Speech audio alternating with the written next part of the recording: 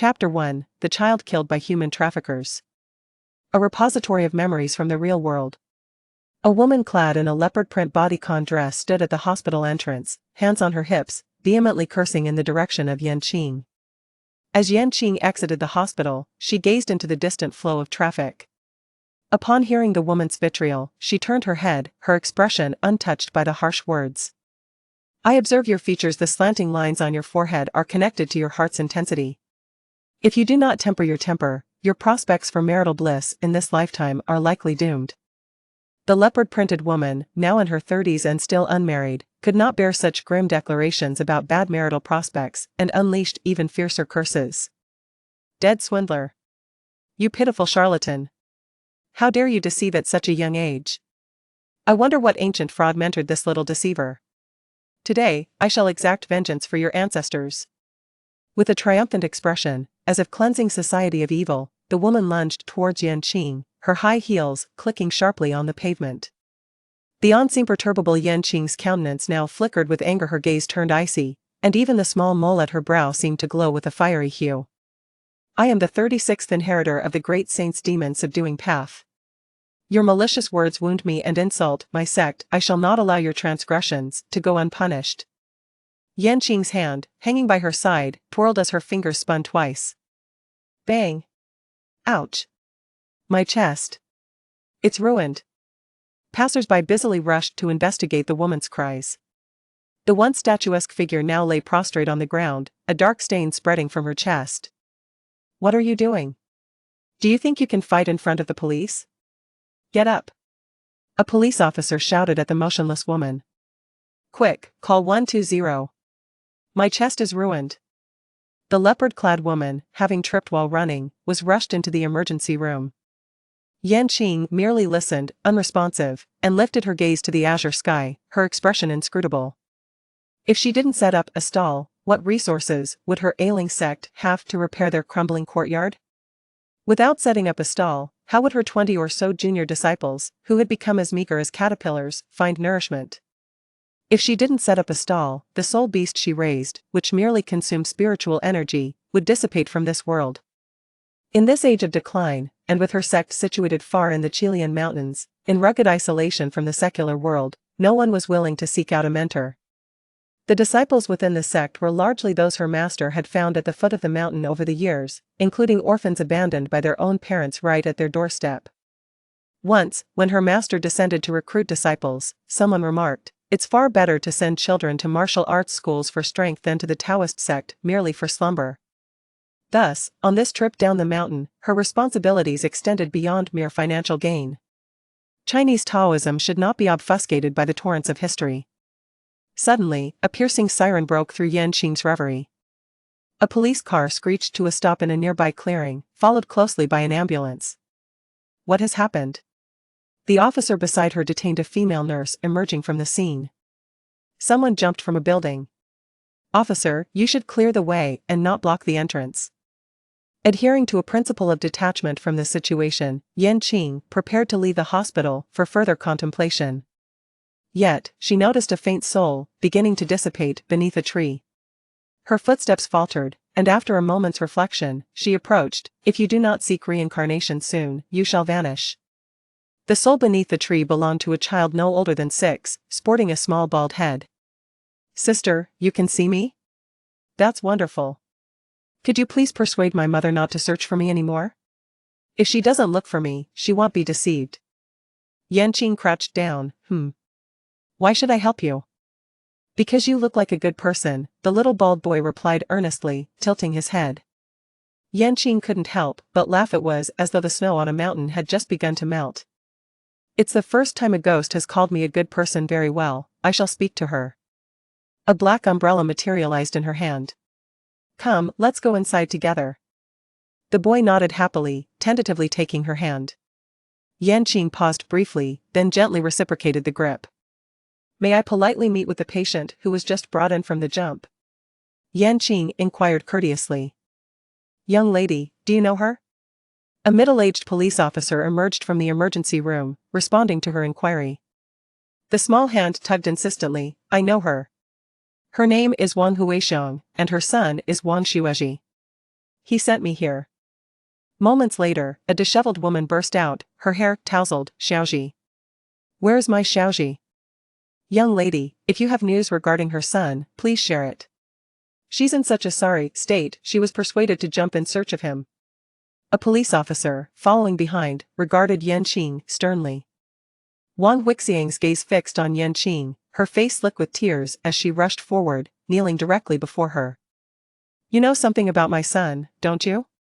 Please, tell me. I beg you, tell me. Woo-woo. Xiaoji. My Xiaoji. The small hand slipped from Yan Qing's grasp. The little boy dashed towards his mother, yearning to leap into her nurturing embrace like before, not wanting to witness her heartache. But he passed right through her. Yan Qing's inquiry left those present in perplexity. Indeed, who survives a fall from the 12th floor unharmed?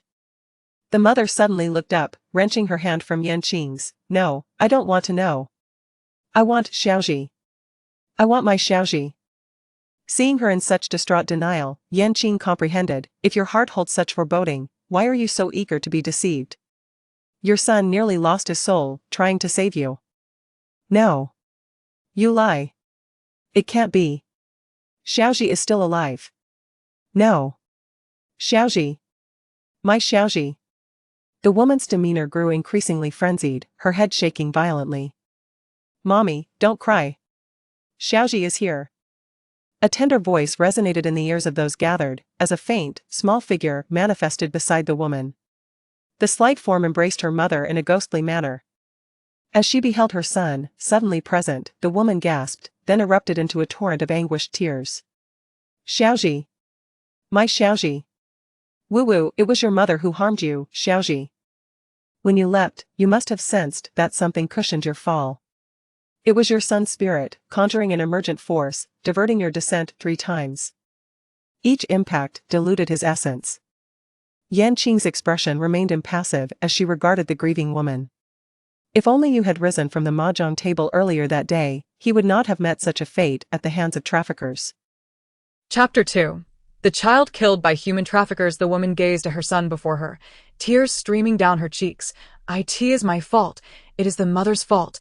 It is the mother's inadequacy. My little Ji, what shall I do? Woe is me. It turned out that on that fateful day, the kindergarten bus had, as usual, dropped the children off at the entrance of the mahjong parlor. She did not stand up. Wang Xuezhai, as per routine, awaited his mother's emergence at the door. After a considerable wait, she still did not appear. Bored, he squatted down to play cards, when he chanced upon an adorable little dog in front of him. He had a particular fondness for dogs. He dashed forward to chase the dog, but suddenly, he was seized and shoved into a vehicle. Wang Xuezhai was already 5.5 years old. He understood that he had encountered a wicked child trafficker. Yet, overwhelmed by fear, he lost control of himself. Additionally, that day, the trafficker had acted on impulse and had not brought any sedatives. Wang Xuezhai struggled fiercely, even managing to bite off a piece of flesh from the trafficker's hand. The trafficker, inherently vicious and devoid of humanity, retaliated with a brutal slap that sent Wang Xuezhai crashing onto the vehicle's floor. One slap after another rained down, escalating to punches that fell mercilessly. Yan Qing recounted the events of that day in a detached manner, and upon learning the truth, the crowd began to murmur and cast blame upon Wang Huixiang. Alas, is playing mahjong truly that important? She has forsaken her child. Tsk, having such a wife is indeed a stroke of bad luck. Were I her husband, I would certainly divorce her.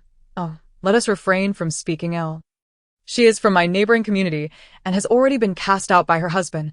It seems she leapt from the building today after consulting a fortune teller online, who advised that by tying the child's birth date to 3 incense sticks and tossing him from the 12th floor, she would be able to locate her son. She was swindled out of all her money, reportedly around 50 or 60,000. Yan Qing raised an eyebrow slightly, contemplating the audacity of these online fortune tellers. Perhaps if she couldn't set up a stall, she could try her hand at live streaming. Wang Xuezhai, witnessing the vitriol directed at his mother, extended his small hand to shield her. Grandfather, grandmother, uncle, aunt, please do not scold my mother. It was my fault. I ran around recklessly and was caught by the bad people. Do not blame my mother. Wang Xuezhai could no longer endure the situation. Yan Qing gently took his hand. Suddenly, Wang Huixiang, lost in thought, knelt before Yan Qing, repeatedly bowing her head to the ground, reddening her forehead in the process. Yan Qing maintained a cold demeanor, stepping back 2 paces with Wang Xuezhai. Your bond as mother and child has come to an end. I cannot assist you, sister. Can I not be reborn? I wish to stay with my mother. Wang Xuezhai tugged at Yan Qing's hand, looking up at her with clear, earnest eyes. Yan Qing lowered her gaze, her expression impassive. No, if you do not take rebirth, your mother will fall ill from your presence. You do not wish for your mother to suffer, do you? No, I am not afraid. I am not afraid of being ill. The woman's eyes sparked with a sudden realization. No, little Ji. Go with this sister and be reborn. Be obedient. He could speak no more. He felt the pain in his body and knew he must not cause further worry for his mother. Yan Qing once again grasped Wang Xuezhai's hand, a gentle warmth emanating from her palm into his. I will inform you of the location of his remains. You may retrieve him. I shall take him with me. She addressed the police officers present. The officers exchanged glances, and the middle-aged officer stepped forward. Miss, could we trouble you for a contact number? Yan Qing nodded and jotted down her contact information, the location of the remains, and the trafficker's hiding place. Handing it to him, as she departed, Wang Huixiang, in a daze, asked, will little Ji encounter a mother like me in his next life? Yan Qing brought Wang Xuezhai to a desolate place devoid of life and spirit. For the hospital was heavy with a malevolent aura, and opening the gates of the netherworld would harm innocent patients. With a single hand raised, she drew forth a swirling vortex of darkness. A ghostly messenger emerged, bowing respectfully. Esteemed one, what is your summons? Yan Qing revealed Wang Xuezhai. This child is sincere. He is worthy of a good rebirth. The ghostly messenger examined the boy's spirit, puzzled as to why he had caught the attention of one of such stature. Why would a great one intervene in such trivial matters? Is there a significant event at hand? Upon hearing the question, Yan Qing pursed her lips. This is not your concern. Quickly take the soul below. The messenger complied. After Wang Xuezhai was taken away, Yan Qing lingered for a moment, scanning her surroundings before retrieving her phone. Gazing at the large apple emblem on the back, it seemed somewhat different from others. Disciple, this is the latest fashionable phone.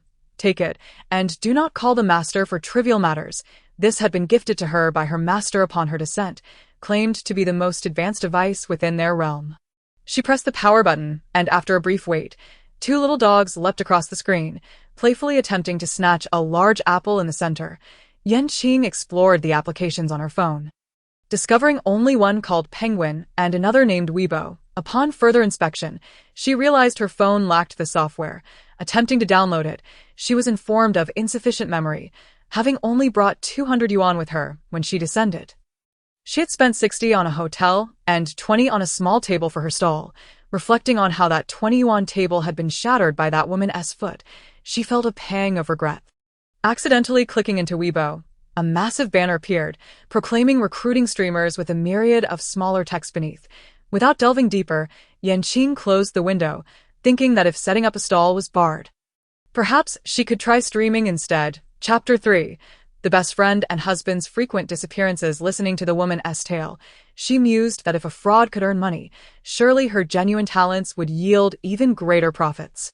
Considering her hungry junior disciples, all of whom had become mere vegetable pests from subsisting solely on their homegrown produce, she sighed at the harshness of life.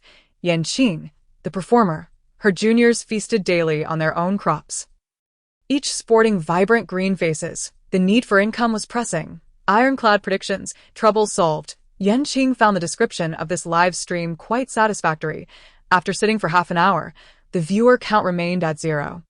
She pondered for a moment, her fingers deftly forming a gesture. Here it comes. Su Yuan, a senior executive at a publicly traded company, had begun to feel something amiss with her husband and best friend, both of whom worked at the same firm, her husband serving as an executive director. Today, she sat alone in the office while her husband and friend had once again left simultaneously, preparing to seek advice from online acquaintances. She stumbled upon a live stream titled, Ironclad Predictions, Trouble Solved.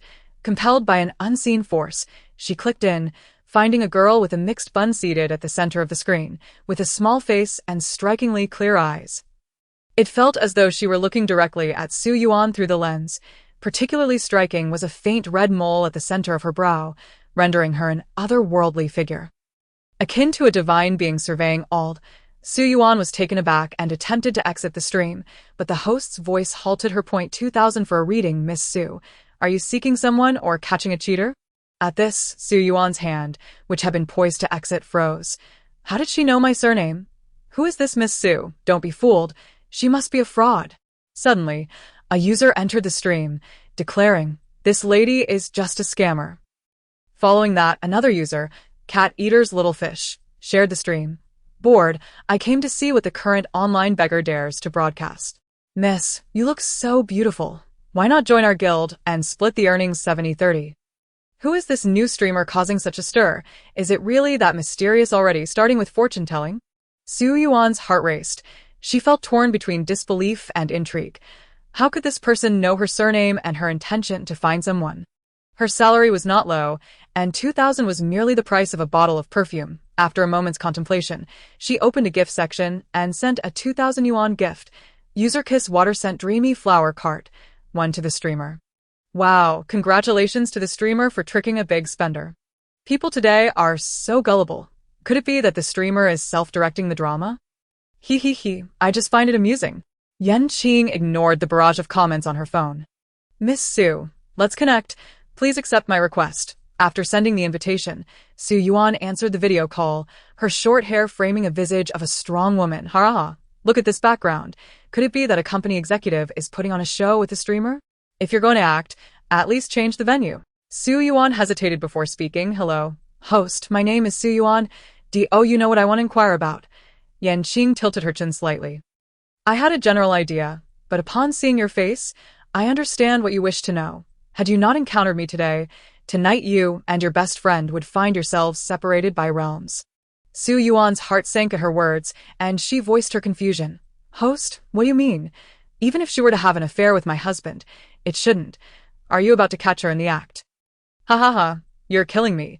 The definition of Weibo was that sending a gift worth 1,000 yuan would notify all users, and curious onlookers began to flock in. What is happening? This stunning beauty isn't shaking her but while fortune-telling. As the viewer count grew, Yan Qing's outdated phone began to lag. The comments became frozen. Tomorrow your 10th wedding anniversary with your husband? Yan Qing, unable to view the comments, focused solely on Su Yuan. Yes, we always celebrate our anniversary. Su Yuan reminisced about her husband, feeling a blend of sweetness and a hint of melancholy. She truly held a deep trust in him. However, his recent peculiar behavior with her close friend was undeniably troubling. Your husband has been cavorting with other women for years, and this time, he has set his sights on your alluring and beautiful friend. Yan Qing stated matter-of-factly. A fortnight ago, your husband deceived your friend, claiming he was arranging a surprise for your anniversary. Delighted, she assisted him in creating elaborate setups every day. Su Yuan stood frozen before the screen. Haha, I know. The host is about to reveal that her husband has violated her friend. To the brothers above, let me say, her friend, unable to bear the humiliation, committed suicide in her room. This is what the host refers to as being separated by life and death. To the two above, can you let the host deceive properly without interrupting? Yan Qing disregarded the chatter and continued. Your husband, accompanied by your friend, engaged different photographers for each setup, men who share his predatory nature. They would swap partners, but this time was different. Perhaps due to your friend's undeniable beauty, they decided to indulge together. Today marks the final arrangement. The grand surprise unfolds today, as your husband has reserved a private villa. Claiming to have invited many guests to celebrate your 10th anniversary, she believed him and followed along, unaware that today would be a debauchery for that group of beasts. Having finished her account, Yan Qing fell silent, observing Su Yuan, while casting a glance at the screen, where the comments momentarily fixated on a remark about a suggestive dance. With a stoic expression, Yan Qing subtly moved her fingers, directing an invisible red thread toward a specific target. If what the host says is true, these men are utterly despicable. Quick, call the police. If this is true, I hope it's false. If it's false, I wish it were true. Check out the profile of this connected sister. She asked the general manager of an entertainment media company. Is she really deceiving without changing her persona? Brothers, Report the live stream. This is a definite case of misconduct. Indeed, several attempted to report the live stream, but after composing extensive reasons for their complaints, they encountered a message stating, "Submission failed." Brothers, why can't I file a report? Did anyone succeed? The brother above, it shows my submission failed. Is this some kind of trick? Me too. Should we keep watching? Su Yuan's mind began to drift through the oddities of her husband over the years. Previously blinded by love, she now sought clarity. Chapter 4. Husband and friend often go missing too. She had never deeply contemplated, nor had she imagined that Li Jun could be such a person.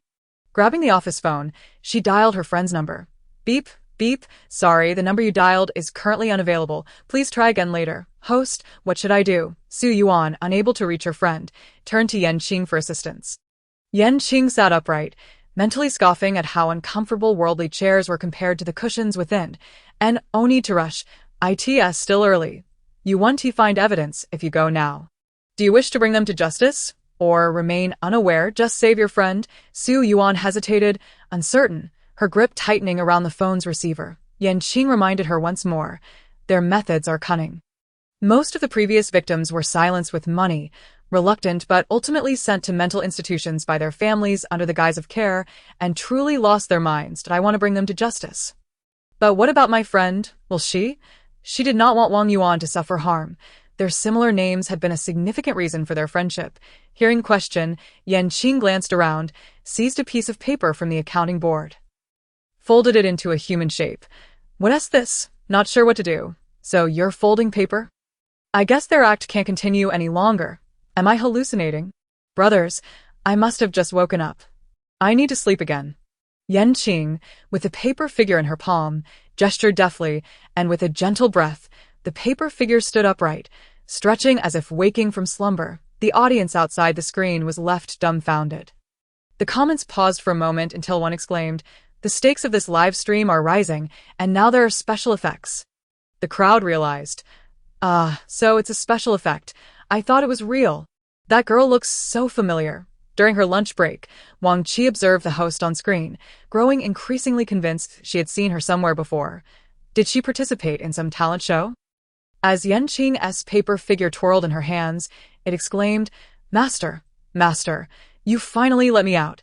Yan Qing raised an eyebrow, considering how little time had passed since she last emerged to assist someone. After instructing the paper figure, it gallantly hopped off Yan Qing's hand and exited the screen. Wait, how are they still talking? With special effects, why not add some voiceover? It wouldn't cost much. The brother above has a point. I'm a girl. Thank you, Master. You still haven't told me if my friend will be harmed. Upon witnessing Yan Qing's feat, Su Yuan promptly changed her address. Yan Qing glanced at the phone camera. You can call the police now. Wait until 7 this evening to take action. Your friend will be unharmed. So rest assured. I remember, the host was at our hospital this morning. The girl who made us see ghosts in broad daylight. Is the brother above still asleep, seeing ghosts in daylight? It seems true. Check the news for the first municipal hospital today. 10,089, since everyone is so eager to see. Please follow me and I will post. Wang Qi noticed her phone buzzing with alerts. The follow-up notifications kept increasing. Soon, she uploaded the secretly recorded video from earlier that day to her social media profile. Brothers, hurry, remember to like it for me. The viewers in the live stream quickly clicked on Wang Qi's profile to watch the video. Wow, is this real or fake? Brother, you're not a plant. Are you? Yan Qing observed Wang Qi's actions without interference. Although she had her own thoughts, there was no malice. If I were a plant, I'd get hit by a car on my way out. Right? Wang Qi watched her follower count surge, feeling exhilarated. Brothers, I found the news from the first municipal hospital. There truly was such an incident. Is the host really that impressive? Waiting for a sequel. It's still early. Are we really waiting until 7? Yan Qing's screen was entirely devoid of comments, her focus entirely on the camera. Su Yuan suddenly felt her face grow warm. Host, it's only 1 in the afternoon. Do we really have to wait until 7? No way, are we just going to wait for 6 hours? Haha, is there really a live stream that absurd? This phone is so laggy. Yan Qing closed her eyes, inhaling deeply, silently reciting a calming mantra for 10 seconds. No need, Miss Su. You can disconnect now and I will be back online at 6:30 to reconnect. After Su Yuan disconnected, Yan Qing waited a moment and the comments resumed. It seemed the connection had consumed too much memory. Yan Qing decided to use the 6,000 yuan she had set aside for fortune-telling to buy a new phone. Next, she prepared to connect with another user, announcing a lucky draw. Those interested in fortune-telling could participate. Upon finishing her statement, she released a lucky draw in the live stream, as soon as the lucky draw was initiated. It was instantly snatched up. Congratulations to the user Spending Ghost for winning the lucky draw. Upon seeing the system notification, Yan Qing's cool voice echoed in the live stream. Congratulations, Spending Ghost. Please prepare for the connection. On the other end, Wu Qian was momentarily stunned by the notification. She hadn't expected that just a casual click, especially during a moment of lag, would result in her winning. Was she the only one? Seeing Yan Qing initiate the connection, she hesitated for 2 seconds before answering. The screen split into two again, revealing a girl with shoulder-length, glossy hair and bright, clear eyes. Upon seeing herself on screen, she smiled politely, revealing two adorable dimples. Host, I don't really have anything to inquire about. The host company clearly understands marketing. They choose beautiful plants. Yan Qing's lips curled slightly, her eyes lifting with a hint of mischief as she spoke. No rush. Think it over. Those who win the lucky draw are fated to connect. Yes, those who win are fated.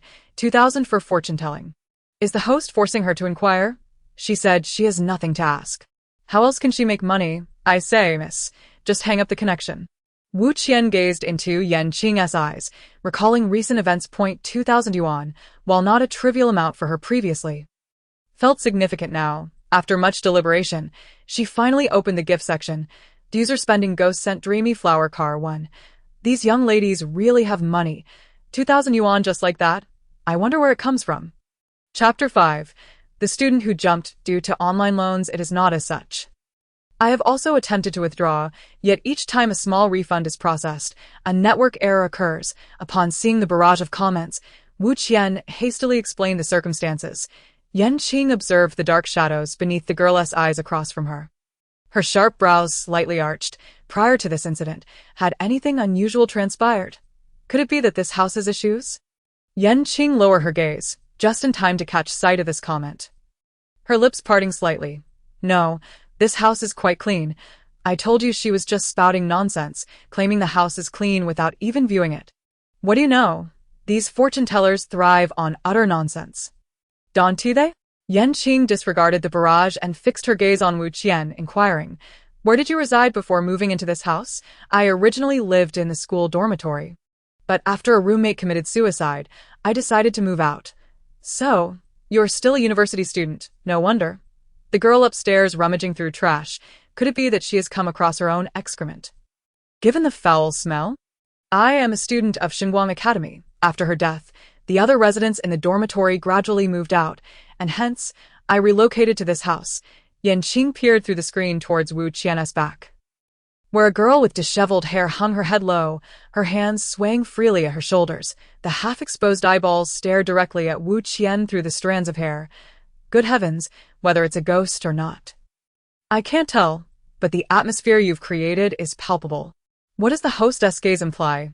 You've frightened the poor young lady. Yan Qing glanced at her phone, her brows slightly raised. Indeed, it has frozen again, her eyes lowered slightly, too unsightly to behold the creature across from her. I seem to possess quite a bit, as she previously mentioned, things she could not afford. Once Wu Qian uttered this, she suddenly felt a chill breeze behind her, instinctively picking up the tablet she usually used for shopping. Is this merely a coincidence? Could it be that you have taken her words to heart? After her death, did you unconsciously wish to buy? Still wealthy, unlike me, a pauper. No one's death holds any significance.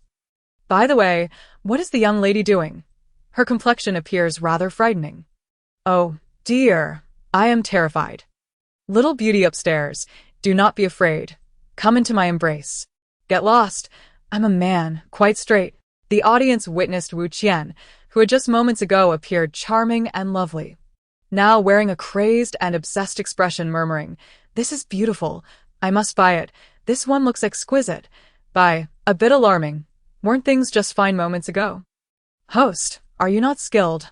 Quickly awaken her. Yan Qing's expression turned icy, a smirk playing on her lips. Incorrigible as ever. With a swift motion, she drew a symbol in the air with one hand and lightly waved towards her phone. How painful. The audience heard a piercing scream emanate from the screen. Those who had been focused on Yan Qing turned their attention to Wu Qian's video frame. I'm blind. I'm exploded. I am dead. An illusion. It must be an illusion. Having witnessed the paper figure walking, I remain remarkably calm. Whoa. It must be makeup, special effects, special effects. At this moment, several new viewers entered the live stream. Puzzled and asking questions. Wasn't this a fortune-telling live stream? Why is it about special effects makeup? This is a collaboration, perhaps the host across is broadcasting makeup? Indeed, quite realistic. Watch for a bit longer. And you may question your existence. Don't miss out. If you desire a zombie-themed makeup effect, please stay tuned to this live stream. On Wu Qian's end, Jinling crawled up from the ground, inching closer to Wu Qian, shouting frantically, Why won't you let me buy? You're so wealthy. What's wrong with me buying a little? I mean, why should they care about your money? Mommy, there's a ghost. It's so terrifying. Brothers, speak up. I need the barrage to protect me. Whoa. Wu Qian flung the tablet aside, not daring to turn around, staring at Yan Qing's protective figure on the screen. Her lips trembled as she spoke. This is my money. I earned it through hard work, part-time jobs, and research, not yours, moreover. You are dead. The purchases are of no use to you. Haha, is it funny that as long as it's usable? It's acceptable? The one upstairs has a heart of stone. Can you not see the ghostly face? I refuse to look. Demon, you shan't harm me. Jinling, having risen from the ground, attempted once more to control Wu Qian, lunging forward, only to be repelled by a burst of golden light. A scream echoed once more. Black smoke emanated from Jinling.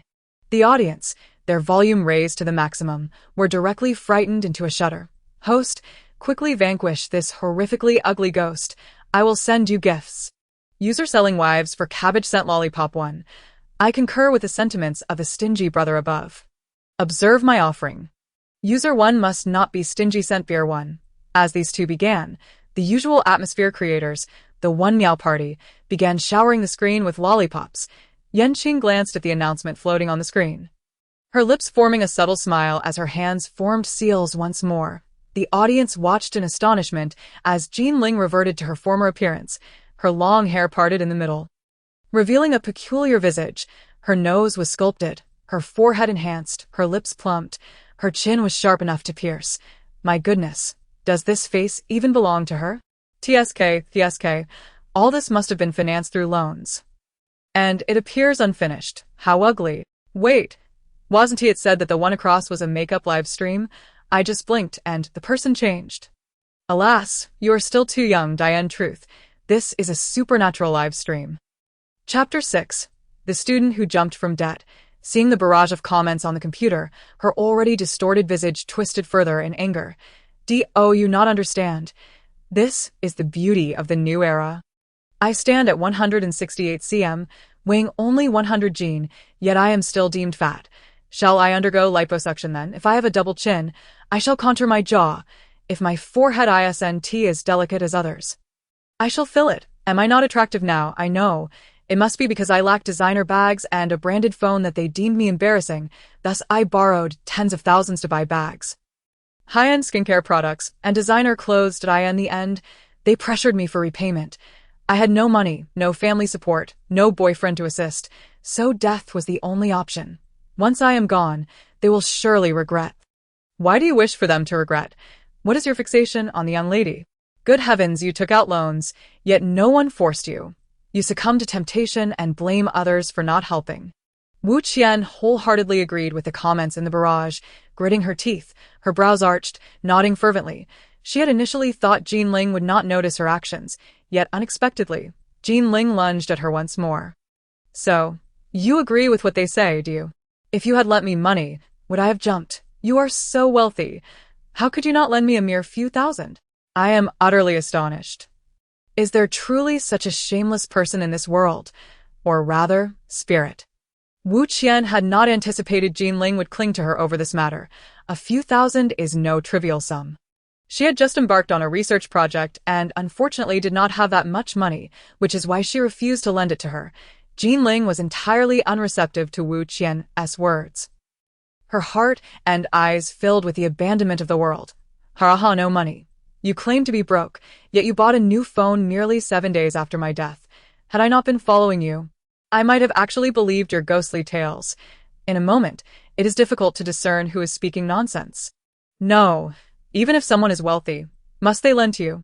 However, she too was desperate to borrow money. Why didn't she lend? Had she lent it, a young girl would not have met such a tragic fate. Amitba, the old monk hails from the eastern lands. Surely the benefactor above is a saint destined to attain Buddhahood in the West. What do you mean borrowing would prevent death? As if she pushed you off the ledge herself. Yan Qing observed the brewing argument within the barrage, lightly clearing her throat, and miraculously, silence fell upon the comments. Those at the top felt a refreshing breeze brush past, their minds clearing considerably.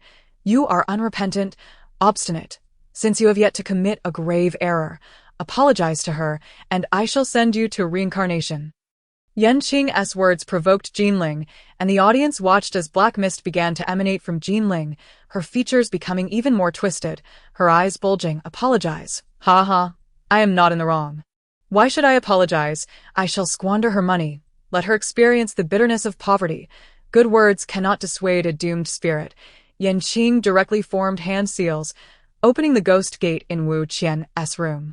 A black vortex appeared before Jinling, and 2 ghostly emissaries stepped forth, puzzled as to who possessed the power to open the ghost gate, looking towards Wu Qian. Which esteemed person summoned us? As the ghost gate opened, the barrage erupted. To witness such a spectacle in my lifetime is worth it. Those claiming its special effects, step forward.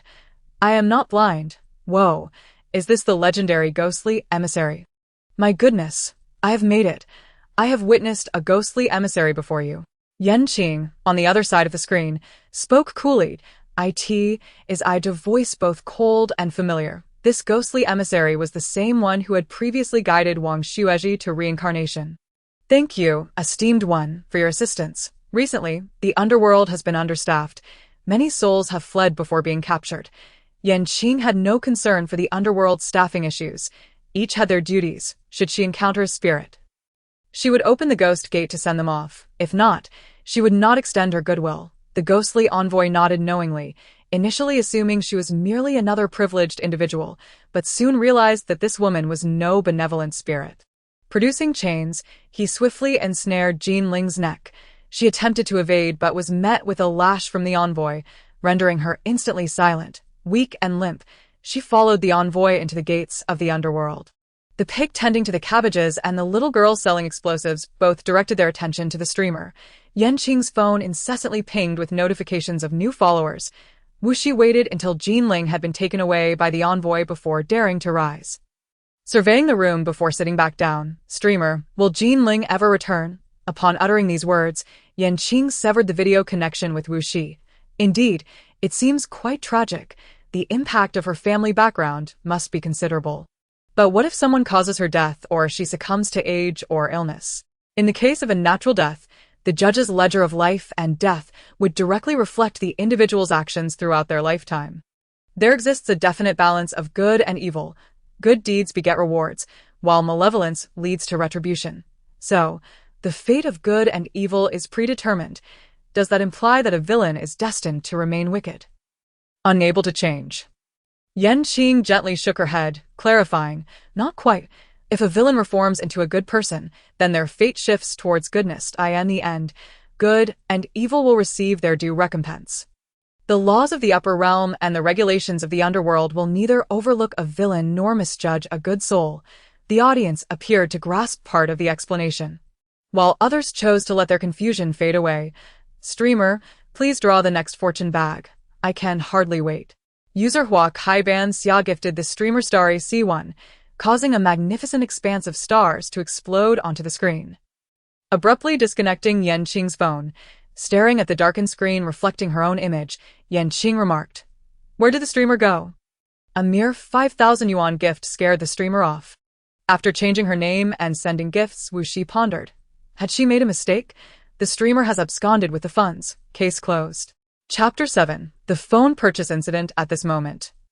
Yan Qing held her now overheated, powered-off phone and stepped out of her room, placing it inside the refrigerator in the hotel lobby.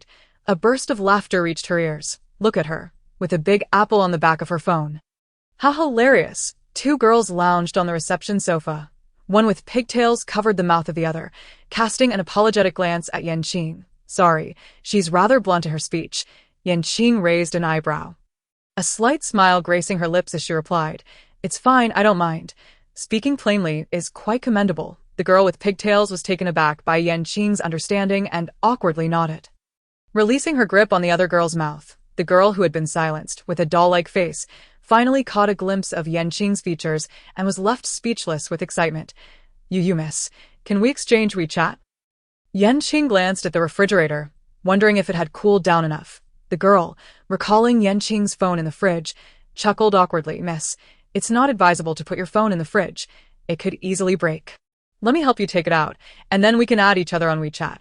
Before Yan Qing could respond, the girl opened the fridge and retrieved Yan Qing's phone. Here, I'm Wang Yuyan. What's your name, miss? The doll-faced girl beamed, her eyes crescent-shaped with delight. Yan Qing, such a lovely name, but your phone must be quite laggy, right? Yan Qing gently affirmed, Yes, it just lagged and disconnected. I placed it in the fridge to cool.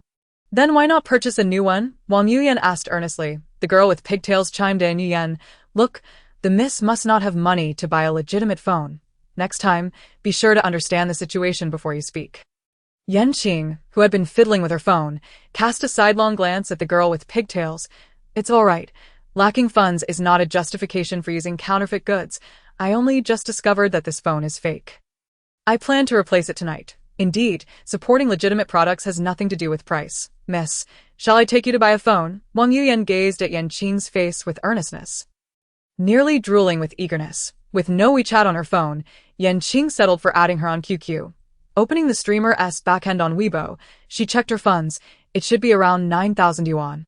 Right? However, upon seeing only 4,639 yuan available for withdrawal, she realized that the earnings of unsigned streamers are split with the platform. Yan Qing's hand hesitated over the withdrawal button. Could 4,600 yuan purchase a phone suitable for streaming? Wang Yuyan's eyes lit up. But of course. Where do you stream, miss? Oh, on Weibo. Others have spent over 9,000, but I can only withdraw half. Yan Qing felt a pang of disappointment. She should have researched the rules beforehand. All right, this platform has quite a high compatibility. There are numerous phones to choose from. Wang Yuyan led Yan Qing to the nearest phone shop, where they settled on a Xiaomi 13 Pro. Miss, please sign here. Wang Yuyan negotiated with the clerk, ultimately securing the 256G version for 3,690 yuan. Yan Qing hastily scrawled her name. Wang Yuyan attempted to glimpse the character Qing in her name but was thwarted. Sister Yan, what does this name mean? Yan, as in speech. Qing, as in the nesting of birds. Wang Yuyan found herself momentarily unable to associate the character Qing with the nesting of birds. As Yan Qing set down the pen, she prepared to withdraw her funds. Sorry, due to account violations, withdrawals are temporarily disabled. Please contact backend staff. Wang Yuyan handed the receipt to the cashier, pointing to the QR code adhered to the counter. Sister Yan, come quickly. Scan here to pay. Pay. What money is there to pay now? It's gone. Wang Yuyan's friend observed Yan Qing's hesitation and smirked dismissively. Why Yuyan? Don't pressure the sister. She looks like she's out of money. Huh. Wang Yuyan leaned closer to Yan Qing, blinking her eyes. Sister Yan, what's wrong? Yan Qing showed her the page displayed on her phone. It seems I really can't make the payment. Wang Yuyan's eyes widened in disbelief as she read the message. And oh worries, I'll pay for you. Wang Yuyan boldly declared. Li na. Wang Yuyan's friend stared at her in shock. Have you lost your mind? Yuri just giving someone a phone without a second thought. You've never bought me a phone. Wang Yuyan looked at her perplexed. I'm just lending it to her. She'll pay me back once she withdraws her money. Besides, when have you ever been short on money? I've never been short on cash, Lina laughed, squeezing her words through clenched teeth. Wang Yuyan smiled warmly. NOA, this sister looks so lovely.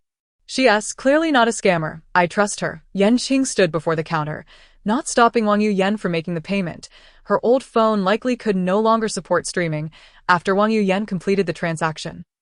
She handed the new phone to Yanqing. Sister Yan, here, transfer your information over. Yanqing's old phone held little data. The SIM card was provided by her master, and QQ was only temporarily logged in. Thank you. Here's my Weibo account. Would you like to follow? Yanqing presented her account homepage on the new phone. A TOC past lives is to sever present ties. Sister Yan, you stream fortune-telling? Wang Yuyan asked incredulously. I thought you were a beauty streamer. Turns out you're just a con artist. Li Na stood beside Wang Yuyan, her expression rife with disdain. Wang Yuyan was baffled by Li Na's demeanor today and turned to Yanqing apologetically. Sister Yan, please don't mind. She doesn't usually speak like this. Yanqing raised an eyebrow, echoing a familiar yet entirely different sentiment. It's fine.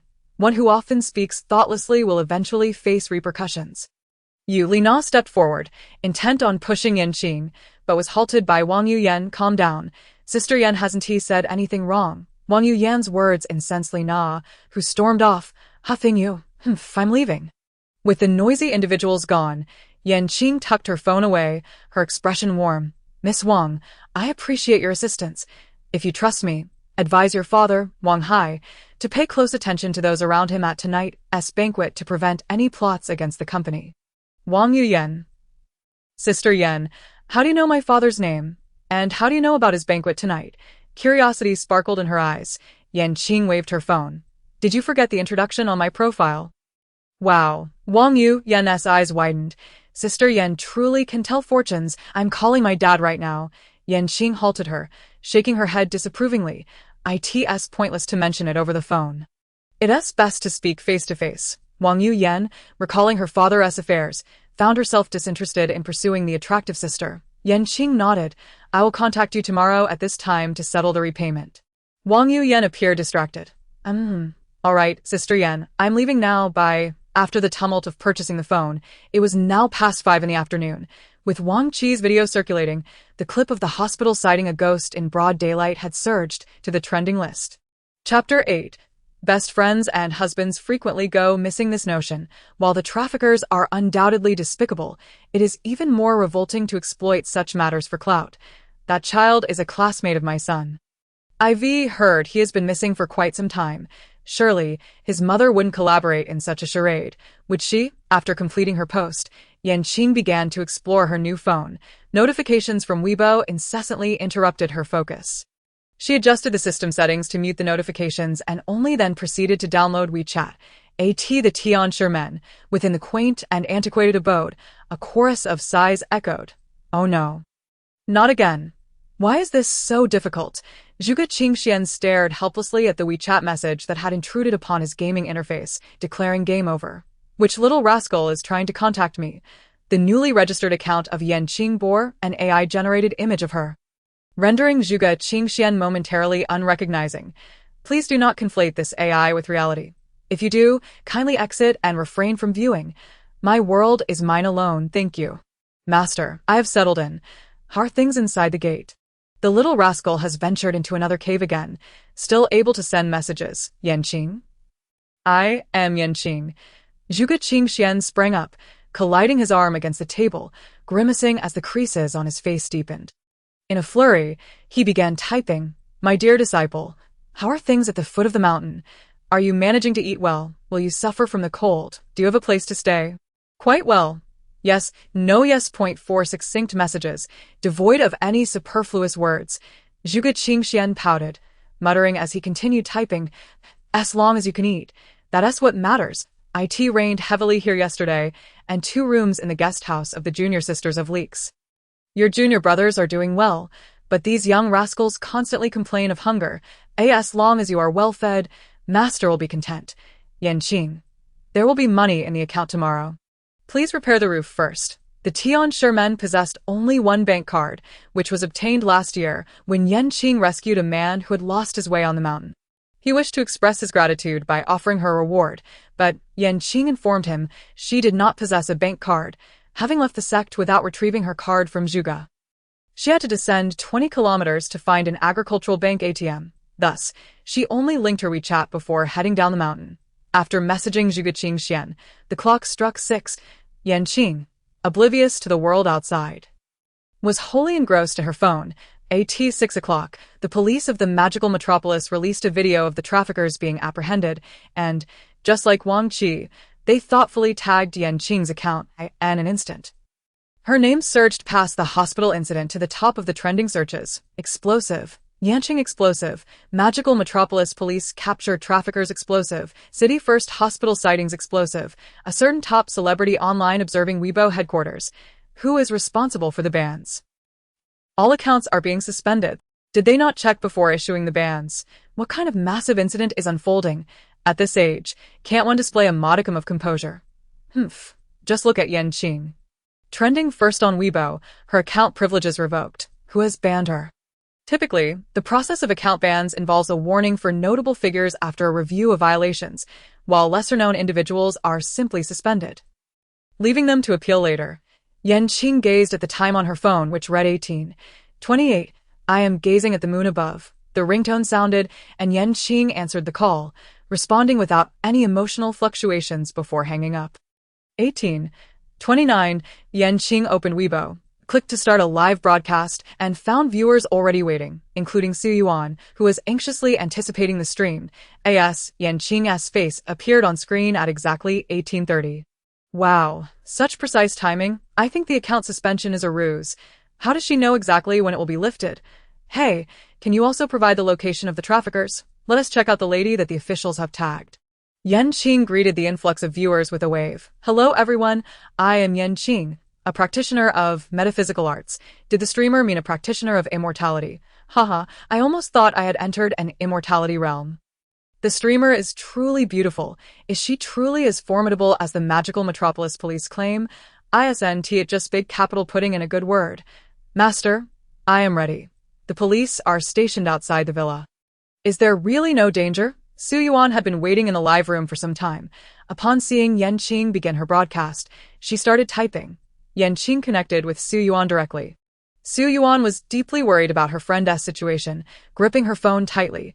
She had repeatedly called her friend, only to be met with a cold electronic voice, hearing Su Yuan's words. Yan Qing smirked, her eyes sparkling with confidence. Miss Su, they won't receive any external messages. I assure you. Su Yuan felt a weight lift from her heart, as long as they remained unaware of the outside world. Wang Yuan would be at less risk. Su Yuan raised her phone. The distant villa was already flickering with lights, casting a red and purple glow that added a hint of excitement for the men inside. Chapter 9. Rescue of a friend. The scene inside the villa had been meticulously arranged. Wang Yuan sat on the sofa, contentedly surveying her setup, with various provocative images adorning the walls, reflecting on what her friend's husband had said. She was surprised Su Yuan appreciated such a style, a seductive little wildcat. One by one, several men arrived at the villa, having eagerly awaited in the garage. Upon entering, their eyes fixated on Wang Yuan.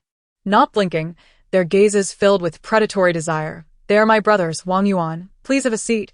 I shall go fetch my wife.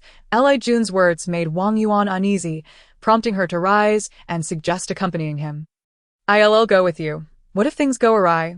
These are my friends. Relax. When we arrive, just remember to hide. Before leaving, Wang Yuan noticed Li Jun grinning unnaturally, causing an inexplicable sense of fear to wash over her.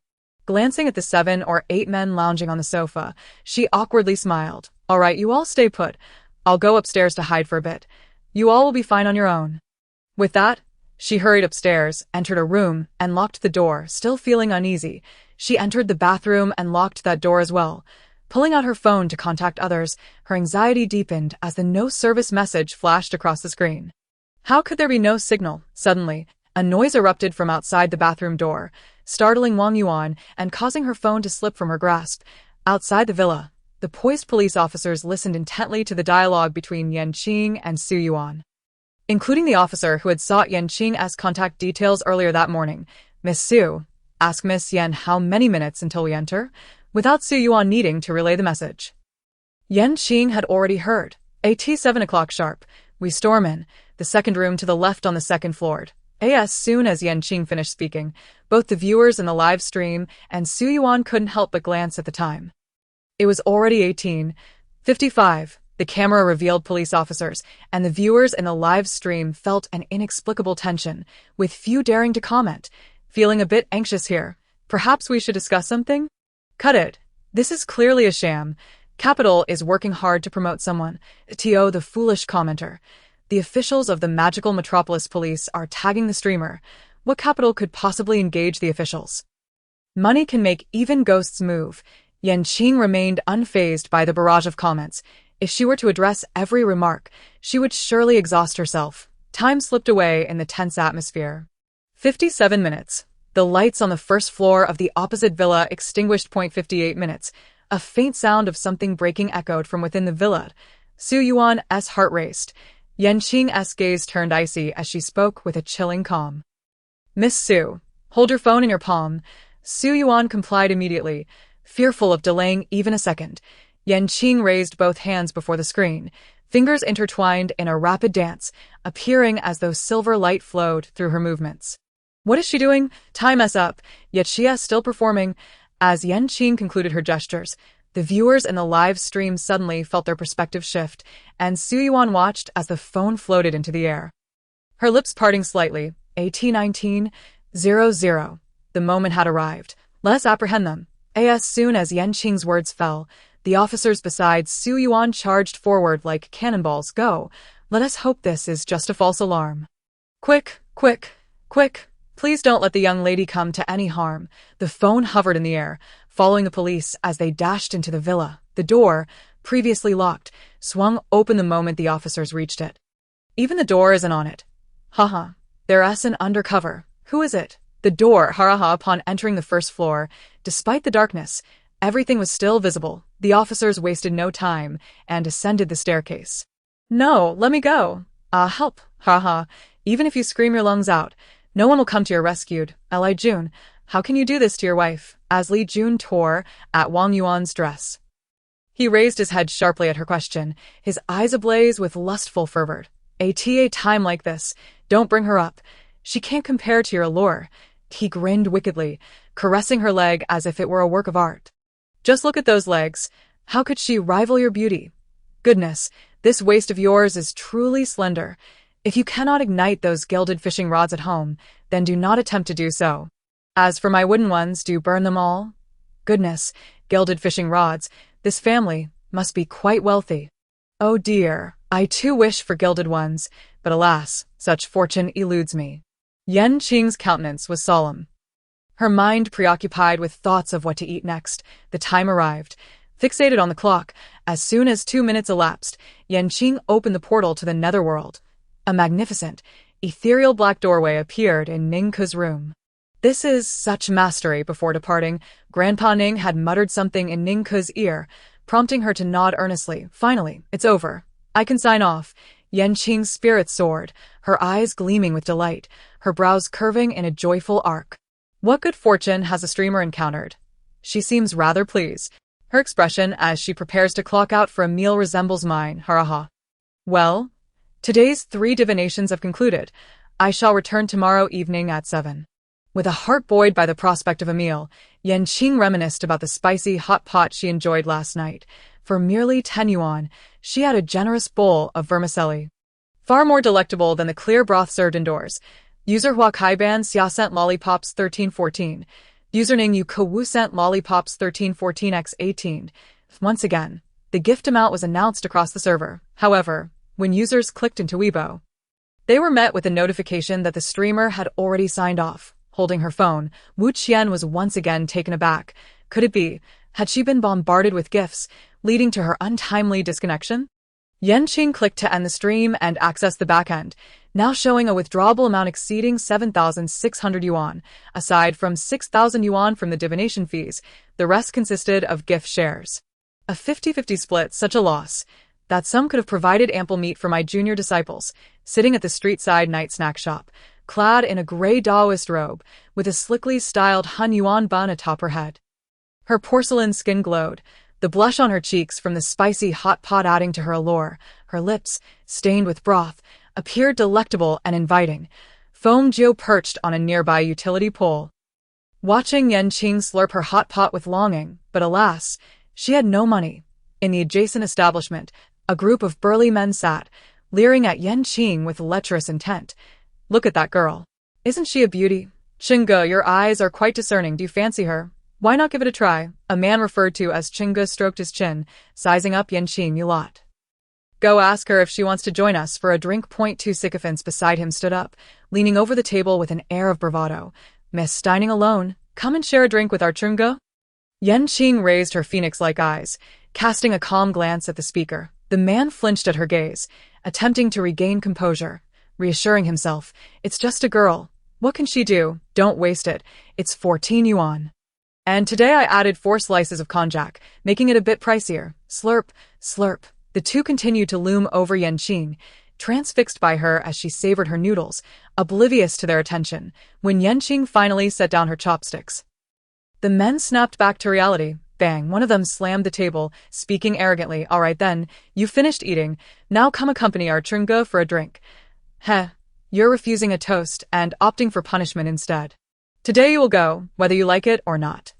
Humph, have you no idea of Qingji's reputation on Shantang Road? The two men prepared to forcibly drag Yanqing away, but she stepped back, evading their grasp. Hey, what do you think you're doing? Feng Jiao, unable to watch any longer from her perch, decided to intervene. Suddenly, a figure draped in red descended from the utility pole. Upon landing, her features became clear. High-bridged nose, delicate lips, skin like cream, and long hair tied back with a ribbon, clad in a resplendent red dress. For a moment, it felt as though a celestial being had descended. Hey, Qingge, isn't this girl even more beautiful? Qingge smacked the top of the speaker's head. Do you think I have spent so many years in this line of work for nothing? What normal person perches on a utility pole? Huh. Then what should we do? Let such a stunning girl slip away.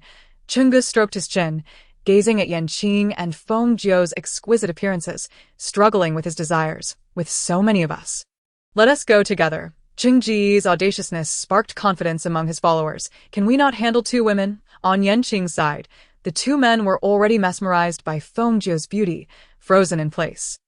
Feng Jiao, perceiving the lewd glances, felt a wave of revulsion. Miss, you go ahead. I can handle them myself.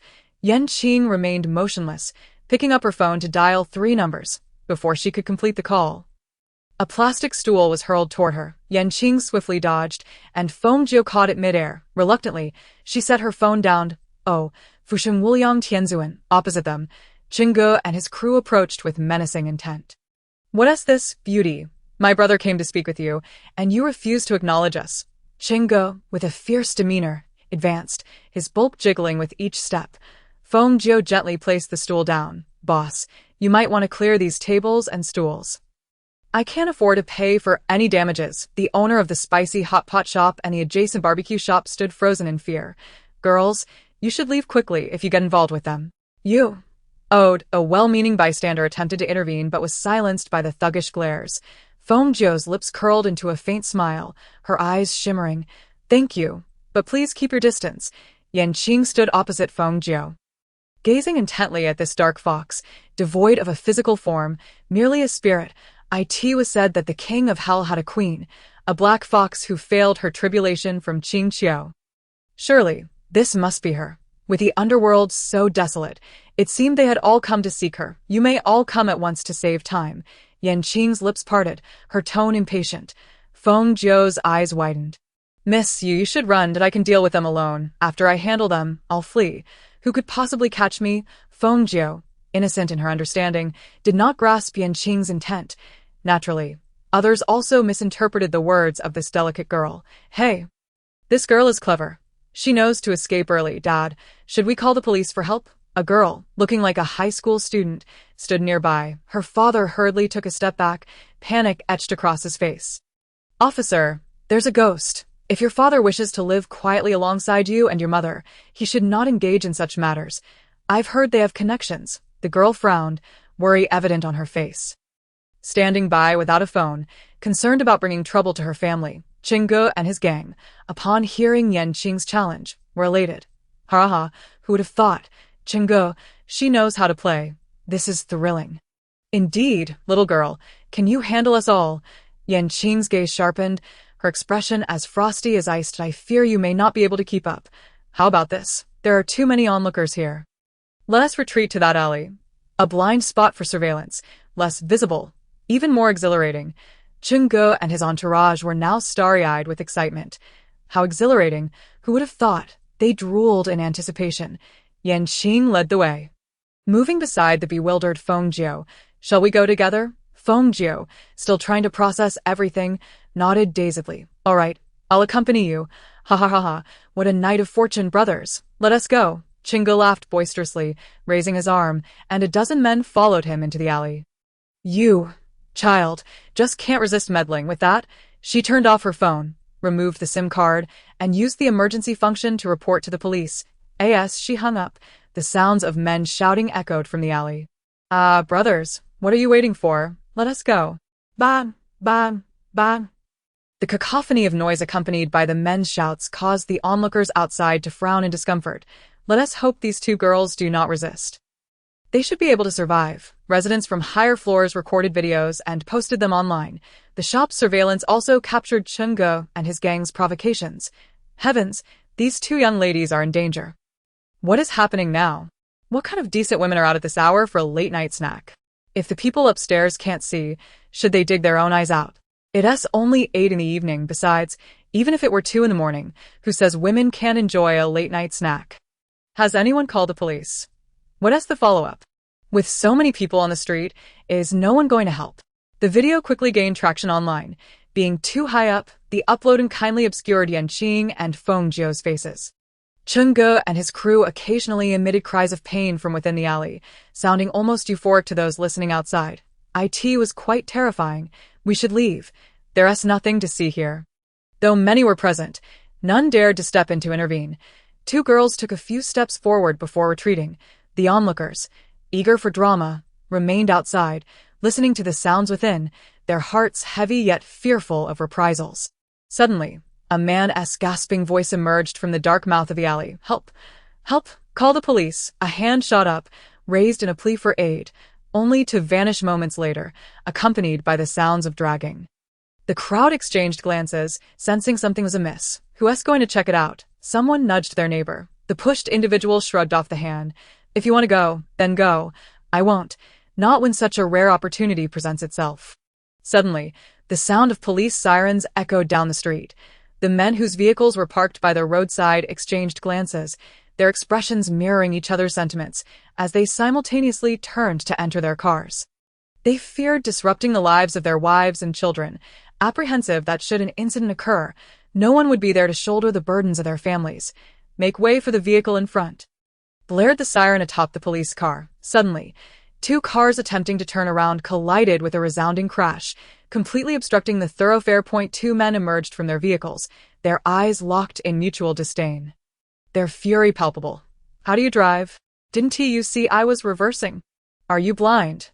Did you not notice I was also backing up? Tensions escalated, and it seemed a physical altercation was imminent when 2 police officers finally descended from the patrol car.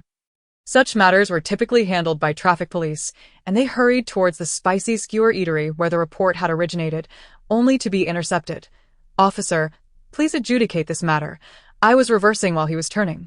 Who is at fault here? The 3 officers furrowed their brows tightly. You need to report this to the traffic police. There are reports of 2 young women in danger ahead. You must clear the way. Officer, we are tax-paying citizens too. You cannot disregard our plight. The altercation continued, while the cries from the alley dwindled. It's about time. The police have arrived. Someone shouted. In the alley, Qing concealed her glimmering whip into her cloth bag. A hint of regret still on her face. Enough of the fighting. The police are here. Upon hearing this, Feng threw another punch, clenched her fist, her expression momentarily faltering, the satisfaction of the brawl lingering on her visage. Are we just going to let them go? Qing replied with indifference. The laws of the mortal realm will take care of them. You should leave first. You lack identification, and that would be too troublesome. Feng froze, a perplexed look crossing her features. How do you know I don't have identification in the underworld? Even the most ordinary spirits can escape to the mortal realm. Don't you think so? Queen of Hell, have I been seen through so quickly? Feng pouted, leaning closer to Qing. This woman exuded an aura of unparalleled strength, ready to assist those in need. Qing mused that this was a rather flattering description of herself. The underworld has its own rules, while the mortal world operates under its own systems. Unfazed by such flattery, Qing dismissed her attempts at resistance, sending Feng Jiu directly through the gates of the underworld. "Handle your business with the king of hell before returning," Feng Jiu lamented, but I haven't even had a taste of the spicy skewers yet. The commotion at the alley's entrance escalated as Qing surveyed the sprawled figures of several large men. Her complexion paling. Moments later, everyone witnessed a frail yet unscathed young woman emerging from the alley. She asked out, "Oh, she looks fine," seemingly unscathed. Among the 3 police officers present was one who hastily approached upon spotting Qing. "Miss Yen, are you all right?" Qing Jiji, notorious for his misdeeds in this area, had managed to escape time and again due to lack of evidence, often being released after a mere 24-hour detention. Seeing Qing emerge safely, the officers appeared unsurprised. "I'm fine, but could you please deal with those individuals inside? They may be a bit..." Qing gestured towards her head. Before the officers could enter, someone crawled out. Chapter 13. Opposition to all forms of inequitable violence one by one. Others emerged, each unharmed, not a single wound to be seen. Qing Jiji was the last to crawl out, his rotund body struggling painfully, his belly scraped and bruised. "Officer, quickly arrest those 2 scoundrels." Everyone knew their true nature, and seeing them in such a state only brought a sense of relief. No one felt the slightest sympathy for them. Chang and his companions, seeing the police remain motionless, were consumed by rage. "Hurry and arrest her. What about the other one? Why did she escape? You little officers are nothing but useless." The officer who had interacted with Qing, Officer Li, cast a glance at Chang and his group. Sensing an ominous fate awaiting them, meanwhile, someone upstairs initiated a live stream, and Qing, upon exiting the alley, had already sensed it, casting a concealment spell over her appearance. Is this the aftermath of the spicy skewer shop incident? The young lady is truly impressive. If she had encountered a defenseless girl, it would have ended poorly. Isn't anyone curious why the police arrived so late? The surveillance footage from the spicy skewer shop was swiftly hacked by a helpful hacker. The author advises, children, do not imitate this, it's wrong. This group has been so brazen. Surely this isn't their first offense. A thorough investigation is recommended. Unbeknownst to Qing, 2 events were rapidly escalating online, and the fate of Li Jun and his associates was soon to be revealed by the police of Magic City. With comments surging into the 1,000, high-ranking officials on Weibo watched as Qing's name once again rose to prominence, prompting an emergency meeting. At this moment, Qing, realizing that her safe emergence had not raised any eyebrows, decided to drop her facade. Qing Jiji, upon hearing her words, gaped in disbelief. They had already dealt with their victims thoroughly. How could she possibly know? No matter how they struggled to flee, it was futile. For though their bodies bore no visible injuries, they were far from unscathed from their encounters with Qing and Feng Jiu. The father and daughter who had reported the incident now stood beneath their apartment window, observing the scene below. "Now you can rest easy, right?" the father asked his daughter helplessly. "Dad, can you take me to learn martial arts?" she replied. The world seemed so dark. She wanted to protect herself as best she could. And if possible, she wished to safeguard others as well. Qing accompanied the police to assist with the investigation. Before leaving, she called the hotel front desk to cancel her reservation. She had left nothing behind in her room. Every bit of savings counted, and she planned to rent an apartment the following day. As Zhang and his companions were taken away, the live stream ended, and viewers flocked to Weibo for updates. Who is shielding these wrongdoers? We demand a thorough investigation. They were appropriately dressed, left home before 10, and were in a crowded area, yet still encountered such a situation. How should girls protect themselves? Did no one notice that originally only one girl was being harassed? The other one came out later, likely attempting to protect her. Indeed, 2 girls went in. What about the other one? Why hasn't she come out? In times of trouble, it seems only women protect women. I speak out for women, opposing all forms of inequitable violence and advocating for the eradication of evil forces. Please inform us of the other girl's whereabouts. Is she still alive? Why hasn't she been seen? I can't even imagine what would happen if this occurred to me. I possess no fighting ability whatsoever. The entire internet buzzed with concern for Feng Jiu's whereabouts, although Qing emerged unscathed. What if? In the police station, Qing did not go to the interrogation room but instead sat in the waiting area. Sipping tea. Miss Yen, this matter has already been uploaded online and is rapidly gaining traction. Everyone is worried about the girl who entered with you. Is she alright? Yen Qing turned to the female officer, her expression grave and her demeanor exceedingly serious. With a light parting of her lips, she uttered, "She has gone to the underworld." With a thud, the female officer's phone slipped from her grasp, her focus now solely on Yen Qing. How can that be? No body was seen at the scene. Miss Yen, please don't jest.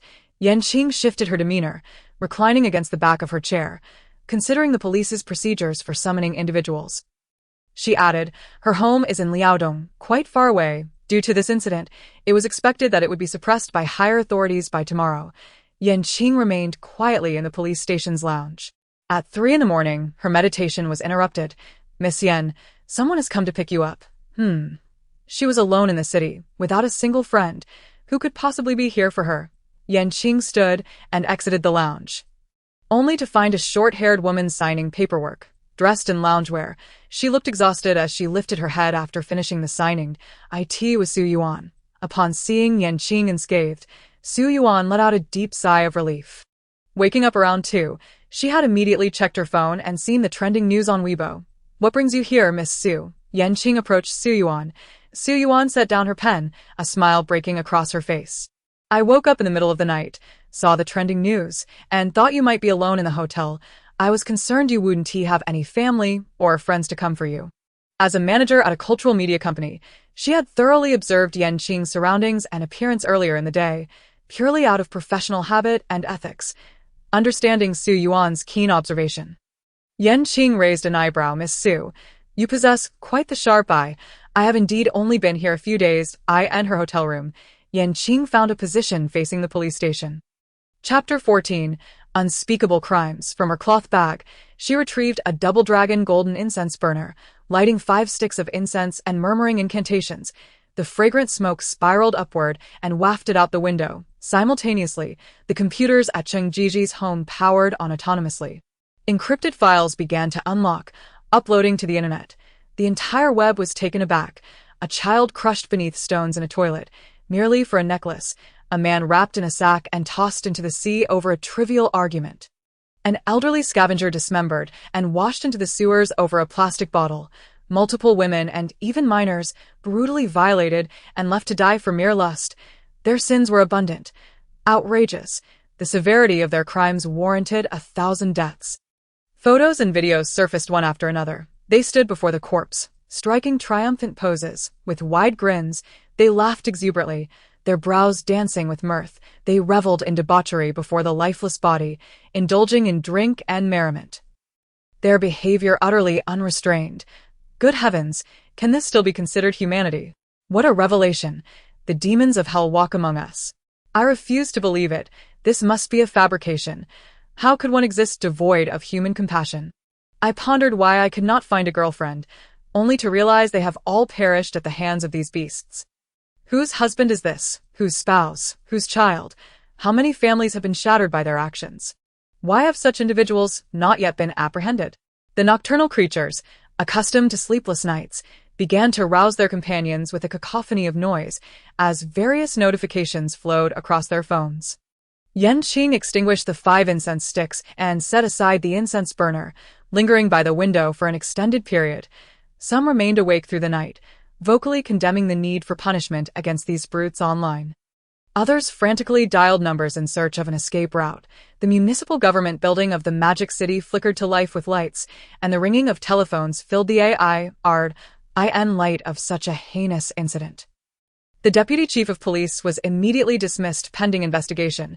Cheng Jiji and his accomplices lay nonchalantly on the bunk in the detention center, awaiting the dawn when they could indulge in a lavish breakfast. Morning arrived, and the restless night for countless netizens finally drew to a close. Brother Cheng, the wall clock is nearly 9. Why has no one come yet? These sycophants had become intimately familiar with the procedures of the detention center. Typically able to leave by 8 o'clock, Cheng Jiji, indifferent, picked at the remnants of last night's barbecue lodged between his teeth, spitting disdainfully. What is the rush? Just wait. Someone will come soon. And no sooner had he spoken than a large contingent of SWAT officers entered, ready to escort these nefarious individuals to their confinement. Something felt amiss. Damn it, has that scoundrel failed to do his job this time?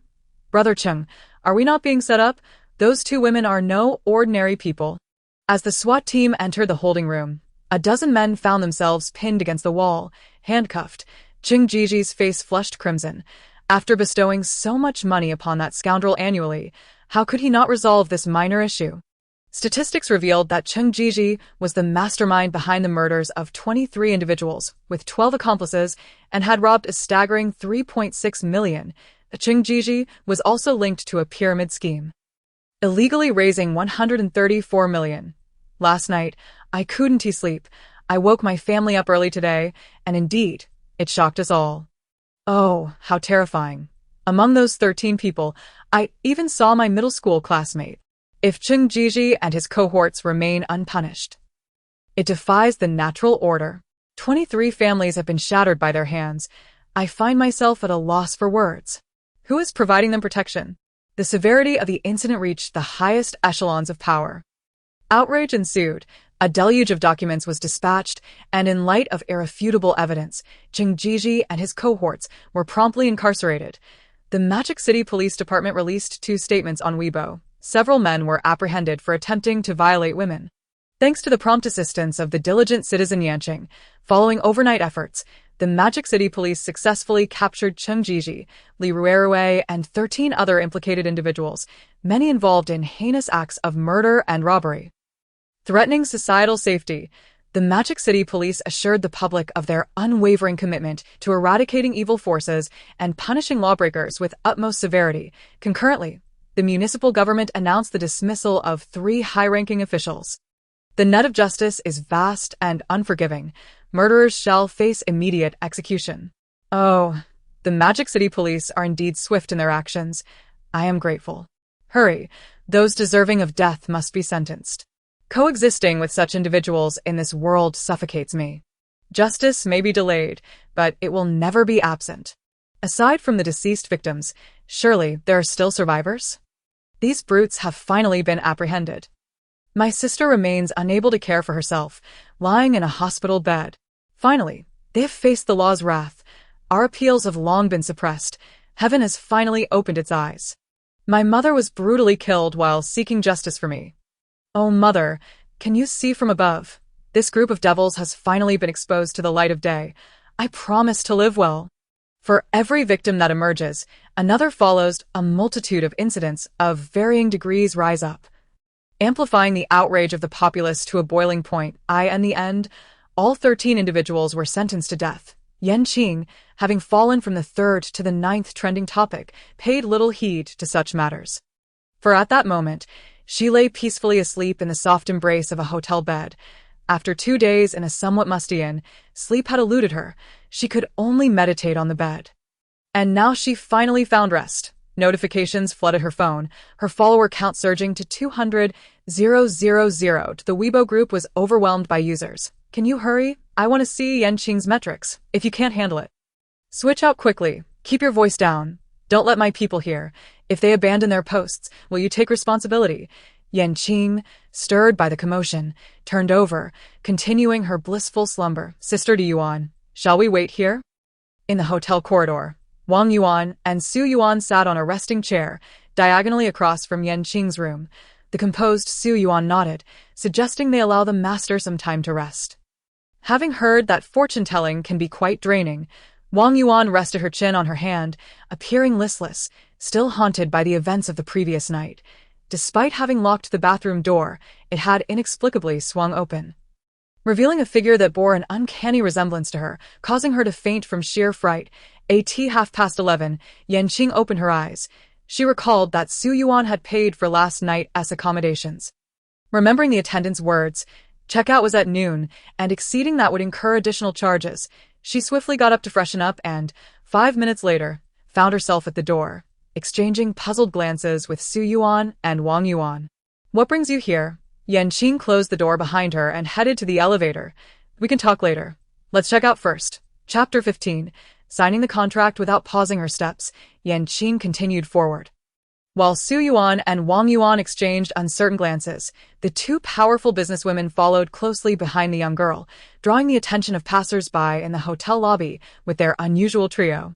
Seated in the lobby, Qing perused the document in her hands, which was filled with an overwhelming amount of text, more than a scripture. Rest assured, Master Yen, we will not take a single cent from you. We will arrange for an assistant to help you during your live broadcasts, managing the distribution of red envelopes and addressing inquiries. Qing's brow furrowed slightly. Would this assistant be living with her? Just as Wang Yuan was about to nod in affirmation, Su Yuan interjected, "No need. As long as you arrive early for your broadcasts, that will suffice, considering the prospect of someone lingering nearby during her live sessions." Qing promptly declined Su Yuan's well-intentioned offer. "No, I prefer solitude. As for this contract, what's the point of signing if you won't take a share? Ordinary individuals would be thrilled to hear of a non-existent share." Yet only Master Yen remained non-committal, truly a remarkable person.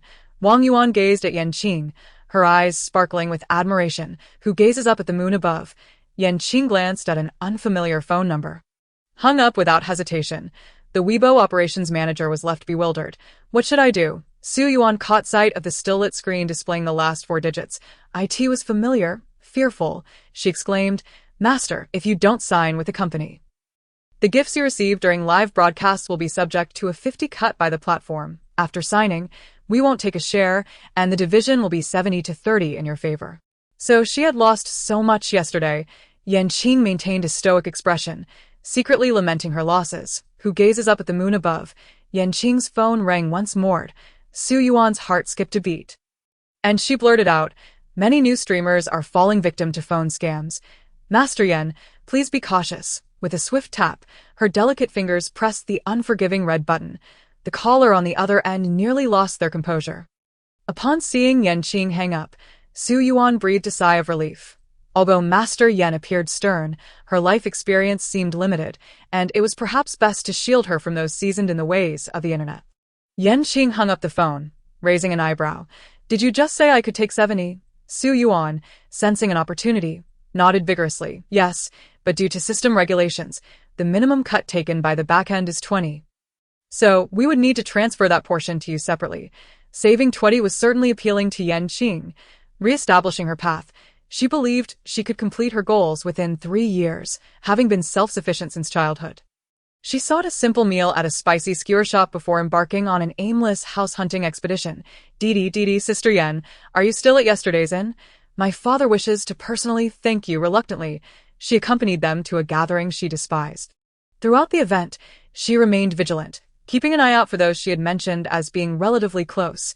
She had not anticipated that Li Na's mother would drug her father. After testing, it turned out to be a concoction commonly used by rural swindlers, rendering him susceptible to her every command. Although their companies had a partnership and were not direct competitors, Li Na's father's company had recently encountered difficulties, prompting him to seek the next bidding price from the Wang family. With an investment of 3 billion at stake, if this deal faltered, the Wang family's company would face bankruptcy. Master Yen, I truly don't know how to express my gratitude. If there is anything the Wang family can assist you with, please don't hesitate to ask. Wang Hai gazed at the young woman, barely 20 years old before him.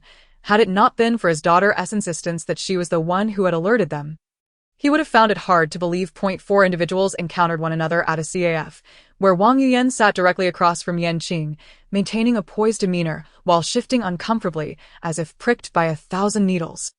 Her gaze remained fixed on Qing, unwavering and intense. She yearned to sit beside her elder sister, for Qing was undeniably captivating. Infatuated with her beauty, she felt a whirlwind of emotions, as if she were crashing against an impenetrable wall. The intensity of her stare prompted Qing to glance up, suddenly furrowing her brow. "Do you possess any personal items in the possession of your rivals?" Qing's expression turned grave, tinged with a hint of anger. Wang Yuyan's large eyes brimmed with confusion. "Sister Yen, what is wrong with me?" The Wang family also appeared notably anxious. "Master Yen, the daughter of the family who harmed us last night was once a close friend of my daughter. They possess some personal belongings of hers. Is there an issue?" Qing unexpectedly reached out, tucking a strand of hair that had fallen across Wang Yuyan's cheek behind her ear, a barely perceptible glimmer emanating from her touch. There is no issue, but refrain from giving personal items to others in the future. The Wang parents nodded vigorously in agreement, expressing their gratitude before producing a check. Miss Yen, this is meant as a divination fee. The 5 zeros on the check momentarily astonished Yan Qing. Such generosity. She wondered if this could somehow mend her master's reputation. 2,000 per divination, no more. Although tempted, she understood the importance of adhering to the rules. Mrs. Wang, a shrewd woman, smiled as she spoke. It was my husband who spoke incorrectly. The 2,000 is the divination fee, while the remainder is for Master Yan's temple, hoping it will bless our Wang family with smooth sailing in the future. Yes, indeed, Master Yan, please forgive me. I spoke out of turn. Wang Hai quickly chimed in upon hearing this. Yan Qing ceased her refusals, accepting the check. Considering it excessive as an offering, she resolved to keep a closer watch on Wang Yuyan, who had faced many setbacks. With the Wang family's assistance, Yan Qing also rented a modest one-bedroom apartment for a monthly fee of 1,500, not large but situated in a favorable location within the bustling metropolis, which pleased her greatly. As she meticulously cleaned her new home, she was oblivious to the storm brewing around her. How could someone so capable be beset with troubles at a matchmaking corner? I told you, capital needs to be supported. You didn't believe me. Don't spout nonsense. The master possesses genuine skills. Indeed, if you haven't witnessed the live stream, how can you speak? I personally witnessed a surreal scene yesterday. Those who had watched Yan Qing's live stream rallied to defend her against skeptics, while others, clinging to disbelief, indulged in unrestrained vitriol in the comment section, relying solely on her looks. Who knows who she is entangled with to garner such hype? Chapter 16. To save a person or a dog? I envy her. Being beautiful is a different experience, attracting a big shot for some pampering. I gaze upward, at the moon above, while Yan Qing was in the midst of making her bed. Her phone rang once more. Earlier, Su Yuan had mentioned something about fraud, which Yan Qing had dismissed. She simply wished to avoid trouble, just as the operations manager reached a state of despair, at last. The call connected. Hello, a cool voice flowed through the phone, filling his ears with joy. Master Yan, you finally answered. I am the operations staff from Weibo, and I wanted to discuss contract signing and profit sharing with you. Without a moment's hesitation, Yan Qing declined. Upon learning that someone else had already signed her, the operations manager lamented in the office. BY7 in the evening, Yan Qing logged on promptly, and over 3,000 viewers eagerly awaited in the live stream. Here to enjoy the spectacle. I heard there's a beauty. Is it genuine metaphysics or just a facade, folks? I know I'm foolish. I'm aware it's a scam, yet still here. To be fair, the host is quite attractive. Wouldn't it be better to pursue an entertainment route? Good evening. Let us draw the first fortune. BAG. As Yan Qing opened the live stream, she was not surprised by the crowd. In the days since descending from the mountain, she had come to recognize the potency of social media's reach. The moment she released the fortune bag, it was snatched away in an instant. What with your speed? I can't believe it. I can't get one at all. Isn't this predetermined? I opened it, and it was all gone. There's no predetermination. Everyone can seize the master's fortune bags. Indeed, Ningyuk is right. Only those with fate can claim the fortune bags. Yan Qing interjected as she observed the barrage of comments. User Kinking Zixin sent a dream castle. One user Kinking Zixin sent a dream flower car. One user Kinking Zixin sent a flower bride procession. One suddenly. An array of special effects erupted on the screen. See, it's begun again. The first step to draw in traffic is to spend money. Isn't that the one who snagged the fortune bag? Is this really someone with fate? Whoa, I just downloaded Weibo, and I'm greeted with so many effects. The influx of gifts ignited the live stream, raising the viewer count to 5,000. Kinking Zixin's fingers showed no signs of slowing down, and various effects continued to explode on screen. Enough! Yan Qing's cool voice resonated with authority, piercing through the haze of the live stream. The dazed Xiao Zixing, lost in his rhythm of gifting, snapped back to reality. Realizing his surroundings, he forced a bitter smile. The live stream split into 2 frames. Whoa, you startled me. Turn the camera around. It's too high. You scared me to death. Does this look like a rooftop? After a moment of shaking, the camera was flipped, revealing a man appearing to be in his late 20s, his chin adorned with stubble, dark circles under his eyes, and an overall gloomy demeanor. Though he seemed far from benevolent, Xiao Zixing greeted Yan Qing politely. "Hello, host, I never expected such luck. I'll keep this money for myself and give it all to you." Yan Qing studied Xiao Zixing's face, understanding his plight. "You carry a heavy aura of death. Had you not encountered me today, you would have departed this world, much like your dog beside you." Her words caused Xiao Zixing to whirl around, glancing at the space next to him. "Where's the dog? Aside from me, a lonely single dog. Where else is there a dog?" Laughing to death, this is the essence of nonsense. Whiff, whiff, whiff. Everyone, cooperate. What if the host can't continue? Will she turn into an entertainment host? Will your little master starve? Is that all compared to my little master? Why are you speaking so harshly? I trust the police in this city won't be swayed by capital. The comments section erupted in chaos, while the woman before the screen remained stoic, observing the barrage with an impassive expression. Her hands rose, fingers interlacing, lips parting slightly. "Guardian of the way, assist my cultivation. All spirits and monsters, reveal your true forms, urgent as the law commands. Woof, woof, woof." Where is that barking coming from? I hear it too. Is there a dog barking? Haha, a bunch of fools. It must be the sound effects from the host's end. No, look beside him. Standing next to Xiao Zixing was a robust guide dog. Heavens, there's really a dog. So, host with such abilities, can you let this brother down first? Yes, brother. Don't think so hopelessly. Hee. ISN, this the scumbag who abandoned his dog of 8 years for a stranger's child. You kept a dog for 8 years, yet you chose to let it perish for a stranger. Are you even human? No wonder your girlfriend left you. If it were me, I would too. Heartless person, to abandon a dog after so many years of companionship, your girlfriend leaving you is just. Xiao Zixing stood atop the rooftop railing, the comments on the screen failing to sway him. His focus was solely on the transparent dog beside him, wagging its tail. His girlfriend was blind, and for years, this guide dog had been her companion. Woof, woof, woof. Master. The dog before him suddenly spoke, uttering human words, causing the barrage of comments to pause momentarily. Ha, exposed. Did the voice actor forget they were voicing a dog? I see, still trying to defend the host. You're killing me. If this were a real dog, I'd live stream myself eating shit upside down. Uncertain of when this brother would begin his stream, Yan Qing suddenly inquired, "If I claim this is a real dog, I'll eat. If it's fake, I won tea." A mocking smile danced on her lips, for it was these self-proclaimed keyboard warriors who believed they could deliver judgment online that had led Xiao Zixing to his current predicament. The fire incident at the Happy Apartment in Yanjiang City on June 8, where a man sacrificed his life to save a stranger's child, abandoning his guide dog of 8 years, was still searchable in the news. Swift individuals had already begun their searches. Speaking of Yanjiang City, I seem to remember, this incident trended on Douyin last month. If you were in the audience, whom would you choose to save? Of course, it would be my furry companion. Why should I save a stranger? If I die today, my dog must not perish. If I were to consider the situation, I would save the person. Even if misunderstood or maligned, brother, you did nothing wrong. Life holds distinctions. If you were starving in the wilderness, faced with a child and a dog, which would you choose to save first? Chapter 17. In the next life. I'll stay by your side.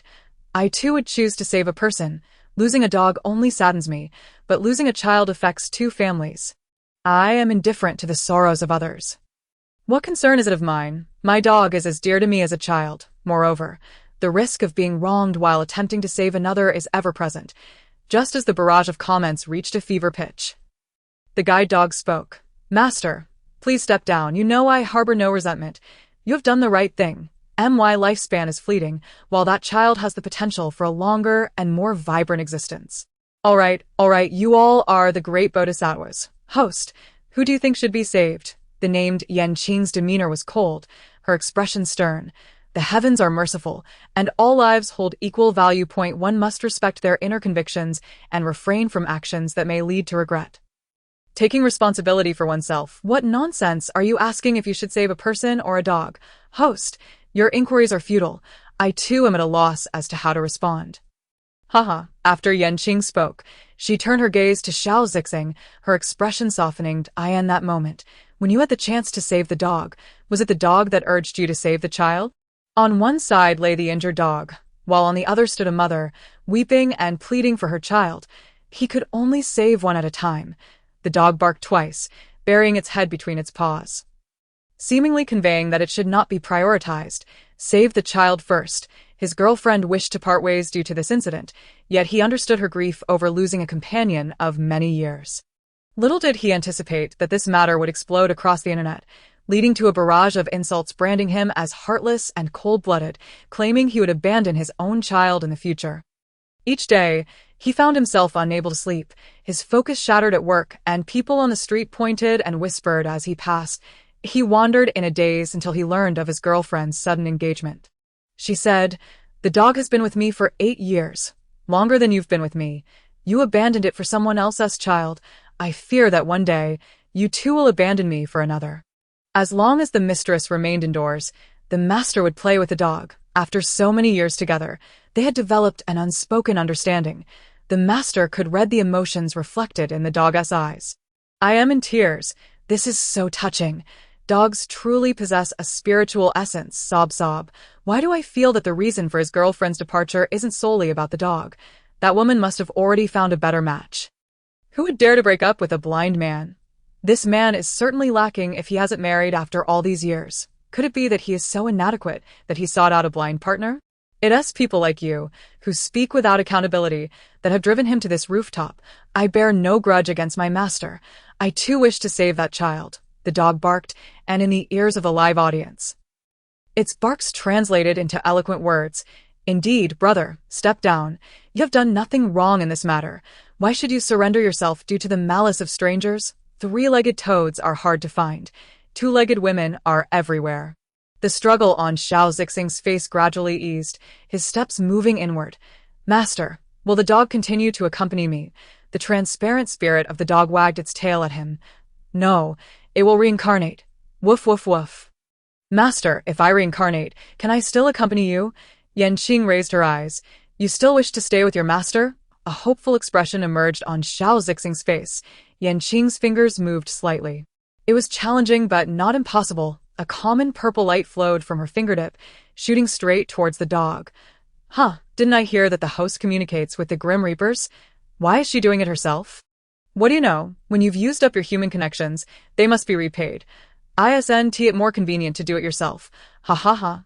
Magical energy, closing the gate to the underworld. Yan Qing observed Xiao Zixing, who had stepped back from the rooftop railing, contemplating as she waved her fingers, sending a stream of cleansing energy forth. "I wash away your misfortunes. Thereafter, your career will flourish. And you may await the dog's arrival with peace of mind. How wonderful. I too wish to cleanse away my misfortunes. Host, wash me too.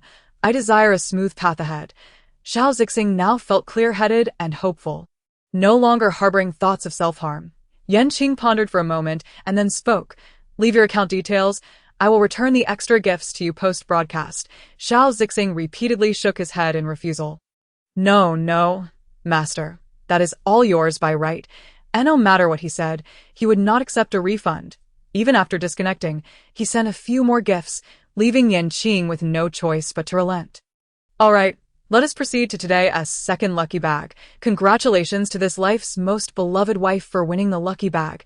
Yan Qing's gaze suddenly turned icy, and before the other party had sent any gifts, she initiated a connection? "Didn't you say one needed to send 2,000 gifts? Why is the host in such a rush? I didn't win again. This is so frustrating. Are you all sitting on the router?" One glance at that name reveals he is a good man. The connection was established. The screen split in two, revealing a woman covered in wounds, her eye swollen, and her leg bearing a deep gash. Lying on the ground, barely clinging to life, Yan Qing spoke with a slight frown. "Which kind-hearted soul can call an ambulance and report to the police? The address is 13 Building 401. Bingjiang Garden, Guangfeng City. My goodness, master. You're truly a master. You can even see the room number. This performance seems too contrived, doesn't it? Look at the color of the blood on that woman's leg. Isn't it off? Those lacking knowledge should refrain from speaking. Dried blood has this color." The man connected, Zhao Gang, looked anxiously at the camera as he pointed his phone towards his wife, desperately tapping on the flip screen. But to no avail. The newcomers don't understand. Is this a filming scene? Haha. The newcomers have such keen insight. Stop tapping. Just wait for justice to be served, Yan Qing said, her lips curling in disdain. Zhao Gang suddenly burst into laughter. You all don't understand. This is called marital play. Every time I hit her, she eventually forgives me. A shameless woman deserves to be punished. Oh my, it sounds like she gets beaten every day. Why does your wife forgive you? Could it be that she cheats and gets hit? Damn it, you up there, if you have the guts, report your address. I'll teach you what it means to be a man. Zhao Gang felt quite pleased that some in the comments were in agreement with him. This woman is shameless. Originally, I had no affection for her, but she insisted on marrying me. I had no choice. I didn't even give a bridal price. She clung to me, so I had to accept her. Yan Qing's eyes burned with fury as she recited a calming chant. She bore your children, took care of your parents. After you became successful, you took a mistress, deeming your loyal wife an eyesore, resorting to violence at the slightest provocation. Taking a deep breath, she sipped her milk tea. Your mistress is the daughter of your superior. Your superior looks down upon you, yet you dare not truly divorce your current wife, nor can you bear to abandon the girl who has been deceived by you. I originally thought that the plots and dramas were fictional. There truly are such people in this world. People strive for higher ground, while water flows downwards. Why can't one pursue better opportunities? Today has been an eye-opener. It seems there are 3 genders in this world. Women, men, and beasts. Beast. Please do not insult me. Thank you. Haha, you all are so funny. Haha, does anyone call in the police? Where's the ambulance? I have already called. It will arrive shortly. Zhao Gang felt a pang of panic upon hearing that someone had called the police. Having drunk a bit too much today, he had struck her harder than usual. If detained, it would certainly tarnish his work and image with his girlfriend. Usually, after beating his wife, he would log onto a streaming platform to find attractive hosts, shower them with gifts, and listen to them call him Big Brother, satisfying his vanity. He hadn't expected to merely see a captivating little Taoist figure today, intending to tease her, only to be met with a lucky bag, which he clicked without a second thought. Then, to his shock, the beautiful host wanted to connect with him, and he had thought it would be a treat, only to have that shameless woman's face broadcasted instead. He tapped furiously on his phone, attempting to disconnect and leave the live stream, but to no avail. It seemed his phone had a mind of its own. I won't play with you anymore. I am leaving. With that, he tossed his phone aside, grabbed his wallet, and prepared to exit, only to find the door utterly unyielding. The phone, which had previously been discarded on the sofa, now floated weightlessly like a ghost above the ceiling. Encountering a master and still thinking to escape, I am doing my utmost to perform my role in this play. This is heavily staged. Is this a live broadcast of a drama? Zhao Gang, belatedly realizing that this host was pulling a trick on him, thought to himself, you think you can toy with me because of your looks? You're messing with the wrong person. Hurry up and let me out, or you will regret it. Yan Qing smiled coldly, provokingly saying, I am the 36th generation heir to the great sage's path of demon slaying and protection. Are you afraid? The woman on the ground stirred, capturing the attention of both the live audience and Zhao Gang. His eyes brightened, his face reddening as he shouted, if you don't let me out, I'll kill her. The screen is recording. Does that count as attempted murder? What is the use of escaping? Can you evade the law's retribution? Brother, heed my advice. Take your wife to the hospital and strive for her forgiveness once more. Yan Qing remained unmoved, while Zhao Gang's heart hardened. After all, he had lost everything, and he resolved to drag someone down with him. He picked up a vase from beside the door, intent on smashing it over the head of the woman on the floor, only to find it deflected as he approached her. Bang, bang, bang. Police, open the door. The urgent knocks echoed from outside. Zhao Gang, at a loss, contemplated escape. His wife, Lin Ling, hearing the commotion, dragged her weary body toward the entrance, perilously close to the shattered glass fragments. Oh heavens, don't crawl. It's all broken glass. The police can't get in. Quick, think of something. Suddenly, the door cracked open, and a doctor along with 2 nurses entered, followed by 3 police officers. The female doctor, upon seeing the woman's injuries, widened her eyes and swiftly knelt to assess the situation. The victim's corneas were congested. Initial assessments indicated ruptured spleen and stomach, as well as a fractured leg, necessitating immediate surgery. Get the stretcher. After hearing the doctor's words, I now suspect these 2 are not actually married.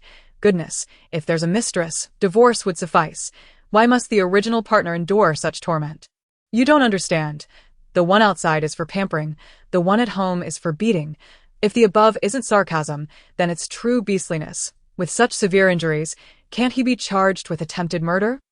Didn't he just say that his wife forgives him every time? This time, it would be different. They would divorce. Zhao Gang would be sentenced for attempted murder. Yan Qing abruptly interrupted the barrage of comments. The audience, who had been fixated on typing, looked up to see the host, whose demeanor had shifted from fierce to expressionless. I've noticed something. Why does the host prefer to maintain a poker face? Why don't you try smiling at someone for hours? Is this a ploy to cultivate an ice princess persona? Ningyu Kuwu remarked, if you can't articulate, don't speak. The host can express whatever emotions she chooses. Stop arguing over trivial matters, master. Why do you say they will divorce? Yan Qing took a sip of her milk tea, pleasantly surprised by its delightful flavor. She had once tasted goat milk from a farm and found it repugnant. Setting down her cup, she finally spoke. The secrets of fate cannot be divulged. If fate permits, we shall meet again later. After the woman was discharged from a hospital, she returned to the live stream to express her gratitude to Yan Qing for her assistance.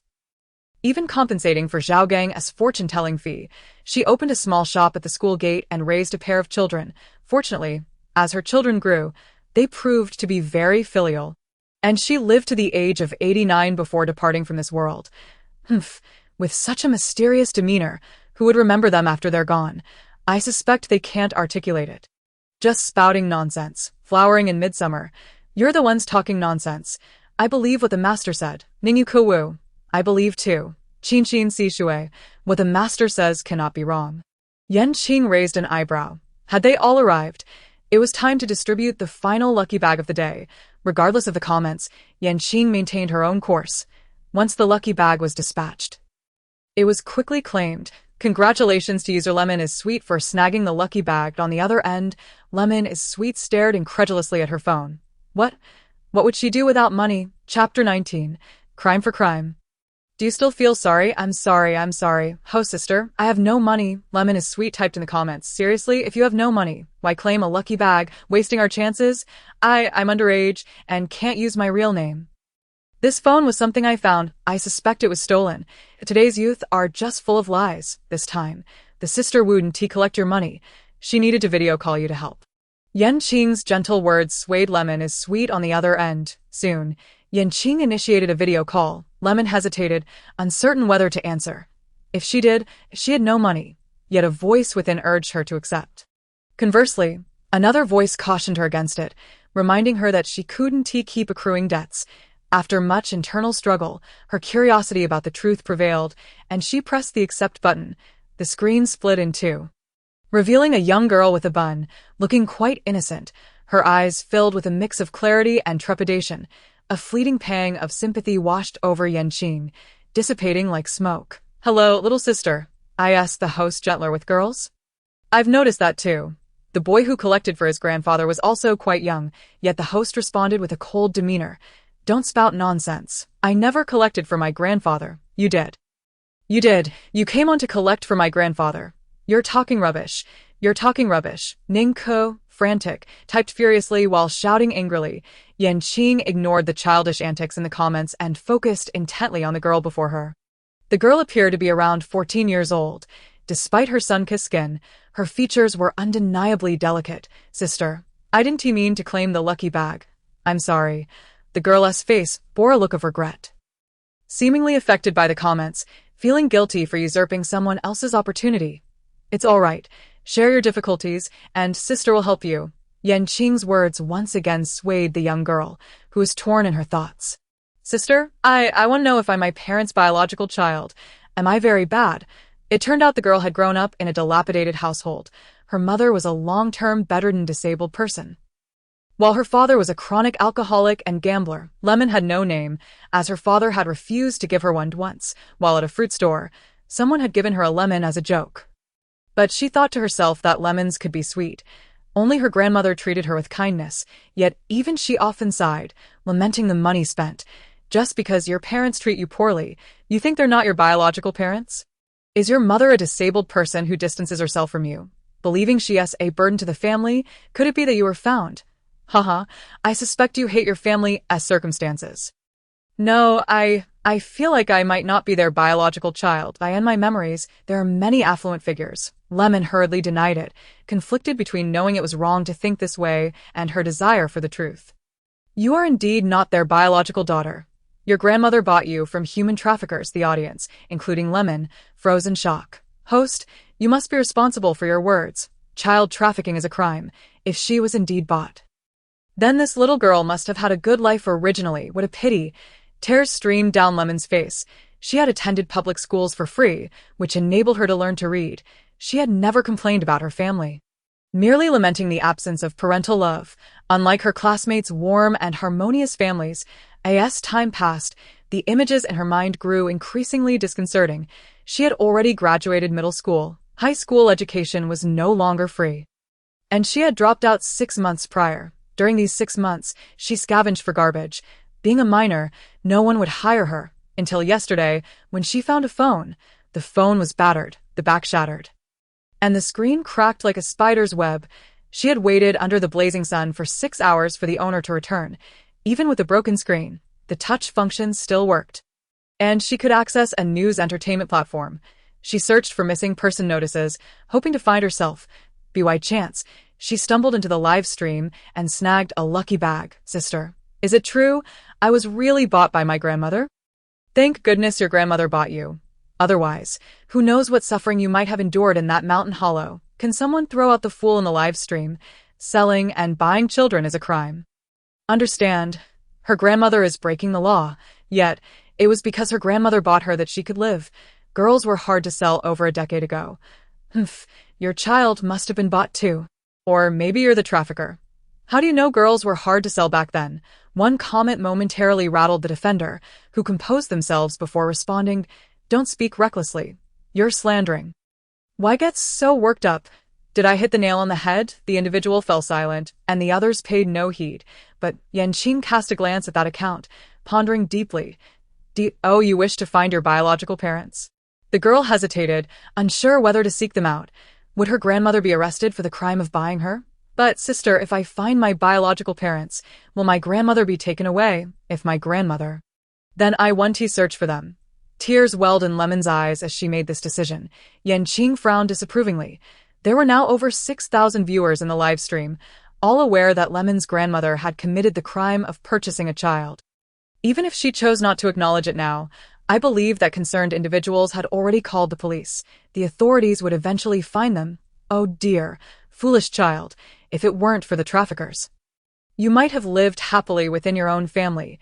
Without buying and selling, there would be no harm. How can you still feel sympathy for the criminals? Exactly. You were once the princess of a family, and now you're about to toil like a beast, enduring beatings and abuse. What for? The individual has also provided her with sustenance, has she not? When she was unable to work, was she not also the recipient of their food and drink? Has she grown up only to repay kindness with enmity? Chapter 20. A tragic life. Do you truly believe this? In this live stream, I have begun to witness the multifaceted nature of humanity. And it is quite terrifying. What else could it be?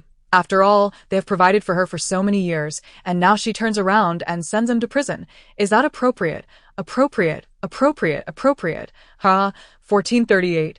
I caught that implication. I can't be bothered to argue with you heartless creatures. Ningming observed the comments on the screen. Her inner turmoil intensified. Indeed, she too was raised in good health, although she had commenced working at the tender age of 4. Toiling from dawn till dusk, collecting refused. No, wait. Have you forgotten your dreams? A little voice in Ningming's mind reminded her in time. Her dream was to continue her education, escape poverty, and cure her mother's illness. But now, her mother is a mere illusion. Her father, too, is a fabrication, and even her grandmother. She retrieved a piece of talisman paper from her satchel. Wasn't there no need for tools before? What is this for? Just watch. The master has his own methods. Tsh, nothing left to perform, just stalling for time until the broadcast ends. Yanqing raised one hand, and the talisman paper floated into the air, her fingers acting as a brush. Golden lines materialized on the talisman paper, forming a complete symbol. a talisman for the deceased. Go. The talisman whooshed through the audience, hurtling towards them. An employment environment where vocational schools serve merely as stepping stones to factories. She had not completed high school and could only find work in nightclubs upon reaching adulthood. After waking from a drunken stupor, she would begin to bathe her mother, changing her clothes while battling a splitting headache. The money she had intended to save for her mother's treatment was forever squandered by her father, until one day, she was forcibly taken advantage of by a customer at the nightclub. That customer wielded immense power in the city, and if she dared to report him, she would surely face dire consequences. She had dulled the memory of the assault, focusing solely on her job. Fortunately, everyone knew she was merely the favored girl of a big client, and no one troubled her. Just as she happened upon her father sprawled atop her mother, she quickly turned to leave, only to be seized by her father. Dad, what are you doing? I will come back later to help Mom. Ningming shook off her father's hand but could not break free. Looking up, she met her father's gaze. Bloodshot eyes boring into her like a wild beast. Fear gripped her heart as she glanced at her mother, who merely parted her lips but said nothing. Enough, I have raised you for so many years. It's time to collect some interest. With that, he hurled Ningming onto the bed, locking eyes with her mother. Her pleading gaze sought her mother's help, but her mother turned her head away. In that instant, despair washed over her. It dawned on her that, Dad, I am your daughter. This cannot be. Let me go, Mom. Please save me. Ha, what daughter? Just a purchase liability, having consumed my food and drink for all these years. She has whored herself out, and now she dares to put on an act here? Stunned by the revelation, Ningming ceased her struggles. I am not your biological child. Since the truth was out, the man bluntly revealed the reality to her. Indeed, you were bought from a trafficker for 200 yuan by your mother. 200 yuan. Ha, I am worth only 200 yuan. After toiling like a beast in this household for so many years, I am treated like this. Still reeling from the news of her non-biological status, another voice pierced her consciousness, plunging her into a deeper abyss. Your father has had a tough time with me, as his wife all these years. Ningming, you are grown now. Why not allow your father to release his pent-up desires just this once? Consider it a favor for your mother. Ha, the slap interrupted her laughter. What are you laughing at? Shut your mouth. Ningming complied, her eyes hollow, ceasing to resist, surrendering herself to their whims. Struggling was futile. It was all in vain. Her heart had perished. What was the use of this shell? The following day, she stood by the riverbank, ready to end her life. A photograph of her smiling joyfully remained by the river, along with an SD card, the memory card for the surveillance camera she had purchased after starting work, enabling her to monitor her mother's needs at all times. Have you finished watching? Are you still contemplating whether to leave them? It's suffocating. Please, say something. Whoa, my heart aches. Damn it, they are not human. Whoa. Little girl, please leave that home. Let the master help you find your family. You can contact me. Our media division can assist in broadcasting your search for family. I just saw that. Sister, is that truly my future? The talisman for the deceased can reveal the past and the future. Only then did Ningming believe what she had seen was indeed her future. A fleeting determination flickered in her eyes. Then, sister, could you help me find my family? I promise I will repay you. Yanqing nodded, uttering only a single sentence. Check the pinned post on the Guahai Group's Weibo. What does that mean? Brothers, I'm going to check it out first. Suddenly, out of over 5,000 viewers in the live stream, more than 3,000 dashed off to check the pinned post on Guahai Group's Weibo. I remember, their pinned post is a missing person notice. It has been up for 11 years. Su Yuan picked up her phone and typed in the comments. Ning Ke also set down her gaming controller. I know, their chairman's youngest daughter went missing 11 years ago. It is said she was kidnapped by rivals, and she has never been found, nor is there any evidence.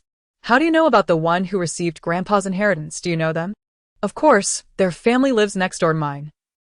Guahai Group is the richest in Sujiang province. You live next to them? Hey there, do you need a girlfriend? I'm available. This is hilarious. You see someone wealthy and lose your mind, huh? Need someone to guard the door? I'm qualified. I think I should make a phone call. Ning Ke exited the live stream and called her father. Dad, do you have the chairman of Guahai's phone number? Hurry, what are you making a fuss about? Why do you need someone's phone number? Do you even know your place? Chapter 21, a mother-daughter reunion in the live stream. I have legitimate business with him. You can relay the message. You remember his daughter who has been missing for 11 years, right? There is news. Have him come to the live stream, and I will retweet it for you. Beep, beep, beep. After Ning could finish speaking, she hung up. Ning Qing furrowed his brow but still navigated through his contacts to make a call. If that little brat dares to deceive me, I will skin him alive. The official Weibo account of Guohai Group had been besieged by over 3,000 netizens. Your chairman's daughter has been found. Hurry to Yanqing's live stream. Rush to Yanqing's live stream. Your daughter has been found. It was not uncommon for people to swarm to the chairman's Weibo account for clout, often under the guise of providing information. Therefore, the account manager, overwhelmed in the back end, paid little heed. After Ning Qing finished his call, he muttered to himself while opening his private Weibo account, where he saw his son had sent him a link to the live stream. Two young women appeared on his phone. Who is this, Ning Qing? You little rascal, which one are you talking about? If you're trying to deceive me, I'll beat you to death. Dad, hurry and share it. It's not your daughter. How would you recognize her? Oh, a big shot has appeared. Quickly follow. Don't bother, it's a private account. They refuse to follow. Blah blah blah. Always blowing your own horn. User Ning Qing shared the live stream. At the Guohai Group's chairman's home, 5 or 6 people sat upright on the sofa, staring at their private messages. So, has she come? Mrs. Huang gripped her husband's hand tightly, anxious with every update about their daughter. Dad, this isn't another deceptive rumor, is it? Who provides information to a live stream? Huang Yiming shook his head. This time it's a lead from President Ning. He wouldn't joke about this. It's been shared. Huang Yiming quickly clicked the link. One glance at the girl on the screen was enough to see Mrs. Huang's features reflected in her. Yes, this is my daughter, Mrs. Huang exclaimed, gripping Huang Yiming's hand in excitement.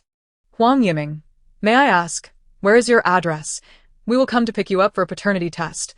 Huh, so calm.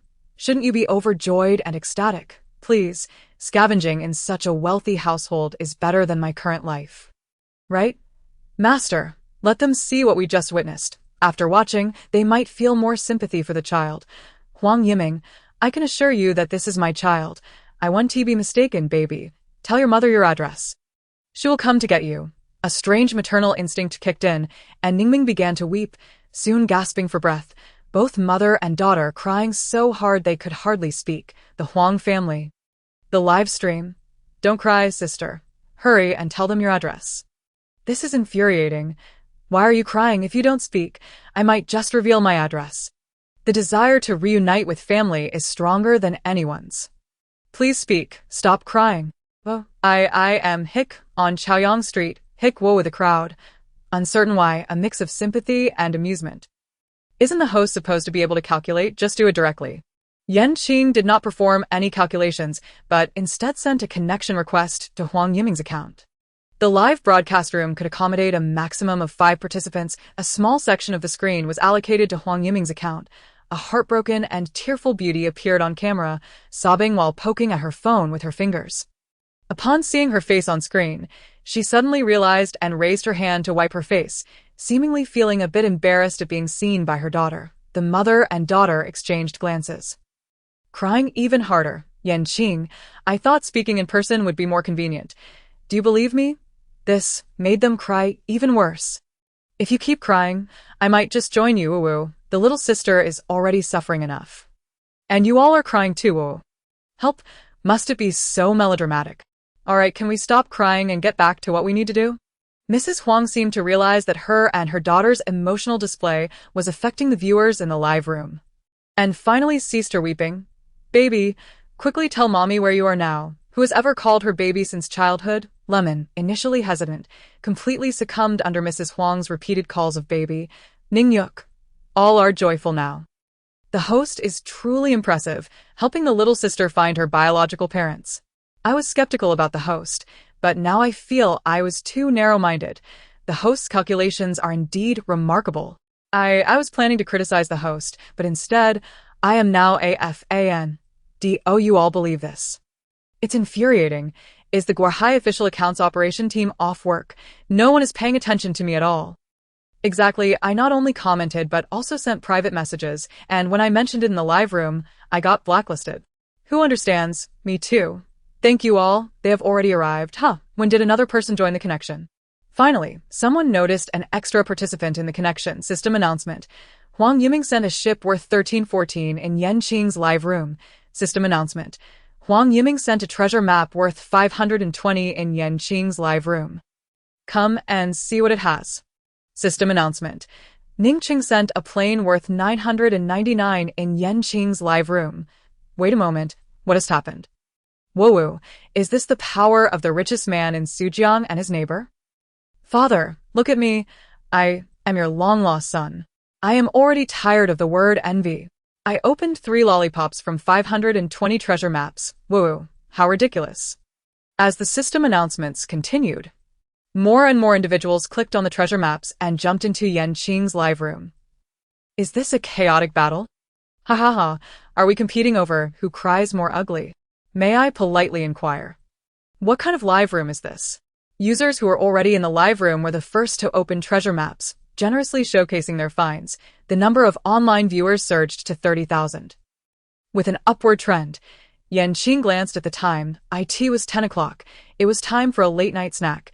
Today's 3 divinations had concluded, and the live broadcast was over. The host had signed off.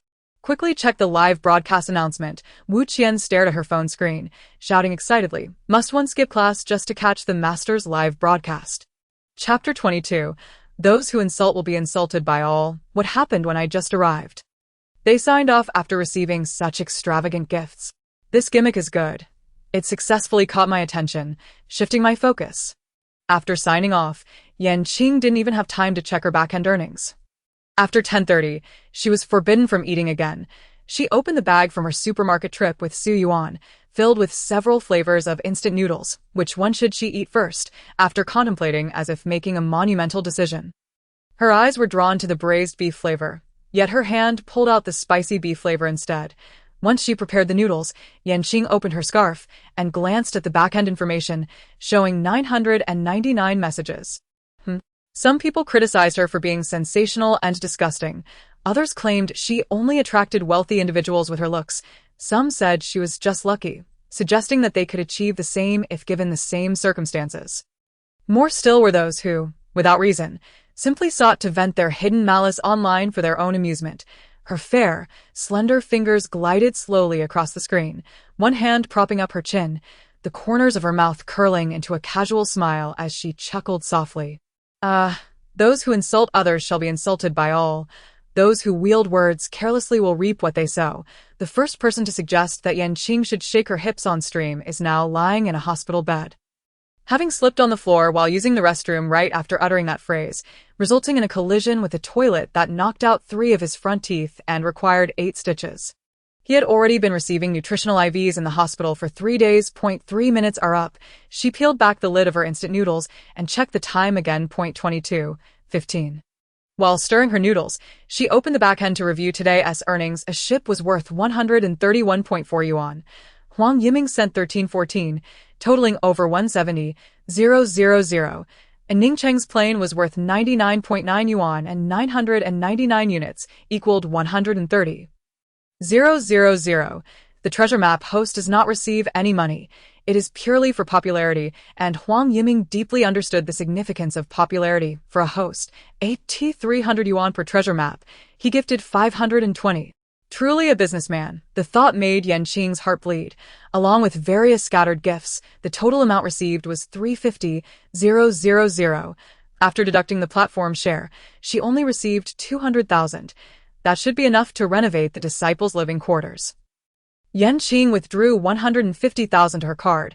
She sent a message to Zhuge Qingxian. The 150,000 will arrive in the card tomorrow. Let us first repair the sisters' accommodations, and we will discuss the rest later. If it weren't for poverty, the high quality wood passed down by ancestors would not have been dismantled and sold, leading to a leaky roof during the rain. While feeling distressed about the commission, Yanqing noticed a message that popped up on WeChat. I'm eating. Just say what you need to say. Master, may I ask to become your disciple? Yanqing raised an eyebrow, realizing that her grandfather had been mumbling about this matter. No, Yanqing decisively refused, although expanding her sect was part of her plans. However, Ningke had already surpassed the optimal age for enlightenment. The rejection seemed anticipated by Ningke. His grandfather had said that a master possesses a master's demeanor. How could he possibly accept him on the first try? After finishing her instant noodles, Qing contentedly slumped on the sofa. When had she ever enjoyed such delicacies in her sect, after indulging in this junk food? She still sat in meditation to expel the impurities from her body. Those snacks are delightful. One must not overindulge. While Qing slept, Huang Yiming and his family of 4 ventured into Lemon's home, under the cover of night. Having searched for so long, only to find the child right in Sujiang City, the trending topics on Weibo quietly elevated the daughter of the richest man in Sujiang into the spotlight. Tick-tock, tick-tock. Qing was awakened from her slumber by the urgent WeChat notification on her phone. Disciple, where have you been? You've only been down the mountain for a few days. We cannot engage in immoral acts. Our sect stands for upholding justice and eradicating evil, sacrificing oneself for others.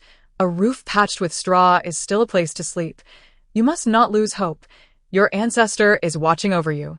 Qing rolled her eyes as she read Zhuge Qingshuan's message. Master, I am earning money legitimately through fortune-telling. Do not worry.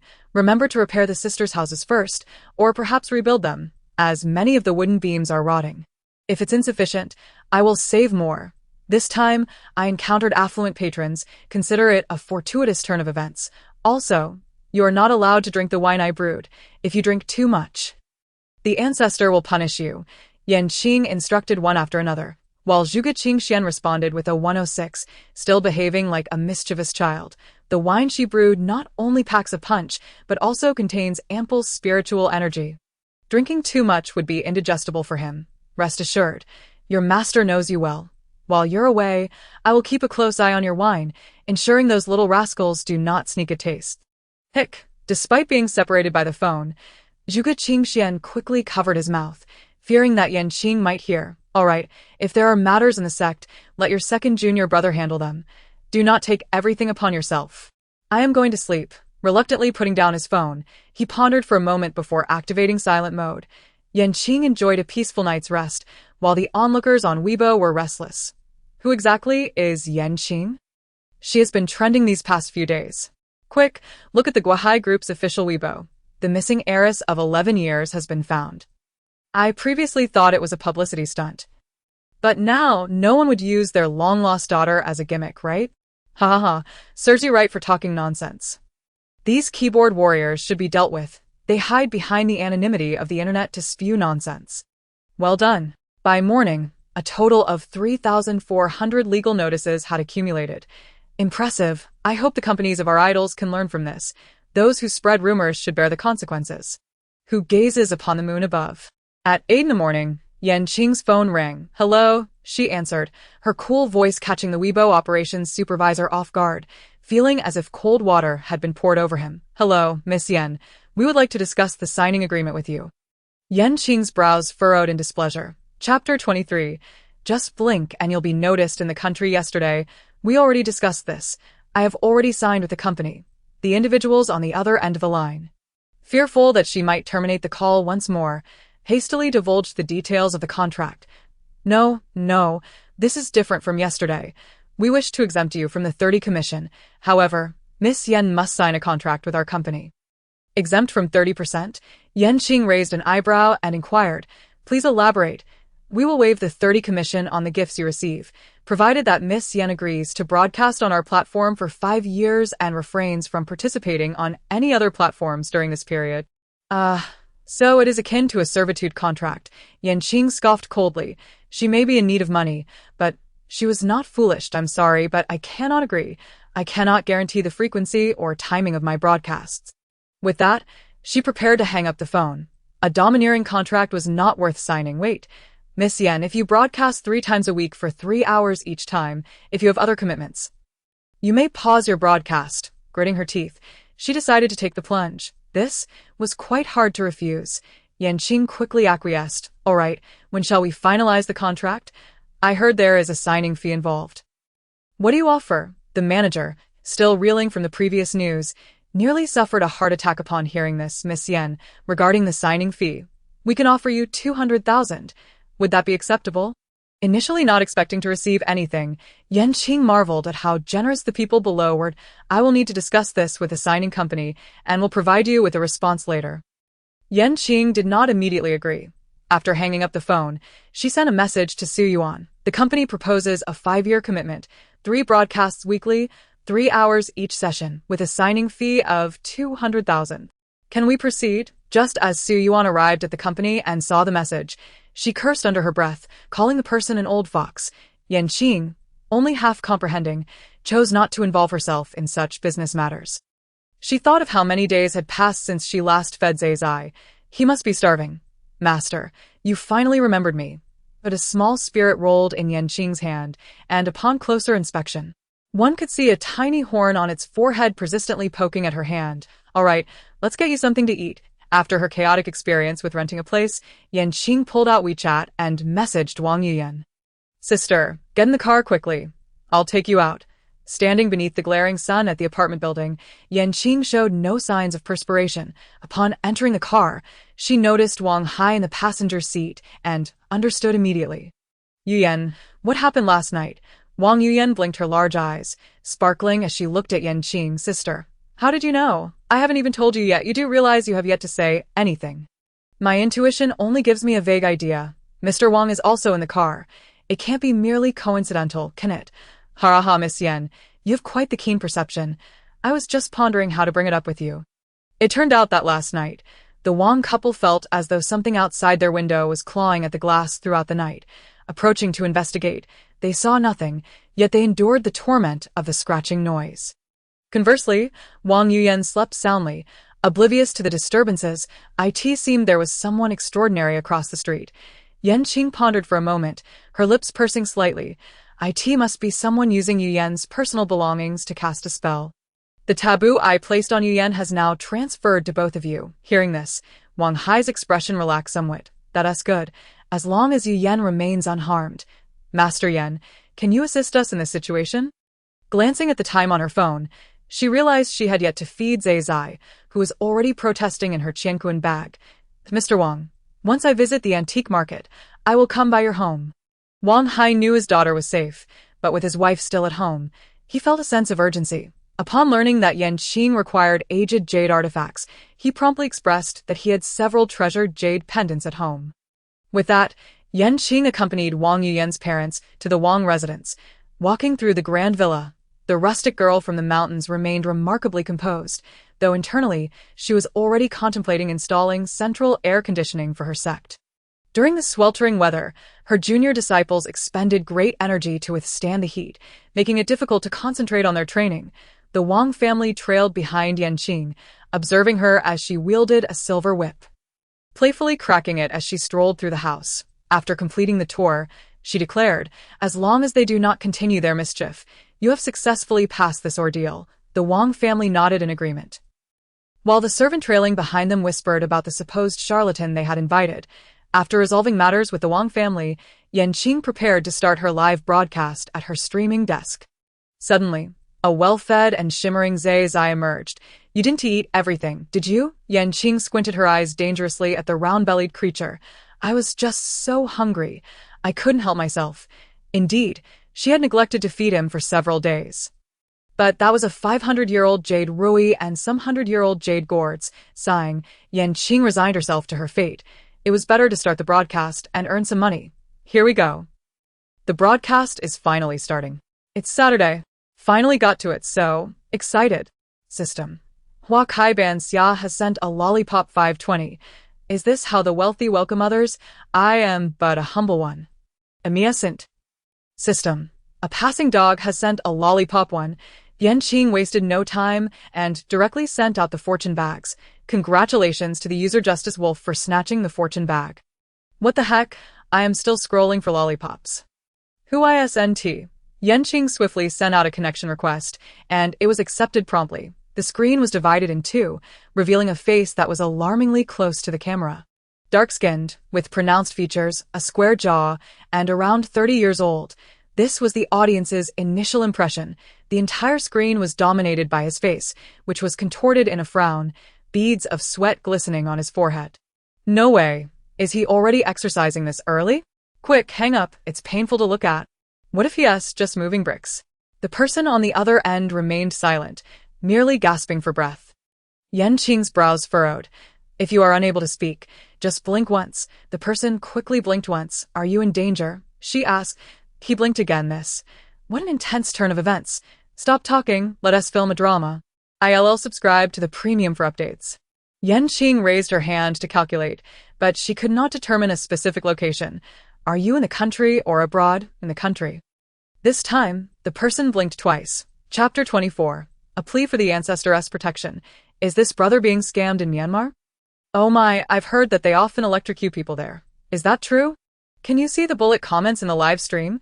Is it as they say? The person shook his head. The headphones repeatedly reminded him that the battery was low and needed charging. Li Yi glanced at the individuals still searching outside, hesitating whether to risk his life to relay information directly to the live stream. If he spoke up, he would surely meet his end. Please reveal your entire face. I will come to you. Yan Qing noticed the urgency in the person's expression.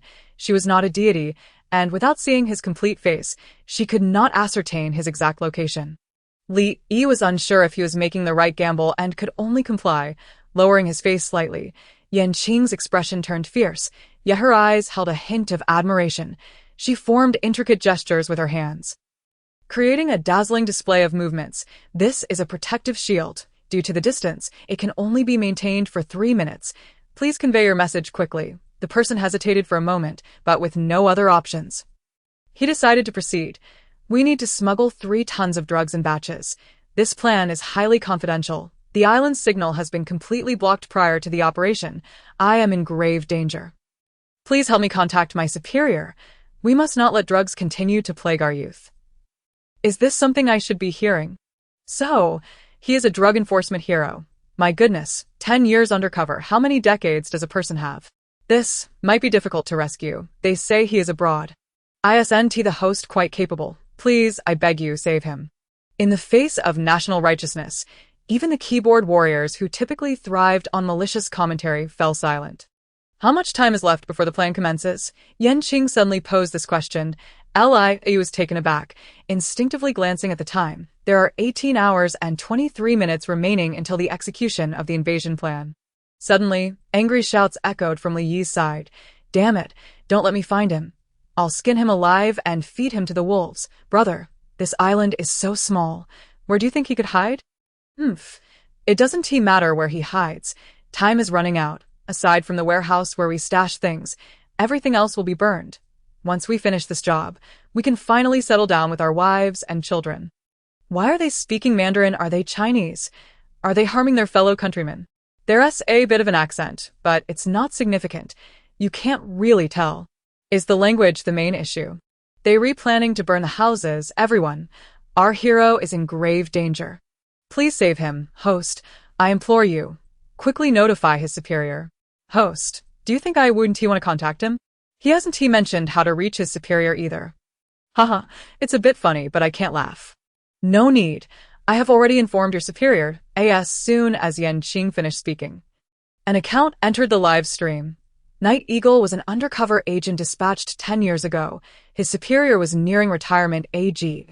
As I was about to drift into slumber, I was suddenly startled by the sight of a paper figure standing upright on my bedside table, nearly sending me to an early grave at the tender age of 59.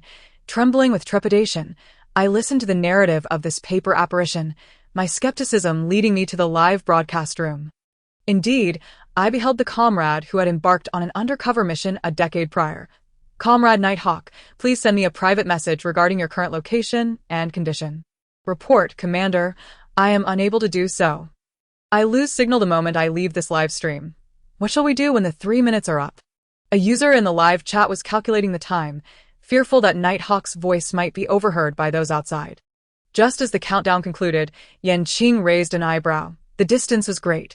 How much longer could you endure? Nighthawk shook his head slightly, indicating his uncertainty. Indeed, he was injured, though he said nothing, aside from Yan Qing. No one else in the stream had noticed. Comrade, we cannot ascertain the location of Nighthawk. Could you extend your assistance?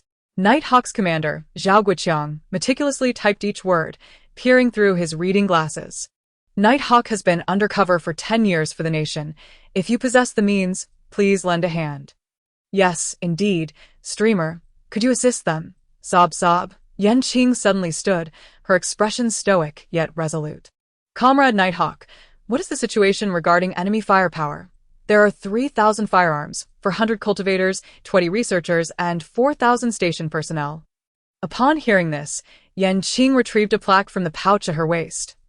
Facing the smartphone screen, she then lit 3 incense sticks, murmuring incantations as a flash of light coursed over the plaque. "Oh, revered ancestor of the Heavenly Master Sect, I, disciple Qing, present this urgent matter. Today, our warrior Li Yi faces peril in a foreign land. As the 36th generation successor, I must defy our sect's teachings and leave my soul to assist. This method is fraught with peril. I beseech the revered ancestor and the heavenly protectors for their guidance. Leaving one's soul to assist. Isn't that perilous? Though I do not comprehend, it seems I grasp the essence. I beseech the revered ancestor and the heavenly protectors for their guidance. I beseech the revered ancestor and the heavenly protectors for their guidance." Suddenly, the barrage of comments aligned in unison, the live room ablaze with fervor. A profound, ancient sigh resonated throughout the stream. Qing received the command, sitting cross-legged, her gaze fixed upon the lens. "Comrade Li Yi, look into my eyes. You must beseech my assistance with utmost sincerity, or I shall not be able to pass through. Comrade, please wait. If this is your sect's teaching, is it not exceedingly dangerous?" Zhao Guiqiang hastily typed on the public screen, fearing a one-for-one exchange would be utterly unacceptable. Should both be lost, the distance was simply too vast. Even if she departed with her soul, she would retain only 20% of her strength. "I am at a loss for words. Brothers, from henceforth, I shall be a devoted fan of the streamer." "Go, streamer." Qing felt warmth bloom within her heart. In just a few days since descending the mountain, so many wished for her safety. "Are you prepared?" Comrade Li Yi initially hesitant, Li Yi finally nodded upon glimpsing the scene beyond the gap. "I am ready. I beseech the Heavenly Master Sect's Qing for assistance." Chapter 25. Sister, I think I see a fairy. Qing closed her eyes, resembling a statue of solemnity. The small red mole on her brow added to her dignified demeanor. The connection to the live stream was severed, and the audience's perspective was elevated. Following Qing, they arrived on an unfamiliar deserted island, her spirit flickering in and out of visibility, ethereal and elusive. In the blink of an eye, have I left the country? Is that the streamer's spirit? It seems rather unstable. May she remain safe. Indeed, may she remain safe. Qing found herself merely 30 meters from Li Yi.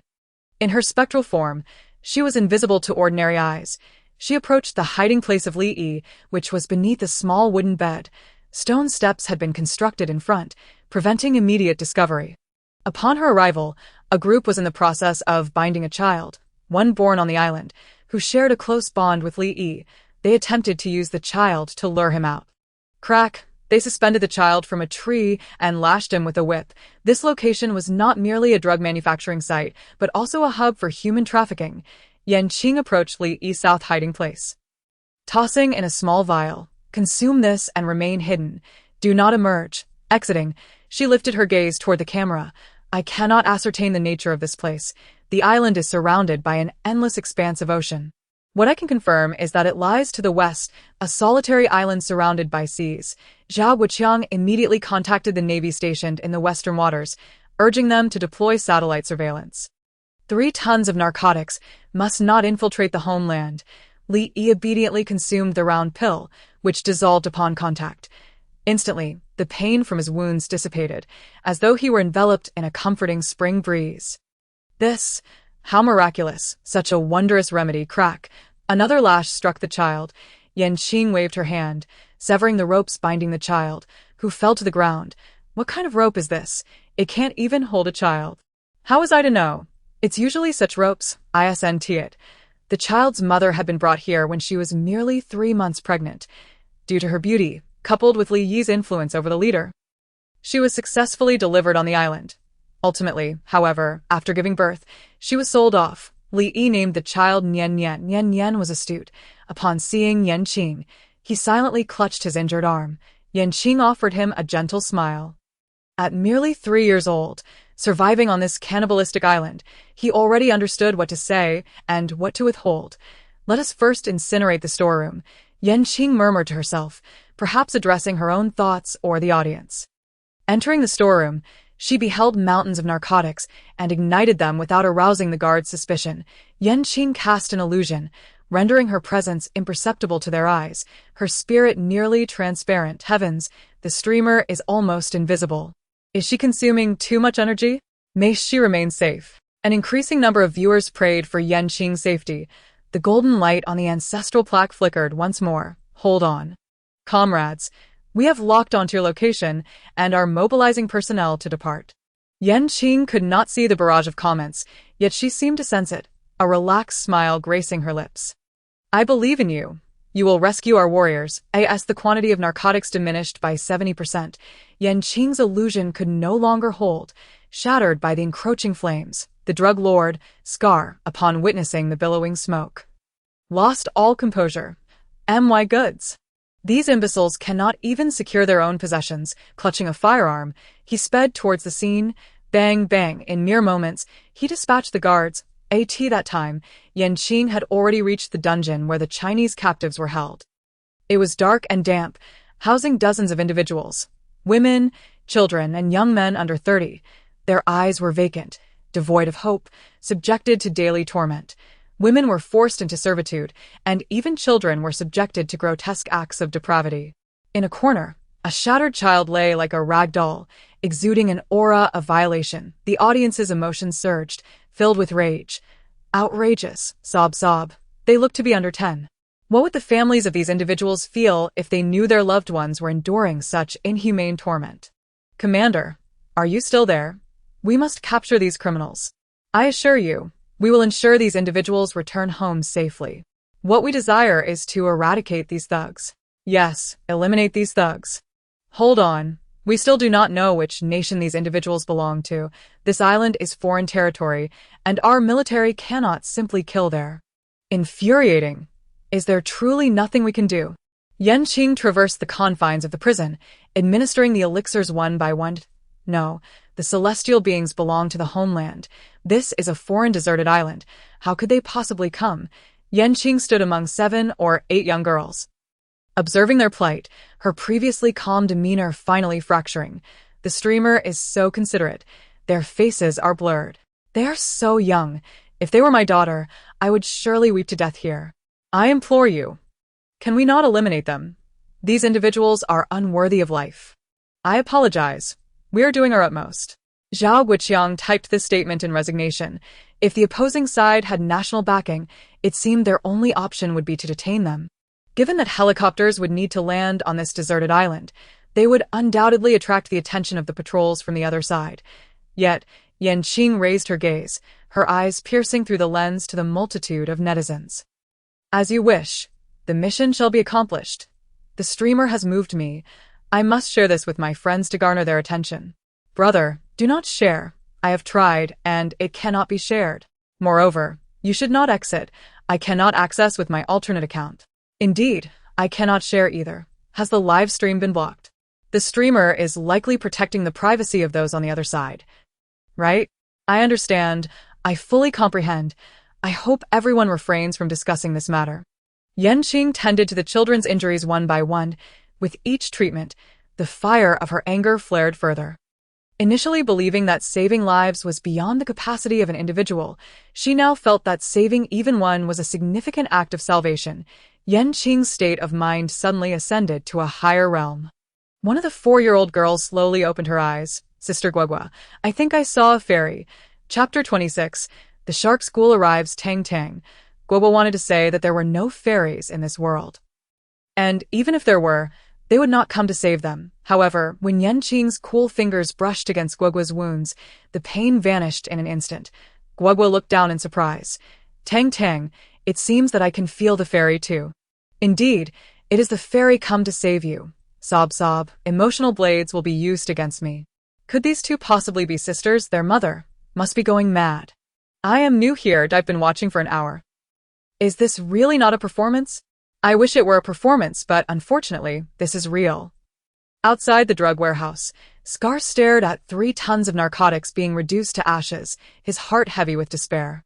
It's over, it's over. They won't let me off the hook. What should we do, boss? If they find out, we will surely have no way out. Scar's mind raced. The drugs were gone. 6 months of effort vanished. And all that awaited them was a dead end. Prepare a few speedboats and bring those sellable children from the dungeon. We must leave here first. Boss, we haven't found that Windwolf kid yet. Should we look for him again?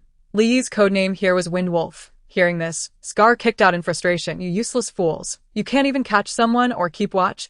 All you do is eat your fill. And now you still think about capturing Windwolf for merit. Your lives are on the line. You bunch of idiots. On the sea. Report, sir, the enemy forces number approximately 500.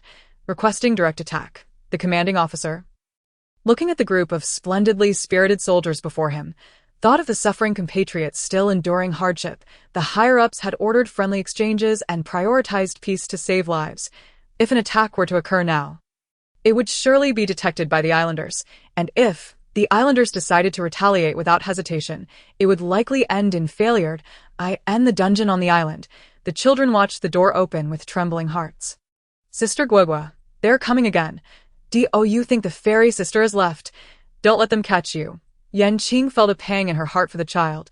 She clearly understood the dangers ahead, yet still worried for the unfamiliar fairy sister. Sure, if you don't say it, I won't say it. They won't know about the fairy sister. Guogua's small face was filled with concern. Both children overlooked their own peril, worrying instead for Qing.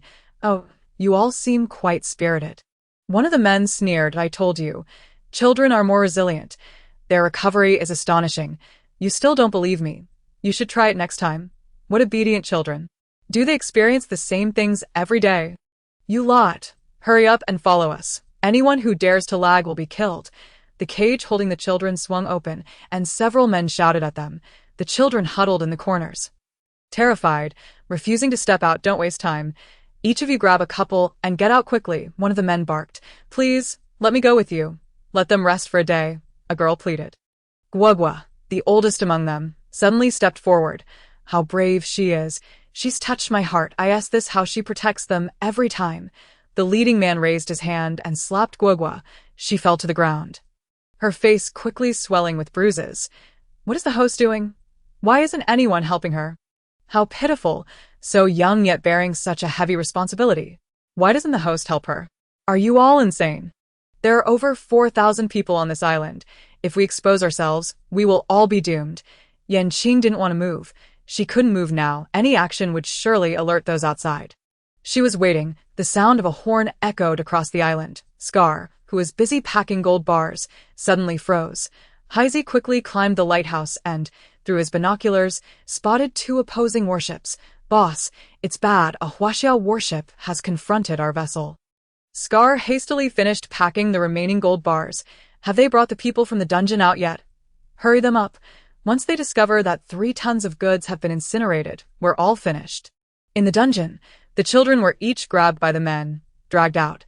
Scar and his men awaited by the speedboats at the shore. Qing followed them outside. 5 speedboats were prepared, with 2 already loaded with wealth. How greedy. Human greed knows no bounds. Suddenly, boss, it won't start. We're done for. Useless fools. Can't you even switch to another vehicle? Simultaneously, several voices called out. Boss, mine is broken too. Scar shoved the woman in his arms away.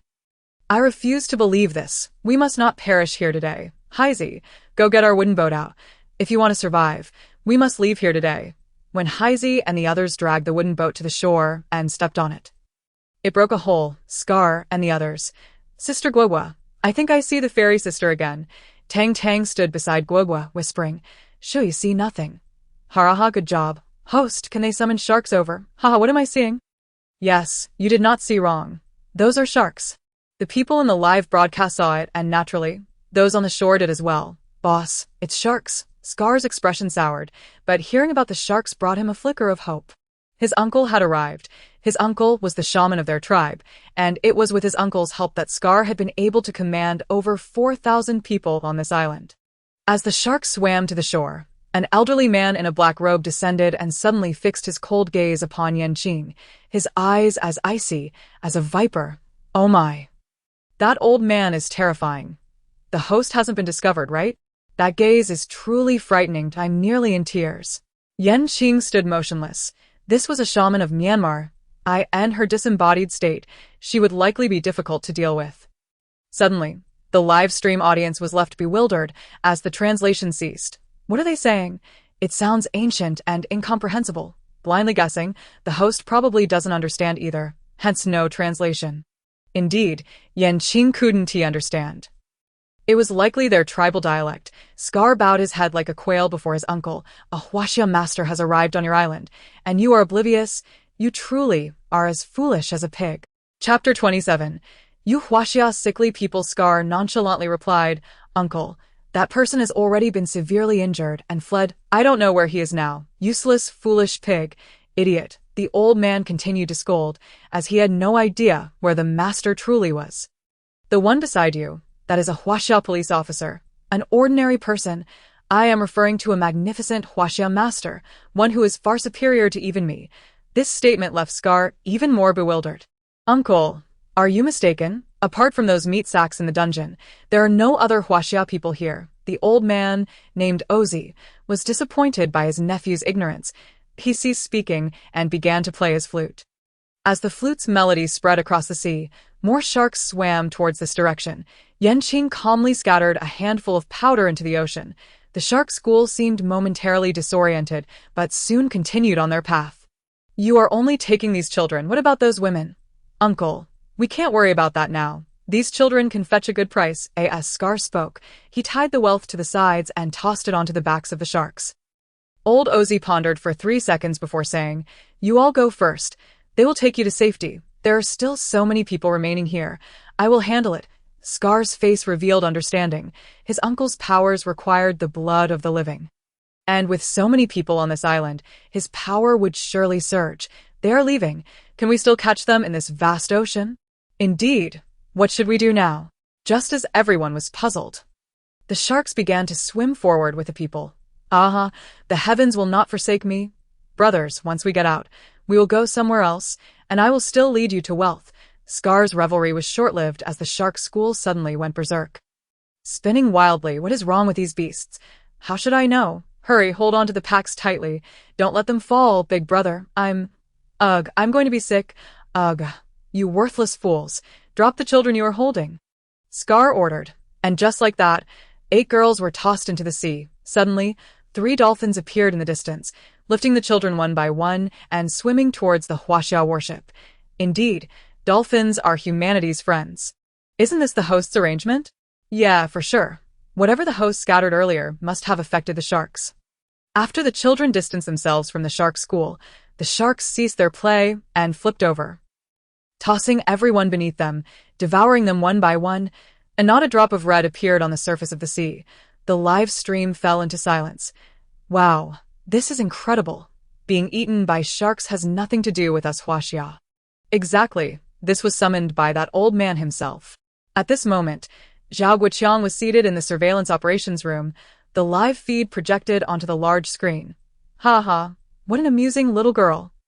He chuckled, the fates of Scar and his companions satisfied all present. Qing stood beside the elder, observing him as he harvested one life after another. None of those ordinary individuals were innocent. Every action they took encroached upon the safety of the Huaxia people. Qing was no saint, and would not spare them merely because they had not fought or killed, but had instead chosen to plant and guard.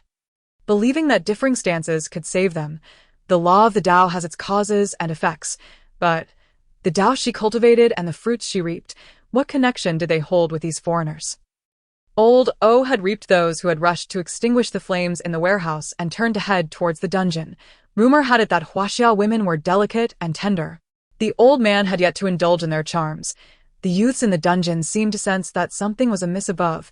Struggling to stand, they appeared to have evacuated with the children. Were they safe now? Shouldn't we flee as well? One of the men, named Su Haoran, aged 23, had only just graduated from university and was captured while searching for a girlfriend. His beloved was locked in the adjacent cage. Fine, let us go check it out. You all bring those women from next door. Having spoken, Sun Haoran went to unlock the iron cage, a skill he had honed after frequently forgetting his dormitory key. Do not inquire why he had not opened it earlier. Even if he had, escape would have been impossible. Wait, do we really have to bring those burdens with us? Wouldn't it be easier to run ourselves? A man suddenly interjected. There were a total of 13 men in the room. Once one spoke up, 2 more joined in agreement. Wow, are those 3 really that cold-blooded? In such a situation, self-preservation is paramount. But we can't just ignore them. Not all those women are completely helpless. Exactly. If we can save even one, we should. The audience watching the live stream was filled with indignation as Sun Haoran gazed disapprovingly at the trio. They are just like us, all hailing from Huaxia. How can we turn a blind eye to their plight? Here is the plan. You all go assess the situation, while I free their locks. The 3 men, eager to escape, swiftly squeezed through the cage. They had just heard the evacuation call. However, as soon as they ascended the staircase, they encountered an elder clad in a black robe, with a casual wave. He knocked them to the ground. Esteemed Huaxia people, I can already smell the sweet blood. Do not be hasty. Once my little darling is satiated, I will deal with you. The 2 men spat blood. Their internal organs seemingly shaken, Yanqing cast a cold glance at the injured trio. They won to die. Let them be. Ha. The expression on the streamer's face seems to say, you cowards deserve this. With a garrison of 4,000, that old man had only slain a little over 2,000. Far too slow. Huaxia women are indeed tender and delicate. Just look, little darling. Would you like to taste the essence of a Huaxia woman? Oh, let us start by feasting upon their ovaries, such nourishing delicacies, then the heart, and finally, exit through their mouths. Old O had a basket slung over his back, from which a large black python slithered out. Hiss! It slithered to the ground, excitedly shaking its head. The men standing before the women's cage could not comprehend old O's words, but they surely knew he was no good. Let us all charge together. With just 1 snake and an old man, we 10 should be more than capable. Someone swallowed nervously. What if we couldn't? If not, we'd just have to feed the snake. Ha. You think you can deal with my darling?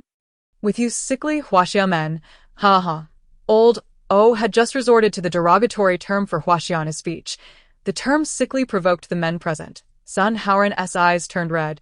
Today, we shall slay you. And then you shall be the sickly one. Upon hearing Sun Haoran's words, old O laughed even more arrogantly. Ha, I never expected Huaxia's sickly men to be so entertaining. Let my darling play with you. The black python, hearing its master's command, hissed and slithered towards the men. Scatter. The 10 men fled in different directions. The black python locked onto Sun Haoran alone, wrapping itself around him with swift precision. Despite being an adult man, the python's innate strength quickly turned his face crimson from suffocation. His face is turning blue. Why isn't he? The streamer intervened. Hurry, streamer, save him. Yanqing would naturally not allow someone to perish beneath the python. Just as Sun Haoran was on the brink of asphyxiation, she took action, sending a surge of spiritual energy from her fingertips, striking the python at its vital point. Hiss. The 3-meter-long creature writhed violently on the ground. Kicking up a cloud of dust, Yanqing's strength was only a fraction of her usual power. After that strike, her spirit felt increasingly transparent. Old O's cold gaze swept over the room. Lingering momentarily in Yanqing's direction, with his prowess, he certainly could not detect her. It was said that Huaxia people were forthright, yet it seemed there were those who preferred to hide in the shadows. A coarse voice echoed in the dim underground chamber. These people are under my protection. If you wish to live, leave this place. Yanqing's enigmatic statement concluded without further elaboration, after a moment of contemplation. Old O begrudgingly exited the dungeon. His little darling had been injured. He ought to drink the remaining blood packs first. Surely, it must be a Huaxia deity come to rescue us. Sun Haoran was helped to his feet. He had truly hovered on the brink of death, and now, having narrowly escaped, he did not forget to bow deeply to the ground.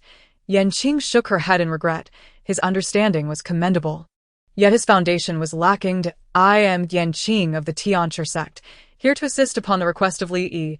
Do not dwell upon it. The others were left in confusion, pondering who Li Yi was. While Yanqing had already departed the dungeon, following old O. Meanwhile, the young boy who had been previously suspended and beaten was now hiding with Li Yi in a house. Old O moved swiftly, slicing through over 2,000 people like cutting cabbage. Come out, I can see you. Obediently reveal yourself, so my little darling can drink to his fill. Old O called from the door, the black python beside him raising its head. its long forked tongue hissing. The young boy concealed within the wardrobe covered his mouth, trembling in fear. He had not been taken away because, in this place, boys held little worth, or perhaps they had yet to encounter a pervert who fancied young boys. Old O approached the wardrobe step by step, and Li, watching the distance between them narrow, felt beads of sweat forming on his forehead. He kicked the bedboard, drawing the attention of both man and serpent. The black python darted like a cannonball, crashing into the stone steps, hissing in pain as it shook its upper body violently. Receiving the feedback from his little darling, Old O sauntered toward the bed. "Damn Huaxia people, you have harmed my little darling again." Infuriating. Suddenly, Old O began stomping his feet in place, spinning around while emitting a cacophony of sounds.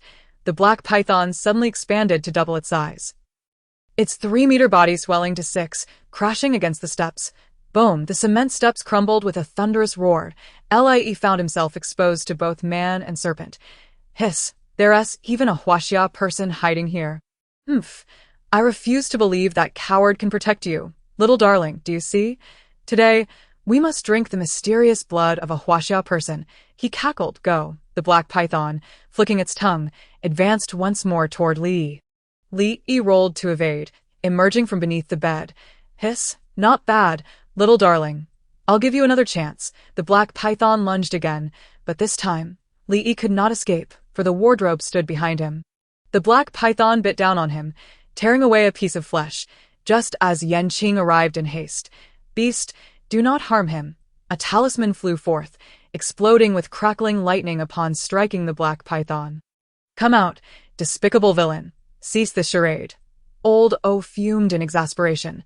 Humph, you cannot even see my true form, yet you dare to claim to be a great mage of Myanmar. Qing's mocking tone enraged Old O. Turning his face crimson, if you do not reveal yourself, I shall take both of them as my bargaining chips. Old O's toothless mouth began chattering again, as various snakes, insects, and rodents crawled in from the corners. A swarm overwhelming the space, the boy hidden in the wardrobe could no longer contain his fear, exclaiming, "Uncle, there are rats." Nian was not afraid of the villains. She only feared the rats, which was why she had often been taken out by Li from the dungeon. Li, suppressing his pain, held Nian close. "Uncle, is the fairy sister really here to save us?" While Li could not see Qing, it did not hinder him from nodding. "Yes, the fairy has come to rescue us." Nian will soon be able to leave, as the dense swarm of insects surrounded their feet. Old O continued to threaten Qing. Qing once more retrieved a pouch of medicinal powder from her cosmos bag. Scattering it forth, the essence of her spirit diminished further, and her spectral state. The cosmos bag had not accompanied her, thus every retrieval demanded immense mental effort. The powder settled on the ground, causing the snakes, insects, and rodents to retreat, even the black python yearning to flee. Damn it! Old O suddenly brandished a short knife, lunging at Li and Nian. His only skill lies in controlling insects. He possesses no other martial arts or agility. With remarkable dexterity, Li evaded the strikes aimed at him. Old O's eyes turned red with rage. Today, it was either their demise or his own. He plunged a short knife into his palm, allowing the blood to drip onto the black python, causing it to swell to twice its previous size. The python, now 9 meters long and as thick as a barrel, began to lash out indiscriminately within the confines of the house. Li shielded Nian in his embrace, but the python's tail struck him, sending him crashing to the doorway. Gritting his teeth against the pain, he rolled out of the room. Qing formed hand seals, golden light dancing at her fingertips. Spirit binding, a massive net woven of golden threads descended from above, enveloping the black python completely. The spirit binding technique tightened with each struggle of the trapped beast, consuming the caster's spiritual energy. Qing's brow furrowed, her figure flickering in and out of visibility. Anchor, can even an army handle this serpent? Keep going, Anchor. You can do it if it gets too dangerous. Just run. Your life is paramount. Chapter 29. It's only 3 tons. My brother rehearsed for 3 days and nights. The black python sensed danger and lunged at Old Ozzy, sinking its fangs deep into his palm. Blood surged into its body, causing the constricting net to stretch. Seeing this, Qing bit her fingertip, letting drops of silvery liquid fall onto the net. Instantly, the python writhed in agony, and old Ozzy was crushed beneath its weight. Qing continued to press her fingertip down, and the python began to shrink, finally collapsing to the ground. Reduced to the size of a meter-long stick, the black python was no longer a threat. Qing could no longer hold on, her spirit vanishing from view. "Where is my celestial sister? The anchor can't just disappear like this, right? Oh no, where did the anchor go?" The audience in the live stream frantically flooded the comments seeking Qing. The anchor has fainted, call an ambulance." Su Yuan had already stepped away from her computer, dialing 120 as she walked. Qing was now suffering from spiritual and physical exhaustion. Zhao Wuqiang felt a wave of guilt in the live stream. Blaming their slow reaction, sigh, the comment section began to fill with gifs. "Praying for the anchor's safety. All I can do is send gifs," sob. "You really cry a lot. Big sister, I'll contribute too. If you're all sending gifts, I'll join in." When Su Yuan arrived, she finally closed the live stream. Lie, Nian Nian, and the others boarded the Navy ship, leaving the remaining issues to be handled by others. After Qing was taken to the hospital, she was immediately issued a critical condition notice. Under Qing's Weibo post, viewers who had witnessed the event continued to comment, praying for her safety. Others looked at the trending topic Qing safe in bewilderment. Through the comments above, the details of Qing's live stream were vividly recounted by the audience. "Is this real? It sounds so unbelievable. Where's the video? Yeah, where's the video? You must have hired trolls, right? This Qing has been dominating the trending topics for several days, pushing our brother down the list. Seriously. Who knows how much money was spent? It's really infuriating." Wu Qian, who was battling with her phone in her rental apartment, was on the verge of exploding. How could these people not believe her? The live stream from that day couldn't be recorded. She was furious. The next day, Qing's agency, Yuhang Media, released a Weibo update. Qing remains in the ICU with organ failure. The hospital has issued a critical condition notice and will provide further updates. Die already, just die. I'm so annoyed. You're hogging the headlines every day. The world would be a bit cleaner without such a person. I've never seen someone so disgusting, buying trending topics all day long. Do you know how much 3 tons of drugs is? One person infiltrates a crowd of over 4,000 to destroy it. It's laughable. Continuous insults poured in, and the more than 6,000 individuals in the live stream couldn't settle down. So they picked up their phones to fight back. The comments on Weibo became a battleground until a post by Central Xia halted millions of netizens. "Thank you Yanqing for destroying 3 tons of drugs. Safeguarding countless families in Huaxia. Yesterday, our undercover anti-drug police faced life-threatening danger. Citizen Qing, while live streaming, risked her life to save them. The specific details are reserved by the authorities. We hope there will be no further slurs against this national hero. We do not rule out the possibility of account suspension or arrest. I was wrong yesterday. I apologized. I'm sorry for the previous me." Central Xia's official account. "Brothers, I believe it this time." Did anyone see the sisters on the scene? Tell me more. Impressive. This person's background is so significant that even Central Xia came to speak on her behalf. It's just 3 tons of drugs. My brother rehearsed for 3 days and nights in the rain. He is not even trending anymore. Can we stop posting about this woman? I still need to promote my brother. Can the 2 brainless ones above be taken out and burned? Do you even understand Central Xia's significance? Brother, just stuff your brother in your pants and be done with it. Stop cursing, brothers. Those 2 got banned. That was quick. Qing, who had been mentioned by Central Xia, felt an overwhelming surge of faith from all directions while in the hospital.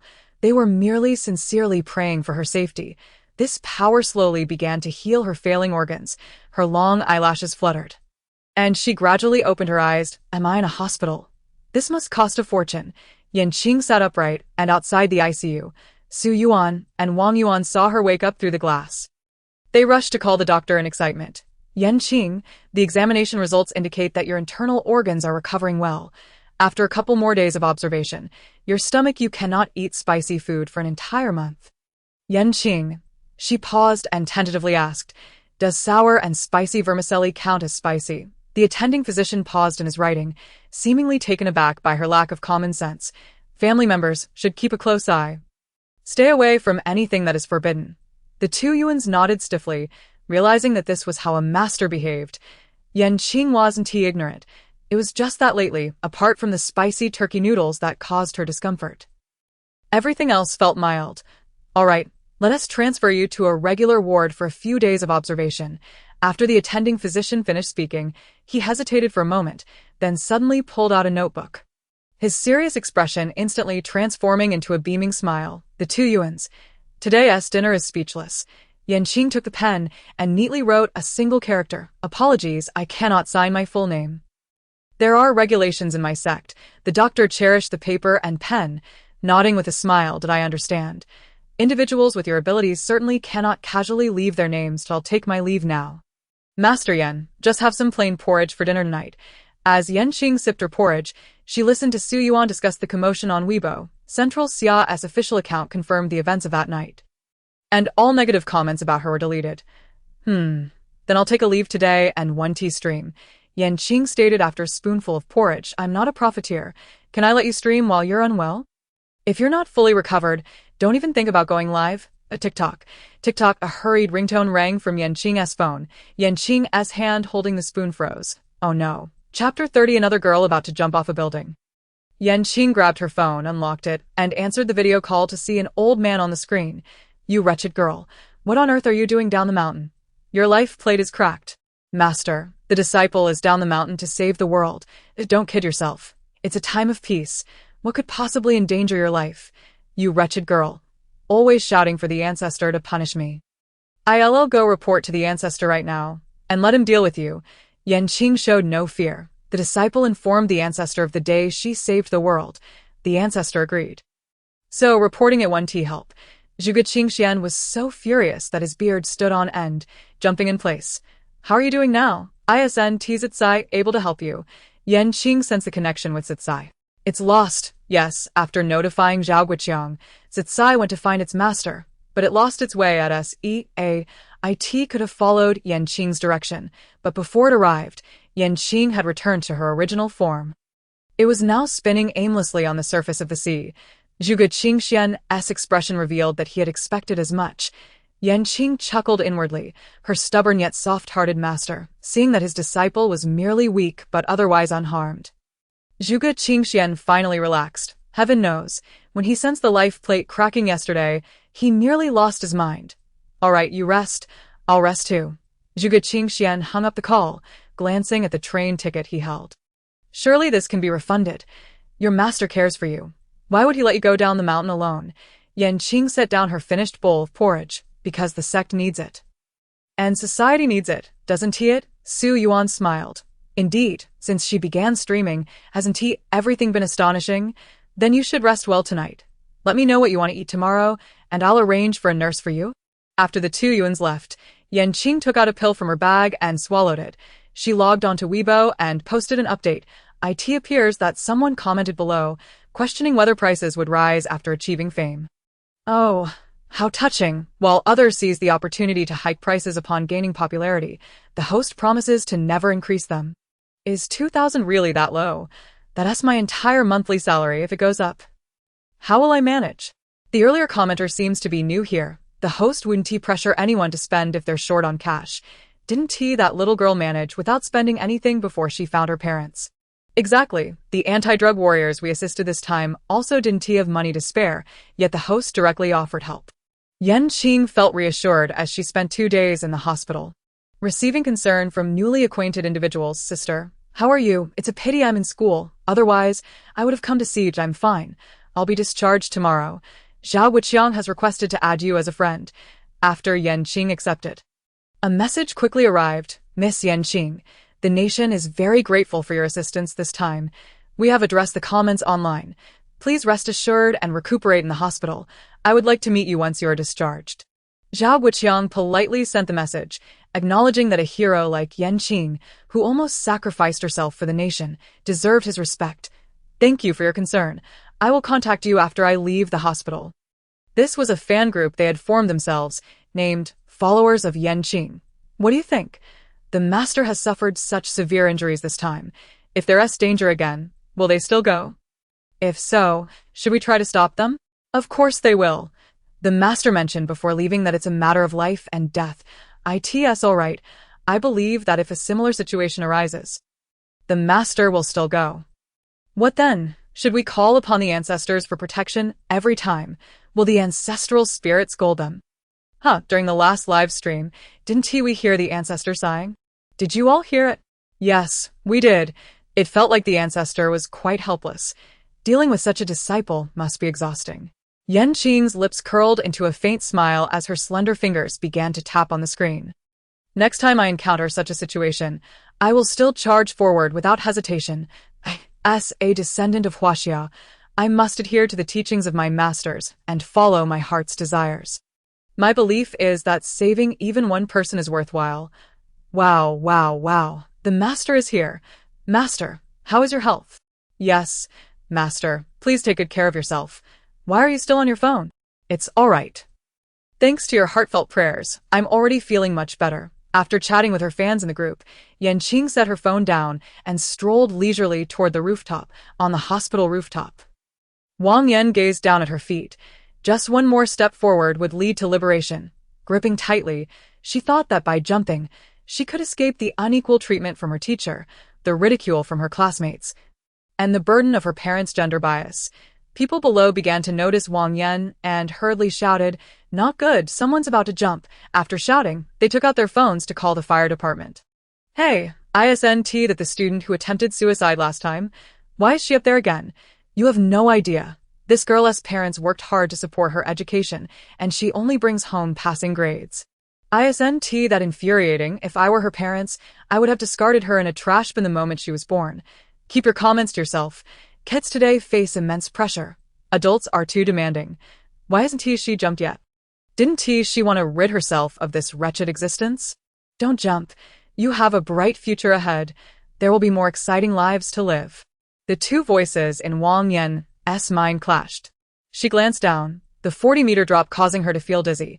Qing walked through the corridor, with people rushing past her, shouting about someone jumping from the rooftop. Master, why are you walking so slowly? Someone's about to jump. Aren't you going to do something? What is the rush? Her parents are still on their way. She won't jump now. Chapter 31. Although I killed her mother, I raised her. She hadn't yet faced the most devastating blow. She would always hesitate. When Qing finally reached the rooftop, Wang Yan's parents had just arrived in a flurry. What do you want? Your father and I are working. Because of your antics, we've lost half our salary. Wang Yan's mother immediately scolded her daughter with exasperation, while her father wore an impatient expression. If you want to jump, go ahead. I'll pretend I never had a daughter like you. Don't threaten us with suicide. No, sir. We called you to persuade her, not to incite her. A nearby firefighter intervened, pulling Wang Yan's parents away. My parents are right. I'm stupid and can't study. At school, I only bring them shame. When I enter society, I'll end up selling myself. Don't worry. I won't trouble you anymore. From now on, you can take care of your younger brother. Wang Yan felt desolate. The inflatable cushion below wasn't ready yet, and the firefighters were cautiously inching forward. Qing looked at the young girl poised on the railing. Speaking gently, classmate Wang, jumping down may seem like an end to your suffering, but the slander, the bullying, and the unfair treatment won't vanish with your death.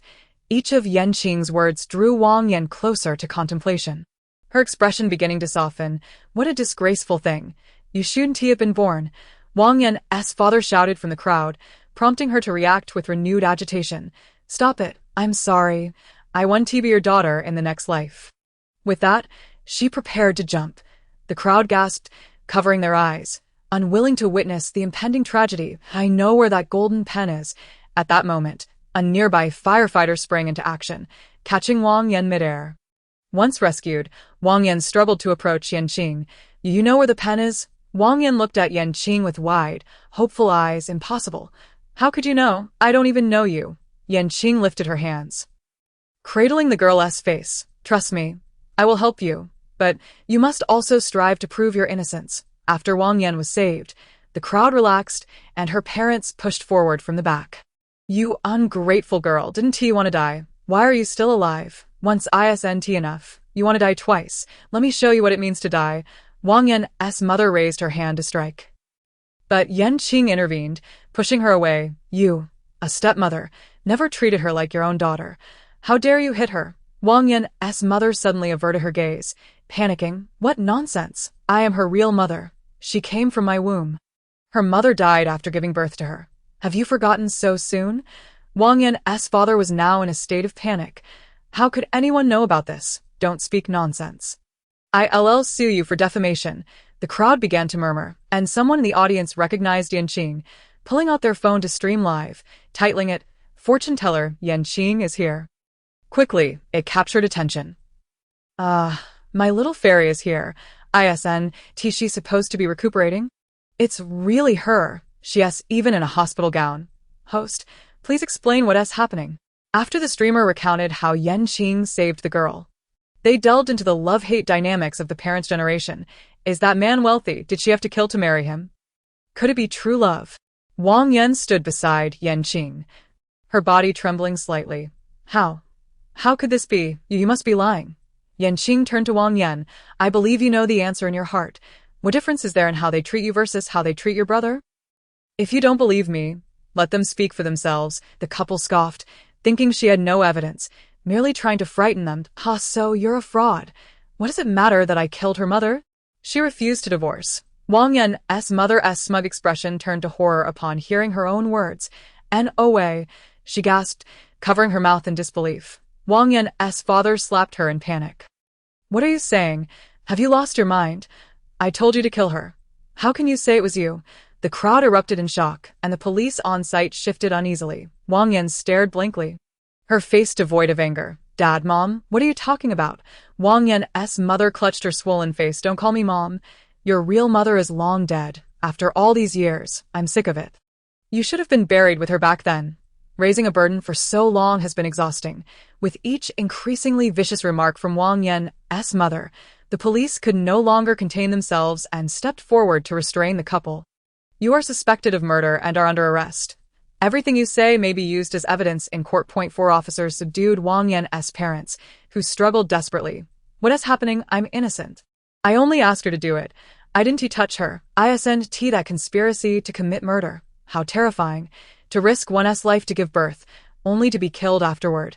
Goodness, I would never marry. Host, please take a picture of my fairy sister. Thank you. I can't see her and I can't eat. The individual hosting the broadcast directed the camera towards Yan Qing, who, sensing the attention, raised her gaze and allowed a subtle smile to grace her lips. A gesture of polite acknowledgement. I see. She appears to be in good spirits and is still meddling in others' affairs. Such a kind-hearted fairy. Even while unwell, she seeks to rectify the misdeeds of others. Surely, the truth revealed by that couple must have been orchestrated by my fairy. What do you mean your fairy? She is my bodhisattva. Due to her femininity, Wang Mu struggled to avoid any contact with sensitive areas. Thus the police did not exert excessive force and easily permitted her to sit on the ground. How can you distinguish between good and evil? Although I may have harmed her mother, I have also raised her to adulthood. Why are you apprehending me? Chapter 32, Mother Blossoms. In all sincerity, how has such a person managed to survive until now? One person has died, and no investigation ensues. They were simply buried. Are there no maternal relatives? Witnessing Li Feng shamelessly struggle to assert her innocence, Yan Qing's brows furrowed in anger. The net of justice is vast and encompassing, and the foolish notion of evading the law's retribution will not go unpunished.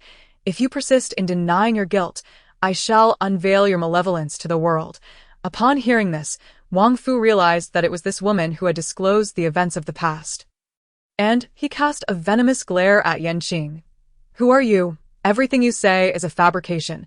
Her mother died in childbirth, and out of pity for her having lost her biological mother at such a young age, we never disclosed the truth to her. How foolishly obstinate. Yan Qing withdrew a scroll from her cosmos bag, its length measuring 50 centimeters, prompting the onlookers to frequently glance towards her waist pouch. With a flourish, she tossed the scroll into the air and began to form intricate hand seals, her pale lips whispering incantations. The scroll unfurled, and astonishingly, images began to play forth, reminiscent of a television broadcast. 20 years prior, Wang Fu was merely a destitute youth from the countryside, laboring at Wang Yan's maternal grandfather's factory. Lacking any particular skills, he was relegated to the most arduous and unsightly tasks.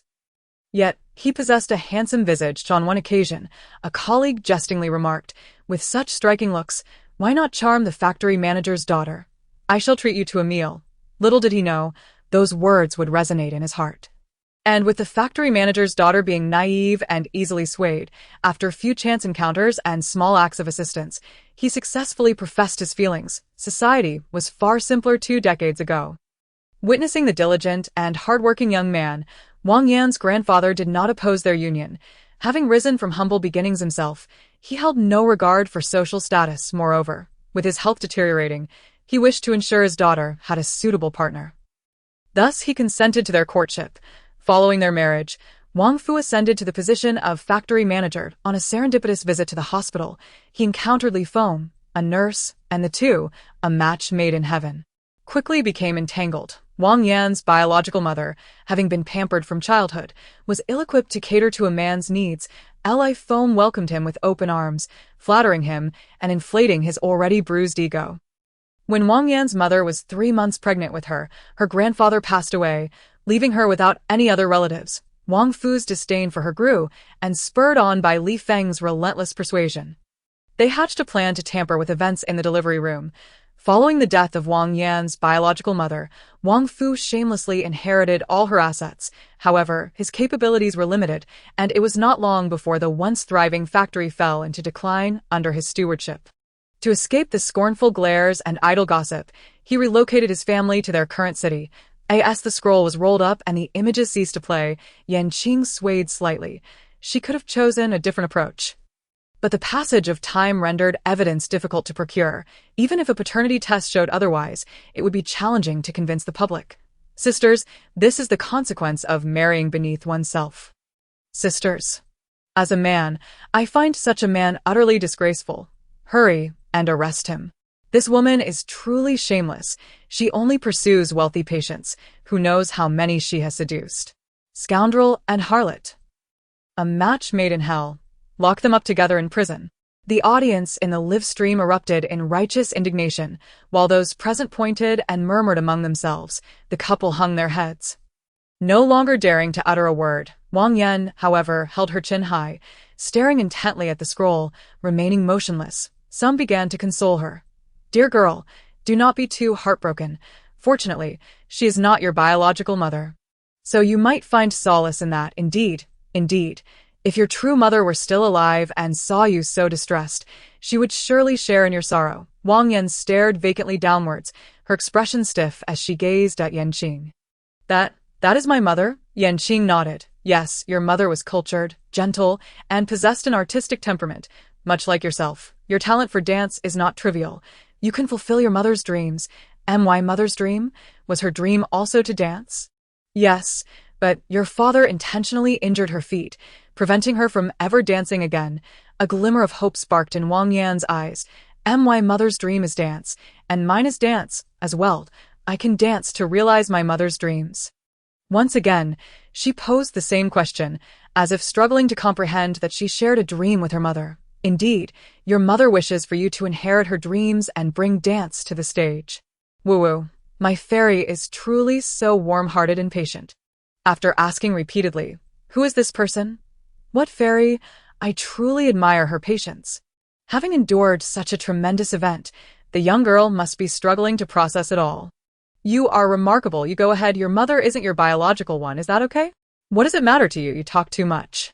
Qing sent a video depicting Wang Yan's classroom to every mobile phone in her school, revealing that the pen was not stolen by Wang Yan, but rather by her desk mate, who, to avoid being caught, hastily stashed it in Wang Yan's desk. Following the video's release, Wang Yan's grievances were finally vindicated.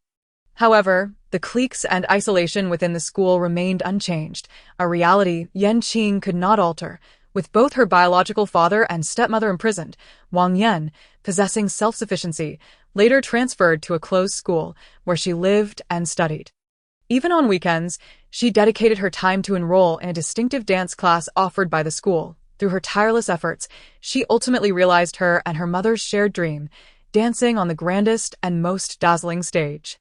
I say, ancestor, could you not take it easy for a moment? Just look at your complexion. It has grown considerably pale again. Do you not wish to recover? Yan Qing followed silently behind, listening to Su Yuan's incessant chatter. After walking a short distance, she discovered Su Yuan in a pediatric single room, holding a small wooden sword and amusing a young girl. Beside the child's bed sat a couple, exuding an air of refinement.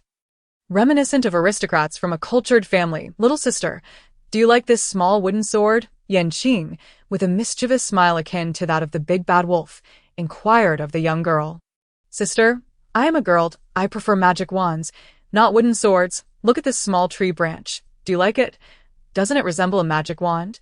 The little girl regarded Yan Qing as if she were foolish, her face adorned with a look of pity. Sister, I am a child, not an idiot. Pfft, Nan, you mustn't be impolite. Your sister likes you and is sharing her toys. The aristocratic woman seated on the bench stifled her laughter while educating her child. Yan Qing remained undeterred, blowing gently on the small branch. Suddenly, green sprouts began to emerge, followed by flower buds, which ultimately bloomed into delicate peach blossoms. The girl's parents stood in astonishment, and the little girl widened her eyes in disbelief at the flowering branch. Mommy. No, sister, it's blooming. These are little peach blossoms. I recognize them. Witnessing the girl's joyful smile, Yan Qing couldn't help but curl her lips. Would you like them? The girl suddenly fell silent, her head drooping in dejection. Sister, I want them, but... Chapter 33. Fainting on the bed with only a month remaining in her life, Zheng Nanan gazed at the vibrant little peach blossoms, torn between desire and trepidation. The sapling needs watering. But Nanan cannot provide it, sister. Perhaps I should forego it. Why? Yan Qing's question momentarily stunned Zheng Nanan, her little face scrunching up as she struggled to articulate her thoughts. Nanan's parents approached, visibly irritated. Miss, you should leave. Our Nanan does not want this branch.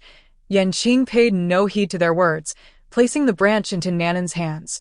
Hold it tightly. It will alleviate your pain. Nanan, half convinced, grasped the branch tightly, her eyes suddenly widening. It really doesn't hurt anymore, Daddy, Mommy. I'm not in pain. Zhou Hui, Nanan's mother, knelt beside her daughter, tears brimming in her eyes. Nanan, tell Mommy, were you in pain just now? Nanan appeared somewhat bashful, biting her lip and nodding. I'm sorry, Mommy.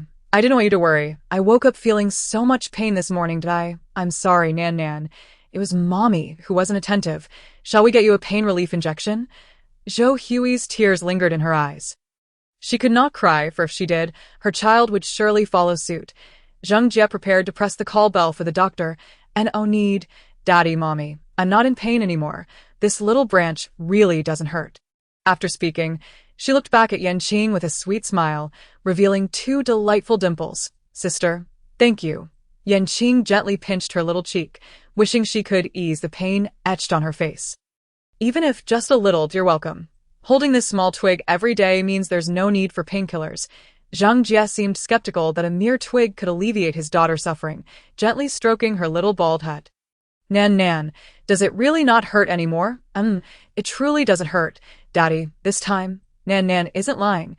Zheng Jie and Zhou Hui exchanged a glance, instantly comprehending the significance of this small twig, or rather, the importance of this peculiar girl. Leaving the twig with Nan, Yan Qing prepared to exit the hospital room when she noticed Su Yuan standing at the door, her eyebrows slightly furrowed. Su Yuan almost gasped, Miss, please wait a moment. Mrs. Zheng, is there anything else? Zhou Hui glanced at her husband, hesitatingly speaking up. Miss, do you have any way to save my daughter? Rest assured, we will certainly provide you with sufficient medical expenses. Yan Qing decisively shook her head, dispelling their hopes. I'm sorry, but currently, I cannot accomplish this. That twig is enough for her to stabilize until a suitable bone marrow match is found. Yan Qing's words caused Zhou Hui to lower her head in disappointment. Her eyes, once filled with hope, were now clouded with desolation. Zheng Jie, however, seized upon the key point in Yan Qing's statement. Are you saying that there is still hope for my daughter's bone marrow transplant? Su Yuan tugged at Yan Qing's hand, trying to silence her, recalling that she had hurried home to refresh her knowledge of fortune-telling, aware that revealing too much of the heavenly secrets could invite divine retribution. It's fine, don't worry. Those old conventions do not affect me. Yan Qing replied as she released Su Yuan's hand, addressing Zheng Jie. Your daughter is favored by destiny. Within half a month, a bone marrow match will emerge. However, Mr. Zheng, you must also comfort the elderly at home. After saying this, Yan Qing departed, leaving Zheng Jia and his wife in a state of confusion. What does that have to do with the elderly at home? Opening the gates of the underworld is certainly easy. She doesn't want to get involved and cannot get involved. No, I still don't understand. Shouldn't that little girl be happy if her bone marrow is successfully matched? Why must we comfort the elderly at home? Su Yuan walked a considerable distance, still unable to grasp the meaning behind Yan Qing's words. Suddenly, she halted, her high heels making a sharp sound. The secrets of heaven must not be revealed. That small twig had drained all her spiritual energy. Zheng Nannan kept it with her, not only to alleviate pain but also to mend her body, enabling her to better withstand the surgery. Suddenly, a flickering glow began to drift through the window, entering Yan Qing's body and vanishing. When she awakened again, it was to the sound of commotion. Dio, you think that woman can see us? Maybe we shouldn't provoke her. She seems quite formidable. What if she collects us? Such a beautiful lady shouldn't be scared away. Would you be satisfied? Of course. I value my life. You're already dead. What life do you have left? Yan Qing opened her eyes, glancing at the two male ghosts outside the window, waving her hand to open it. You two come in and speak. Ghost. The two ghosts fled in terror at the sight of the window opening by itself. Yan Qing remarked, Who, then, is the real ghost? Yan Qing sat in meditation on the hospital bed until dawn, picked up her phone, and posted an update. Blessed by the ancestors, I have received many heartfelt prayers from friends. My injuries are recovering well, and I will be discharged today. I will resume broadcasting tonight as usual. Almost immediately, fans who had been waiting on her social media began to comment. Fairy sister, you need to rest a bit longer. Although we are eager to see your live stream, please don't rush. Exactly, I looked it up. The method of soul detachment is increasingly dangerous the farther away it is. The hospital even issued a critical condition notice. So, you must be severely injured. Before watching the streamer, I almost lost my lunch in those ghostly live streams. That was truly a hard watch. After posting her update, Yan Qing proceeded to complete her discharge procedures. The doctor reluctantly conducted a thorough examination on her, and only after confirming everything was fine did they allow her to leave. Upon receiving the news of her discharge, Su Yuan helplessly set down her phone and returned to the meeting to discuss the company's plans for Yan Qing's future live streams. Under the anticipation of Yan Qing's 150,000 fans, night finally fell. At precisely 7 p.m., Yan Qing appeared on camera. Wow, wow, wow. She's really here. Fairy, my fairy, come and give us a hug. Get away. The fairy is mine. How dare you? This is my bodhisattva. Everyone else step back. Congratulations to user Moo for grabbing the lucky bag. Chapter 34. Discarded in the toilet? No way. I love you so much, and you won't even let me prepare for the lucky bag. I'm so mad. User Qian Sun sent 66 exploding birds. If this is how you express your anger, then I must say, well done. To celebrate my bodhisattva's recovery, I've decided to give everyone present a lollipop. How shameless. Dear family members know. Soon, people began sending one lollipop after another. Moo also gifted something worth 2,000. Yan Qing initiated a video call with Moo, and on the other end appeared a girl with long hair. Looking quite demure, her face bore a tense expression, and from the background, it appeared she was in an office. Master, I'm a middle school teacher. Recently, I've felt like someone is following me while I'm working late. But every time I turn around, I see no one, and it has been a week that I don't know what this person wants. That's simple. It must be a stalker. You must be very careful. We had a case here where a woman was stalked and assaulted. Yan Qing glanced at Moo's features and discerned that she had no enemies and was not being followed. Hearing the popular master declare that no one was following her, she began to wonder if it was just her overworking that made her hallucinate. Yan Qing suddenly frowned and said, "Point the camera at the doorway." Moo lifted her phone, flipped the camera, and there stood a girl in a school uniform at the door, head lowered, her eyes peeking through her bangs at her. She abruptly lowered her phone and looked back at the door.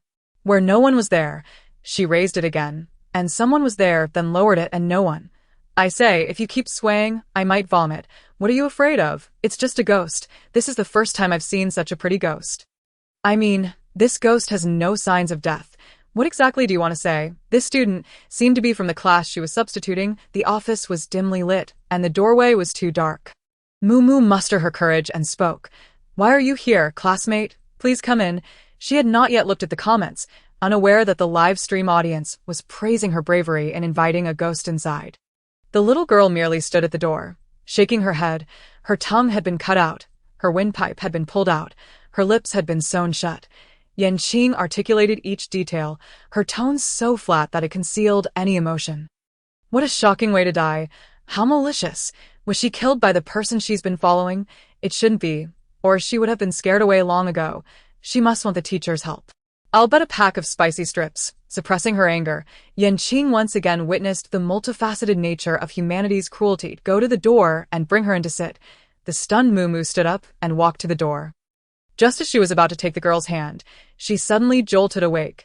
This was a ghost. Please, come in and sit. The girl timidly shook her head, pressing her head lowered. I can speak now. The girl looked up in surprise, and both Moo and the audience in the live stream saw the crisscrossing scars on her face. What kind of grudge? What kind of hatred? Such cruelty. Was this the torment she suffered before death or after? So terrifying.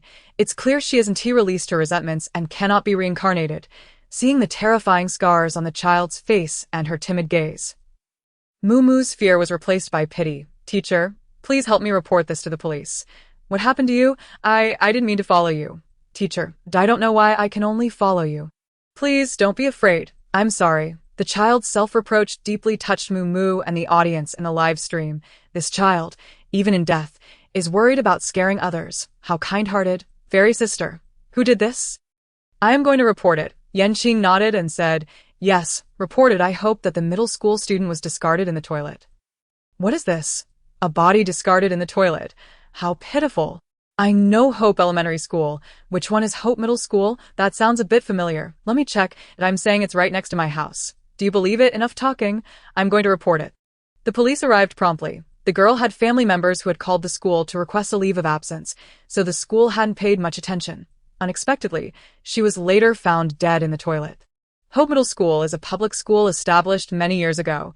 The toilets are still the old-fashioned squat ones, with a long opening, all filled with waste. I'm sorry, I know you're imagining this. Boo-hoo. The girl had been stuffed into a sack and weighed down with stones at the last squat toilet. Moo, phone in hand, stood with the girl outside the police cordon. Master, how can I make everyone believe what I say? Can they not see Qing? The girl is named Qing. She was once a well-known, obedient, and beautiful girl at school. Facilitate her studies at the public school. She has been living in her uncle's home since the first year of middle school. Qing reacted strongly to the incident of her victimization. Despite Moo's repeated attempts to guide her, she remained silent. Qing's lips curled in indifference, even tinged with a hint of wicked amusement. Then let them see. With her hands forming a seal, Qing spoke.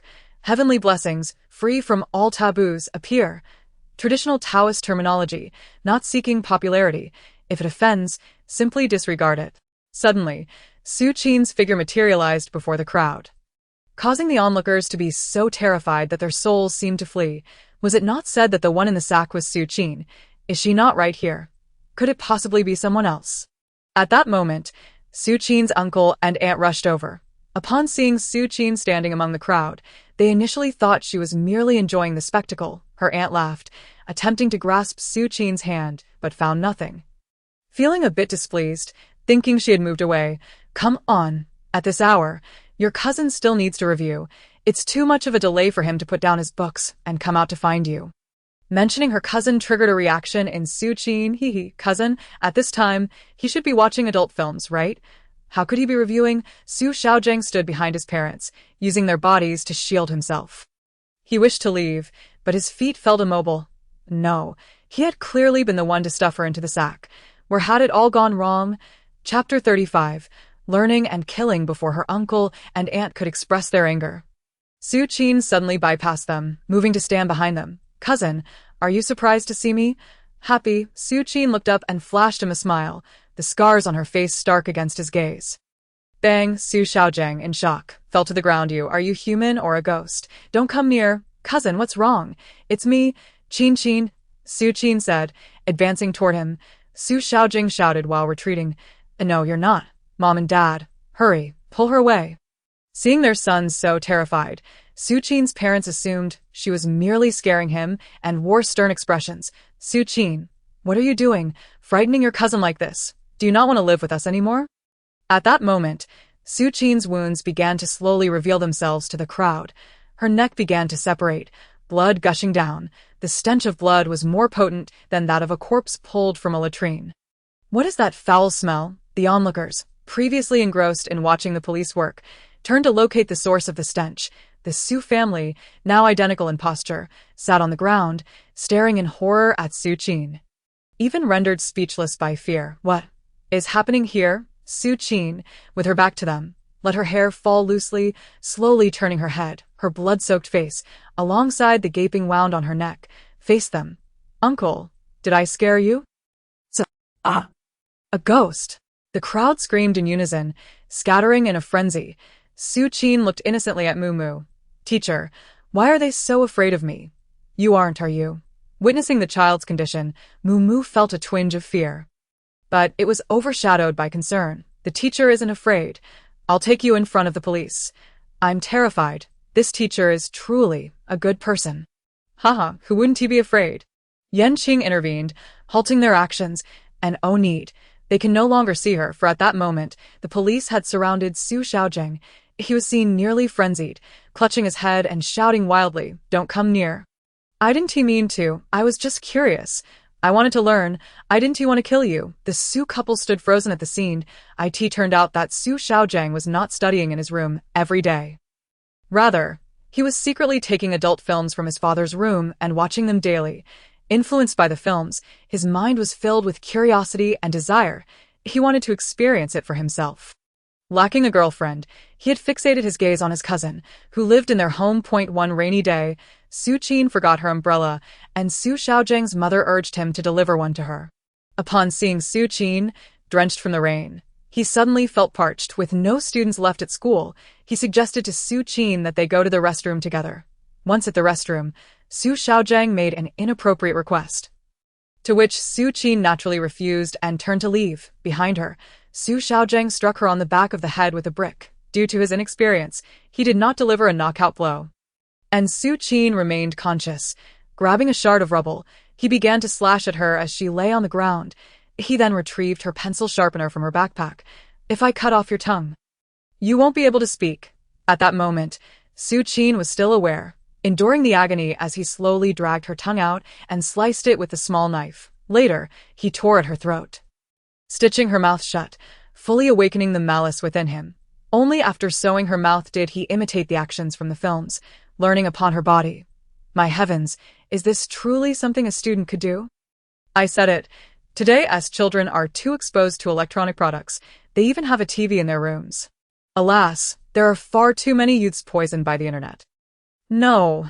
What do electronic products have to do with it? I'm also a high school student. How come I don't kill anyone? This is clearly a parenting issue. How can you blame it on electronic products? How ridiculous. Su Xiaozheng confessed to his criminal acts without reservation, while his parents sought various appeals for their son. Master, can the follow-up be disclosed in advance? Do you think this is a TV series? Why would I reveal the follow-up ahead of time? Qing, diverging from her usual approach of waiting for related news, spoke up instead. Explosive if that is truly the case, brothers and sisters. Shouldn't we do something? 150,000. How dare they ask for that much? A girl isn't worth that. 5,000 should suffice as a bride price. That's a life. A life extinguished at the tender age of 12. Are you out of your mind? Qing observed the comments, contemplating whether a moderator was needed for the live stream, perhaps asking Su Yuan to arrange one. But that would require salary, right? Ban that fool above. My eyes are going blind. Although, there seems to be no moderator in the live stream. Bodhisattva, find me to be a moderator. I promise to manage it properly. Master, I'm here. I can do it. I can be a moderator. Ningko, witnessing the frenzy for moderation, quickly offered herself. Su Yuan sent a message to Qing. The highest contributor could be set as a moderator. Qing glanced at the highest contributor, who was previously Huang Yiming. The second was Ning Cheng, and the third was Ning Yuk. The first two were naturally unsuitable to be moderators, so Ning Yuk was next in line. Congratulations to user Ning Yuk on being promoted to moderator of this live stream. Please execute your duties strictly. Why not me? This person is third on the list. You definitely have no chance. How much have you contributed? Don't speak nonsense. I saw you calling her master earlier. Did this brother become her disciple in a flash? Regardless of how the viewers speculated in the live stream, Ningku's first action as a moderator was to silence the mindless individuals. Alright, are there any more questions regarding Su Qing's case? Qing interrupted the discussions in the live stream. Master, this time you actually encouraged us to ask about the follow-up. Why is that? You don't know? I wouldn't either. It's such a simple logic. How could you not understand? You're stating the obvious. I can only echo your statements. Who doesn't know such simple nonsense?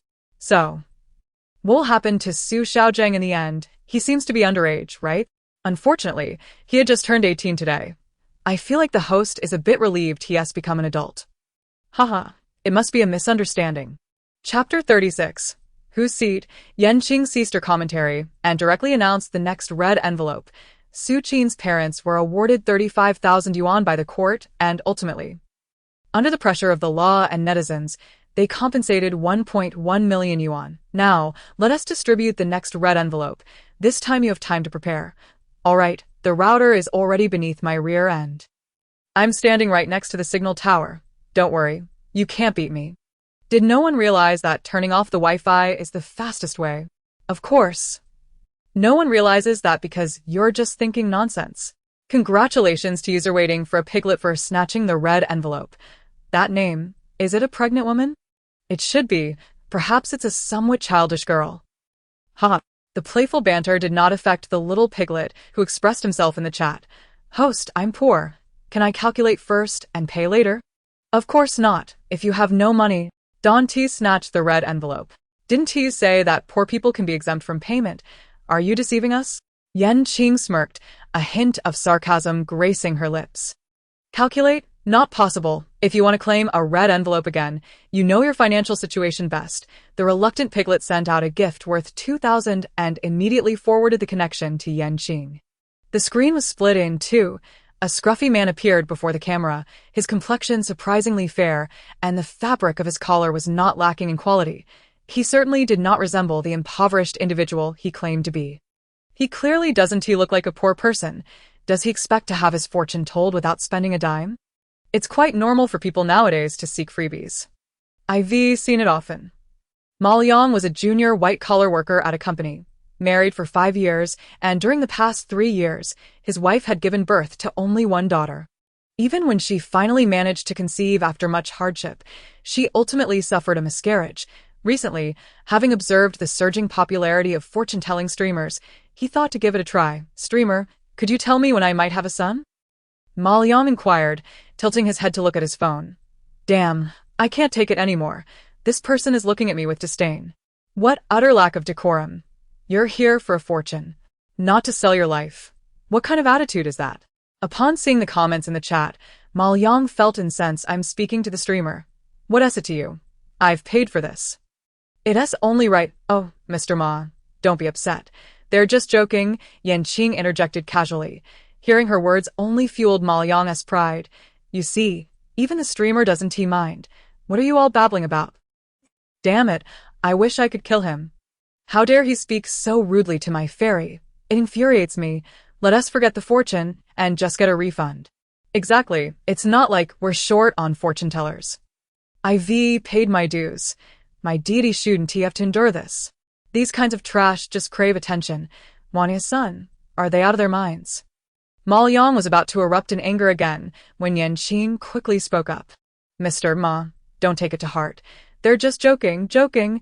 How is this funny? Ma Liang bellowed in fury. Qing shrugged her shoulders. Not funny at all. Isn't this what you often tell your wife? Do you find that amusing? Your wife has been married to you for 5 years, and every conflict with your mother, you've dismissed as a joke. Is it funny that your mother makes your pregnant wife, who is 2 months along, carry 6 to 7 pounds of fruits and vegetables up 6.5 flights of stairs every day? Is it amusing that your mother pushed your wife to miscarriage? And you still say she's joking? Do you find that funny? Since Ma enjoys joking so much, what is wrong with my friends in the stream having a little fun with you? With each word Qing spoke, Ma Liang's expression grew more furious. He felt no guilt towards his wife, only embarrassment and anger at being exposed by Qing. I came to ask when I can have a son. not to engage in pointless chatter. Oh, let me see. This face is destined for a life without sons. Qing leaned lazily against the back of her chair, arms crossed, her gaze emotionless as she stared at her phone. On the other end, Maoyang's eyes turned red with rage. Damn it, fooled again. Do you even know how to read fortunes? He is losing it. He's south going to drive himself mad. So, Dante listened to these online fabrications. You'll have a son. Maoyang looked incredulously at his mother. Really, my wife is pregnant again? But wait, Mom, didn't she just have a miscarriage? The elderly woman's face beamed with joy, her wrinkles crinkling into a smile. The little May you mentioned 6 months ago is waiting for you in the living room, sporting a big belly, claiming it's yours. Ma Liang's wife was still in the room recuperating. And upon hearing the commotion, she struggled through the pain to step out, not expecting to hear such momentous news. Ma Liang, what are you all doing? The mother and son, joyfully, in the living room, simultaneously furrowed their brows at her words. What are you doing out here? Don't scare our little May. There's a precious grandson of the Ma family inside. Indeed, elder sister, you should return to rest. I am not here to steal your husband. I just don't want the child growing up without a father. Look at how understanding little May is. Shouldn't you hurry back inside? Don't you come out here causing a ruckus. You can't even keep one child safe. How useless. What is this? You're not here to steal my husband. What are you doing? Goodness, even the top green tea would feel humiliated. I'm dying of laughter. Didn't he the streamer just say this person would never have a son? Surely the child of a mistress can't be his, right? Qing languidly supported her chin, watching the unfolding drama on the screen. Who said that child in her belly is his? Oh, does the fairy mean?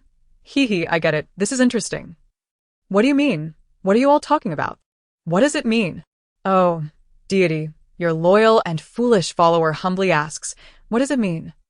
It means that child in her belly is not of his blood. The live stream remained active, and everyone on the other end naturally heard Qing's words. Little May's triumphant smile froze, and she immediately looked sorrowfully at Ma Liang. Liang Ge, you know her character. I only have you as a man. Last time it was also my... Oh dear. You saw it too. Ma Liang recalled the red he had seen last time, and his confidence surged again. Yes, when little May was with me, she was still a virgin. This must be my child, son. Stop wasting time with her. Hang up quickly. Ma Liang thought about how he hadn't gained anything for his 2,000 yuan, feeling as if he had been cut with a knife. Dante, hang up. If you want a divorce to clear the way, give me the phone. Chapter 37. The whipped child. Ma Liang exchanged glances with his mother and handed the phone to Zhou Jie. I want to see what you can possibly say to this fraud. Zhou Jie took the phone, her pale face marked with determination. This esteemed master, is what you just said true? Qing nodded. Indeed, his ears are thin as paper. His nose has 3 bends, and his philtrum is twisted. This is the visage of one destined to be childless. Your daughter is here due to unfinished karma from your past life, forcibly reincarnating to meet you in this life. Zhou Jie believed her. She had experienced a miscarriage before giving birth to her daughter after a dispute with her mother-in-law. Back then, newly married, Ma Liang had easily coaxed her into submission later, during her pregnancy with Qian. She had several conflicts with her mother-in-law, even falling down the stairs, yet remained unharmed. It seems that what the master said about Qian and her unfinished past karma was indeed true. Thank you, master. I never expected. Could you help me predict if I can obtain custody of my daughter after this divorce? Zhou Jie quickly sent another 2,000 yuan gift using Ma Liang's phone. What are you doing? Are you burning money? That's my son's money. Zhou Jie's mother-in-law reached out to grab her hair, but this time Zhou Jie was no longer the submissive woman trying to ease her husband's difficulties. She took a step back, grasped her hand, and threw her to the ground. Liang Ge, your wife is so fierce. How can she even hit your mother? Liang Ge, you must protect me. What if she comes to hit me? I am still carrying your son. Ma Liang, who was preparing to assist his mother, instinctively halted, holding little May tightly in his embrace. His scruffy face bore an expression of intense anger as he shouted at Zhou Jie. Zhou Jie, you can't even take care of your child. What are you going crazy for? I'm telling you, if you dare to hit my mother again, get out. Zhou Jie felt as though she had heard the greatest joke. Ha, Ma Liang, have you been a kept man for so long that you've forgotten who bought this house? When the topic of the house arose, Zhou Jia's mother-in-law stood up again. What's yours? This house has belonged to my son for years. I'm telling you, get out immediately. All right, understood. This shameless mother and son are living in someone else's house while trying to cheat and occupy it. I'm dying of laughter. Had I not come to this live stream, I would never have witnessed such a spectacle. Truly shameless. I'm a lawyer and willing to offer pro bono legal assistance to ensure this mother and son leave with nothing. If the woman paid in full before marriage, the house indeed belongs to her. If the man has paid the mortgage, they can divide it in divorce. Zhou Jia paid no heed to her mother-in-law as shouting. Nodding at the comments on the screen, this house was fully paid for by my parents before marriage. Even his car was bought with my money. When we married, we didn't even have a diamond ring. So, what do you see in him? Are you after someone so poor, ugly, and scruffy? Zhou Jia let out a bitter laugh. He must have genuinely liked me back then, but that's all in the past. Master, can my daughter belong to me? Woo-woo, the esteemed lawyer is here. Don't ask me, ask the streamer. What do you know? That's the charm of the fairy. She speaks with certainty. Do you understand? Rest assured, your daughter is destined to come to you. You will be together. Zhou Jia felt reassured and sent several gifts using Ma Yang's phone again, for she had no intention of keeping that money. Master, let us end the call. Once I've dealt with everything, I'll come back to thank you. Qing wanted to say that the karmic ties had been resolved, but the other party hung up too quickly. Shrugging her shoulders in a display of helplessness, after Zhou Jia finalized her divorce and custody arrangements concerning the scoundrel and her daughter, she returned to Qing's live stream, sending a generous sum of gifts. Expressing gratitude to Qing and contributing to her master's cause, revealing that her daughter had also been sent to Qilian Mountain for schooling, the fairy's helpless demeanor is so beautiful. She resembles a celestial being, woo-woo. Please show some respect to my deity. Do you believe I would report you? Super Admin Ningyu Kowu. Please be mindful of your comments. You are an exceptional administrator. And I shall remain silent. There is but one fortune bag remaining, and I am prepared. Yanqing straightened her posture and operated her phone to send out the final fortune bag. Congratulations to the user Lonely Wolf for seizing the fortune bag. The user Lonely Wolf has gifted a dream castle one. This is the first time I have encountered such an eager fortunate one. I have discovered that those who obtain fortune bags must have some peculiar stories. Yanqing connected the call, and it was answered promptly. Master, please check if there are any spirits around me. I keep hearing the cries of a child, and I am terrified. The man on the screen was barely illuminated by the light of the device. Surrounded by darkness, Yanqing furrowed her brow, finding it difficult to discern the surroundings. No, I mean, dear brother, how can you see anything in such darkness? You cannot even make out the features. Are you perhaps employing a blanket isolation technique? It dawned on Yang Ning that she was indeed under the covers and, mustering her courage, she lifted the blanket. Master, you must protect me. I have uncovered the blanket. 1, 2, 3. The surroundings brightened, and as Yang Ning emerged from her cocoon, she did not turn off the light, and the cries of the child continued to wail for their father in a mournful tone. Goodness, I hear it too. There truly is a child calling for their father. How frightening. Fairy, please check for any little ghosts. Yang Ning heard the voice more clearly now. Daddy, stop hitting me. Daddy, please, no more. I don't want it anymore. Yanqing sat up straight, her expression grave. The camera shifted to the window and zoomed in. Yang Ning, increasingly anxious due to Yanqing's words, trembled as she left her bed and approached the window, widening the shot. Look, isn't there a child hanging from the 5th floor window, and someone is striking them with something? I can't see clearly. There seems to be curtains. There was no time to waste. The child was on the verge of losing consciousness. Zizai, come forth and act. Yanqing summoned Zizai, who, still drowsy, quickly stood upright upon hearing the master's command. With all manner of spells at her disposal, she ordered, hasten in an instant. Zizai vanished from Yanqing's hand, arriving in the building opposite Yang Ning. The gust of wind swept aside the curtains, allowing the audience to clearly see a 7- or 8-year-old child suspended on the balcony, being alternately whipped by a man and a woman. Heavens, the child keeps calling for their father. It is so heart-wrenching. Are the man and woman his parents? The child has stopped calling. Has he lost consciousness? The master just said it might be too late. I hope we're in time. Zizai burst through the window. knocking the man and woman to the ground. Ouch! Are you trying to kill me? Why are you pushing me? The child finally ceased crying, feeling utterly exasperated. That wretched mother would not even know to take her own life with her. Chapter 38. Uncle. Don't arrest my father. Is this even human speech? So it's a stepmother. No wonder she is so malicious. I have never wanted to kill someone so badly. Listening to the child's cries for help is truly heart-wrenching.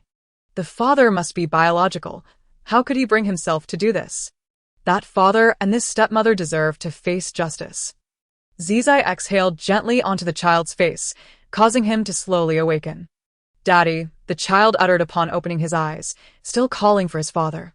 This was his father, and he could not comprehend why he had to follow the stepmother's orders to be hit. He had been obedient. Daddy, I don't want the same toys as my brother. Please stop hitting me, okay? I promise I will be good from now on. The child bit his lip tightly, desperately wanting to cry. His body ached. But he dared not show it, for crying would lead to more punishment. The couple scrambled to their feet. You little brat, how dare you ask for toys like your brother after not getting beaten to death? The stepmother held not a whip but a belt, its leather frayed and some pieces even stuck to Tongtong's skin. I don't want to concern myself with this stepmother. I only wish to know how this child's biological father could be so cruel. Where there is a stepmother, there is a stepfather. This saying did not come about without reason. What a disgrace to fatherhood, using a child as a tool for venting frustrations. Hanging from the window. Can the neighbors hear? Is it only the fortunate one who can? I am hurrying over there and have also called the police. Those neighbors must be accustomed to children being beaten. I have only recently moved in. If he hadn't seized the fortune bag, would this child have lost his life? Yes, the child would have been beaten to death. As a practitioner of the Tao, Yanqing should not have such emotions. However, in recent days, she found it increasingly difficult to suppress her fury. Thank goodness I encountered the host. The fairy's presence is to rescue humanity from tragedy. Sob, sob, sob. Indeed, my bodhisattva has come to save us. Someone reported the child abuse to the police, who promptly contacted the local officer to arrive on the scene, and the ambulance arrived within 5 minutes. Tong Tong lay on the stretcher, his eyes still fixed on his father, who was being restrained by the police. Officer, please don't arrest my father. It's my fault for being disobedient and wanting too much, which made him angry. Please, I beg you. Damn it, don't hold me back. I want to beat that man to death. He is so obedient. Why treat him this way? He doesn't look like he comes from a poor family. Why not just give him a toy? Tong Tong's parents were taken to the police station while Yang Ning accompanied the ambulance to the hospital. Aren't the child's parents coming? A doctor emerged from the emergency room and asked the police officer. The child's parents have been detained. We are now responsible for him. Yang Ning interjected, Doctor, how is the child? He has been beaten by his father and stepmother. The doctor seemed taken aback, momentarily speechless before quickly regaining composure. The child bore various old and new bruises, with slight internal bleeding in the spleen and stomach, a dislocated wrist, and torn ligaments. Signs of long-term abuse were evident. Yang Ning kicked the wall in frustration, cursing, Damn beast, how could you lay hands on your own son? For the sake of the child's mental well-being, it is best to have a relative come to accompany him, after recording the doctor's statement. The police officer looked up. We have already notified the child's aunt. She said she would come as soon as possible. Very well. Someone should take care of the child's medical expenses. Yang Ning interjected before the police officer could speak. Just give me the bill. I will take care of it. This young man is rather kind-hearted. Indeed, having paid 2,000 yuan, he doesn't seem to mind the risk to his own life. Haha, and he's even covering the child's medical expenses. Will the host calculate something extra for him later? While Yang Ning held her phone and walked towards the payment window, she caught sight of the chatter on the public screen and smiled amiably. I thought there was something unsavory. Now that everything is fine, I don't have much to calculate. Don't you want to consider your future? Your romantic destiny? Yanqing pondered that since he had spent money, the matter concerning the child had nothing to do with him, and he had saved a life. As for his future, it was as it was. Perhaps the host could calculate his romantic destiny. Yang Ning said this casually, having no intention of pursuing a girlfriend recently. Yanqing's fingers danced as she calculated, a smile playing on her lips. By chance, you shall encounter your romantic destiny today, but it's already past 9 in the evening. Don't tell me you're going to fall in love at first sight with some nurse? Ha ha ha. After receiving medication and a painkiller, Tong Tong, still frowning, had drifted off to sleep. The torn ligaments would require surgery, necessitating a family member's signature. Months later, Yang Ning and Tong Tong's aunt, with great courage, invited Yanqing to serve as their witness for marriage.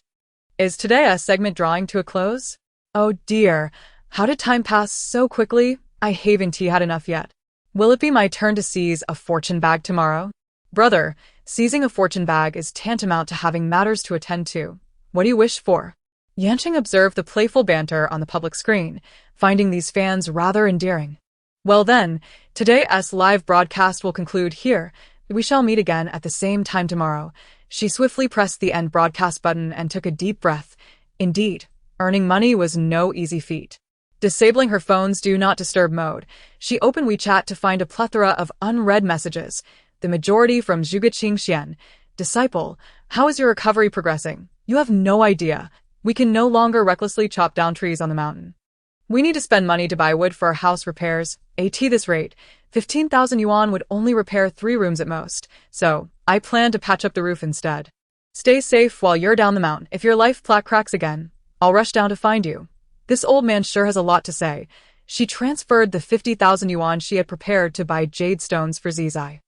Please verify your WeChat account. There's no need to go far to withdraw cash. Just scan your phone to pay the workers. What workers? I have so many disciples. I wouldn't hire workers just to fix a house. Just be honest with your master. What are you doing down the mountain? Do I possess any other skills besides fortune-telling? Oh yes, I see you have a knack for being stubborn. On Weibo, the case of the middle school student from Hope Middle School being murdered had already been disseminated by the media, leaving the police no choice but to confirm the incident's authenticity on their official account. Today's high school students have a penchant for indulging in all sorts of chaotic distractions. Oh, you wouldn't understand. The high school student next door is already in a relationship. Wait, is it forbidden for high school students to date? What nonsense! High school students should focus on their studies for college. That's their primary task. Isn't the crux of this matter the fact that they are high school students? I can't help but feel that even if it were a case of QJ, the manner of murder is simply too horrifying. Could this man be mentally unstable? Murder is murder. Do not attempt to evade legal responsibility by claiming mental instability. Alas, the parents entrusted their child to that family, only to have their child murdered. This girl's parents must be devastated. It seems they were actually siblings. Just as the debate raged on, Guahai Group quietly released a microblog post. Huang Yiming, you truly know how to conduct business. You've hit the jackpot this time. Wow. Your speed is astonishing. The online store sold out in just 3 minutes. With Guahai's products, hesitating means defeat. Buddy, rush to the offline store now. You still have a chance. I've been waiting at the door since dawn. Yanqing's live broadcast commenced the next day. So sleepy, dear fairy. Is there anything thrilling happening today? I'm about to doze off. Seems like we're all in the same boat. I arrived late last night and almost missed getting into the store when dawn broke. You all are terrifying. I heard that all 10 warehouses of Guahai offline sold out. With all the excitement, I shall quietly distribute some lucky bags. After Yanqing finished speaking, she immediately sent out the lucky bags. Congratulations to user MyZ for snagging a lucky bag. MyZ, who secured the lucky bag, soon presented a gift worth 2,000 yuan. The screen split in two, revealing a long-haired beauty. Master, could you please help me find my best friend? She has been missing for quite some time. I need her photo, without any beautification. MyZ quickly directed the camera toward a photograph, showcasing a beautiful woman with shoulder-length hair, dressed in a Hawaiian-style outfit. Smiling charmingly at the camera. This is a photo she sent me from her seaside vacation last week, but ever since that day, I've lost all contact with her. The seawater had caused her body to bloat. While the iron cage preserved her intact form, she was dead, drowned in the sea. MyZ seemed unable to fathom this outcome. She had flown from China to Mai Tai, searching for a week. Stumbling back a couple of steps, she fought to suppress the tears welling in her eyes. Master, was she murdered suddenly? A man appeared in the frame, sporting a buzz cut and dark skin. MyZ, what are you doing? Officer Chen has news. We need to go have a look. MyZ quickly hid her phone behind her. Great, you go ahead. I'll change my clothes and join you. The buzzcut man cast a deep glance at my Z before turning to leave. Master, just hold your phone in your palm. Do not worry about the rest. Also, your best friend was killed by someone very close to her. The audience's perspective shifted, and my Z glanced at her phone still resting in her palm. But the visuals on the line were no longer the same. Stuffing the phone into her pocket, she casually threw on a piece of clothing and stepped outside. The closest person? Who was that man just now? It must be her husband. I noticed the woman in that photo was wearing a wedding ring. How terrifying. No marriage, no children. Just peace. She was pregnant when she died. Yan Qing suddenly interjected, igniting a wave of outrage among the live stream audience. Oh my, a corpse with 2 lives.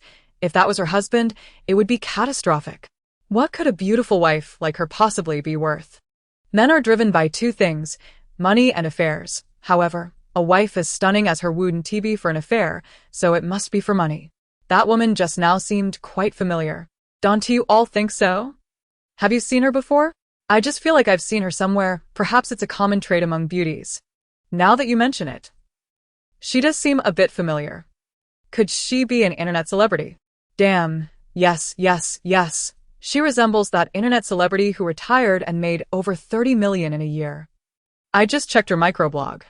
She went on vacation to Mai Tai with her husband 2 weeks ago. Wang Muzi was a once popular internet celebrity, rising from humble beginnings by showcasing her fashion sense as her fan base grew. She began live streaming sales, and with her increasing fame, she expanded to promoting various brands, raking in billions in annual sales and over 30 million in personal earnings after her financial background was exposed. She became even more renowned. She met her husband at a swimming pool, where he was a swimming instructor. During a lesson, she suddenly suffered a leg cramp, leading to their acquaintance. Eventually, it was revealed that her husband had previously been imprisoned for 8 years for assaulting a creditor over an unpaid debt. The comments below were filled with advice for her, and ultimately, she had to retire, claiming she wanted a peaceful life with her husband. She would occasionally update her followers with snippets of her daily life. But little did anyone expect that her last post would be her final one. With such a husband, I can hardly believe he isn't the culprit. I was once her fan. I bought many things during her live streams. It is such a pity that she has passed away. As Mai Zi exited, Cheng Fei was pressing down on Officer Cheng, his fists clenched, ready to strike. Cheng Fei, assaulting a police officer is against the law. Despite knowing this man was likely responsible for her friend's murder, she had to remain calm and gather evidence. Impossible. My wife would never go there alone. Cheng Fei growled, veins bulging at his temples. Mai Zi stepped forward to pull Cheng Fei back. What news did Officer Chen bring? He said surveillance footage shows Muzi went to the rebel site. Impossible. Muzi would never go there. Mai Zi took a deep breath and asked, why wouldn't she? Because Muzi mentioned she wanted to see the Starry Sea, and the rebel site is known for its wind and sand. She would never go there. Officer Chen, I've reported her missing for a week. Why haven't you filed a case yet? A flash of light flickered behind Officer Chen's glasses. Due to the missing person being of Huaxia nationality, we cannot easily file a case. However, Mr. Cheng, rest assured, we have increased our manpower for the search, and colleagues have already been dispatched to the rebel site. Cheng Fei's eyes brimmed with rage, his fingers interlocking tightly. I told you, that is not my wife. A glance at this photo reveals it. Why waste energy searching for her instead of filing a case directly? Mai Zi moved to Officer Chen's side, handing him a glass of water and sitting next to him. Cheng Fei, you seem more fixated on filing a case than on finding her. Chapter 40. You've got some nerve. Officer Chen adjusted his glasses. Mr. Cheng, do not worry. When the time comes, I will find a way to ensure you can stay here to continue searching. Mai Zi glanced at Officer Chen, suddenly feeling a sense of discomfort. Isn't the police supposed to issue proof for visa extensions? Why can't he just say it plainly? Exactly. Why not file a case directly? Perhaps the regulations in Mai Tai differ from those in our country? Really, why are you all suspecting the police? Cheng Fei is the murderer. What evidence do you have to prove he killed his wife? As tensions rose on the public screen, Yan Qing finally spoke up. Because this police officer is a fake. Am I in a fortune-telling live stream or a suspense live stream? I'm new here. May I timidly ask if we're watching a drama? Newbie here. Just observe and listen more, ask less, because I'm also new. Q. The fairy said he is fake, so he must be fake. It is shocking that someone would dare impersonate a police officer in Mai Tai. TCH. What's so shocking about that? There are plenty of impersonating police officers in our country. Maisie stood up. Her eyes narrowed. I'm going to have lunch. After that, I'll head to the rubble site to take a look. Behind her, two men exchanged glances. After Officer Chen left, Qing Fei, still seated on the sofa, received a text message. Bang! Qing Fei angrily swept everything off the coffee table. Gritting his teeth, he muttered to himself, if you want money, you'd better hope you have a life to spend it. My car doesn't support international transfers. I'll give you cash. Let us meet at a place. Qing Fei stood up and said to the busy Maisie, I'm really worried about Musi. I'll go search for her at the rubble site. After saying that, he grabbed his wallet and walked out, considering Maisie to be of no concern. Only in Maisie's presence could he easily inherit his wife's fortune. After Qing Fei left, Maisie quickly took out her phone and entered the live stream. Seeing that the connection was still active, she sighed in relief. Master, what should I do now? Can I retrieve Musi's body first? Is that possible? It shouldn't be, right? Why not? We know exactly where the body is. Yan Qing shook her head. Not yet. You need to go to the third coffee shop on Dawa Street at the rubble site and sit at the last table on the left. Disguise yourself a bit. Such a person wouldn't leave any evidence of murder, except for his mind. We can only rely on eyewitness testimony. Maisie followed Yan Qing's instructions and took a seat at the coffee shop. Before long, Qing Fei entered, carrying a bag. He sat behind the fully armed Maisie, awaiting the arrival of the individual who sought to extort him. However, only a child appeared, chattering incessantly. Qing Fei followed the child outside, with Maisie eager to join. Wait, she thought. First call the police, then proceed. Moreover, she needed to contact the embassy to inform them that her life was in danger and seek assistance from Huaxia. In her earpiece, Yan Qing's voice emerged, causing Maisie to pause momentarily. Following Yan Qing's instructions, she reported to the police and subsequently called the embassy. Qing Fei had already moved far ahead, and Maisie could only pursue him in the direction indicated by Yan Qing. As she passed through a narrow alley, she was suddenly seized from behind, a hand clamping over her mouth.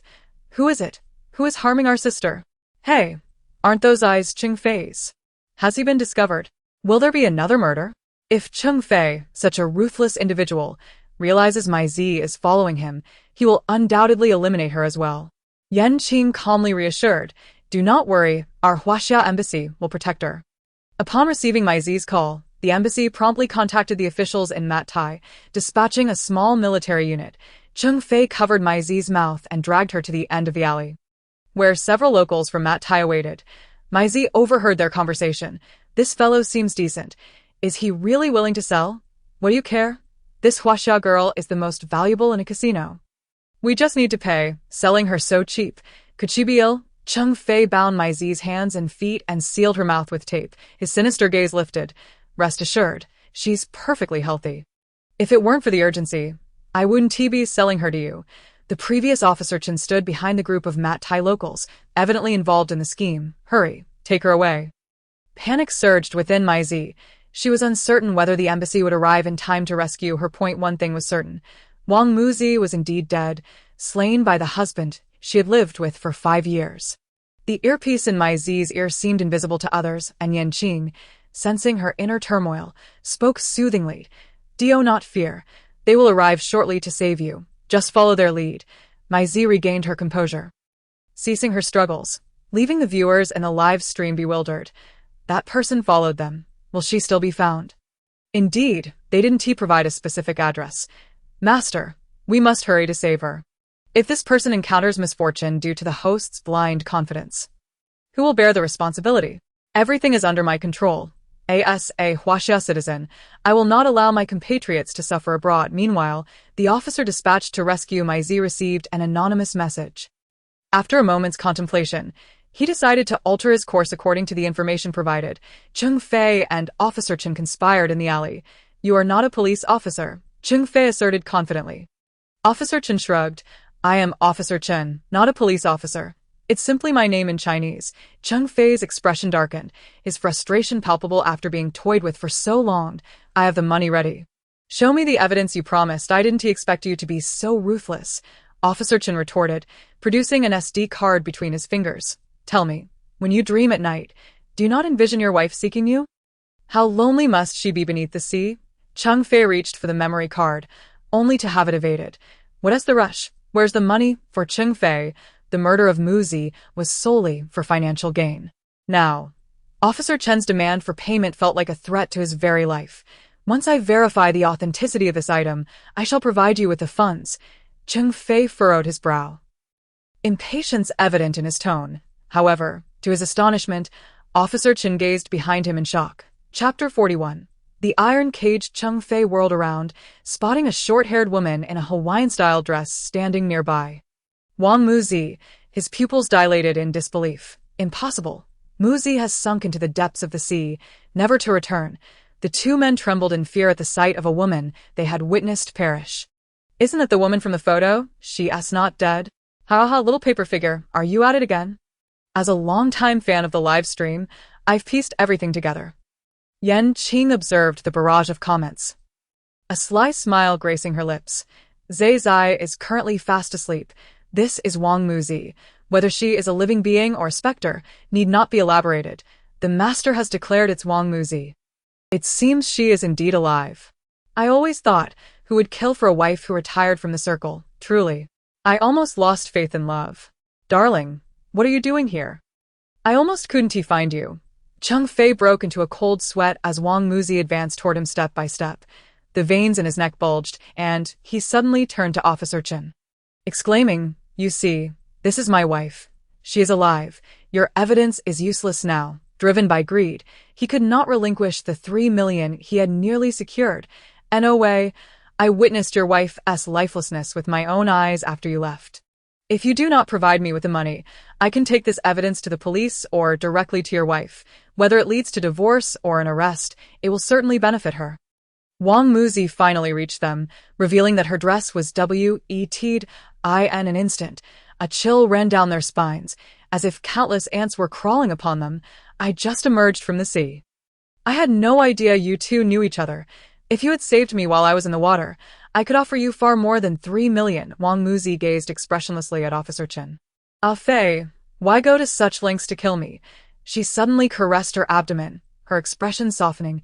"If you can wait for our baby to be born, I want to allow you to be killed by debt collectors." Her words seemed to provoke Cheng Fei, whose eyes reddened as he struggled to contain his emotions. "What did you say? You're pregnant." Upon uttering those words, he appeared deranged. "Ha ha, impossible. How could you be pregnant? Why not earlier or later, but now? Is the child still in your belly? Well, how should I put it? I feel like she doesn't quite resemble a living person. Don't you think she casts no shadow?" "Indeed, there is no shadow. You have a keen eye." "Very good. I told you. How could one not see a ghost in this live stream? Now, it's all come full circle." Wang Muzi scrutinized the man before her, seemingly probing for signs of regret. "Darling, do you regret it? I love you so much. How could you bear to kill me?" Officer Chen, struck dumb by the unfolding drama, began to doubt whether he had truly witnessed the woman's death previously. "Ha, regret. Yes, I regret it. I shouldn't have acted now. I should have waited until after the baby was born." After Cheng Fei spoke, a swarm of police officers stormed into the alley, apprehending the two men. "Is that it? Isn't there evidence of his murder on that memory card? Can Wang Muzi's body still be recovered?" "Master, I don't want to watch this anymore. Let us check on my Z instead. Did you not notice why so much happened over there while we've only experienced half an hour here? Now that you mention it, I hadn't noticed. Why is that? I've adjusted the flow of time so it won't delay everyone. The host is so considerate. I needn't worry about missing out on the 3 lucky bags. Ha ha ha, now I understand. It all makes sense." The scene shifted to Mai Zi, who is currently blindfolded in a van. Are they taking her to that so-called casino? When will they rescue her? I am anxious. Yan Qing remained silent, rummaging through her bag. After a thorough search, she frowned and looked up. "And oh, need to rush. There are still many people to save. Does the master mean to capture them all at once? How many people did the embassy send? Will it be sufficient?" After Yan Qing voiced her concerns, people began frantically calling the embassy for clarification. However, they struggled to articulate the situation, merely stating that many were trapped in a casino and urging the embassy to take action. Despite the lack of precise information, the embassy personnel patiently inquired for specifics. Upon learning that this involved the recently popular Yan Qing live stream, someone promptly entered the official account into Yan Qing's live stream. The officials have arrived. Master, please elaborate. Miss Yan Qing, I have long admired your name. We have received numerous calls from the domestic front, stating you possess information for us. Certainly, I will continue to monitor the situation in the live stream. The embassy quickly dispatched a substantial military force to the location Mai Zi was being taken to. Huaxia will not permit any compatriots to suffer abroad, within the parameters of their knowledge. They will strive to rescue every Huaxia citizen. Mai Zi was brought to a casino, and as the guards multiplied, the ropes binding her were loosened. Quick, take her inside. Today, someone specifically requested a beautiful Huaxia woman. Mai Zi was roughly pushed into an expansive area filled with numerous large iron cages. Within a dozen cages, 10 held individuals with yellow skin and black hair. The music from the live stream still echoed in Mai Zi's ears. A soothing melody that Yan Qing had deliberately played to ease her anxiety. Heavens, are those all Huaxia people? So many Huaxia people captured. Good grief, are we that easy to bully? Anchor, you must rescue these individuals. Sobe. Aren't the embassy personnel still present? Did you see that? Yes, we saw, and we will do our utmost to rescue them. In light of the friendship between the two nations, the embassy had collaborated with the officials from Matai, hoping they would not obstruct the rescue efforts of the Huaxia military. Mai Zi was merely being ushered past those iron cages when she was pushed into a guarded room. Chapter 42. No anesthesia dissection? No procedures? Am I going to be sold directly? I just want to know if there is still time. Mai Zi was thrust into the living room, where a Matai man lounged on the sofa alongside a man with yellow skin and black hair, who was clearly not Huaxia. Xin Tiankuan, a newly arrived Huaxia woman, pristine. You will surely like her. Xin Tiankuan?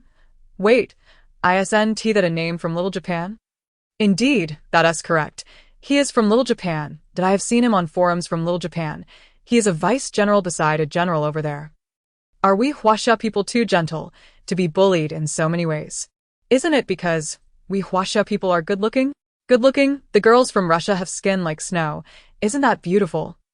Isn't it just because we are too easy to talk to? Yan Qing lowered her gaze, took out her large Apple device that she had previously changed, and logged into WeChat to send a message to Zhao Guoqiang. Deputy Zhao, this is Yan Qing. I have been discharged from the hospital and am currently live streaming. Please come to the room as there is a situation alone. Despite her inner turmoil, she needed the assistance of her country. Zhao Guoqiang promptly arrived at the live stream room upon receiving the message. Soon, others began to notice him. Oh, isn't this the officer of the undercover guy? You're here too. We could use more people in such positions to witness the suffering our Huaxia compatriots endure outside. Please come and help her. Thank you. Zhao Guoqiang quickly grasped the situation regarding Mai Zi and immediately reported it to his superiors. Meanwhile, Mai Zi was being scrutinized by the little Japanese man who held her chin, assessing her repeatedly. Oh, a bit defiant. The general might not fancy that. Is there nothing else? The Matai man appeared troubled. There truly is nothing else. A few have been sold multiple times already. Mai Zi felt a surge of anger, her eyes ablaze, glaring fiercely at them. Xin Tiankuan, noticing her expression, felt a wicked thrill. You have a bit of spirit. I like that. If the general doesn't want you, I shall keep you for myself. Splendid indeed. Don't hold me back. I want to kill him. Let him die. I want to stop you. Go ahead and create havoc for them. Charge. Let us take them down. Do not rush. Just watch. They will not leave here alive. Yan Qing spoke with calm assurance. What the fairy says will surely come true. Yes, just like last time. My bodhisattva would not be wrong. They seemed utterly unconcerned about anyone escaping, allowing Mai Zi to stand in the living room without restraint. Mai Zi, follow my lead, move about. Mai Zi subtly cleared her throat, indicating her understanding, and began to wander around the living room as directed by Yan Qing's voice in her earpiece. This Huaxia girl has remarkable courage. She must be quite delectable. Wait, isn't one a Matai and the other a little Japanese? Why are they speaking Huaxia? Because our Huaxia language has become international. Ha! Mai Zi completed her movement as instructed, and a half-circular shield flickered in the air. Suddenly, a rapid knocking sounded at the door. Xin Tiankuan was startled, cursing, "Baka, you fools, what are you doing?" The Matai man's anger faded slightly. Xin Tian, calm down. I'll check. The guards outside dared not enter, knowing Xin Tian's notorious temper. Last time someone disturbed him, they were swiftly dealt with. We are surrounded by the military. What? Upon hearing this, Xin Tiankuan stood up, panic flooding his mind. The Matai man was equally anxious. Stop them. We cannot let them in. Hide those Huaxia individuals first. Not good. The Huaxia military has not breached in, but our Matai military has, someone shouted. The friendship between the two nations did not allow for any disruption. After receiving news from the embassy, the Matai officials promptly dispatched troops to investigate. Seizing the opportunity, Maizi pressed herself into a corner, attempting to diminish her presence, yet Xin Tiankuan, in a bid to save himself, remembered her. He drew a small firearm, pointing it at Maizi. "You, if you wish to live, come here. Stand still and don't provoke him." Yan Qing's voice echoed in the earpiece, and Maizi obediently remained motionless. The threat had no effect. Xin Tiankuan was on the verge of exploding. He needed a Huaxia hostage to return safely to his country. Fuming, he advanced toward Maizi, attempting to drag her from the corner. Bang! As he drew near, a radiant light burst forth from Maizi, sending Xin Tiankuan stumbling back 2 steps. Baka, a Huaxia expert. He raised his firearm, shooting at her knees in jest. But the shield activated again. The ricochet sent the bullets back toward him. Baka, I'm done for. Oh dear, what has happened to Xin Tiankuan? Approaching, she saw that Xin Tian's knee had been pierced by a bullet.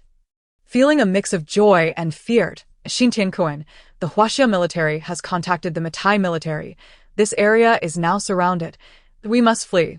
The two of them could not escape easily. Yan Qing had set up a formation using Maizi's movements, which was now activated due to the attack. But in the basement of the casino, an organ auction was underway. A robust Huaxia man was bound and displayed on the platform. Wealthy bidders aimed to purchase organs either for high prices or simply for their twisted collection desires. The health index of the man was displayed on a screen beside him. Once all viable organs were sold, a live dissection without anesthesia would commence. Does today's winning bidder have any special requests? We provide complimentary preservation and delivery services if needed, the female host reminded the bidders with a charming smile. Hurry up, there aren't that many dead people waiting to be saved. Yes, quickly, once we finish with this fish. I have to rush for a business trip. The bidders began clamoring for the live dissection. The beautiful host, with a charming smile, swayed her hips. It seems our esteemed bidders are quite eager. Hence, I shall personally wield the knife for your entertainment. Soon, a tool cart filled with surgical instruments was wheeled in. Wait, didn't they say the military rushed in? Where are they? Good grief, she asked, about to cut him open. I can't bear to watch. It's unbearable. Isn't the anchor supposed to be powerful? Why isn't she saving anyone? Chapter 43. What's wrong with Huaxia people's tough bones? The anchor is human, not a deity. No matter how powerful, this live stream cannot facilitate a rescue, right? Ningyuk. It seems not entirely impossible to save. Just as the viewers in the live stream closed their eyes in fear, the beautiful host's knife remained poised, yet she did not slice open the man's skin. A murmur of confusion spread among the audience. What is going on? Are you capable or not? If not, hurry and switch personnel. Ignoring the audience's jeers, the female host switched to another knife, yet it too failed to pierce the man's abdomen. Undeterred, she sliced the knife against her assistant's hand, the spurt of blood illustrating the blade's sharpness. Indeed, everything is under our fairy's control. I told you the anchor wouldn't just stand by and watch a living person be dissected. Unusual. Botsy, come here. Another man was brought in, and the situation remained unchanged. Encountering such a scenario for the first time, the individuals on stage began to whisper among themselves. They then fetched a chainsaw. Esteemed bidders, do not be anxious. Allow Huizi to provide you with an exhilarating performance. The buzzing of the chainsaw filled the stage, igniting the audience's excitement. Wonderful. Today was not in vain. These Huaxia people, their bones are tough. Just right for the chainsaw. The audience roared with laughter, each hailing from different nations, their mirth under the lights appearing devilish. How infuriating. They hit the nail on the head. My entire body is just bones. Huaxia people are just stubborn, so what? Let it drive them mad. I'm utterly amazed. Quickly check for me. Are there any Huaxia individuals among the audience? Checked, based on my years of studying various nationalities. There shouldn't be any Huaxia people among them. However, the chainsaw could not sever the man's flesh. A.S. frustration and terror mounted on the stage. The basement doors were finally breached by the military. Both the armies of Huaxia and Matai surged in, brandishing their weapons and aiming them at everyone present. You have all been surrounded. Raise your hands. The individuals on the stage, initially dazed, were rescued, believing they were doomed. Yet unexpectedly, they escaped death. Look at this fellow's expression. He has danced 3 times at the gates of hell. Not an easy feat, haha. To dismantle them, all it takes is a word from Yanqing. The host is about to gain fame in Matai. The military was in the casino's lounge, having located Maizi, who stood motionless in the corner. There were 2 corpses. The trapped Xintian fired 2 shots to eliminate the Matai man, but perished himself in the attempt to attack Maizi once more. Maizi was saved, while Chung Fei was captured, with subsequent matters handed over to the embassy and Matai personnel. Well, it's time to distribute the next fortune bag. Yanqing adjusted the flow of time, restoring normalcy to the live stream. Ready. This time, I must ascertain whether my destined partner has lost their way. Look at me. I am your destined partner. Shall we wait for the official announcement regarding the aftermath? Yes. Everyone may want to follow that embassy account.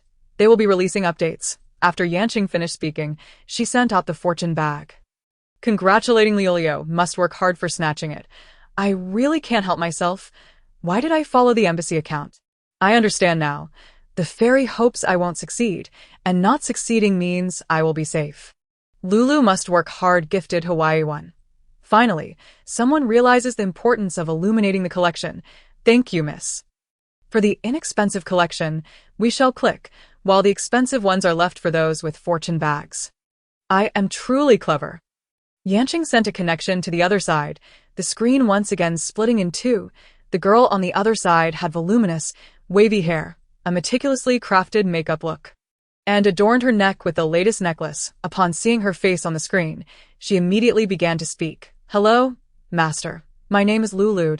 I am a full-time novelist, and recently I have noticed that my novels have garnered little traffic, with many malicious reviews. Is this image really that of a novelist?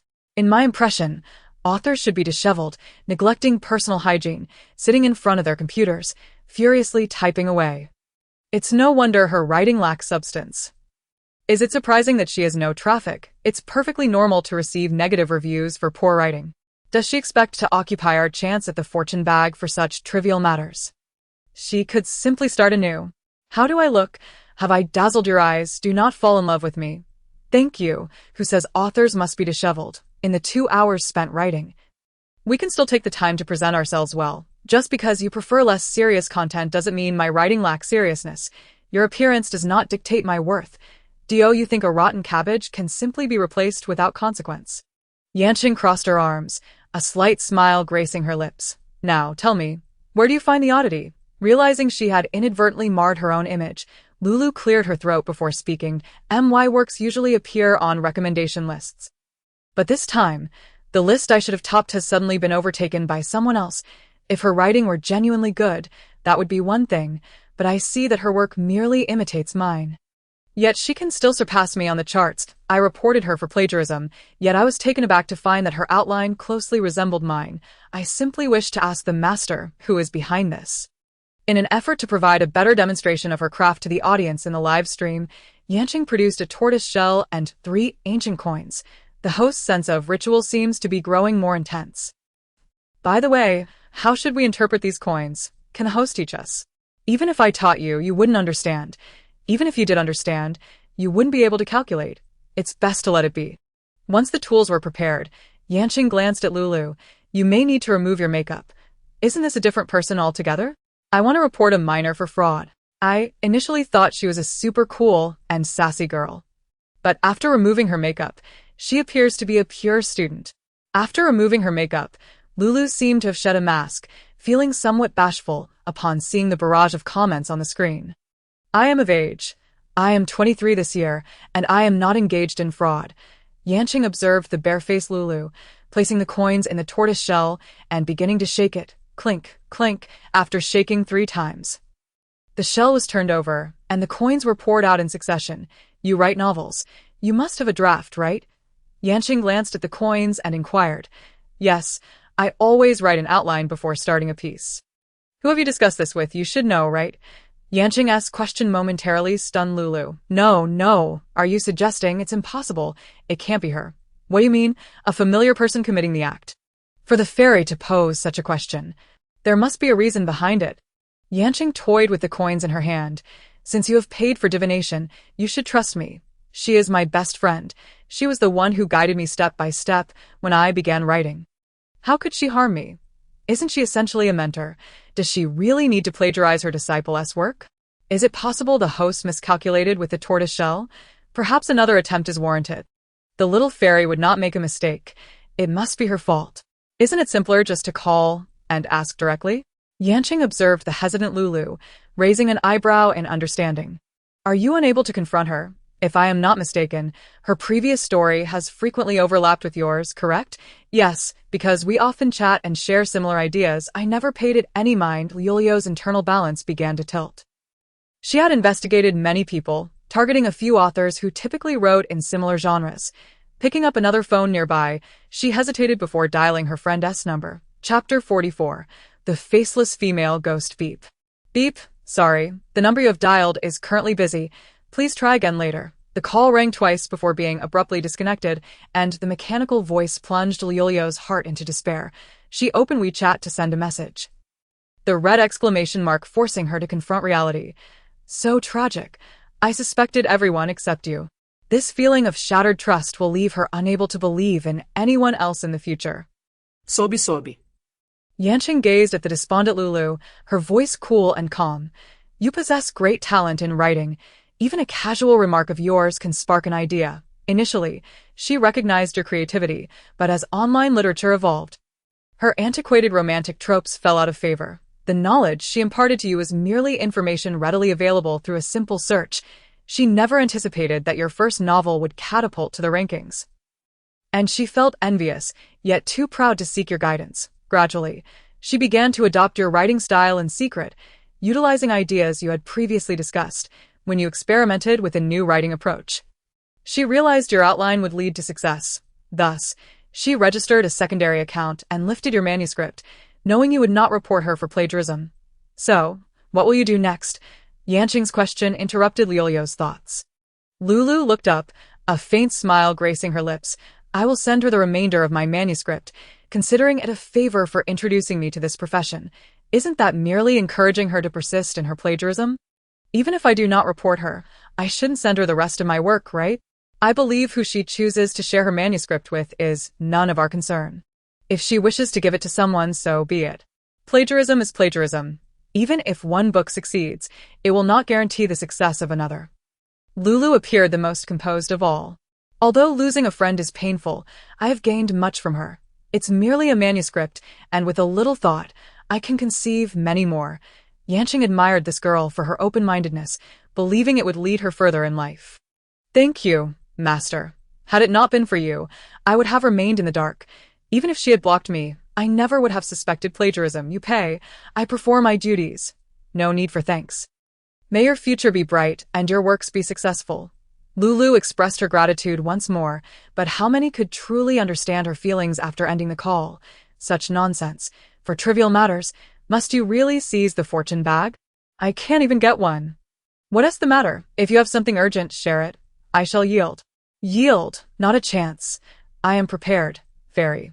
This time, I must video with you. Congratulations to the user. You shouldn't call for winning the fortune bag. You shouldn't call gifted rocket one. Wow, this one has a $5,000 gift. Another achievement unlocked. Oh yeah. Didn't win again. Can someone please rig this for me?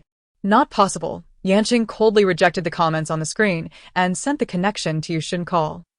The camera revealed a man in his 30s, dressed in a suit, seated at an office desk. At a glance, he appears to be a successful individual. But why is a successful person still in a suit watching a live stream at 9:30 at night? Good question. Perhaps he just got off work? Yanqing expressionlessly regarded the man across the screen. Oh, you have something you wish to calculate. Fang Shiqing did not receive the expected compliments. Frowning slightly and casting an annoyed glance at Yanqing, "Please show me if there are any unclean things following me. Why is there another emperor? Do people nowadays no longer know how to speak properly?" Yanqing's gaze pierced through the lens, observing the female ghost behind Fang Shiqing, and nodded. "Yes, there is indeed a tragic female ghost. How?" Yanqing's retort left Fang Shiqing feeling humiliated, since there is a female ghost. "Let us capture her. After all, my 5,000 yuan cannot be wasted. That pig giving birth last time didn't he disgust me this much? Huh. What pig giving birth? Is it really that disgusting?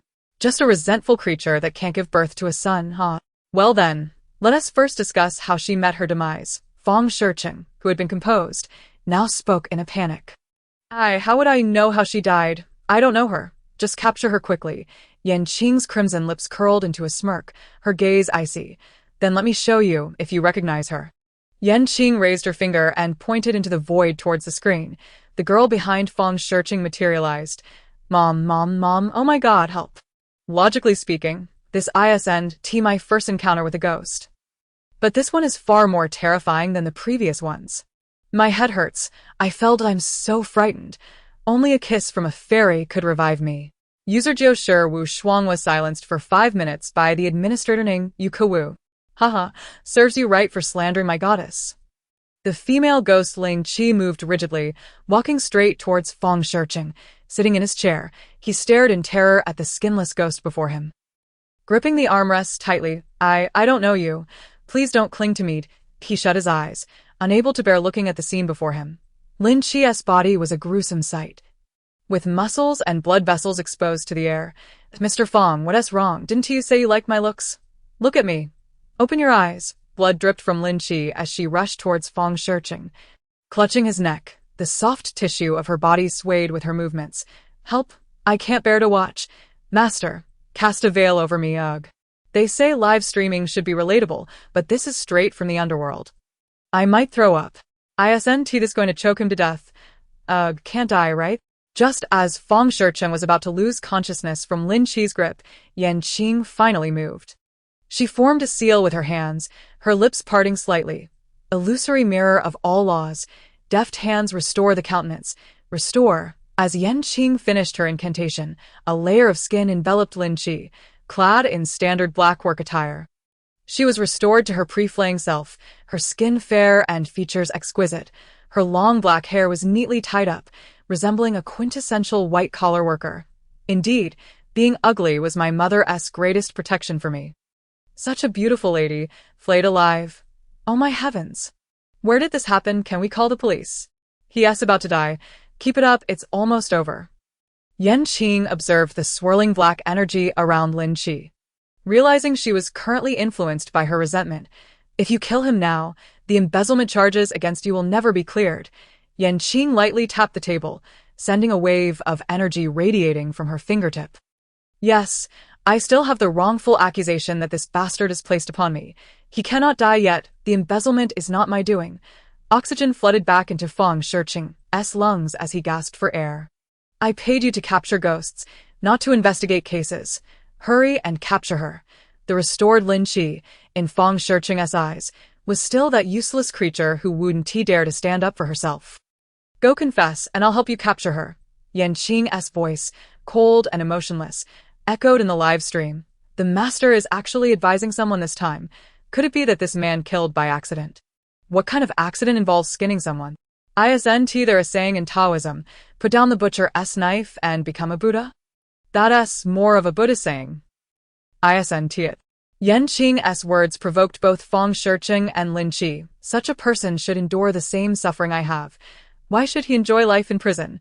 Lin Qi's resentment surged again, her skin beginning to peel away piece by piece.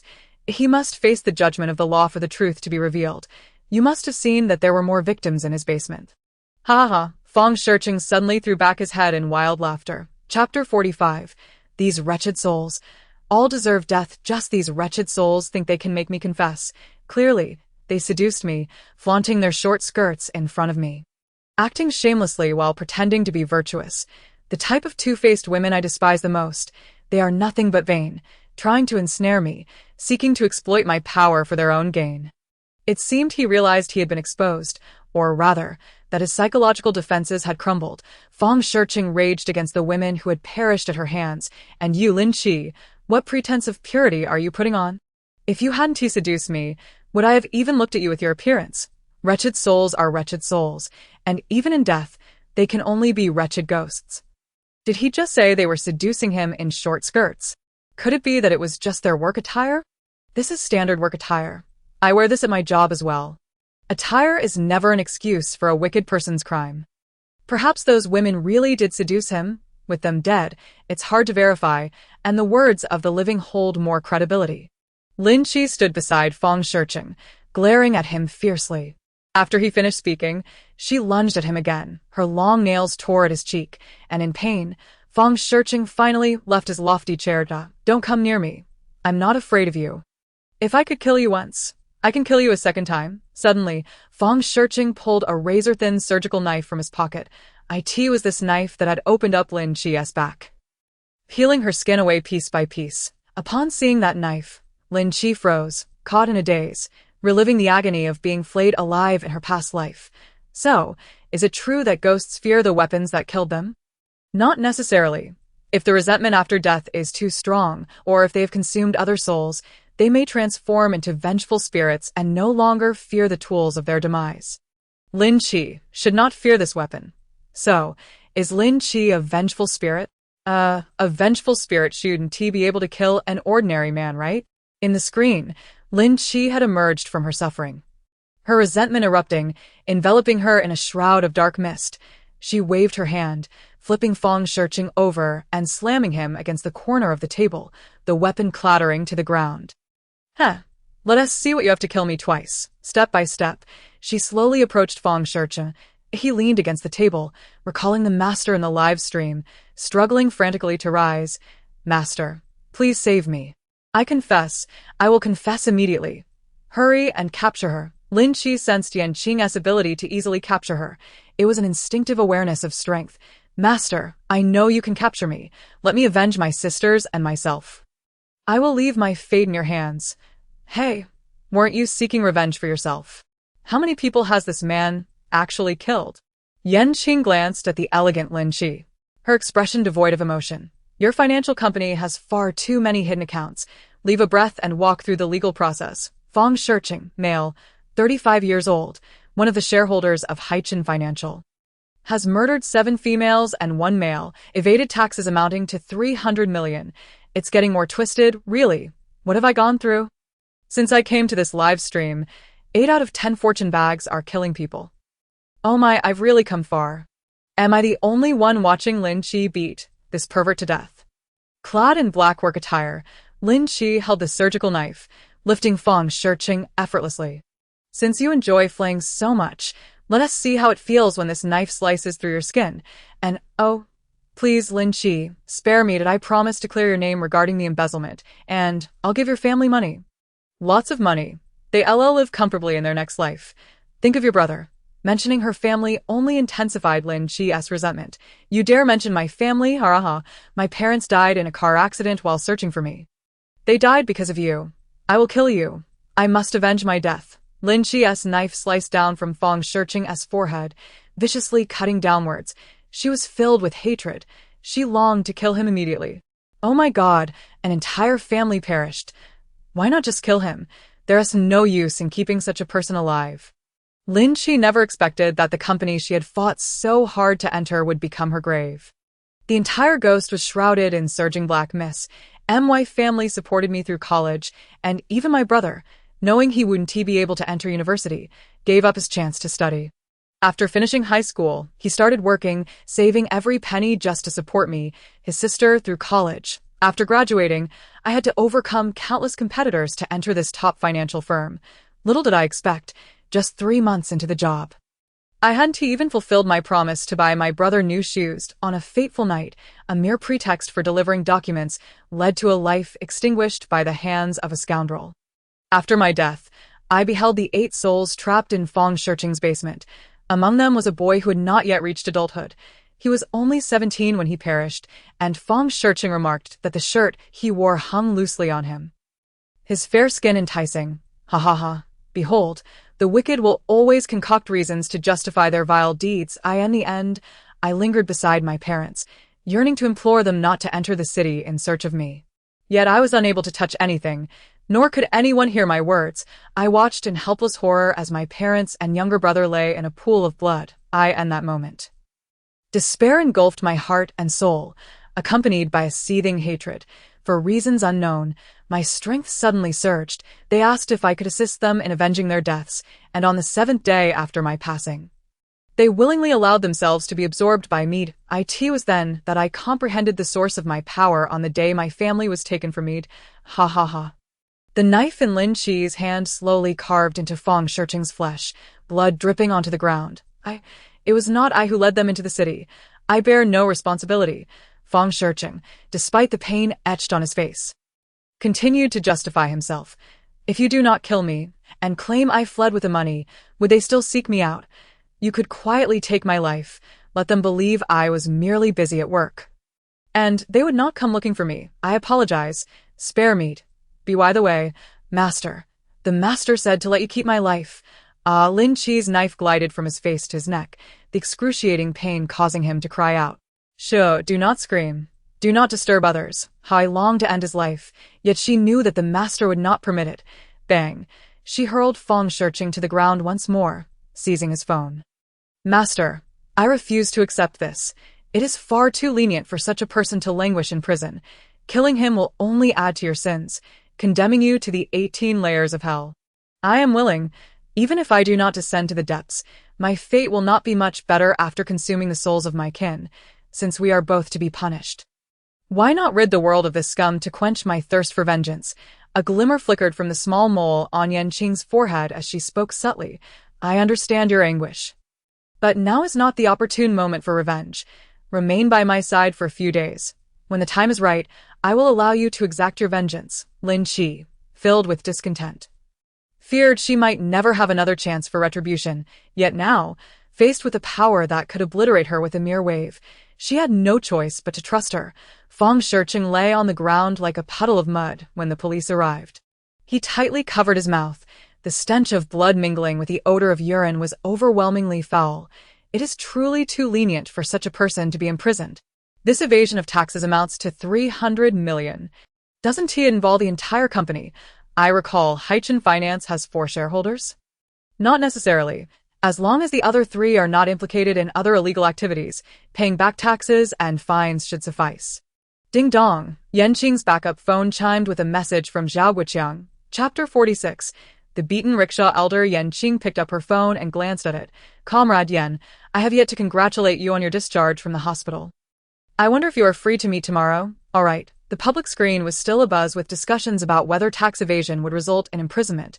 Today's gossip has concluded, and to express gratitude for the sincere prayers of my fans during my hospitalization, I shall add one more reading today, complimentary and random. I knew good people would be rewarded. This is stroke of luck for me. Fairy, quickly draw for me. I truly need you.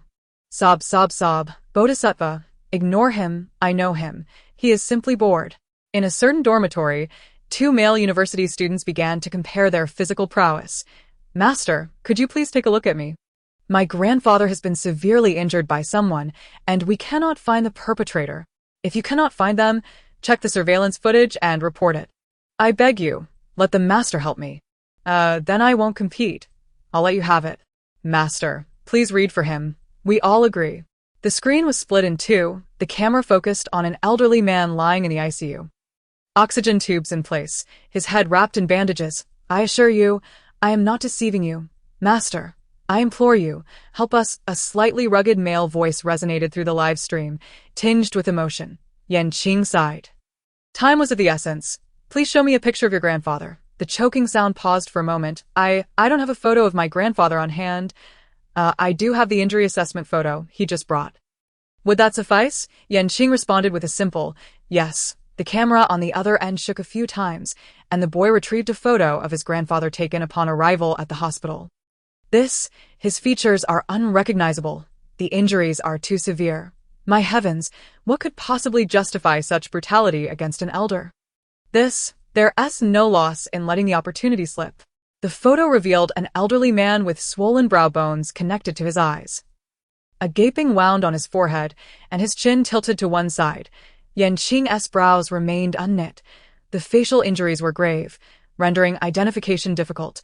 However, blood relations could also suffice, hearing Qing's words. The camera quickly switched back. I am my grandfather's grandson, and my name is Zhou Kai. I initially thought that voice belonged to a university student. He appears to be a high school student. He must be going through a voice change. By the way, is he guarding the hospital alone at night? Qing cast a glance at Zhou Kai's features. A blood relative had passed away prematurely. He bore the fate of an orphan. Do you know your grandfather's birth date? Zhou Kai quickly recited his grandfather's birthday. Qing's fingers danced as she calculated, her brows furrowing. This was not a familiar case, and it was indeed challenging to decipher. By the way, was your grandfather assaulted by a passenger while pulling a rickshaw? Could it be that he simply fell? The elder can hardly articulate the incident. No, he was assaulted by a passenger. My grandfather, in a daze, insisted he could not accept less than 50 cents. The elder only regained consciousness once after being brought to the hospital. Thereafter, he remained in a coma. The assault was corroborated by a witness, albeit from a distance, who could not identify the assailant. Zhou Kai blinked, tears falling unbidden. My grandfather's rickshaw, being foot-powered, has a strict policy of not accepting fares for distances exceeding 3 kilometers, even for a journey of 3 kilometers.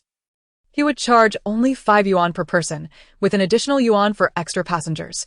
A rickshaw can accommodate a maximum of 2 individuals, even at the furthest and most expensive distance, that amounts to only 6 yuan.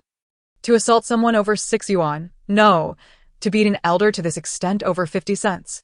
If this were his own father, would he have been able to strike? Is it possible to locate the assailant? Or perhaps have Zizai breathe on grandfather to awaken and reveal the truth? Qing ceased her calculations. The other party had already packed their bags, preparing to travel and avoid the storm. Now, report to the nearest airport. The suspect is a woman, approximately 159 centimeters tall, weighing around 130 pounds, clad in a red dress, carrying a black kui bag. Your calculations are remarkably detailed. I adore it. Very touching. Ningyoke. Wait, I'll fight him again. Zhou Kai did not disconnect the call. He borrowed a phone from the nurse's station to report the incident. The recipient, hearing a child provide such detailed descriptions of the suspect's height and attire, responded skeptically, "We are still investigating."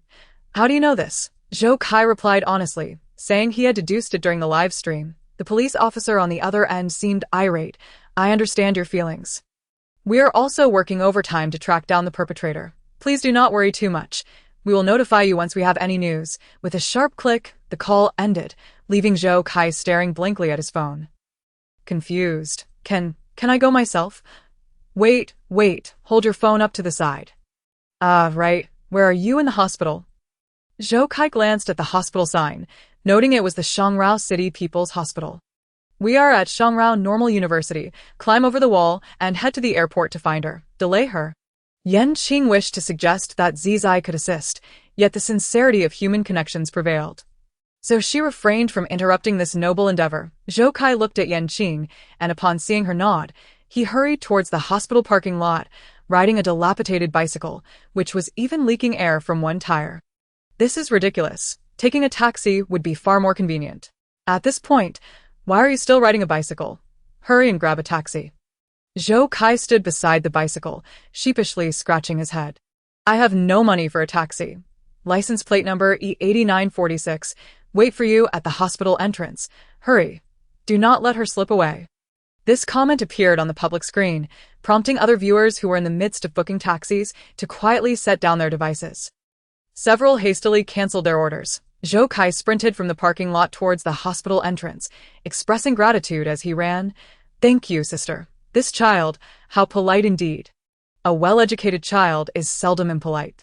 Nowadays, polite children are rare. Not long ago, I saw a student fall, and when I helped him, he didn't even say thank you." Qing observed the public screen's support for Zhou Kai and quietly took out a container of spicy and sour noodles. Just as she tore open the seal, the doctor admonished, "You cannot consume spicy food. Put down that container of spicy noodles, Yanting. Are you hungry? Shall I order some rice porridge for you?" laughing so hard. The host is caught sneaking food while live streaming. I recall this was the first person calculated by the master, right? So they have indeed signed a contract. Indeed, after the divorce, I promptly signed with this treasure of a host. So, everyone, please show your support. Rice porridge, after so many years of consuming rice porridge. Well, tonight's late-night snack isn't a necessity. I was merely tempted by these delectable treats after just ascending the mountain. Once Yanting set down her hot and sour noodles, Su Yuan continued with her work. Since she preferred not to have anyone assist her during the broadcast, she has been accompanying Su Yuan in the streaming room lately. We are already in the taxi, heading towards the airport now. Wah, it's so hard to climb over the wall. Little fairy, let us stick together. Ningyuk, come, stick with me. Boring, this moderator is just here to harass me. Let us report them. Deservedly so. The public screen was abuzz with chatter, while Zhou Kai sat silently in the taxi, gripping his phone. He was uncertain if he could make it in time, or if he could find that person. He had heard the airport was quite large.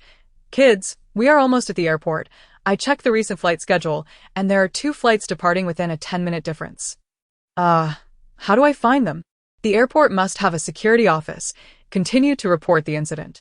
The public screen was deliberating strategies as Zhou Kai arrived at the airport. The evening flights were few, and the vast airport was dimly lit. With half of the lights turned off, standing at the airport entrance, Zhou Kai felt lost, following the advice of his older siblings. Master sister, where should I go first? Yanting glanced at the time. She had brought her swimsuit and headed towards Gate 4. As soon as Yanting's voice fell, Zhou Kai dashed towards the sign indicating Gate 4. This camera is shaking. I do rather admire the master's stunning beauty. Everyone, please help keep an eye out. It seems finding the police is more reliable. We have arrived and are heading towards the direction of my brother. I must say, these 2 brothers are genuinely righteous. Too bad I'm not nearby. The older brothers and sisters in the streaming room are all so kind-hearted. The red gas canister stood out prominently in the airport.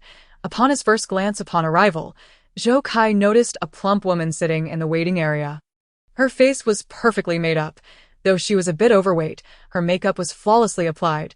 Master sister, she is sitting there. Should I approach? Zhou Kai cautiously inquired, his eyes fixed on the woman. Just sit across from her. There are only 3 minutes left until boarding. Zhou Kai raised his phone and sat directly opposite the woman. Within a minute, the woman's gaze shifted towards him, glaring at Zhou Kai. Are you filming me with your phone? Let me see. The woman lunged forward to snatch Zhou Kai's phone, catching him off guard, and it was swiftly taken from him. The woman glanced at the phone, which was live streaming, noting it was still connected to the broadcast. She looked at Yanting and then scrutinized Zhou Kai from head to toe. TSK, TSK, TSK. Today's youth, simply lacking in proper upbringing, spending their tender years immersed in online streamers. Oh my, were you well-mannered when you assaulted an elder? I truly envy this woman's skin. Her maintenance is impressive. Before the woman returned the phone to Zhou Kai, she noticed the barrage of comments on the screen. Could the situation have been discovered? Impossible. There are no cameras in this area, and I'm wearing a mask. Who could recognize me? She feigned indifference as she tossed the phone back to Zhou Kai. How utterly dull. TSK, TSK, here you go. The announcement for boarding echoed through the airport as the woman hurriedly grabbed her luggage and rushed towards the boarding gate. What could a half-grown child do to me? Chapter 47. Inviting her is merely to give her face. This woman is so arrogant. Aw, catch her? Here they come. We're on the run. Zhou Kai took a deep breath and sprinted in front of the woman. You cannot leave. You struck my grandfather. And you will not escape. The woman looked momentarily startled. What are you talking about? I don't even know you. The woman attempted to sidestep Zhou Kai, but he blocked her again. Regardless, you cannot leave. I have called the police, and you must come with me to the police station. The woman, both anxious and furious, glared at him with her hands on her hips. Where's your grandfather? A little child like you. Trying to scheme? Huh, let me tell you. I can't be bothered with you. There were hardly any people around at night, all busy catching their flights, and no one paid attention to such a commotion. Zhou Kai, inherently honest, was merely pushed aside by the woman, only to foolishly block her path again. You struck my grandfather. You must accompany me to the police station. You just want money. Here's 300. Is that enough? Take it, take it. I could give you more and still be poor. I can't believe they're offering 300 for an ICU visit. How shameless. Demanding more would just be extortion. She should be taken to jail instead. Will sending her to jail wake the old man from the ICU? Why else would he be pedaling a rickshaw at his age? The woman threw 300 yuan at Zhou Kai's face. Relishing the sight of the money falling to the ground, raising her foot, she attempted to leave. Dear passengers, there are 3 minutes remaining until the boarding for this flight concludes. Passengers who have not yet boarded. Please hurry, the announcement blared, and the woman quickened her pace. Zhou Kai, still dazed, once again positioned himself in her way. Don't be too greedy. You're still unsatisfied with 300. My grandfather is in the ICU. You must come with me to the police station and confess. The woman was about to curse when a voice called out from behind. I'll give you 300. How about you go lie down in the ICU instead? At last, 2 university students arrived, tall and robust, standing beside Zhou Kai to bolster his courage. Wow, 2 handsome brothers. This young man is truly righteous. He actually showed up, and he will reimburse your taxi fare. You don't go too far. 300 is not a small amount. I merely gave him a few hits. That old man has only himself to blame for ending up in the ICU. What does it have to do with me? All right, I've recorded this. There's evidence now. She has confessed. We can notify the police to apprehend her. Such a person must face compensation and punishment. With a record on file, the 2 male university students, one darker skinned named Shinteng and the other fairer named Jia Xing, were robust, comparable to athletes despite studying education. The woman's route to boarding was completely obstructed. Help! Someone is robbing me suddenly. The woman sat down on the ground, throwing a tantrum in an attempt to attract the attention of the airport security. You, truly shameless. We haven't done anything at all. Regardless, it's too late to board now, and this loss will surely be on your heads. That old man, whether he lives or dies, has implicated me. You delayed my boarding. You must compensate for the cost of this ticket. Zhun Teng and Jia Xing exchanged glances, positioning themselves protectively around Zhou Kai. We have already called the police. You can sit there and wait for them to arrive and see who owes whom. Upon hearing the police were on their way, the woman quickly leapt to her feet. Fine. I want to argue with you children. Let us consider this even. I'll take my leave now. Seeing someone like her feeling guilty is truly rare. She's just afraid that if she doesn't leave now, she'll have to pay more. We can't let her go. Zhun Teng and Jia Xing once more barred her path. Auntie, you're not leaving today. Wait for the police to come, and you'll be off to jail. What evidence do you have proving I struck that old man? I merely bumped into him by accident. I even gave him an extra $1. Oh dear, that $1 is truly valuable. She didn't give him more. The fare was 5 yuan. At that time, she had 4 coins and a 50-cent piece.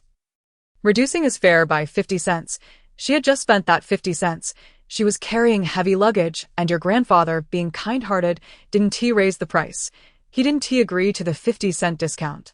When she attempted to leave forcibly, your grandfather held her back, still smiling, but she suddenly pushed him down. She struck him with the thermos in her hand, resulting in the gash on his forehead. Yanting's voice resonated in the streaming room. A thermos? Oh my, that's stainless steel. Wait, isn't a thermos usually rounded? How could it cause such an injury? Yes, the thermos she held was a customized version with sharp edges. The woman heard Zhou Kai's phone and was instantly frightened into silence. I'm sorry. I didn't expect anyone to see. How much do you want? I'll give it to you. Just don't report me. What? Did I hear that correctly? So it's acceptable to strike someone as long as no one sees it. Where are the police? Hurry and take this woman away. As soon as the comments appeared, the police arrived. Upon understanding the situation, all 4 individuals were taken to the police station. Zhun Teng and Jia Xing comforted Zhou Kai, patting him on the shoulder. Don't be afraid. Big brothers will protect you. Since the live connection was severed in the police car, the streaming room began to chat idly. I just remembered. Wasn't he the younger brother alone at the hospital? Where are his parents? If grandfather is in the ICU, shouldn't his parents come over? Is it possible they are working in another city and can't make it? Oh, that old man truly has it tough at such an old age. Still pulling a rickshaw, I need to earn well so that my father won't have to do hard labor in the future. Yanting didn't inform them that Zhou Kai had no parents and had been living with his grandfather since childhood. If she mentioned it, they might express sympathy. but she could see that Zhou Kai was a child who didn't need such pity. I ask this where it all ends tonight. Will the old gentleman be able to survive this perilous phase? Indeed, master. Could you possibly share what comes next? Observing the concern etched on everyone's faces for the grandfather's safety, Qing glanced once more at the old man's birth chart, her fingers gently tapping. Well, the old gentleman will be transferred to a regular ward tomorrow, so there is no need for worry. The assailant will cover all medical expenses and will be detained for 15 days. That's splendid. I shall go and set up a memorial tablet for the master right away, praying daily in hopes of encountering further auspicious events. Brother, what a splendid idea. I too shall partake, seemingly taken aback by the suggestion. Qing paused for a moment. If you truly wish to pray, establish the divine position of my heavenly master's ancestral deity and beseech him for your protection. Qing then rose to retrieve the tablet from the incense altar. Placing it before the camera while solemnly admonishing, prepare to take a screenshot. Do not misplace it. Screenshot taken, haha. The master is most serious. All right, I shall have it customized tomorrow. After establishing the divine position, one must remember to light 3 incense sticks in the morning with sincere intent. Concluding the live stream, Qing and Zhao Guoqiang arranged to meet the following day for meditation on the bay window. If her spirit remained unexhausted, Qing typically refrained from lying down to sleep. As meditation facilitated the refinement of her skills, I and the central command room of Yangxia, a group of prominent figures, typically only seen on the news, sat in the conference room. At the forefront was the highest leader of Huaxia. What are your thoughts? Speak freely. The leader lifted his teacup, taking a sip before inquiring. The expressions among the attendees varied. Zhao Guoqiang, seated in the center, noted the silence and was the first to speak. At present, we have no alternative, according to reports from our personnel in Xiari, for more Chinese nationals have gone missing near Futa Mountain. Moreover, even if we wish to invite her, Master Yan may not be inclined to come. Inviting her is a gesture of respect. Serving the country should be her honor. A plump man retorted loudly. The leader slammed the teacup down heavily. Ensuring the safety of the Huaxia people is our paramount duty as leaders. If we wish to enlist someone as capable as Qing, we must adopt a proper attitude. The next day, Qing awaited the arrival of Zhao Guoqiang's envoy at her home. The message from yesterday indicated that the esteemed individual wishes to meet with her. Zhao Guoqiang's vehicle was quite unassuming, a modest Wuling van. He sat in the passenger seat, smiling as Qing boarded. Master Yan, I have long heard of your esteemed reputation. It is indeed a privilege to meet you. With a broad forehead, bright wise eyes, a straight nose, and a square jaw, he was a commendable official. Qing settled across from Zhao Guoqiang. Vice Commander Zhao, it is a pleasure. The vehicle made its way towards the city center, where Qing sat quietly, ignoring the incessant notifications on her phone. Master Yan, do you not wish to check your messages? Qing shook her head. The information you are about to share is of far greater significance. Zhao Guoqiang was momentarily taken aback. He had intended to express gratitude to Qing for her assistance in destroying 300 million in drugs, forgetting that she was a person of considerable insight. She likely understood that his motives were more complex. I must be getting old. He chuckled inwardly, recalling her capabilities 2 months prior. Our embassy in Xiari discovered several residents whose visas had expired. Our team searched extensively around Futa Mountain without success. Recently, more individuals have vanished near the mountain. Thus, he glanced at Qing. Given your prior success in eliminating the drugs, I believe you may have insights on locating these missing persons. Qing furrowed her brow and inquired if individuals have previously gone missing. Why have tourists not been deterred from approaching that area? Well, it is Xiaori's jurisdiction, and we are unable to impose our control. Zhao Guoqiang sighed, his expression inscrutable. Have only our Huaxia nationals disappeared? Qing's brow knitted further. She had little understanding of Xiari, and the specifics of Futu Mountain eluded her. From what I've gathered, aside from our nationals, 2 individuals from Ba country have also gone missing. Huaxia and Ba country have historically maintained a strong relationship. Yet it is precisely the nationals of these 2 countries who have vanished. As the conversation unfolded, the vehicle turned into the most prominent building in the city center, halting beside a small warehouse. The esteemed individual arrived late last night from Shoujing and is currently awaiting us in the meeting room. Yan Qing followed Zhao Guiqiang into the small warehouse, where the outside was spacious and tranquil. Guarded meticulously within, upon entering the meeting room, a distinguished figure rose from his chair. "Please take a seat." Yan Qing spoke first. "You may remain seated." The first figure appeared benevolent, smiling warmly. "I have long heard of Master Yan's youth and remarkable talents. Today, in person, you truly embody the aura of a sage." After a few pleasantries, the first figure transitioned directly to the matter at hand. Xiari is hosting a variety show featuring celebrities from 5 nations. It is titled The Great Star Adventure and has garnered significant attention, being broadcast live across various platforms. We have just received word that this season's location is Futa Mountain, the very site of the disappearances. We suspect Xiari's intentions are not entirely innocent. Every nation harbors its own mysterious history, Yan Qing mused, hesitant to overestimate her capabilities, yet the prospect of gaining exposure intrigued her. "When do we depart?" After pondering for a moment, she responded. The first figure's face brightened with appreciation at her agreement. "Tomorrow evening's flight. Master Yan, do you require any preparations? We intend for you to join this variety show for observation purposes and to safeguard our compatriots." Sensing the potential awkwardness of the situation, the first figure glanced at Yan Qing's expression, relieved to find no signs of displeasure. Yan Qing calculated her available funds and resolved to procure some sustenance for Zai Zai.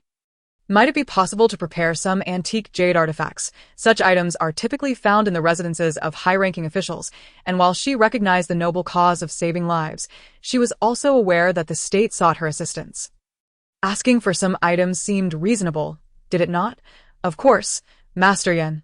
If you have any further requests, do not hesitate to voice them." With the first figure's permission, Yan Qing felt emboldened. This is a fortuitous development. "Ha ha ha. Your sect must be filled with exceptional talents if you are among them." She had initially intended to mention her need for renovations but caught herself just in time. This seemed rather excessive. It was better to earn it herself. 2 hours later, social media erupted in excitement as the popular actress Xiao Qiao posted an update. "Welcome Yan Qing to join us on our Xiari variety show adventure. As a senior in the entertainment industry, I will take good care of the newcomers." After posting, Xiao Qiao set her phone down and gazed at her heavily made-up reflection in the mirror. After years of hard work, she had finally ascended to the top tier of stardom. Why should a seemingly supernatural figure like a ghostly anchor be allowed to participate in the same show? Her agent shot her a disapproving glance. "Did they not inform you that Yan Qing would only participate in 1 episode and would not be entering the entertainment industry or involving herself in your affairs?" Qiao Qiao dismissed this with a wave of her hand. "I never claimed she was entering the entertainment industry. It's merely a social media update. What is there to be concerned about?"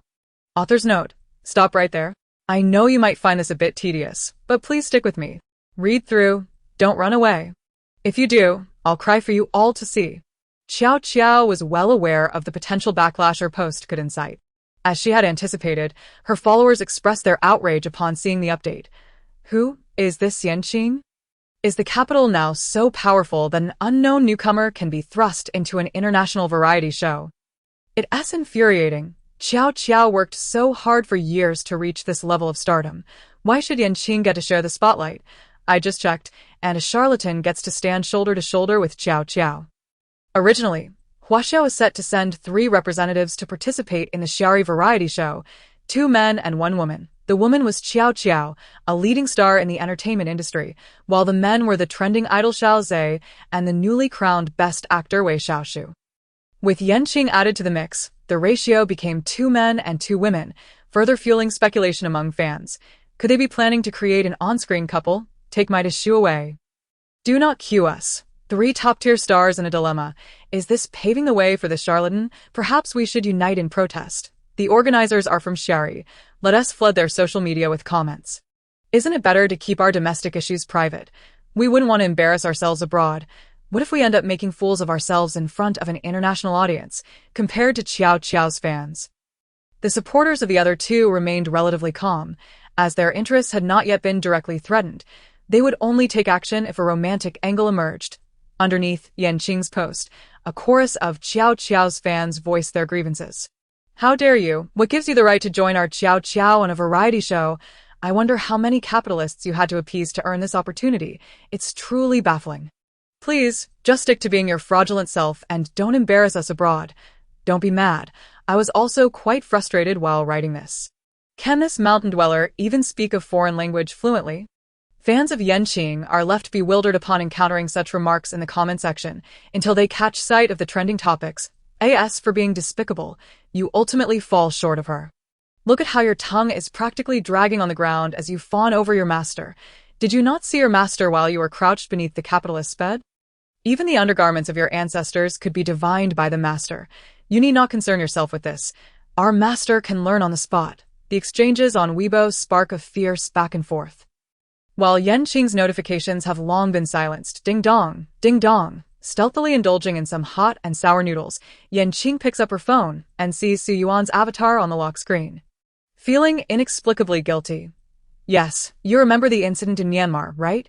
Li Yi's superior summoned me for a covert mission. Just know that, and tell others it was you who arranged it for me, with matters of confidentiality at hand. Su Yuan refrains from further inquiries, merely asking about the flight's departure time before addressing public relations on Weibo. To her surprise, when she logs onto Weibo, all discussions regarding Qing's participation in the variety show have vanished without a trace. Chapter 49, an 18th tier charlatan.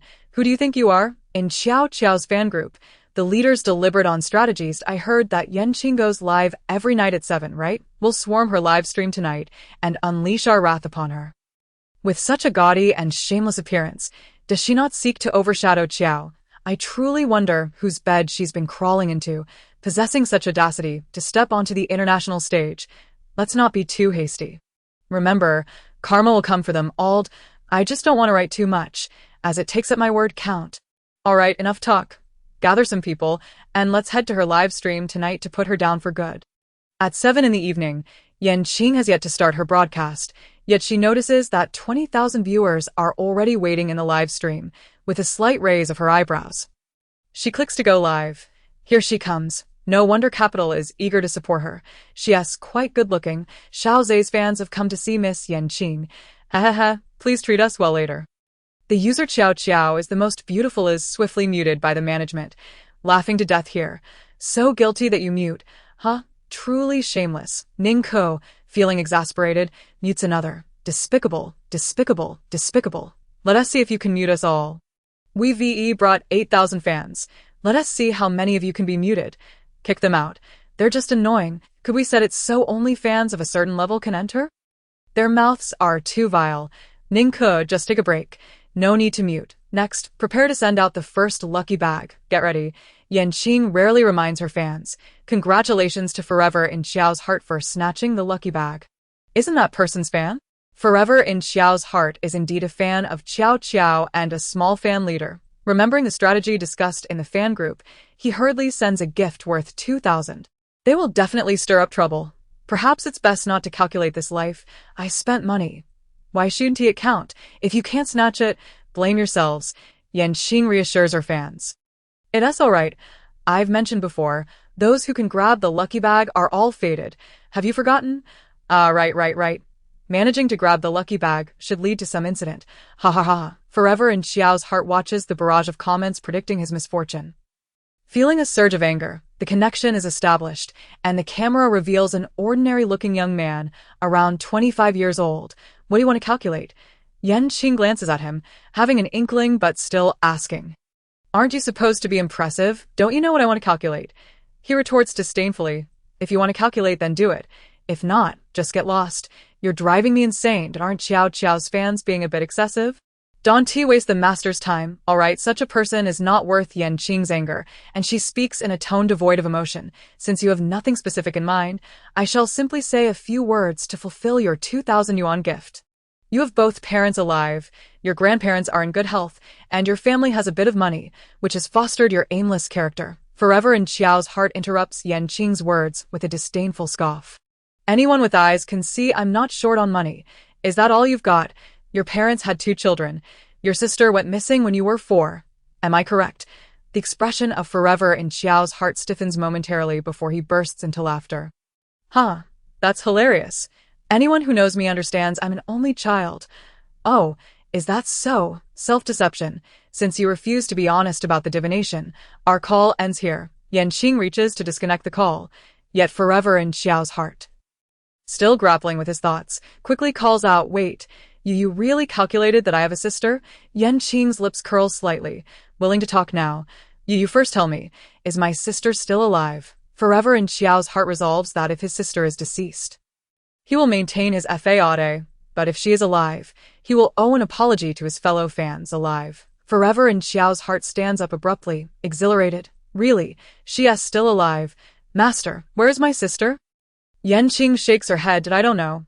You're not cooperating, so I can only discern that your family members are all alive. Over there." Forever in Xiao's heart believes it wholeheartedly. My name is Su Xinxin. I am 24 this year, born on October 8th. I indeed have a sister, who went missing when I was 4. My sister is 3 years older than me. When I was little, my parents were often away, and only my sister stayed home to play with me.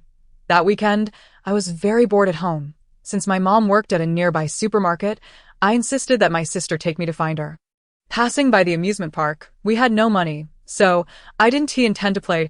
I saw someone handing out free balloons, and many people were gathered there, and I wanted to go get one myself. But my sister said it was too crowded and wouldn't let me go. I could only plead with her to help me squeeze in to get one. I really wanted it. My sister, unable to refuse, told me to stand still in the security room. However, my sister squeezed into the crowd and never came out again. Su Xinxin begins to cry as he recounts, I saw my sister didn't come out. And I wanted to find her, but the security guard said it was too crowded. My sister was probably in line. I was so desperate for the balloon that I could only wait in place. But when the crowd dispersed, I still didn't see my sister. The security called the police and informed my parents. They searched the entire amusement park but couldn't find her. Later, the county suddenly enforced family planning, and my parents claimed I was an only child. They've been saying that for 20 years. A 24-year-old young man now cries with red-rimmed eyes. He can no longer care about the messages from other fans in WeChat calling him out for his support of Yan Qing. "Master, if you help me find my sister, I will become your loyal fan forever." Ciao. Are you planning to betray us? You treacherous little man. If you become her fan, we will pretend we never knew you. From now on, the Ciao group will deny you entry. Goodness, is your sister more important than Ciao? Truly a brainless fan. Your sister's been missing for so many years. You still don't know where she is. While our Ciao has worked hard for years to reach her current position. Speechless. This isn't what a fan should say. However, I have witnessed the quality of some fans. You have quality. You have quality and still support such a fraudulent charlatan?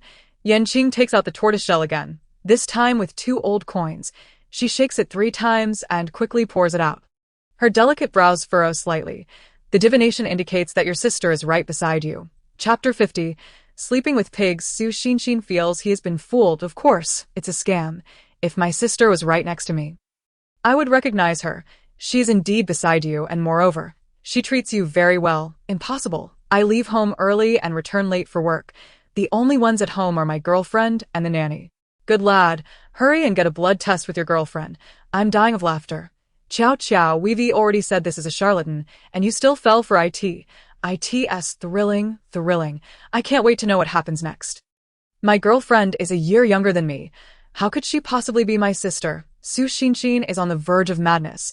He truly believed he could find a sister, only to realize this person is spouting nonsense.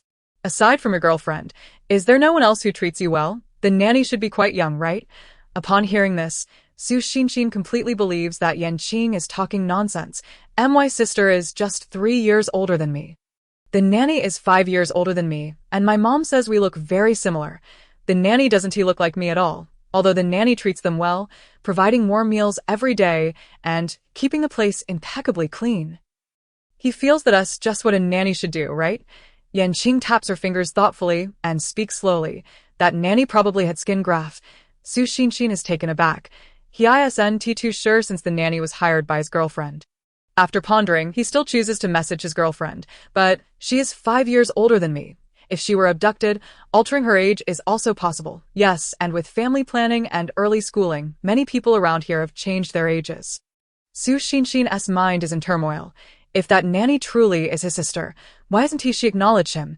Your sister, after being abducted, was sold to a family with a mentally challenged son.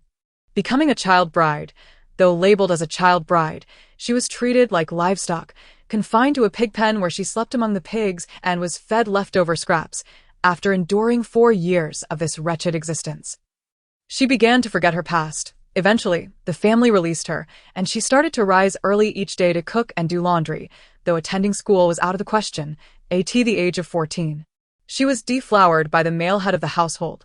By 18, she married the mentally challenged son, yet this did not spare her from the harassment of her father-in-law. At 20, a fire caused by the son resulted in the death of the entire family. But your sister miraculously escaped. The local hospital happened to be conducting skin graft research, and lacking funds, she agreed to become their experimental subject. With most of her face covered in grafts, she relocated to a different city and found work in a factory. At 24, she entered a relationship, only to be swindled out of her savings. Last year, after a car accident, memories of her abduction resurfaced, prompting her to seek you out, though she lacked the courage to reveal her identity. Coincidentally, your girlfriend hired a nanny who came to their door. Seeing her plight, your girlfriend took her. A 24-year-old man cried like a child in the live stream. Why are you crying? You're not dead. We haven't forgotten your betrayal of Qiao Qiao. What kind of terrifying brainwashing organization is this? This sister is so pitiable. Upon opening the door, he saw his girlfriend watching television in the living room. Woo-woo, baby, where's my sister? His girlfriend, startled, rushed to him, asking, what sister? Woo-woo, the nanny you hired is my sister. Woo-woo. Thud. Su Xingxing was studying in his room when he heard the commotion outside, quickly opening the door to hear his brother's words. The book slipped from his hands. I'm not. You've mistaken me. He hurriedly picked up the book, attempting to retreat back inside. Woo-woo, sister. Why won't you recognize me? Woo-woo. Su Xingxing rushed forward, kneeling on the ground to grasp Su Xingxing's hand. Continuing to wail. The last time I saw someone cry like this was last time. That time it was a young girl and Madame May, but this is a grown man, truly unbearable to witness. His girlfriend on the side tried to pull Su Xingxing up. No, this is my biological sister. If she won't acknowledge me, then I might as well die here. Woo-woo, sister, his girlfriend. I can't take it anymore. I'm laughing too hard. Look at my girlfriend's bewildered expression. Girlfriend. Oh my, this is so embarrassing. I don't want a boyfriend like this anymore. Su Xingxing, feeling helpless, turned around with tears streaming down his face. Mr. Su, I truly am not your sister. His girlfriend glanced between them. If you're not her sister, then why are you crying? I think you are. Hurry and acknowledge him. You're crying so hard. Whatever. Let us just calm him down. His girlfriend kept signaling Su Xingxing. She knew her boyfriend had a sister who had been missing for years, but to say this nanny was a sister, well, she couldn't be sure, so she decided to placate them for now.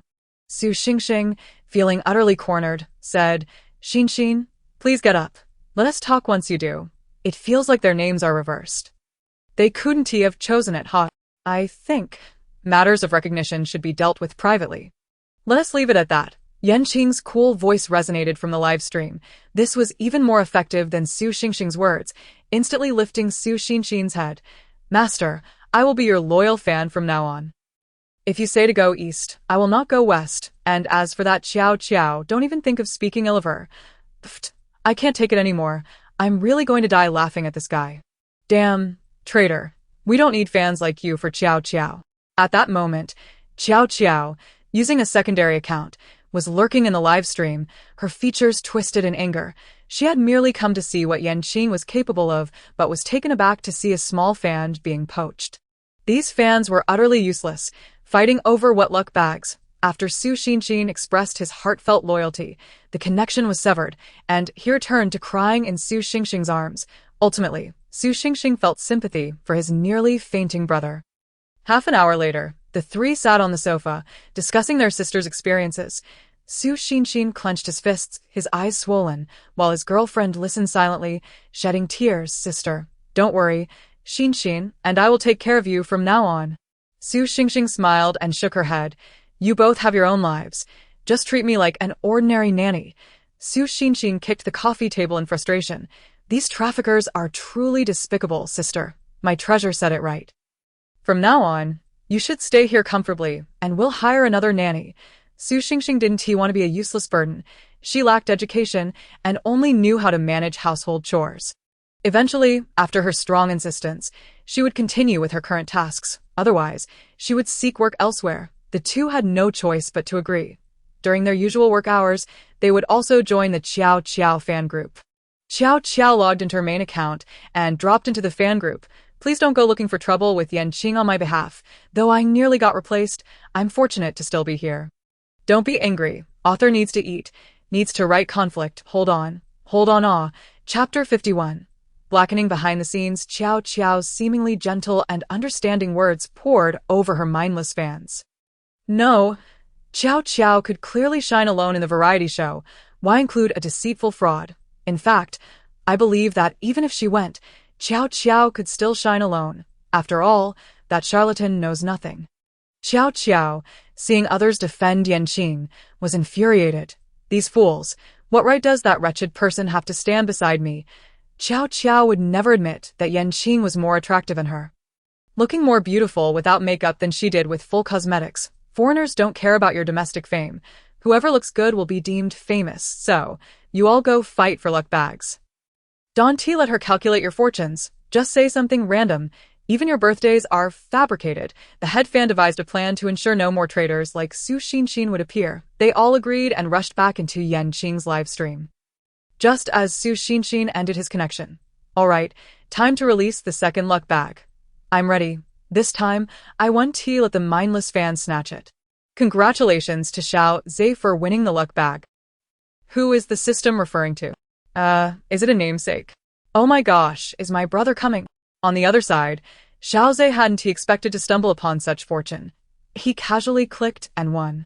But he didn't have anything to calculate. User Xiao Zhe sent a garden of lilies. Qing initiated a connection, and Xiao Zhe hesitated briefly before accepting. The man on screen was handsome, with a high nose and a warm demeanor. Feel free to imagine, it's really him. User Flying Xiao Zhe shared the live stream. User Zhe Bao Mama Loves You shared the live stream. In an instant, a flood of Xiao Zhe's fans surged into the live stream. Master, I'm sorry, I just came to see the excitement. I didn't expect to win just by clicking, and I have nothing to calculate. Xiao Zhe politely apologized. Qing's first impression of him was very favorable. This person had a striking appearance but faced many hardships on his path to stardom, resulting in his current status as a traffic star supported by fans, and oh problem, since you sent a gift. Let us calculate something. I see a downward trend in your recent fortunes. There are often hidden adversaries plotting against you.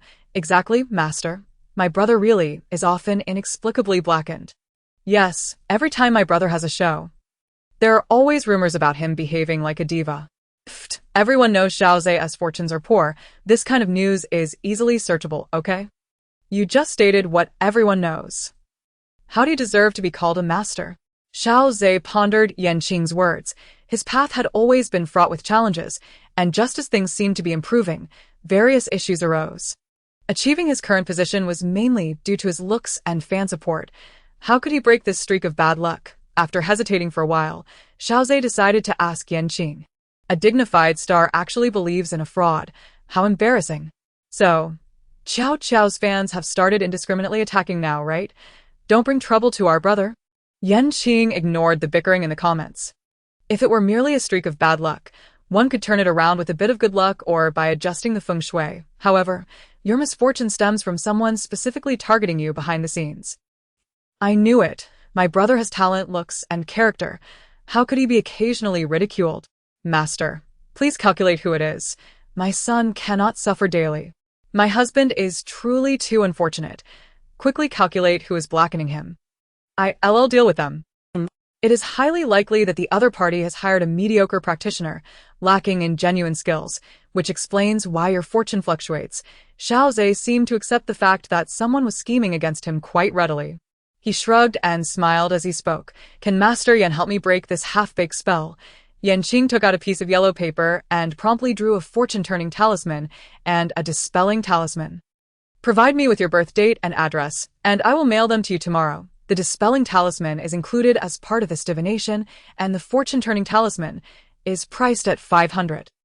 Fortune-turning talisman? 500? Fairy, isn't that a bit cheap? Even fake shamans sell theirs for 2,000. Yan Qing replied, I didn't realize it was so valuable. Can I still retract my words after saying that? Adhering to my principles, Yan Qing continued, this is the price, since it's bundled with the divination. Master Yan is truly kind. With such a formidable master accompanying my son, I feel reassured. There's no need to send the address. We can meet in person tomorrow. Tomorrow, we'll be sending off the child. Will we be able to see Master Yan then? Yan Qing raised an eyebrow slightly, realizing that the person on the other side was one of tomorrow's companions. Xiao Zhe smiled wryly. My dear fans have helped me out. Tomorrow we will be on the same flight to Shaori. Yan Qing folded the talisman paper neatly and placed it in a triangular pouch. All right, I will hand it to you tomorrow. I asked for the person behind this. We can discuss it when we meet. I see you are unaware. Let us just deal with the fans first. What else with Xiao's fans pretending to be Xiao Zhe's? It's infuriating. This woman has never liked her. Always acting all high and mighty. Seeing that Yan Qing and Xiao Zhe had established a rapport while her fans accomplished nothing, Xiao had no choice but to enter the live stream with her main account. My babies, I heard you are bullying the little friend Yan Qing here, so I rushed over. Please don't act this way. Yan Qing and I will get along splendidly. I believe our meeting tomorrow will be delightful. Yan Qing's fans can rest assured, for I will take good care of her. Xiao is just too kind. It's heart-wrenching. This is Xiao's first time participating in an international variety show, and she still has to take care of a burden. Is it such an honor to be participating in an international variety show for the first time? Xiao secretly rolled her eyes. Yet her typed words remained exceedingly kind. Please don't say that. After all, I have more experience, so caring for newcomers is only natural. Xiao and her fans engaged in playful banter, while Yan Qing focused on distributing lucky bags. All right, it's time for the final lucky bag of the day. Noticing that Yan Qing ignored her, Xiao's nose was nearly bent out of shape. Then I 1T disturb Miss Yan Qing's live stream. Babies, I'm off. Xiao's fans ceased their chatter, and the live stream suddenly lost 5,000 online users. Congratulations to the user Wan Lei Qing for snatching the lucky bag. The recipient promptly sent a $2,000 gift and actively initiated a connection with Yan Qing. Once the connection was established, a lovely girl appeared on the screen. Master, hello. My name is Wan. I'm pregnant, but my boyfriend says the child isn't his and is willing to undergo a DNA test. However, I truly have only him as my partner. Chapter 52. Preferably a demon child. If someone dares to do a DNA test, there must be no issues. Is it possible that she forgot her past encounters? Nowadays, young women are quite indiscreet. The girl anxiously defended herself. No, I truly am a first-timer. I love him dearly, but upon learning of my pregnancy, his first reaction was not to doubt, but to insist that I abort. This is my first pregnancy, and I am eagerly anticipating the arrival of the baby. Even if the child's father rejects him, I still wish to bring him into this world. The problem is, my boyfriend is adamant that the child is not his. I genuinely do not understand why his unwavering stance has led me to question myself. Is it possible that the child within me is a demon child or something? Yan Qing scrutinized the girl closely. She appeared clean and untainted by any malevolent presence.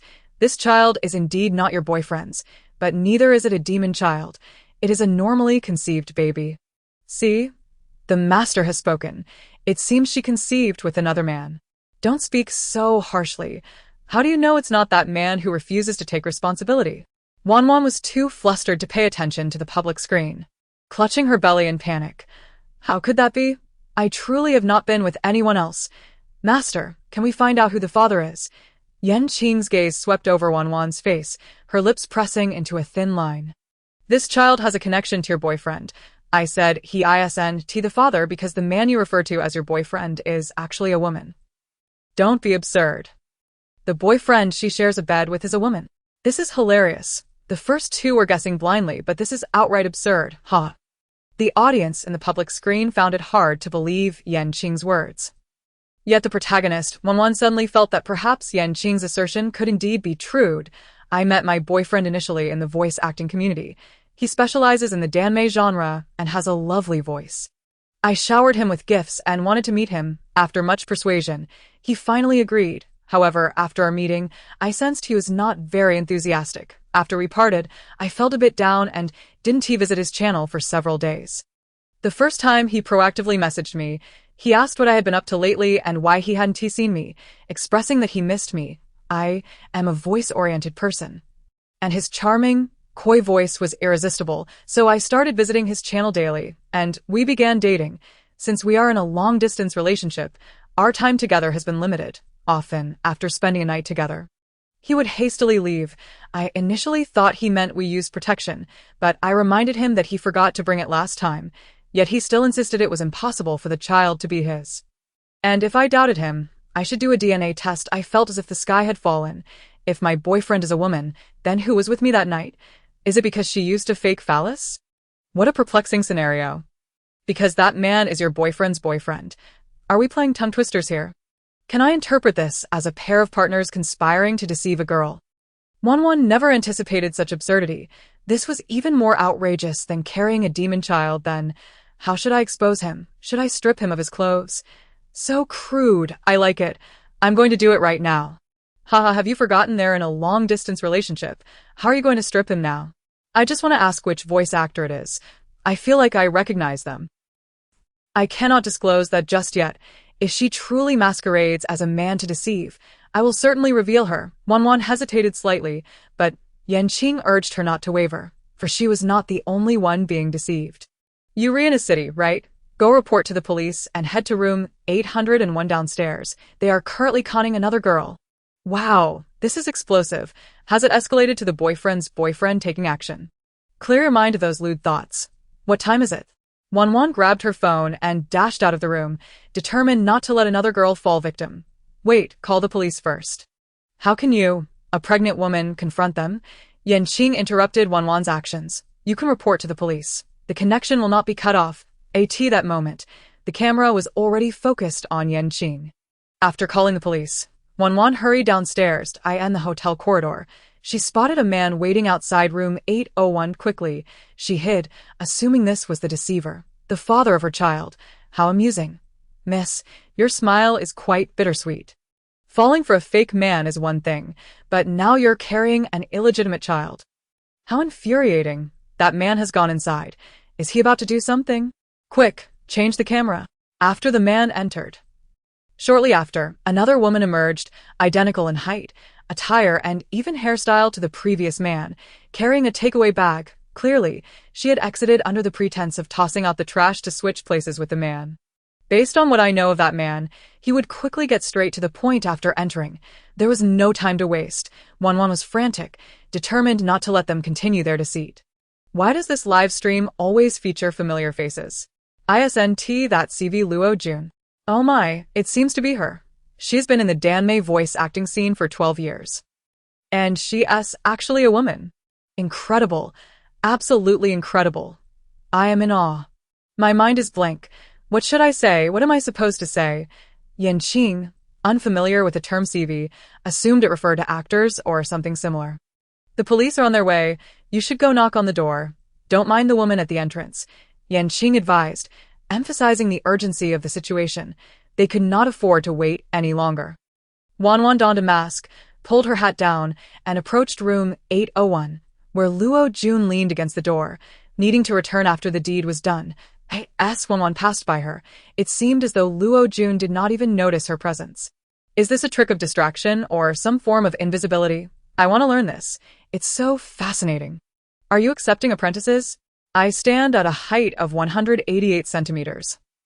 Possessing a remarkable memory and youthful vigor. However, why would one bring up height and youth when it is the memory that truly matters? Knock, knock, knock. Wan boldly rapped on the door, prompting the man inside, who was preparing for action. To assume his girlfriend required his attention. Wait a moment, darling, let me see who it is. Both individuals were part of the voice acting community, and in this moment, they employed a tone that the girl, ensnared in love, could not discern. Chapter 53. A beauty in midair. As the light flickered on, the girl inside hastily covered her body with a blanket. Upon witnessing Wan's entrance, she screamed, "Who are you?"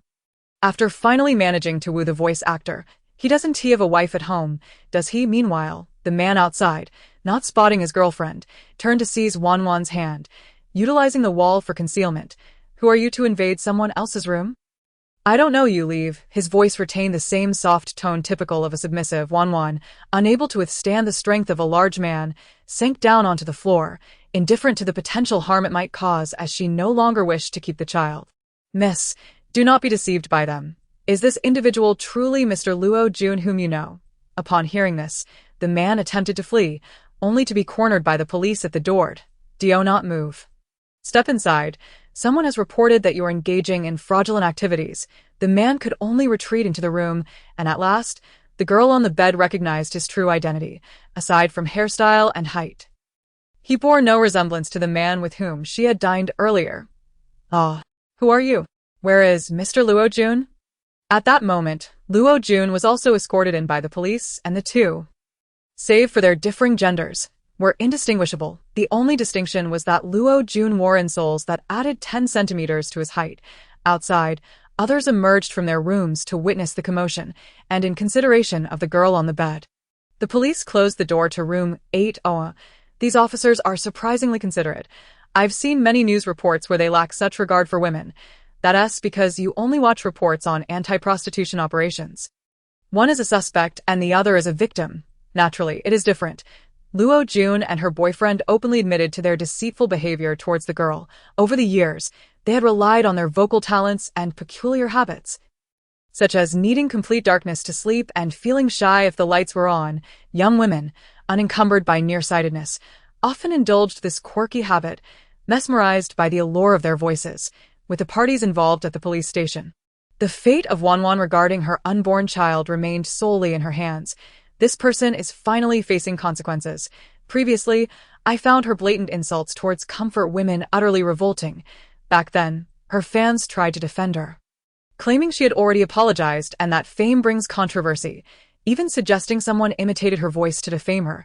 She was live-streaming during the public memorial for the recent earthquake, singing about good days. It is truly sickening. Her professional standards have remained unchanged over the past decade.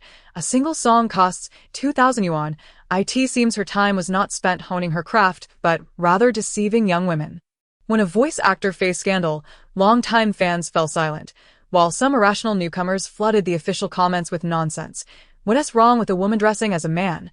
Aren't these women just as cheap? If they weren't, could our Junjun have ensnared them? Why not deceive me? I wouldn't mind sharing him with another, because the ones he deceived are all top-tier streamers, as the live stream concluded.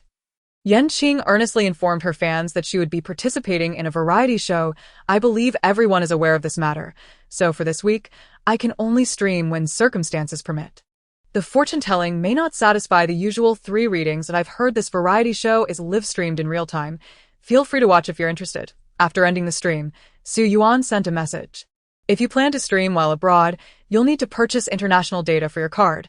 I'll send you the link. Tomorrow, I'll accompany you as your assistant and translator. Qing promptly declined, stating, "There's no need. I'm familiar with the situation and am going on a mission, not merely for the show," despite Su Yuan's insistence, fearing she might struggle in a foreign country. Qing resolutely turned down each suggestion. The following day, the bustling Shanghai airport was further crowded by the arrival of 3 top-tier fans. Says, "Mommy loves you. Take care of yourself abroad." Ah. Qiao Qiao, you're stunning. Qiao Qiao is the most beautiful. Dashi, take care when you go out. Show fewer smiles and more sadness. The 4 travelers gathered at the airport, and Qing spotted Qiao Qiao, the fan who had stirred up trouble in the live stream the previous day. "Oh, Sister Yan, where are your fans? Didn't they come?" Qiao Qiao glanced around the crowd of fans. "I've searched everywhere and haven't seen them. Could they be blocked by our fans? Should we ask them to make way?" Qing fixed her gaze directly on Qiao Qiao. "There's no need. They didn't come." During the previous day's live stream, some fans had offered to send her off, but she had declined. Her fans were generally obedient and had commitments to their studies, making it unnecessary for them to rush to the airport. Qiao Qiao felt a sudden jolt at Qing's penetrating gaze, and she began to chuckle to herself. Hee, that's quite all right. Too many people isn't good either. You see, it would require greeting everyone, which is quite tiring. With that, she turned and entered the VIP passage, her steps quickening as if to escape. This woman is truly strange. When she looked over, it felt as though I was undressed. She secretly complained to her manager beside her. Shu, don't offend this person. Knowing the instructions from above, Hong Jing understood her artist's temperament and advised her to be cautious, lest a careless remark escalate matters. Qiao Qiao assumed Hong Jing feared offending the powerful backers behind Yan Qing and, with disdain, pouted her lips, donned her sunglasses, and strode away in her high heels. Yan Qing and the other two followed closely behind, with Xiao Zhe and Wei Xiaoshu politely introducing themselves. Master Yan, about the talisman paper you mentioned yesterday? Xiao Zhe recalled his unfortunate luck that he had yet to rectify. Yan Qing handed him the prepared talisman and opened a payment QR code. 500. Thank you. Xiao Zhe promptly scanned 500 yuan to her, expressing his gratitude. Do you know who set me up? As they conversed while walking, Wei Xiaoshu, who walked alongside them, had no prior knowledge of this newly added member. His manager had merely instructed him to maintain a calm demeanor. Observing the exchange between the two, he wondered what business they were conducting. Reminded by the fans' warnings, Wei Xiaoshu smiled politely. What business are you two conducting, Brother Shu? Master Yan is providing me with a luck-changing talisman. Would you like one?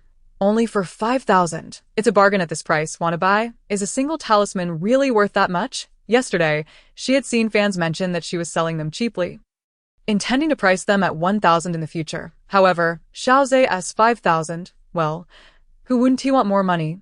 Wei Xiaoshu nearly cracked a smile at the absurdity of it all. 5,000 yuan? If it were an older master, I might consider it, but this young lady appears to be barely in her 20s. What kind of talisman could she possibly create?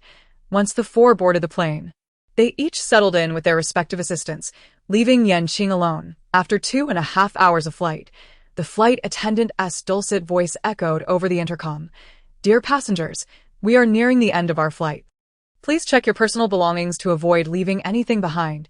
We wish you a pleasant journey. As Wei Xiaoshu awoke, rubbing his eyes, he glanced out the window at the clouds. A young, beautiful woman with a fair complexion sat amidst the clouds, smiling gently at him. Chapter 54. A little space. Wei Xiaoshu rubbed his bleary eyes again, but upon looking back, the clouds had turned pitch black, devoid of any figure. When the group arrived at the hotel, it was already past 9 in the evening. To ensure they were rested for the following day as shoot, they retired early. Gradually, he drifted into slumber. Xiao Shu Jun in his dream, a woman clad in a fitting outfit, to avoid suspicion, beckoned him from a featureless, white expanse. Meanwhile, Yan Qing, meditating in the adjacent room, opened her eyes and glanced at the wall connecting their rooms. With a cold snort, she closed her eyes once more. Xiao Shu Jun. Wei Xiaoshu furrowed his brow, irritated by the woman's persistence. Stop calling me. It's so annoying and impatient. He sat upright, raking his fingers through his hair. Was he overly influenced by the adult films he had watched? Did he start fantasizing whenever the topic arose? He flung off the blanket and splashed cold water on his face in the bathroom. Upon raising his head, he was met with the reflection of a fair-skinned woman smiling back at him in the mirror. Am I seeing things? Should I find Xiao Zhe? No. He was a celebrated actor now. If others discovered he was afraid to sleep alone, he'd be the laughingstock of the internet. Xiao Shu Jun. I am so cold. Give me a hug. Startled awake, Wei Xiaoshu threw off the covers and spotted a shadow standing at the edge of his bed. He quickly pulled out his phone and began searching for any supernatural incidents associated with this hotel in the land of the rising sun. Cannibalism, soul absorption. The more he searched, the more terrified he became, hastily switching to humorous videos on social media, terrified and determined not to sleep any longer. At 6 in the morning, a knock at the door finally roused Wei Xiaoshu, who had been struggling to keep his eyelids from drooping.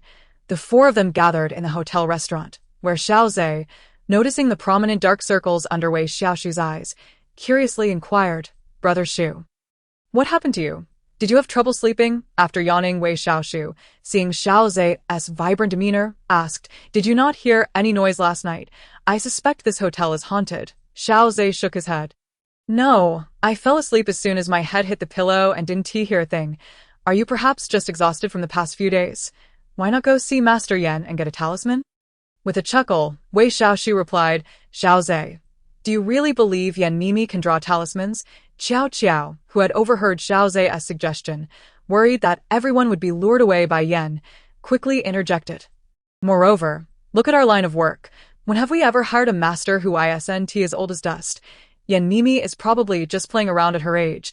Xiao Zhe glanced at Xiao Qiao but chose not to engage with her. Brother Shu, I believe Master Yan is quite reliable. Think about it. He then made his way towards Yan Qing, who was already seated. Xiao Qiao, feeling slighted by Xiao Zhe's lack of attention, suppressed her annoyance. Thinking to herself that at least there was an acclaimed actor present, I simply find Yan Mimi too young.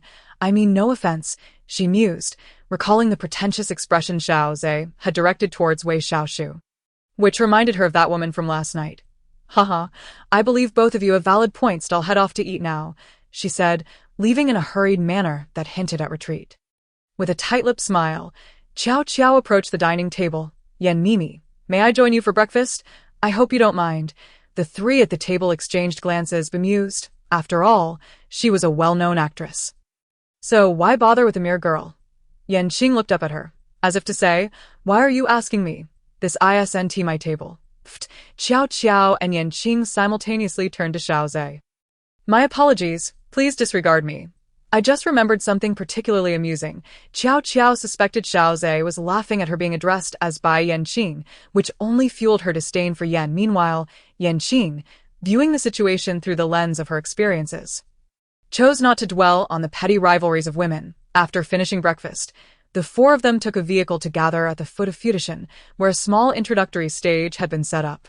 There were stars from 4 different countries, 3 from each, with Yan Qing being an additional last-minute inclusion, making it 4 from Huaxia. Here they come.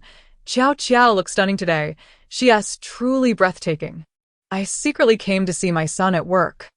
He is still so handsome. Deshu's performance today is commendable. The aura of melancholy, the sense of maturity.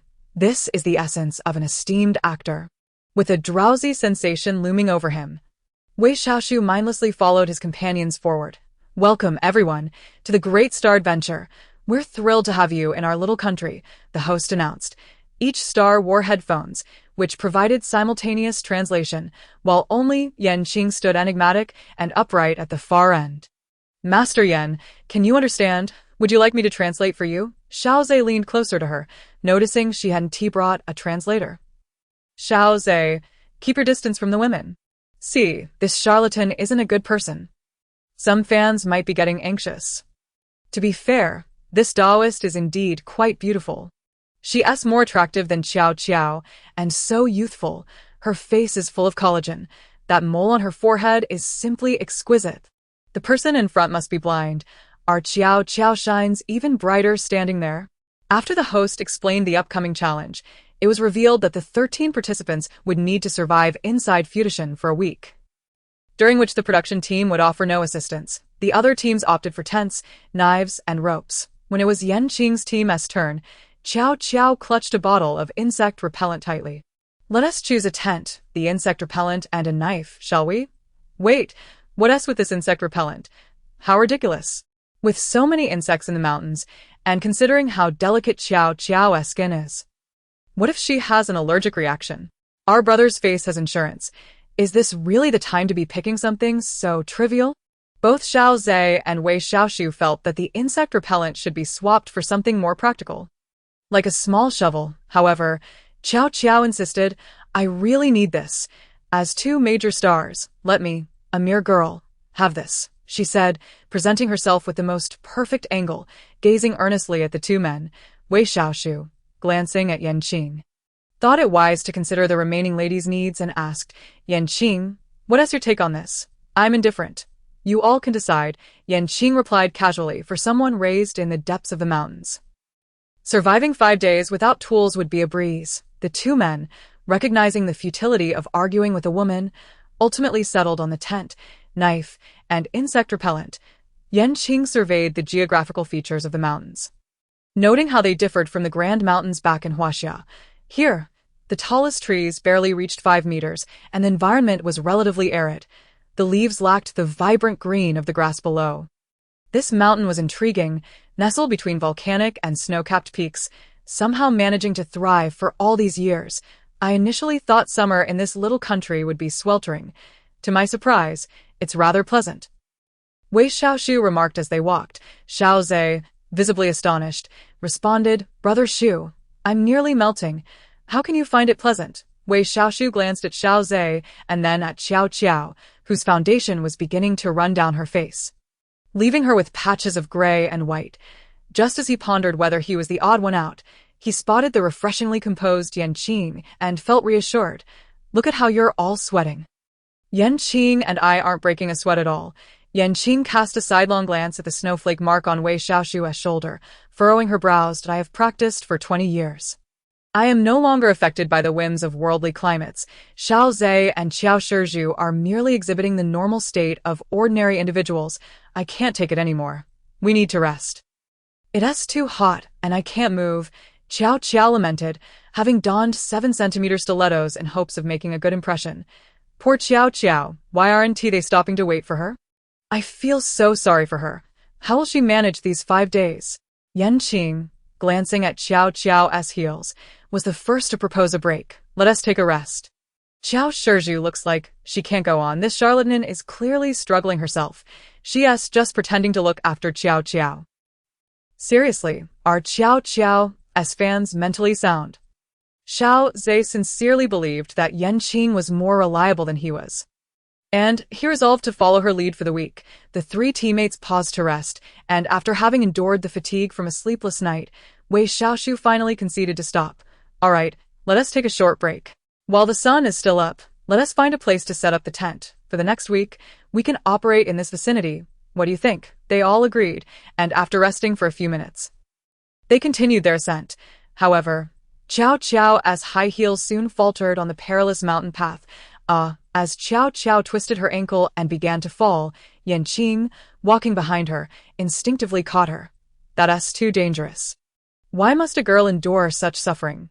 Thank goodness the charlatan caught her, otherwise she would have fallen. Our fairy is so kind. Even after being targeted, she still helps her. What happened? Is it dislocated? Don't move, Yan Qing quickly assessed, realizing Qiao Qiao's ankle had indeed dislocated. She helped her to a nearby rock and crouched down to examine her foot. Ouch! That hurts, don't move, Qiao Qiao protested, bracing herself against the stone with her uninjured foot. Wei Xiaoshu was the first to suggest, wait, but Qiao Qiao interrupted, no, I can't go down now. We all know this is a 4-nation variety show, and whoever gets eliminated first will be embarrassed. I can't just leave and bring shame to us. Yan Qing looked up, her face illuminated by the light behind her, adorned with a smirk. You don't want to be embarrassed, yet you're wearing high heels and a skirt. Being reprimanded by someone she despised, a mere newcomer, made Qiao Qiao feel her face burning with humiliation. Anger surged within her, and she nearly retorted at Yan Qing. Suddenly, a piercing scream echoed through the dense forest. Yan Qing stood up and clapped her hands. After the scream subsided, Qiao Qiao was astonished to find that her ankle no longer hurt. Tentatively, she tested her foot on the ground. It really doesn't hurt anymore. Xiao Zhe gazed at Yan Qing with admiration. Starry-eyed, I had no idea Master Yan could do that. Impressive. Yan Qing nodded nonchalantly. I often dislocated my joints when I was younger. My master would handle it this way. After so many times, I've learned the technique. This charlatan does have some usefulness. You all are terribly rude. Had it not been for her, Qiao Qiao would have jeopardized the entire team's chances. What does it matter to you? Once she confirmed her foot was fine, Qiao Qiao awkwardly thanked Yan Qing. Thank you, Yan Mimi. Ignoring whether Yan Qing accepted her gratitude, she picked up her broken heels. How am I supposed to walk now that my heels are broken? Make do with it. We'll help you walk, they replied. Wei Xiaoshu pondered for a moment and concluded that this was the only solution. Yan Qing snapped off a branch, whittled 2 small pods, lifted the insole of her high heels, and punctured 2 holes in the sole. She then secured the flattened branch with the pods and replaced the insole. All right, try it on. The 3 of them stared in astonishment at the high heels secured with the branch. What's wrong? Qiao Shizhu, care to give it a try? Qiao Qiao, feeling somewhat embarrassed, took the shoes and slipped them on. The height matched perfectly with the other shoe, and she couldn't feel any difference while taking a few steps. Thank you, that'll do. Let's continue on our way. The quartet finally reached the mountainside during the peak of the sun's intensity, finding a flat area to set up their tent. I can't go on any longer. I'm parched. After pitching the tent, Xiao Zhe collapsed onto the grass. Damn, I just climbed over to check the live stream from the beautiful nation, and they actually found bottled water halfway through. It's simply absurd. Is there such an obvious disparity in treatment? TSH, just look it up, but I saw that people from Ba country also had no water. Only the beautiful ones had it, and not even their own people. It's pure licking. Yan Qing glanced in the direction Wei Xiaoshu had departed and silently turned away, following the guidance in his mind. It seemed to lead him to where water could be found. As he walked, he surprisingly stumbled upon a small water hole. Fantastic, there's water. But could there be snakes? Doubtful. He began to fill his container, only to catch a glimpse of a human face reflected in the water beside him. Chapter 56. The big boy went mad. Wei Xiaoshu was so startled that he fell to the ground, swallowing hard as he glanced around, finding nothing there. Was it a lack of sleep last night causing him to hallucinate? Wait, why is he running? Tree, do you no longer care about your image? In the end, the son did not heed his mother's words. Alas, ungrateful child. Little Tree, I'm so cold. Come give me a hug. Hearing the voice of the woman from last night, Wei Xiaoshu ran even faster. That moment, a flash of golden light flickered from the water container, and the stolen item that had not yet approached Wei Xiaoshu was repelled. A little tree, it hurts. I can't hear you. Can't hear you, may you suffer. Wei Xiaoshu shook his head as he ran. It's over. The big boy has gone even madder after a trip to the little sun country. What is he talking about? Can he not hear? What did he hear? Could it be that there is something unclean in those woods? Upon returning to the camp, they found Xiao Qiao sitting there alone. Sister Yan, I searched nearby but couldn't find a water source. You grew up in the mountains. You must have found one so quickly, right? Her peculiar tone was rather odd. Yan Qing cast a suspicious glance at her. Her demeanor did not suggest malice. I didn't find any. But Wang Di did. After saying this, she ignored Xiao Qiao and began collecting twigs around the camp. Xiao Qiao glanced at the drone, her eyes darting. Sister Yan, what do you plan to do with those? May I assist you? Xiao Qiao is so kind-hearted. Her feet are already worn, yet she still offers to help. I say, have you all forgotten this is an adventure survival variety show? If you don't work, will you starve? You're not feeling well. Just boil the water to drink later. Yan Qing's words left Xiao Qiao momentarily stunned. How did she know, reflecting on her previous behavior towards Yan Qing? She felt a stark contrast with Yan Qing's willingness to help her. Sister Yan, I was so rude to you before. Don't you feel upset? There's nothing to be upset about. Qiao Shizhu is not of ill nature. It's only natural to experience jealousy over my youth and beauty. Who said I was jealous of your looks? Xiao Qiao vehemently denied it with an arrogant expression. Yan Qing straightened her posture. Fixing her gaze on Xiao Qiao, Qiao Shizhu, do not forget what my profession is. Is this diviner out of her mind, claiming that Xiao Qiao is jealous of her beauty? How ridiculous. Our Xiao Qiao has been beautiful in the entertainment industry for over a decade. Why would she need to envy her? Haha, Xiao Qiao's fans, do you really not have eyes? If these two stood at the crossroads, anyone unfamiliar would say, Sister Yan is more beautiful. I am exhausted. Wang Di, why are you running so hard? Wei Xiaoshu dropped the water container, panting heavily as he collapsed onto the ground. Surely I can't say I feel like I've seen a ghost, or that I've been hearing beautiful women.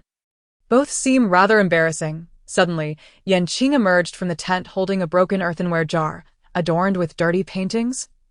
Where did this come from? I was just pondering what they would use to boil water. And she pulls out a jar. Though it's a bit shabby, can it even be used? Wei Xiaoshu and Xiao Qiao gazed at Yan Qing in shock. Where did you get this? The problem is, we didn't see you pick it up, I swear. She asked something else. How did she know? Our fairy, of course, figured it out herself. She doesn't need to hear from others. Everything is under our fairy's control. While the neighbors are picking things up, we can do the same. Now, clean up the area. What are you all doing? The people below felt utterly wronged. To ensure the survival of the stars from Huaxia and Ba country, they had even chased off the wild chickens in the area. Little did they expect to find not only water, but also something to boil it in. Wait, how did she know that the beautiful nation had found bottled water? The others exchanged glances. You ask us. Who should we ask? On the mountainside, Yan Qing poured the water into the jar, stacking some stones to create a platform. It seems we don't have a lighter. Xiao Qiao recalled the crucial issue as she watched Yan Qing busy herself. Wei Xiaoshu, panting, paused as well. The waterhole is quite clean. Let us just drink it. We haven't had lunch yet. I wonder what Xiao Zhe will bring back. Yan Qing used a small knife to bore a hole into a small branch, gathered some dry grass nearby, and began to drill for fire. Sister Qiao, your body isn't suited for drinking cold water. It's better to boil it. Yan Qing quickly sparked a fire, and admiration unconsciously flickered in Qiao Qiao's eyes. What the hell? Why would I admire such wilderness skills? Let us have a discussion as pure onlookers. So far, the one dragging the team down the most is definitely Qiao Qiao. Wearing heels and a skirt, I really don't understand her thought process. Now she is feeling unwell. How pretentious. What are you saying? Qiao Qiao's discomfort isn't intentional. She didn't voice it, yet Yan Qing saw it. Wei Xiaoshu, seeing the fire ignite, leaned closer to the flames in awe. I never expected Master Yan to be so capable. I wonder if you could predict what I just encountered. Yan Qing lifted her eyelids and glanced at him. Didn't Wei Yingdi just encounter water? No, I meant something else. With an expectant look. Wei Xiaoshu gazed at Yan Qing. If she provided the correct answer, he would seek her help. If she couldn't figure it out, it would be better not to say anything to avoid complicating matters for the team. Just as Yan Qing was about to speak, a voice interrupted from behind. Chapter 57. Snow White as a corpse. Xiao Zhe approached the camp, cheerfully carrying a wild chicken. Upon seeing the chicken, Wei Xiaoshu forgot to continue his conversation with Yan Qing, feeling utterly famished. Haha, I just switched the camera to Xiao Zhe, and the wild chicken knocked itself out against the stone. Is that even possible? Normal. Perhaps Master Yan gave him a lucky charm. So envious. I want to buy one. There's such a charm. I want one. Let us discuss how to adjust the camera angles individually first.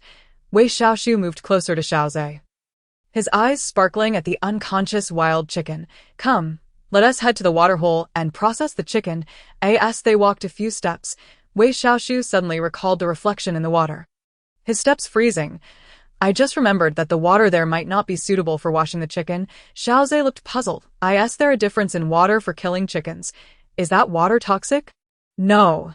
It seems there might be ghosts there. Xiao Zhe looked at him curiously. Tree brother, let us check with Master Yan. Don't feel shy, and need to go. Just give me the chicken, and I'll handle it. Yan Qing stood up and walked over. Suddenly speaking, Xiao Zhe dodged her hand reaching for the chicken. That one do. Such rough work is for us men. Master Yan, you two rest well while we take care of it. I am just worried you won't dare to go. Yan Qing's words provoked Wei Xiaoshu again. How could that be? What is there for two big men to fear? Let us go. Two big men, with this masculine energy, we can scare off any filth, right? As Wei Xiaoshu walked, he muttered, not realizing he was still holding the water container made by Yan Qing. Following Wei Xiaoshu, Xiao Zhe arrived at the waterhole from earlier. He quickly dug a pit, twisted the chicken's neck, and using a small knife, cut it to let it bleed. After draining the blood and cleaning out the innards, Xiao Zhe looked up to see Wei Xiaoshu staring blankly at the opposing side of the waterhole. Tree brother, what is wrong? Why are you in a daze? Why do I feel like the shoe is not quite right? Goodness, you really shouldn't doubt it. If he doesn't seek out Master Yan soon, I fear something may happen to him. At that moment, Wei Xiaoshu heard the woman's voice again. Xiaoshu-kun, come here. Wei Xiaoshu shivered and grasped Xiao Zhe's hand. Listen, someone is calling me. Xiao Zhe frowned, earnestly straining to hear. There's no sound. Is it possible another team is approaching? Xiao Zhe stepped forward, and Wei Xiaoshu hurriedly followed. A white figure flashed across the opposite side of the pond, stirring the wind that rustled the leaves. Xiaoshu-kun, don't go. Upon hearing this, Wei Xiaoshu quickened his pace, almost colliding with Xiao Zhe. As Xiao Zhe plucked feathers, he glanced at Yan Qing, then back at Wei Xiaoshu. Brother Shu, are you really not going to consult Master Yan? Wei Xiaoshu seemed to snap out of his daze. Yes, I should talk to him. Master Yan, I've been experiencing some auditory hallucinations these past few days. Can you help me? Wei Xiaoshu pondered, realizing that he was likely suffering from mental stress, leading to illusions and hallucinations. You're not sick yet, but you'll be soon. You're on the verge of being haunted. Xiao Zhe halted his feather plucking, and Qiao Qiao ceased watering the plants. Master Yan, can you elaborate? Yan Qing tossed another branch into the fire and began. What has Wei Yingdi been hearing? A woman's voice, constantly calling for Xiaoshu-kun, saying she is so cold and asking me to hold her. Half an hour before the plane landed yesterday, I saw a woman smiling at me through the window. I thought I must have been mistaken. Yet I saw her again at the hotel last night. Just now, by the pond, I saw her once more. She keeps calling for Xiaoshu-kun, saying she is so cold. Qiao Qiao, arms crossed, unconsciously leaned a bit closer to Yanqing. Wei Yingdi, have you been abstaining from meat for too long? Wei Xiaoshu's face flushed at the question. I initially thought that was the reason. The viewers in the Huaxia live stream were utterly confused. Is Xiaori's equipment this poor? There's no sound. I can see through everything. Everyone remain calm. Is this what it means to follow the main character? The 4 individuals in the frame continued their tasks, some plucking feathers, others boiling water, and some simply daydreaming. Yanqing retrieved a set of green sportswear from the tent and handed it to Qiao Qiao. I just found a set of clothes over there in the woods. Do you need them, Qiao, the production team? Qiao, Xiao, and Wei. They're fans. Only Yanqing's fans proudly typed on the screen. The fairy is indeed omnipotent, found it. Are you sure this outfit was found? Qiao Qiao stood up, astonished, gazing at the clothes in Yanqing's hands. I need it. How did you manage to find clothes? Yanqing wore an expression of indifference. I heard that a tourist from the neighboring beautiful country found some discarded bread. So, I decided to pick something up as well. The director's face contorted in frustration as he slammed his hand on the table, berating the crew for their lack of diligence. Qiao Qiao took the clothes and entered the tent to change. When she felt a small piece of bread in the pocket, she was momentarily dumbfounded, her heart tinged with sorrow, after the 4 finished their secret conversation. Wei Xiaoshu sat in front of the tent, lost in thought. Xiao Zhe, with his sparkling phoenix eyes, gazed intently at Yanqing. Master Yan, your luck is remarkable. Tomorrow, let us see what else we can find. Yanqing glanced at the innocent Xiao Zhe, a slight smirk playing on his lips. All right, I'll take you out tomorrow to search. To enhance their satiety, the 4 decided to make chicken soup, dividing it into 2 meals. After finishing, they retreated into the tent for a midday rest. That night, after drinking the chicken soup, they again sought refuge in their tents for sleep. And the deep of night. Not a whisper of wind stirred through the woods, yet the trees surrounding the campsite moved as if propelled by an unseen force. A white figure drifted towards the men's tent. Xiao Zhe opened his eyes, and a face as pale as death appeared before him. Chapter 58. Xiao Zhe's deep affection. Beside him, Wei Xiaoshu turned over, deeply asleep. Morning broke brightly, inside the men's tent. Xiao Zhe and Wei Xiaoshu were getting dressed. Brother Shu, could you help me? Xiao Zhe's hand seemed caught in his clothing, leaving his upper body bare, his arm raised over his shoulder, eyes shimmering as he gazed at Wei Xiaoshu. Wei Xiaoshu paid little heed, assisting Xiao Zhe with his shirt before continuing to dress himself. Brother Shu, you're so kind. Thank you. And oh problem. I'll head out first. Wei Xiaoshu finished dressing and exited the tent. Finding Yanqing engaged in some task. Want to eat something? Yanqing looked up, holding something that didn't resemble wild fruit. Wei Xiaoshu took it, and upon inspection, exclaimed, "Isn't this a peach from home?" Did you find something again? After unwittingly voicing this question, Wei Xiaoshu froze momentarily. I'm dying of laughter. What did they find next door? I saw it yesterday. They didn't find anything this morning. But last night they discovered exactly 3 bottles of milk. So, Master, where did all this come from? Yanqing, having washed the peaches, looked up at the newly emerged Xiao Zhe. They found milk. Haha, they're quite impressive. They can find anything. Wei Xiaoshu chuckled in disbelief and began munching on the peaches.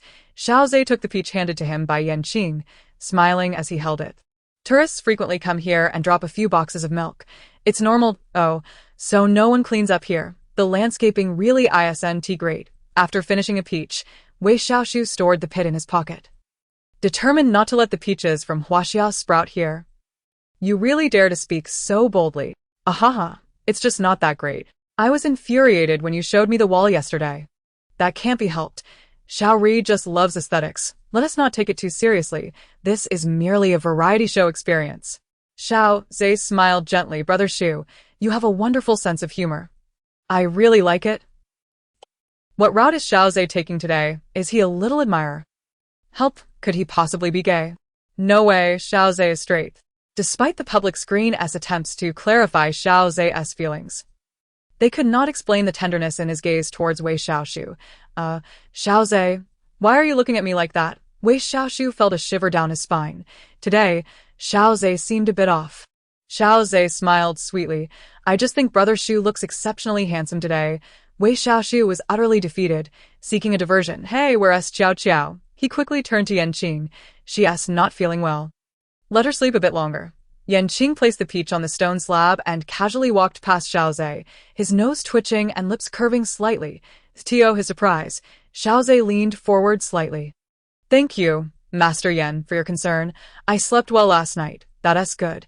Yanqing left with a meaningful 3 words, slipping into the tent to check on Qiao Qiao. He handed her a peach. Are you feeling any better? Qiao Qiao shook her head, still stunned from receiving a package of small breads from Yanqing last night, claiming they were found outside. Today, we should see what we can find in the beautiful country. Eat this. It will make you feel better. Yanqing's hand appeared a round object resembling chocolate beans. Qiao Qiao frowned but knew that Yanqing meant her no harm, so she obediently accepted it and swallowed it down. Soon, the heavy sensation in her abdomen vanished. When Qiao Qiao emerged, the 4 gathered to discuss Yanqing's suggestion. Will it be inappropriate for us to go over there? Wei Xiaoshu regarded Yanqing, puzzled as to why she would propose such a thing. Xiao Zhe rested his chin in his hand, gazing dreamily at Wei Xiaoshu, the picture of a man deeply in love. Wait, is Xiao Zhe really unwell? Why is he looking at artist Shu like that? Am I the only one who finds this a bit eerie? Xiao Zhe has never acted like this before, and they shared the frame multiple times. The 4 packed their belongings, preparing to scavenge for lost items from tourists. Originally, the 2 tents were to be carried by Xiao Zhe and Wei Xiaoshu, each taking one, but now, Xiao Zhe looked at the backpack before him and firmly declined. No, Brother Shu, I can't carry this. Qiao Qiao was perplexed. I've slept a whole night. What happened? Are you stealing my lines? Wei Xiaoshu could no longer endure Xiao Zhe's gaze and picked up a backpack to leave. You carried it all yesterday. You can do it. Believe in yourself. Yanqing and Qiao Qiao also took their items and walked away, leaving Xiao Zhe stomping his foot in resignation, shouldering the tent bag with a pout as he followed them. Wait, Xiao Zhe's fans, please clarify. He doesn't usually act like this, right? He shouldn't act like this. Being a fan of Master Yan is so much better. We can spot the oddities in everything. Xiao Zhe trotted behind the 3, his eyes glued to the back of Wei Xiaoshu, radiating happiness. Master Yan, what is going on with Xiao Zhe? Wei Xiaoshu felt overwhelmed, his spine tingling. Yanqing glanced back, nearly chuckling. Weingdi is quite fortunate to have the favor of the deity from Shaori. Goodness, what era is this? There are no deities. Wei Xiaoshu quickly realized that Yanqing was teasing him. Master Yan, please spare me the jokes. Didn't you say that filthy things would come after me? It seems that a sudden change of heart has led to a desire for companionship. Haha, can he refuse? Look, there are 3 eggs here. Qiao Qiao suddenly pointed at a patch of grass by the roadside. The others glanced over, and indeed, these eggs must be from a wild chicken, possibly supermarket eggs. Right? They picked them up, and the 4 continued on their way. Look, is this a mountain chicken killed by a wolf? No. Do others think they can take advantage of someone just because they don't get angry? What a smooth and delicate wild chicken egg. What a neatly wounded wild mountain chicken. After walking for a while, they had gathered enough food for the day. Qiao Qiao looked happily at what she held. Today has indeed been fortunate. Previously, I watched others on their adventures, and they had it too tough, even resorting to eating worms. The director observing from the mountain below was fuming as he watched the items being collected by Huaxia's team. Baka, useless, can't even hide things. Wild boar. After gathering their finds, Yanqing and the others arrived at the entrance of a cave. Yanqing paused, a chilling aura radiating from her. Shall we rest in this cave tonight? Chapter 59. Shikigami Yukiana Qiao Qiao and Wei Xiaoshu had no objections, but Xiao Zhe nervously stepped forward. We don't know what's inside this cave. Perhaps we should avoid it. What if there are beasts inside? That would put us in danger, wouldn't it? Brother Shu, do you agree with me? Wei Xiaoshu wished he could be deaf. You're mistaken. We should go inside and take a look. He felt a surge of fear at the sight of Xiao Zhe and moved closer to Yanqing. If it weren't for the propriety between men and women, he would have pressed right against her. Qiao Qiao hurried to Yanqing's side, holding her hand while cautiously glancing at her expression. Xiao Zhe's face darkened, clearly displeased that they were ignoring his warning. I've said it. There could very well be beasts inside. Why do you refuse to heed my advice? Brother Shu, listen to me. Let us not go inside, shall we? Xiao Zhe gazed hopefully at Wei Xiaoshu, wishing he would support him. Wei Xiaoshu closed his eyes. I will listen to Master Yan. Master? Humph. Does she even qualify to be called a master? What does that mean? Has this truly become possessed by the spirit of daily life? Oh no, our little bunny has gone mad. Just yesterday, he was idolizing Master Yan. The director below also saw them standing outside the cave and anxiously grabbed the walkie-talkie. Issuing a warning through the drone, Huaxia team, please do not enter this cave. It has not been cleared, and we are unaware of the dangers within. Yan Qing ignored the drone's warning and turned to enter the cave. Wei Xiaoshu and Qiao Qiao quickly followed. Behind them, Xiao Zhe lowered his head, a cold glint in his eyes as he watched them. Little Shukuan cannot see my sincerity. Then let you and your Huaxia ilk descend into hell together. Yan Qing led the two into the cave. The cave was vast, and in the dimness, the sound of dripping water echoed. Qiao Qiao tightly grasped Yan Qing's hand. Why does it look so terrifying? Caves generally are like this. With Master Yan here, what is there to fear? In truth, he wished to clutch Yan Qing's clothing for a sense of security. Yan Qing surveyed the cave, sensing something amiss. Yet it appeared quite clean. Could it be? There is a barrier here. She approached the edge of the cave, running her hand along the wall. Suddenly, one spot felt distinctly colder than the rest. Yan Qing splayed her fingers and pressed against the unusually frigid area. Gathering her spiritual energy in her palm, she pressed down. Don't. Xiao Zhe's voice rang out within the cave. A crack appeared where Yan Qing pressed, emitting blinding light. Behind her, Xiao Zhe's face suddenly turned frostbitten. White mist emanating from him, Yan Qing tilted her head slightly, glancing at Xiao Zhe. Startled, the two immediately straightened their heads, looking at the opening in front of them that Yan Qing had created.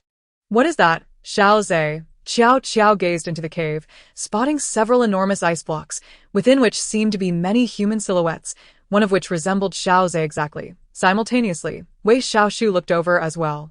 It does look quite similar, doesn't it? Master Yan, what do you think?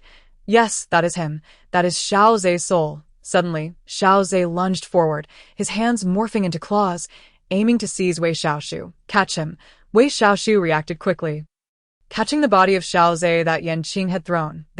Can Master Yan overcome him? Qiao Qiao and Wei Xiaoshu dragged Xiao Zhe's body, hiding in a corner, and I don't know. How about you go out and help? Qiao Qiao stared wide-eyed at Wei Xiaoshu. Me? If I go up, I'll just get hurt. I see that the white ghost seems to like you. Why not go and persuade her? Never mind, let's leave the professional matters to the professionals. We shouldn't complicate things. Why have you come here? The Yukiana stood opposite Yan Qing, inquiring. Yan Qing raised an eyebrow. You question me. Are you even aware of your own shortcomings? Being ugly is one thing, but your body resembles a block of ice.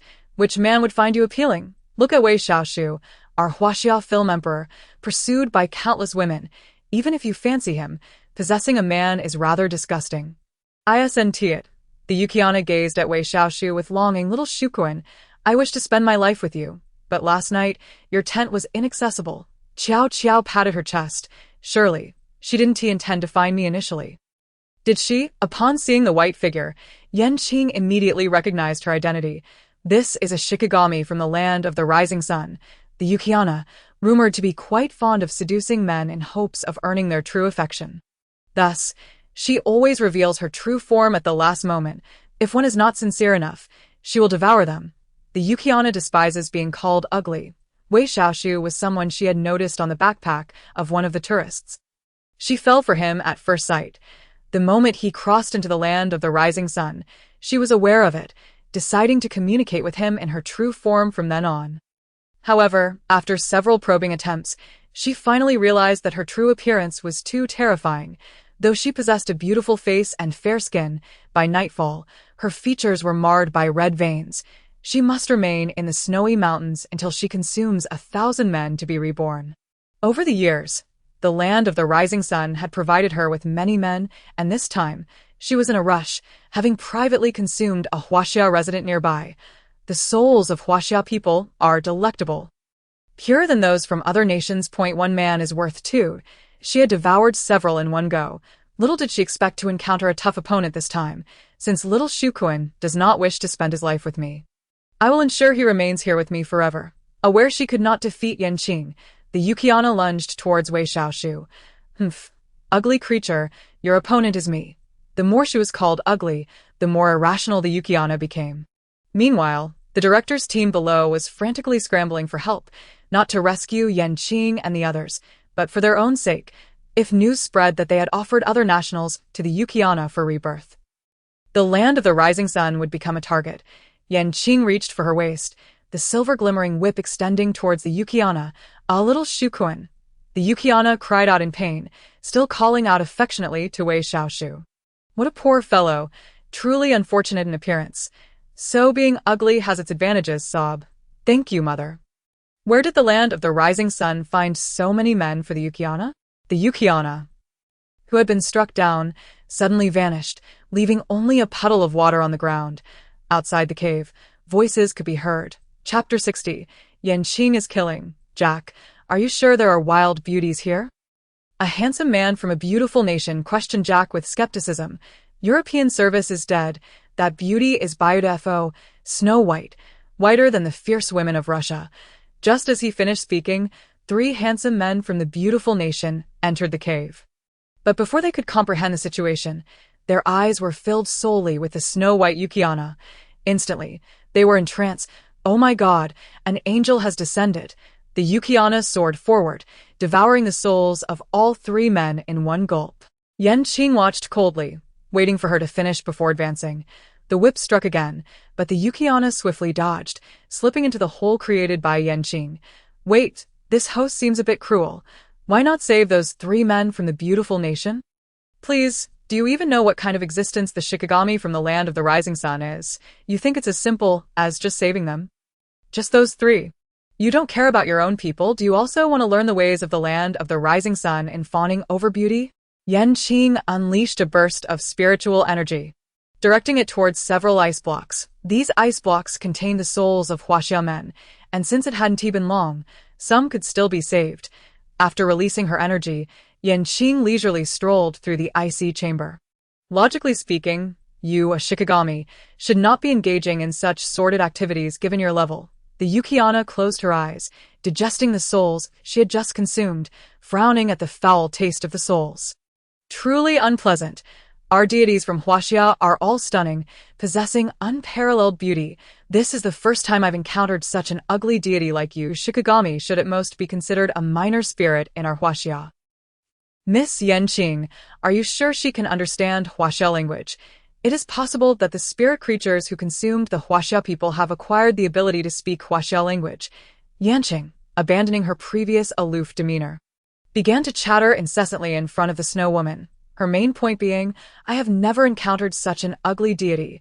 How can one possess such confidence while being so unattractive? Ugly, ugly, ugly. Finally, the snow woman could no longer endure this tirade, and snowflakes began to fall within the cave. Angry, are we? But anger cannot alter your hideous appearance, she retorted. Release my people, and I shall spare your life. Otherwise, I will shatter your icy abode. This moment. Yan Qing resembled a villain from a television drama, her words incessantly grating on the nerves. The snow woman's entire being became agitated, her long white hair standing on end, and icy spikes began to protrude from her body. The ice spikes shot toward Yan Qing with ferocity. Yan Qing deftly evaded them, forming a protective seal with her hands. Those who engage in battle shall line up before me. Shield. Upon completing her incantation, a transparent barrier enveloped the 3 individuals beside Wei Xiaoshu, successfully blocking the ice spikes. With a flick of her wrist, Yan Qing unleashed a silver whip that extended several meters toward the snow woman. To her astonishment, the snow woman could not evade it. Sustaining a deep cut at her waist, Yan Qing furrowed her brow, questioning the true strength of the Shikigami. Initially intending to practice her skills, she no longer wished to squander time before mountains and rivers. Left dragon and right tiger, I invoke the decree of the celestial protectors. Set. As Yan Qing chanted, her peach blossom eyes narrowed, and with another hand gesture, the snow woman was immobilized. The snow woman, in sheer disbelief, had not anticipated encountering such a formidable Huaxia practitioner, pathetic and easily defeated. It's truly absurd. At least let us exchange a few blows. Otherwise, others will claim our Huaxia possesses deities. What difference is there between this and a deity? Goodness, is this not akin to a television drama? What to do? What to do? I wish to be a F.A.N. Asumi Masai and a Huaxiao individual, pleaded, spare me, and I shall let you go. The Snow Woman, regaining her once fair visage, began to plead for mercy. Realizing she had no intention of releasing her, the Snow Woman reflected on her consumption of countless souls and how she had genuinely developed feelings for a man. Just a moment longer, and she could have flown alongside Xiaoshu Kun. The Snow Woman gazed affectionately at Wei Xiaoshu, who, startled, turned his face away. What a predicament. It is all due to my excessive handsomeness. Qiao Qiao. Yanqing paid no heed to the Snow Woman lying on the ground and approached the large block of ice. One by one. She released the individuals, collecting their souls into her soul-rearing pouch. Speaking of the soul-rearing pouch, Yanqing suddenly recalled Lin Qi was still inside. Yanqing once more approached the Snow Woman, holding a small flame aloft. Consider yourself fortunate. I have yet to incinerate a minor deity with my samadhi true fire. Suddenly, a group rushed in, shouting, Do not move, do not harm our Shikigami. Oh, you startled me. The flame in Yanqing's hand fell onto the Snow Woman's foot. It burns. The Snow Woman, held captive, could only wail in pain.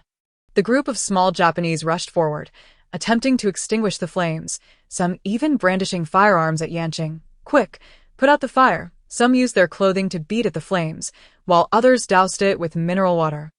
However, to their surprise, the flames did not extinguish but only grew larger. The leader of the small Japanese, gun aimed at Yanqing, commanded, I order you to extinguish the flames. Yanqing looked up, her gaze icy as it pierced through the small Japanese. I cannot comprehend your petty language. Perhaps you could try throwing those ice blocks at it. The small Japanese, uncertain, picked up the shattered ice blocks and hurled them at the flames engulfing the Snow Woman. You useless fools. What are you doing? It hurts. The samadhi true fire enveloped her completely upon impact with the ice blocks. You, Huaxia, save our Shikigami, or I shall kill them, someone threatened, pointing at Wei Xiaoshu and the others. Yanqing smirked, a sarcastic smile gracing her lips as she released the Snow Woman from her binding spell. The Snow Woman, writhing in agony, began a frenzied attack, flames erupting all around her. Those attempting to extinguish the flames were soon consumed by the searing heat of the samadhi true fire, their mortal forms unable to withstand its wrath, leaving not even a trace of ash behind. With their souls devoured, the Snow Woman, who had planned to feast upon them, was left empty-handed. Enraged, she charged toward Yanqing. The flames of the samadhi true fire consuming her years of cultivation, without the sustenance of souls, she was destined to perish in the flames. The Snow Woman understood this truth and wished to take Yanqing down with her, ideally along with Wei Xiaoshu. Before Yanqing could make a move, the derivative whip surged forward, striking the Snow Woman aside, landing her directly in front of Wei Xiaoshu. Xiaoshu-kun, Andy, Wash, Iron Road. The Snow Woman, with her remaining strength, lunged at Wei Xiaoshu but collided with Yanqing's protective barrier, rebounding violently. Gradually, under the scorching flames of the samadhi true fire, her figure faded from existence. By the end, only the four of them remained in the cave. Xiao Zhe, lying in Wei Xiaoshu's embrace, suddenly jolted awake, sitting up with a shout, Ghost, help, help! Once he finished his cry, he realized he was on the ground, surrounded by the others in a cave. How did we end up here? I remember seeing a ghostly face last night. Yes, Yen Master. There is a ghost in our tent. What a clever boy. The matter is settled. He is awakened. Should we consider him lucky or unfortunate? Oh, I truly wish I could have a pair of eyes that have never seen the ugly Snow Woman. It appears the Snow Woman has someone worshipping her. How shameless of the small Japanese. The ghost is dead. You can sit and rest for a while. Yanqing gathered the bodies in the cave into a sack, while the drone buzzed overhead. Meanwhile, the live streaming platform of the beautiful nation erupted with comments as fans of three celebrities began to attack Huaxia indiscriminately. Oh my god, why did this happen? Why are Huaxia people so wicked? Why not save them? My Miaosi just vanished. Hey, aren't you male? Is this the morality of Huaxia? Weren't they supposed to be very friendly? This Yanqing from Huaxia is killing people. We cannot let her go. Some clear-headed individuals from the beautiful nation commented on the barrage. Isn't this incident the fault of the small Japanese? Why are we blaming this Huaxia celebrity just because the small Japanese fawn over our beautiful nation? Does that give us the right to speak nonsense? Chapter 61. The dazed professor. The drone that accompanied the beautiful nation transmitted the complete live footage to the audience. Questions arose throughout the beautiful nation, demanding to know why Yanqing did not save their celebrities. Facebook began to condemn Huaxia's Yanqing for her inaction. Yanqing stood before the three and asked, "Do you wish to continue this variety show?"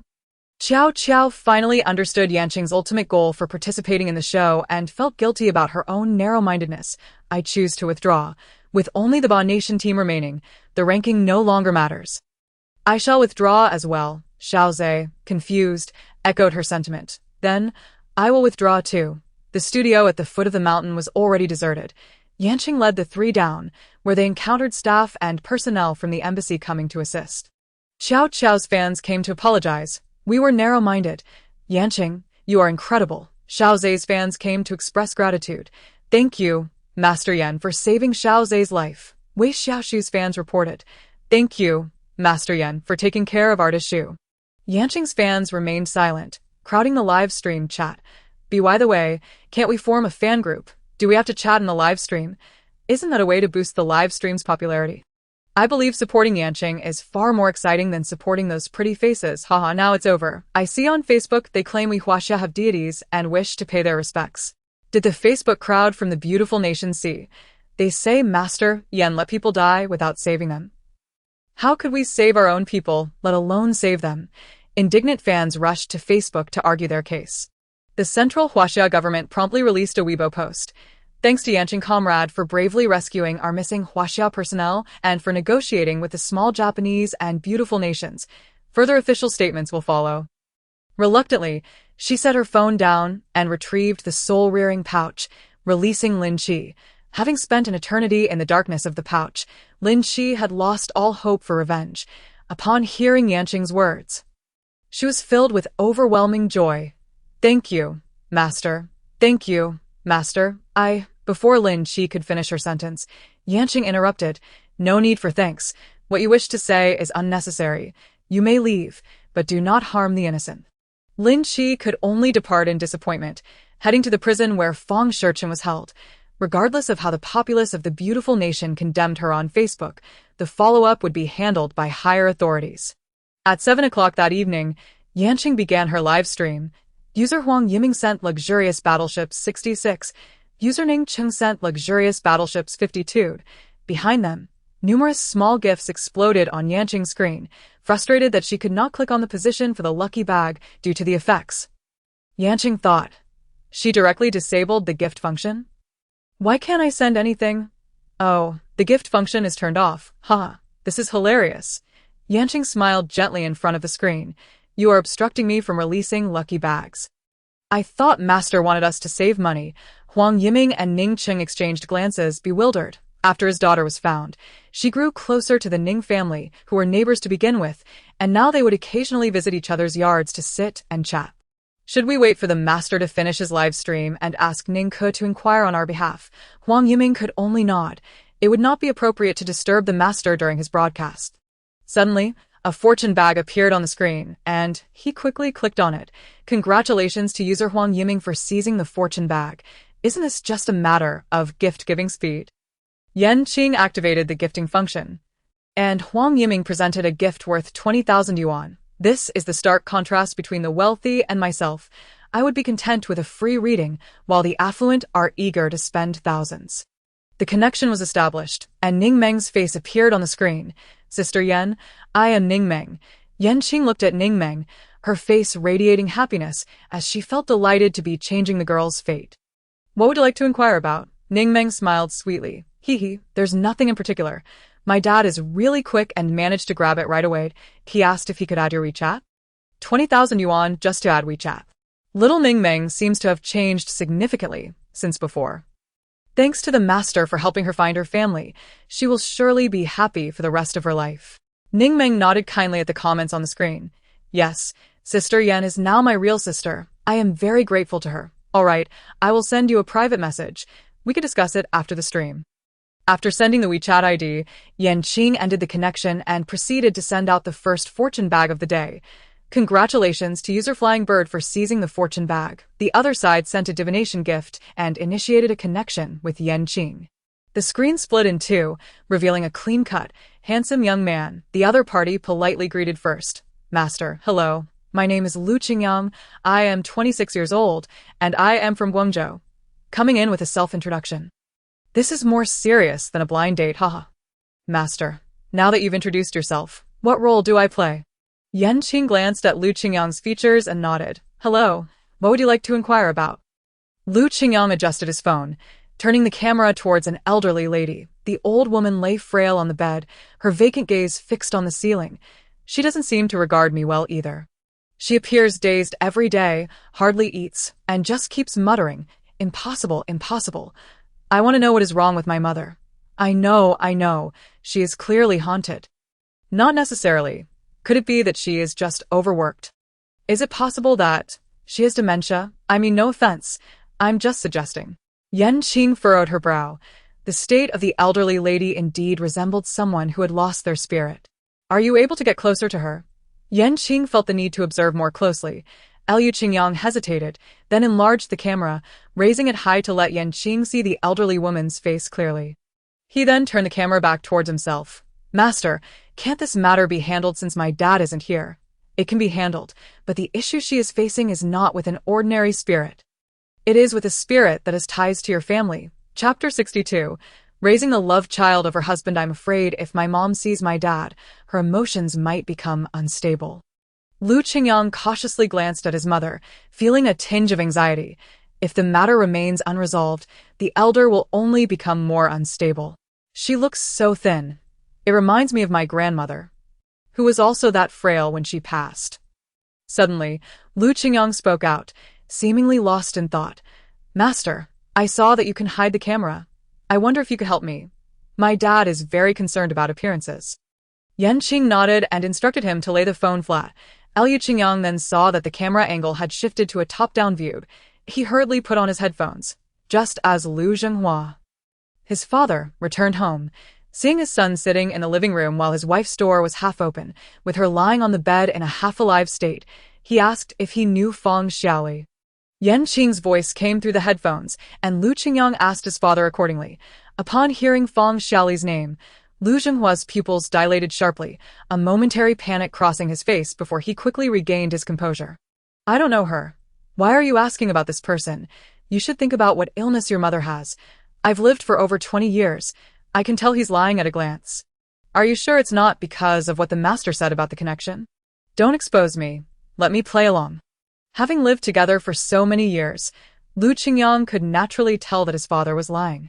In the room, Zheng Xiuqin seemed to have heard their conversation and hurriedly emerged, agitated. You say you don't know Feng Xiaoli? She gave you a son, and you say you don't know her. Zheng Xiuqin stood in front of the sofa. Her face flushed with excitement as she questioned Lu Zhenghua. Bang! The thermos cup that Lu Zhenghua had just picked up was slammed heavily onto the coffee table. Nonsense. I don't know what you're talking about. Let Qing take you to the hospital to check your brain. After saying this, he attempted to leave, but Lu Qing blocked his path. Dad, did you cheat and have a son? Lu Zhenghua glared at his son, who stood taller than him, with an aggressive demeanor. Get out of my way. Your mother is crazy, and you are going crazy too, right? Zheng Xiuqin looked at the two of them coldly, sneering. Quit pretending. You both are working together to trick me. Lu Qing felt bewildered. No, Mom. Let's sit down and talk about the love child. We can't let Dad just evade this. Zheng Xiuqin looked at her son, whom she had raised alone, hesitating to speak. The voice in Lu Qing's headphones came through. Because you are that love child. What explosive news is this? I was prepared to confront the love child, only to find out the love child is myself. How could anyone fail to recognize their own biological child? Lu Qing's face turned pale as he stared in disbelief at Zheng Xiuqin. Mom, that love child. It can't be me, right? Zheng Xiuqin turned her head away. Don't call me Mom. I'm not your mother. Your mother is Feng Xiaoli. I just wanted a child, and since you couldn't give me one, I had no choice. Besides, his biological mother is dead. You can just treat him as your son, right? It doesn't matter who gave birth to him. I don't understand. Can someone explain? You don't understand. We are even more confused. Qing glanced at the proud spirit beside Lu Qing. Heavenly officials grant blessings, free from all taboos. Manifest, suddenly, Feng Xiaoli's figure appeared before the Liu family. Zheng Xiuqin was already despondent. This was not the first time she had encountered Feng Xiaoli's spirit. If she hadn't been informed, she would never have realized that she had spent her life raising her husband's first love's child. Lu Qingyang, startled by the sudden appearance of the woman, gasped, "You, who are you? Child, I am your real mother." Ghosts do not shed tears. Thus Feng Xiaoli's expression was more sorrowful than crying. Liu Zhenghua glared darkly at the suddenly appearing Feng Xiaoli, showing no fear whatsoever. "You're dead. What are you doing here?" Wow. This man has remarkable psychological strength. If it were me, even if I recognized the person, I would be terrified by their sudden appearance. Because this type of man is very patriarchal and heartless. Even in death, this woman cannot escape his control. Indeed, Feng Xiaoli flinched slightly at Liu Zhenghua's shout. I died, and no one burned paper for me. I see others being honored by their descendants, and I just want our son. You three should reminisce. Please leave my room." Zheng Xiuqin, her face flushed and breathing heavily, pointed towards the door. Liu Qingyang looked back and forth between them, feeling extremely aggrieved. Enough, what on earth is happening? Whose child am I really? It turned out that 30 years ago, Liu Zhenghua and Zheng Xiuqin had agreed to remain childless before marriage, after a while of living as a couple. One day Liu Zhenghua proposed adopting a child, claiming that a friend had died and his wife had left, leaving the child in an orphanage. Initially planning to remain childless, Zheng Xiuqin, after seeing other families with cute children, agreed. Thus began the 20-year journey of raising a child. One night, while lying in a hotel, she drowsily saw a woman standing at the foot of her bed. She was terrified, as it was her first encounter with a ghost. However, when she opened her eyes and saw a face strikingly similar to her son's, she realized that the matter was not simple. Feng Xiaoli was Liu Zhenghua's first love. 2 years after Liu Zhenghua married Zheng Xiuqin, he easily rekindled his romance with his first love, sharing heartfelt conversations. Eventually, they ended up in bed together, and after several encounters, she became pregnant. After the birth, Liu Zhenghua juggled his family responsibilities while still engaging with his first love. For all these years, Feng Xiaoli was supported by him, while Zheng Xiuqin unknowingly raised Feng Xiaoli's child. Wow, these two are truly vicious. Raising someone else's child is not scary, but raising the child of your husband's first love, who is also your husband's biological child, is truly more disgusting than eating feces. Liu Qingyang was utterly unable to accept this reality. "No, you are not my mother. My mother's name is Zheng Xiuqin." Chapter 63. The Abandoned Biological Mother. "Mom, no matter who gave birth to me, I will always be your son. This matter is my father's fault. If you are uncomfortable, then divorce him. Please do not ignore me." Liu Zhenghua's face turned crimson with rage. At his age, to even mention divorce was absurd. Such sentiments were the folly of youth. Why should he still dwell on such a matter? They had raised a child together, and to divorce now would only invite mockery from others.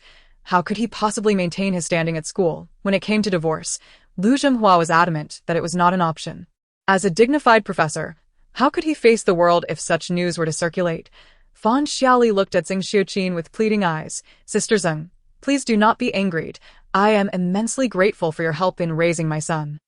His current excellence is entirely due to your efforts, but please, do not divorce Brother Hua.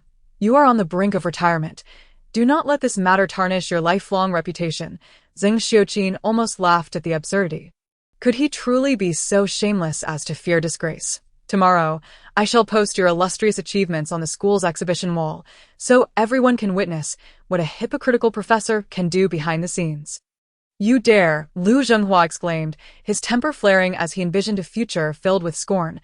Feng Xiaoli urged Zheng Xiuqin, "Sister Zheng, please do not do this. Regardless of Brother Hua's reputation, think of Qingyang.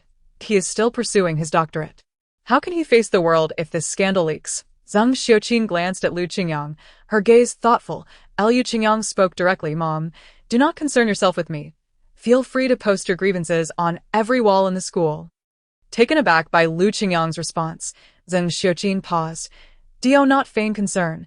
The three of you should remain together forever. Do not disturb me. If you do not divorce by tomorrow, I shall take legal action against you." And then we shall see who truly faces embarrassment. Although she lacked concrete evidence against Lu Zhenghua and Feng Xiaoli, the adoption of Lu Qingyang had been legally documented, as long as she could prove their biological connection. She could sue him and leave him with nothing. Feng Xiaoli's expression twisted as she witnessed Lu Qingyang defending Zhang Xiuqin. Son, why are you harming your father? Do not call me son. I am not your son. I have said it before. My mother's name is Zhang Xiuqin. With parents like you, I feel repulsed. I would rather not have been born. You have harmed my mother for so many years. You are dead. What more do you want from her? Feng Xiaoli swayed slightly. Although she had never raised him, her love for him was undeniable. She often secretly visited his school, and when their family went out, she trailed behind, watching over him. How could that not count as maternal care? Master, take her away. She belongs where she ought to be. Liu Qingyang disconnected his headphones, holding his phone up to Yan Qing. Lu Zhenghua leaned in to see the screen, which was displaying scenes of their home. Darkness engulfed him. He reached out, attempting to snatch the phone from Lu Qingyang. What is this? What are you doing? Hand over that phone. After raising you for so many years, is this how you repay me? Lu Qingyang held the phone high. Haven't you harmed my mother for all these years? What? Now that your misdeeds are being broadcast. Do you feel ashamed? Isn't it more embarrassing to have raised a child out of wedlock? Master, please take Feng Xiaoli away. Liu Qingyang reiterated to Yan Qing. Yan Qing nodded, forming a seal with his hands. And a small black vortex appeared in the Lu family's living room. Feng Xiaoli was drawn into it, and on the other side, a ghostly figure appeared to escort her away. This was Yan Qing's method to minimize the harm the ghost gate could inflict on mortals. You allowed someone to take your mother? Lu Qingyang observed Feng Xiaoli's plight, not out of pity for her, but out of fear that this son might seek retribution against him. Liu Qingyang remained silent, casting a cold glance at Lu Zhenghua before addressing Zhang Xiuqin. Mom, you may not wish to forgive me right now, but I will remain here. I am still your son, your biological son.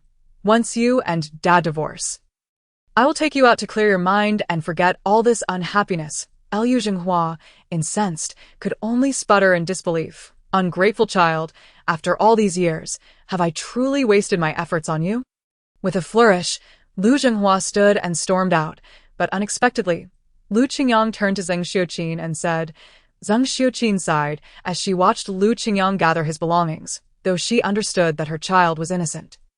Seeing him brought her distress. At least I did not raise a heartless wretch. Otherwise, I would be even more furious. She had raised him well, free from Feng Xiaoli's pettiness and Lu Zhenghua's machismo. Perhaps she will forgive him in time? Alas, such is the nature of karma. The following day, Lu Qingyang forcibly took his father to the Civil Affairs Bureau. To avoid further embarrassment, Lu Zhenghua had no choice but to comply with the divorce. As for Lu Qingyang, he would follow his mother wherever she went for the rest of his life, eventually bringing along his wife and children, finally helping Zhang Xiuqin resolve her heart's turmoil. And they all lived happily together. The live stream ended, and the audience continued to chatter. By the way, I think I have a friend studying at Guangzhou University. I should ask him if he knows anything. Haha, you are so mischievous. They have already said they do not want to damage their reputation. Shouldn't we publicize this? Those who adopt children should check if their child is a product of their husband's infidelity. Yan Qing took a sip of tea to moisten his lips. All right, let us release the second fortune bag. Congratulations to the user who am fair winning the fortune bag. The live stream audience waited for a while. Yet no one sent gifts for divination. Wait, are we going to do this or not? If we're going to do it, hurry up and send gifts. Stop dragging this out, trying to get something for nothing. Yan Qing's brows twitched, and after some calculations, he initiated a connection with the other party. The screen split in two, revealing a disheveled woman. TSK. The master is truly too kind. Less talk. This person looks like she is in a dire situation. The woman on the other side stared blankly at the phone screen, seemingly unaware of what was happening. Why does she look so dazed? Could it be that we connected with a fool? Does a fool know how to connect?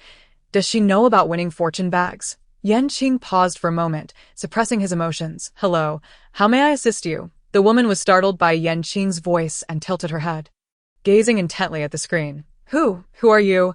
I do not need any help. I am baffled. What connection did you think you were making? You are wasting my time. Just hang up.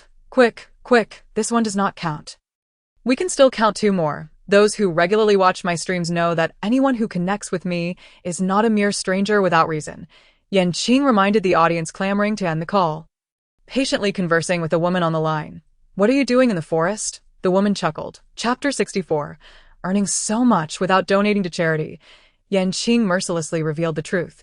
The woman on the other side seemed entirely oblivious. Or perhaps unwilling to comprehend.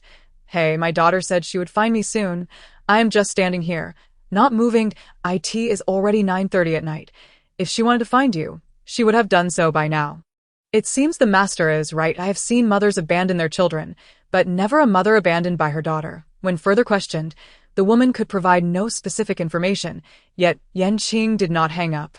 Together with the audience, they waited for the police to locate her, while the woman remained motionless, staring blankly at the screen. Master, why not tell a joke? It feels rather quiet. Asking the master to tell a joke is the coldest joke of all. Are we really just wasting time with her? Qing noticed the comments and pondered for a moment. How about I play some music for you? He had seen other streams where soothing music accompanied the broadcast. The vast horizon is my love, a resonant voice filled the live stream. The master's taste is quite unique, but can I not listen? No, it is beautiful. The flowers are blooming beneath our feet. Joyful. Hey. The police acted swiftly. Locating Bai He, who was swaying to music in the forest within 15 minutes, she had picked up her phone before leaving. Upon their arrival, the police recognized her as a pitiable soul from their jurisdiction. She had suffered brain damage in childhood and had married a disabled man as she grew older. Both individuals lacked the ability to conceive, thus they adopted a daughter named Xiaohua, at the tender age of 5. Xiaohua is tasked with household chores and caring for her simple-minded mother. Fortunately, her father, who is lame, manages to earn some income. However, every time Xiaohua attempts to work, her mother, Baihe, creates chaos, resulting in Xiaohua having to repeat tasks multiple times before they are completed. Moreover, the children in the village often mock her. She finds herself wishing to be rid of her mother, contemplating abandonment. Where have you put your mother? Her father, the lame man, questions her at home. He is accustomed to such occurrences. But just moments ago, a neighbor had visited to inform him that Baihe was not with her. Xiaohua must have lied, prompting him to pound the table in his inquiry, overwhelmed by his scolding. Xiaohua bursts into tears, realizing her mistake. I don't know. Sob sob. I told my mom we were playing hide and seek in the mountains, and when I went to find her, my lame dad was about to search for her himself. When we heard a voice outside, Xiaohua rushes out first and throws herself onto Baihe. Mom, where have you been? I couldn't find you. Sob sob sob. I was wrong. Baihe gently stroked Xiaohua's head, chuckling softly. I was hiding. Not moving, Xiaohua cries, snot and tears flowing, continuously apologizing. I'm sorry, Mom. I shouldn't have complained about you causing trouble. I was wrong. The neighbors who gathered to watch seemed to have understood what Xiaohua did today. Expressing their sympathy, Baihe, who usually never wanders off, follows Xiaohua. She only leaves when Xiaohua instructs her to go with others. When the police are about to leave, Baihe recalls the phone she is holding and hands it to them. I found this for the police officer. She truly is. I could cry. Even the foolish know to return found items to the police officer. Xiaohua's upbringing is quite commendable. I hope she never loses her mother again. At the moment the police officer accepts the phone, Yanqing disconnects the call. It won't happen. Xiaohua will have adventures and achieve success. She is very filial to her parents now. Today's events will never be allowed to recur in her heart. Many people in places we are unaware of truly require assistance. Stop talking. Let's immediately donate to the charity fund. Does the streamer earn so much money, but not contribute to charity? Suddenly, a comment pops up asking this, leaving everyone momentarily speechless. No, the Tianchi sect is still on the brink of collapse. The roof is leaking. Doesn't that count as hardship? Earning so much yet not donating a bit to impoverished areas. Exactly. What a waste of my $3. It doesn't concern you whether the master donates or not. Indeed, how the master chooses to spend her own hard-earned money is her own affair. To avoid tarnishing her image in the eyes of the audience and disrupting the Tianchi sect's future recruitment plans, Yanqing patiently explains, I sincerely appreciate everyone's recent support. The reason I came down the mountain to live stream is to earn money. My sect, the Tianchi sect, has existed for over 1,000 years and many places require repairs. Only once the sect is rebuilt can we consider charitable endeavors. I understand. The master is saying she's so poor she has nowhere to live. How can she think about charity? You upstairs clearly understand translation. You've made me laugh. Without waiting for more comments, Yanqing releases a third lucky bag. Congratulations to Flying Ant for snatching the lucky bag. I don't even dare to speak, yet I still couldn't get it. I'm truly in disbelief. When will I be able to invite the master to calculate my romantic fate? My mother is driving me insane. If you watch the live stream every day, what romantic fate can you expect? User Flying Ant sends a Starfire 1. Huh, isn't that gift only worth 88 yuan? Perhaps it was clicked by mistake. I currently have no money. I promise to make it up later. Is that alright? The last one didn't charge, and this one has no fee either. Is the master only doing charity today?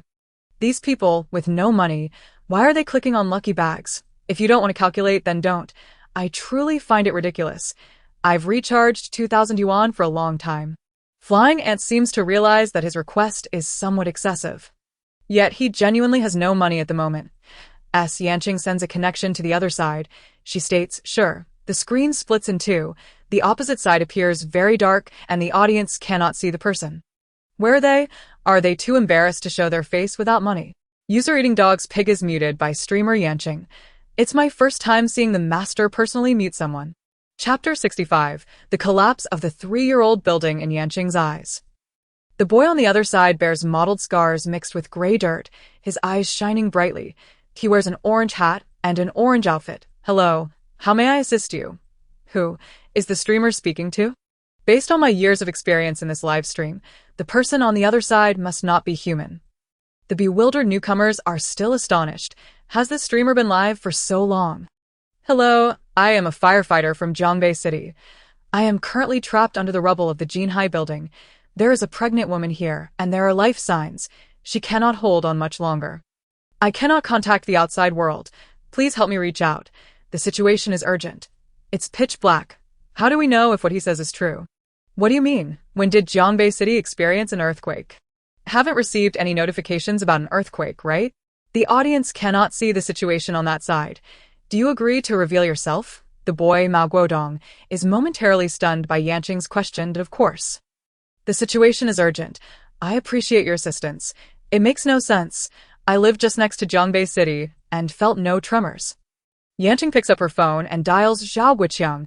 He is the only person she knows with such execution capability and title. The audience in the live stream is also calling their relatives and friends in Zhongbei City to inquire about the situation. Wasn't that building just completed 3 years ago? It seems so. It's just a standalone apartment building, right?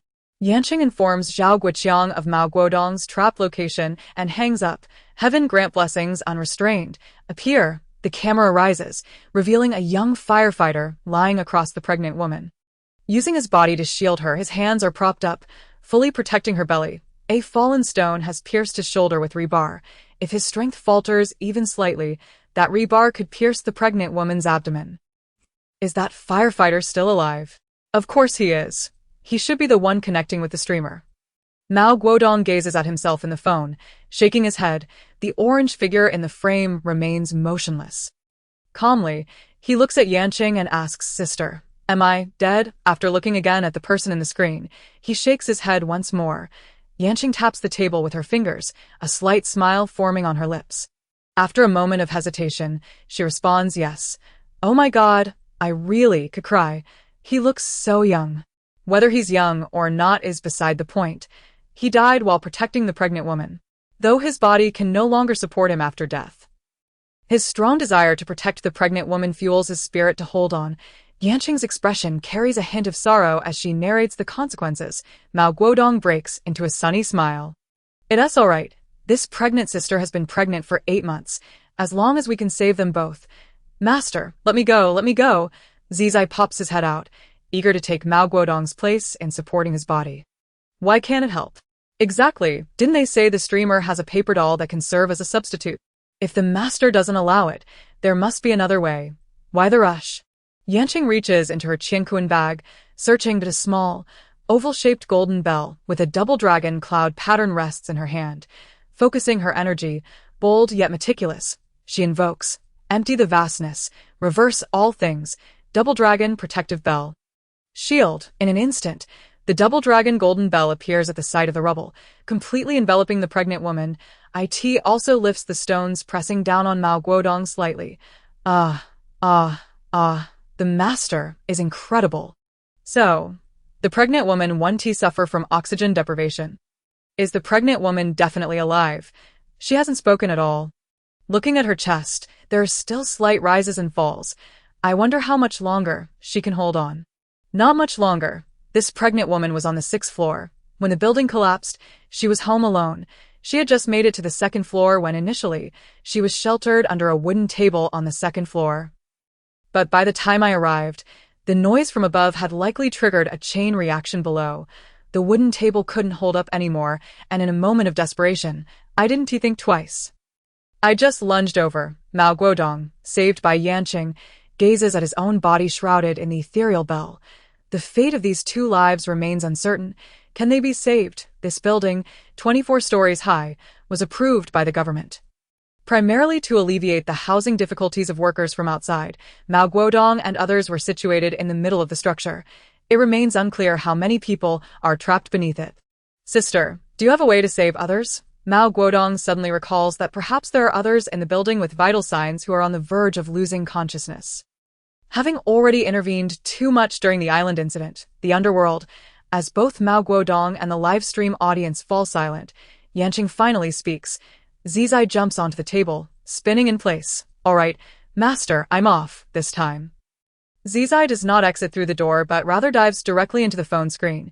Yanqing raises the camera once more, directing it outside the rubble. Mao Guodong glanced at the safe pregnant woman and floated out as well.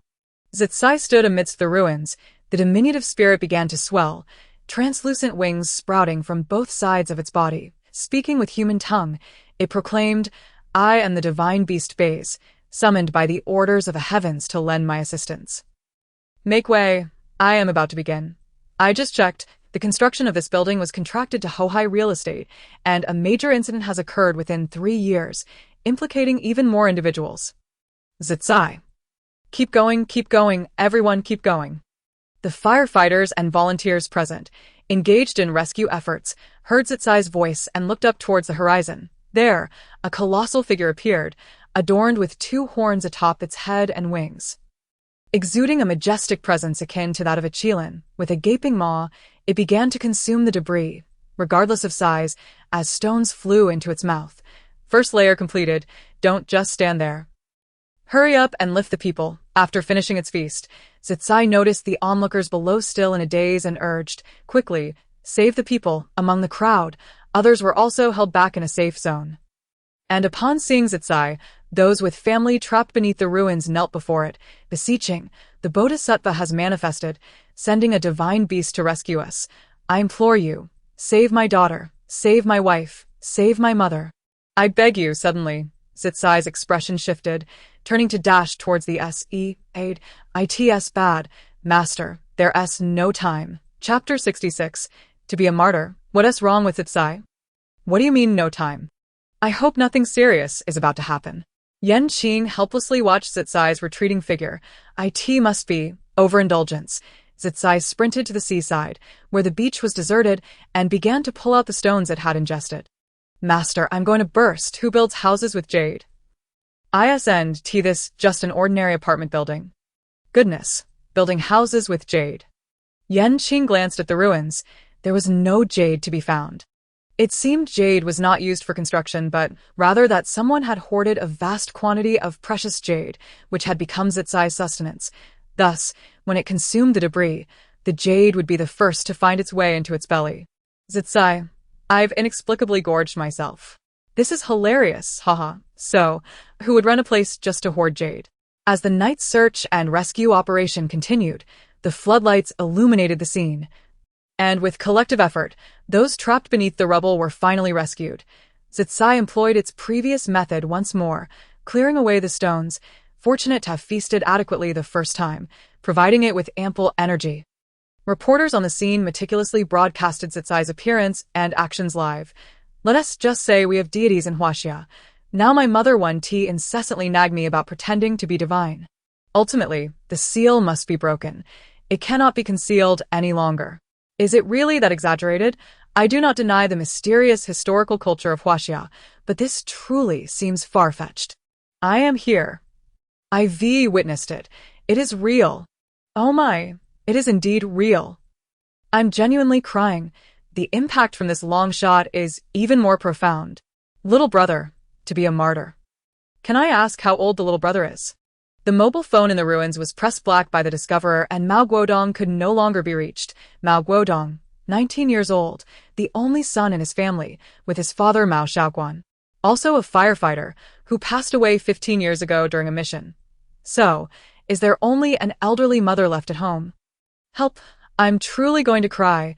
I really don't want to meet him in this manner. Salute to the hero.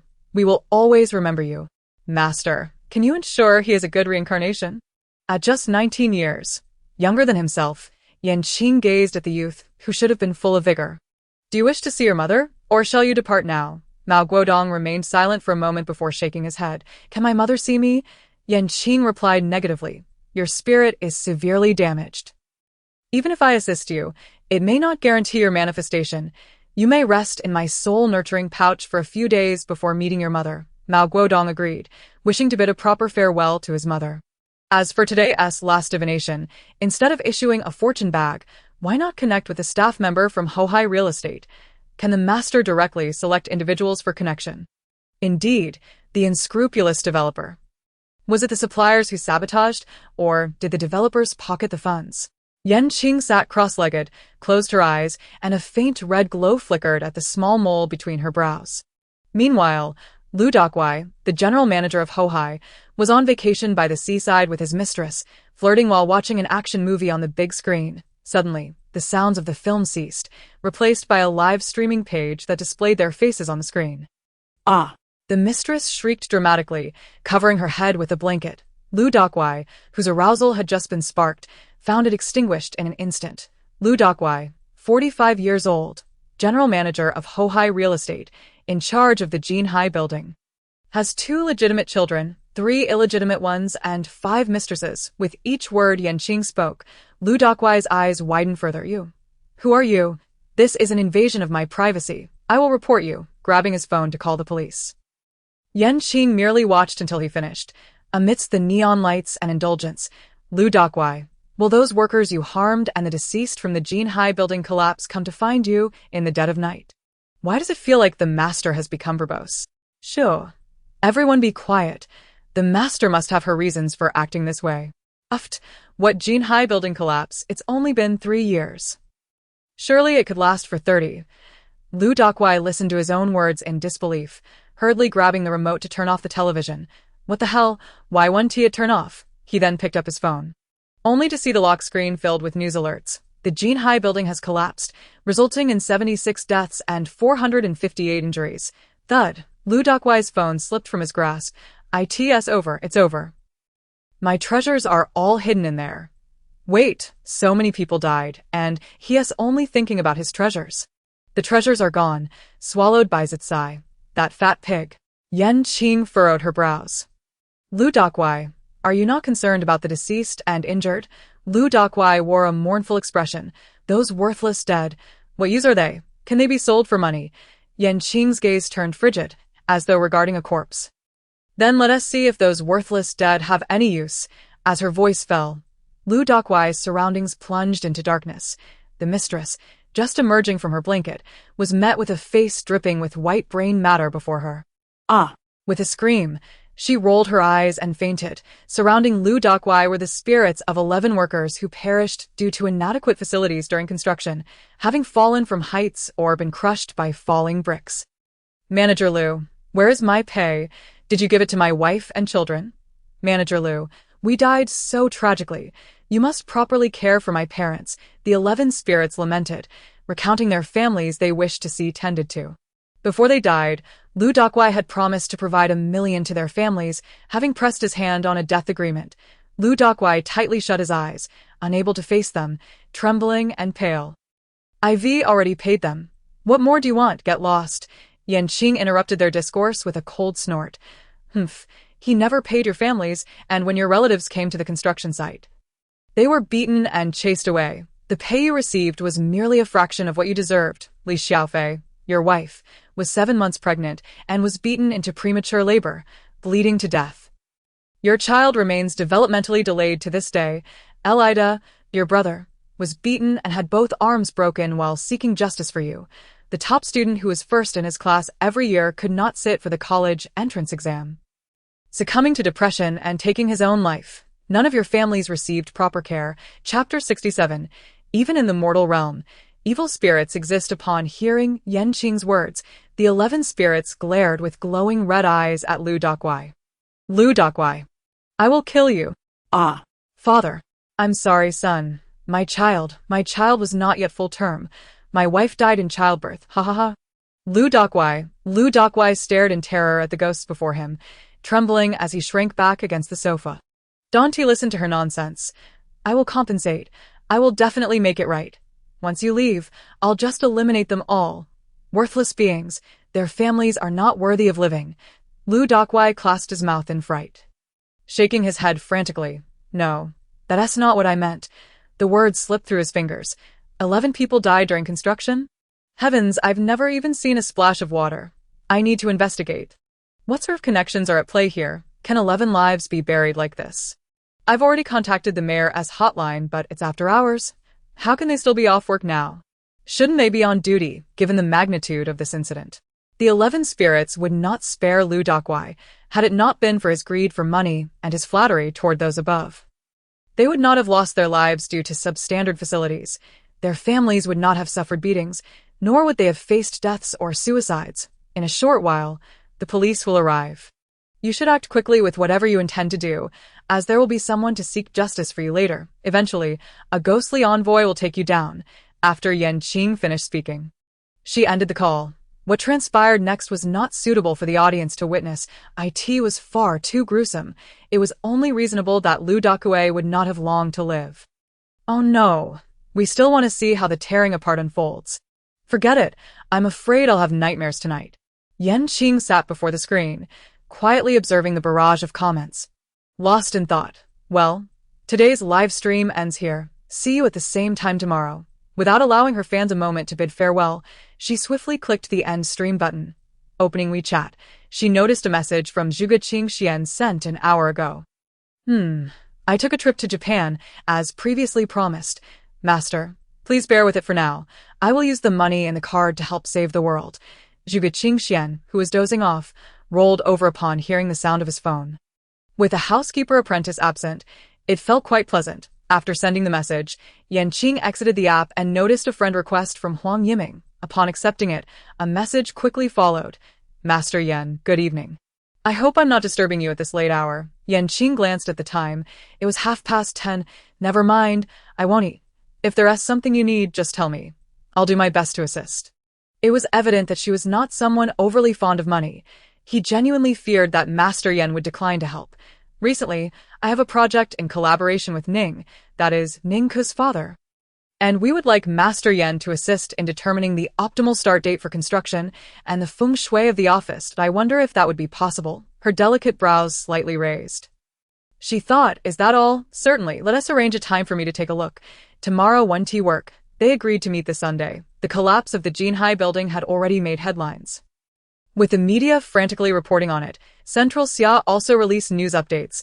With so many lives lost, the city could hardly contain the situation, especially since so many witnesses had seen it unfold on the live stream, leading to the immediate revelation of the death toll.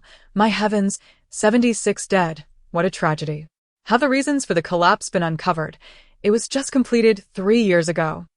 It south the unscrupulous real estate developers using substandard materials that made it so vulnerable. 76 families, how many lives will be shattered? A thorough investigation of the real estate company is imperative, sob. The chairman of the Hohai Group has surrendered, while the project manager Lu Dakwai is rumored to be on vacation, though his whereabouts remain unknown. Latest intel: Lu Dakwai is dead, reportedly in a very tragic state, accompanied by a madwoman. He deserves it, good riddance. Such people should not exist in this world. He died so quickly, it can't be real, can it? It's not fake. 11 ghosts came to claim him. I was in the live stream when it happened, although I didn't see how he was tormented. I am certain they wouldn't let him off easily. What live stream? Didn't 76 people die? Only 11 came to collect souls. Indeed, I recorded it. Check my profile. Those 11 were the ones who died in an accident on site during construction. I'm a local. How come I haven't heard anything? The chairman of the Hohai group has surrendered, and others involved are equally implicated, although this was primarily Liu Dakue's deceitful doing. Having bribed officials with the funds, everyone who benefited from his privileged status would be under severe scrutiny. Yan Qing picked up her cloth bag and stepped out into the night. She messaged Su Yuan. I am heading to Jiangbei. Don't look for me tomorrow. All right, taking advantage of the night, Yan Qing made her way to Jiangbei. In a secluded area, she summoned Zizai. Let us go. Every bit of help counts. Zizai crouched down, allowing Yan Qing to mount its back. Once she was settled, they ascended into the clouds in mere minutes. Yan Qing arrived at the site of the Jinhai building incident, where several large tents had been erected on the cleared land, housing the bodies of the 76 deceased individuals. Yan Qing looked up at the 76 souls, struggling above the ruins. They were bound to this place. The ghostly envoys had yet to arrive to collect them, indicating that their time of death was not meant to be now. Yan Qing sat cross-legged nearby, her lips moving as golden runes swirled around her, permeating the 10 directions, often wielding divine power, rescuing all sentient beings from their confusions, while they remain unaware, like the blind witnessing the sun and moon. I, too, am from the void, lifting the boundless, saving all sins, alleviating all calamities, drifting beyond the celestial source. Naturally pure, all relying on the power of the Great Way to subdue the demonic spirits. Upon finishing her recitation of the Taishang Dongxian Lingbao Tianzuan Sutra of Deliverance from Suffering, the souls on the ruins gradually broke free from their shackles. Yan Qing reached out to the heavens and summoned the ghostly envoys. It was clear that this location was unsuitable for opening the ghostly gates. Yan Qing's abilities allowed her to directly call forth the envoys. My lord, we did not receive any forewarning of such a high death toll point. 4 ghostly envoys appeared, standing respectfully before Yan Qing. She nodded, her expression chillingly serene. This time, it's not your fault. Not only does hell have evil spirits, but so does the mortal realm. Take them down. After their 7th day, they shall reincarnate. The ghostly envoys obeyed her command and proceeded to guide the 76 souls away from this place. Master Yan, what brings you here? Chapter 68. Are you too foolish? Are you here to provide assistance? The 2 boys facing Yan Qing were Zhentang and Jiaxing. Indeed, we've been preoccupied with our studies these past few days, but upon seeing the news today, we rushed over. It's only an hour's journey, and besides, we wanted to witness Zizai's grandeur. Zhentang scratched his head, wishing he hadn't come if he knew the Bodhisattva would arrive. Beside him, Jiaxing, usually lively in the comments, was now blushing like a ripe tomato, hiding behind Zhentang, attempting to shield half of himself. Master Yan, good evening. Yan Qing nodded and smiled lightly. Good evening, Jiaxing. Since you're here to help, let us get started. Inquire with the rescue coordinator if there's anything we can assist with. Zhentang and Jiaxing approached the coordinator to receive their tasks. Yan Qing scanned the brothers and noted their deep-set features. They were indeed stronger than Ningke. Moreover, they were from a teacher training program, which would give them an advantage in educating future generations. How could she entice these 2 to Qilian Mountain, now that her sect was not fully established? Luring them over? No. Inviting them seemed a bit unseemly. Yan Qing went to the hospital, where the injured were being treated. The construction of the Jinhai building was meant to accommodate workers from Jiangbei City. Now that it had collapsed, 80 of the injured were from out of town, some severely impacted, potentially affecting their mobility for the rest of their lives. To avoid complications, Yan Qing employed a concealment spell, moving among the injured to treat those whose conditions were dire enough to lead to disability. She infused her spiritual energy into their wounds to aid their recovery. Despite the 200 or so individuals gathered in the hall, by the time Yan Qing finished her work, it was 3 a.m. Her spiritual energy was completely depleted. She found a budget hotel near Jinhai and lay on the bed, staring at the ceiling in a daze, deciding to meditate tomorrow instead.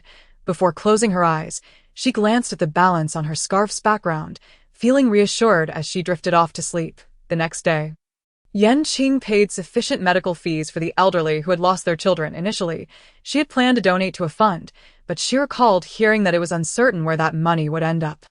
Setting up her phone, she began a live stream. Here it comes.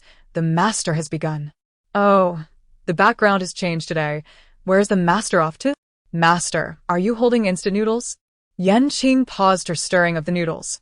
How could they even recognize it was instant noodles? Upon seeing Su Yuan's account enter the live stream, she promptly spoke. Avoid wasting time. I will now issue the first lucky bag of today. Congratulations to user A. Man should be strong for seizing the lucky bag. The user A. Man should be strong sent a bouquet of lilies. Qing connected with the other user, and the screen split in two. A middle-aged man appeared on the other side, clad in a yellow work uniform, riding an electric bike with a small, fluffy head atop his chin. Likely a young child's. I apologize, master. Could you hold on for a moment? I'm almost at my delivery. More and more people are wasting time lately. Are you delivering with a child? That head looks like it belongs to a little one. Could you skip to the next one? I am in a hurry. What if I snagged a win? The user A. Man should be strong reddened slightly as he rode his electric bike into a residential area and came to a stop. I am sorry, everyone. Just a moment. I'll be right back. Duo. Wait for me down there. The audience watched as the middle-aged man stepped out of the camera's frame. The fluffy head rose into view, revealing round, bright eyes peering at the phone. Auntie, pretty auntie, seeing the child, who appeared to be only 3 years old, call out sweetly to Qing made her lips curve into a slight smile. Hello, Duo beamed, showing a row of tiny white teeth, echoing Qing's words. Hello, Duo, hee. Qing scrutinized Duo's features closely. Her delicate brows furrowed slightly as she tentatively inquired, What is your name?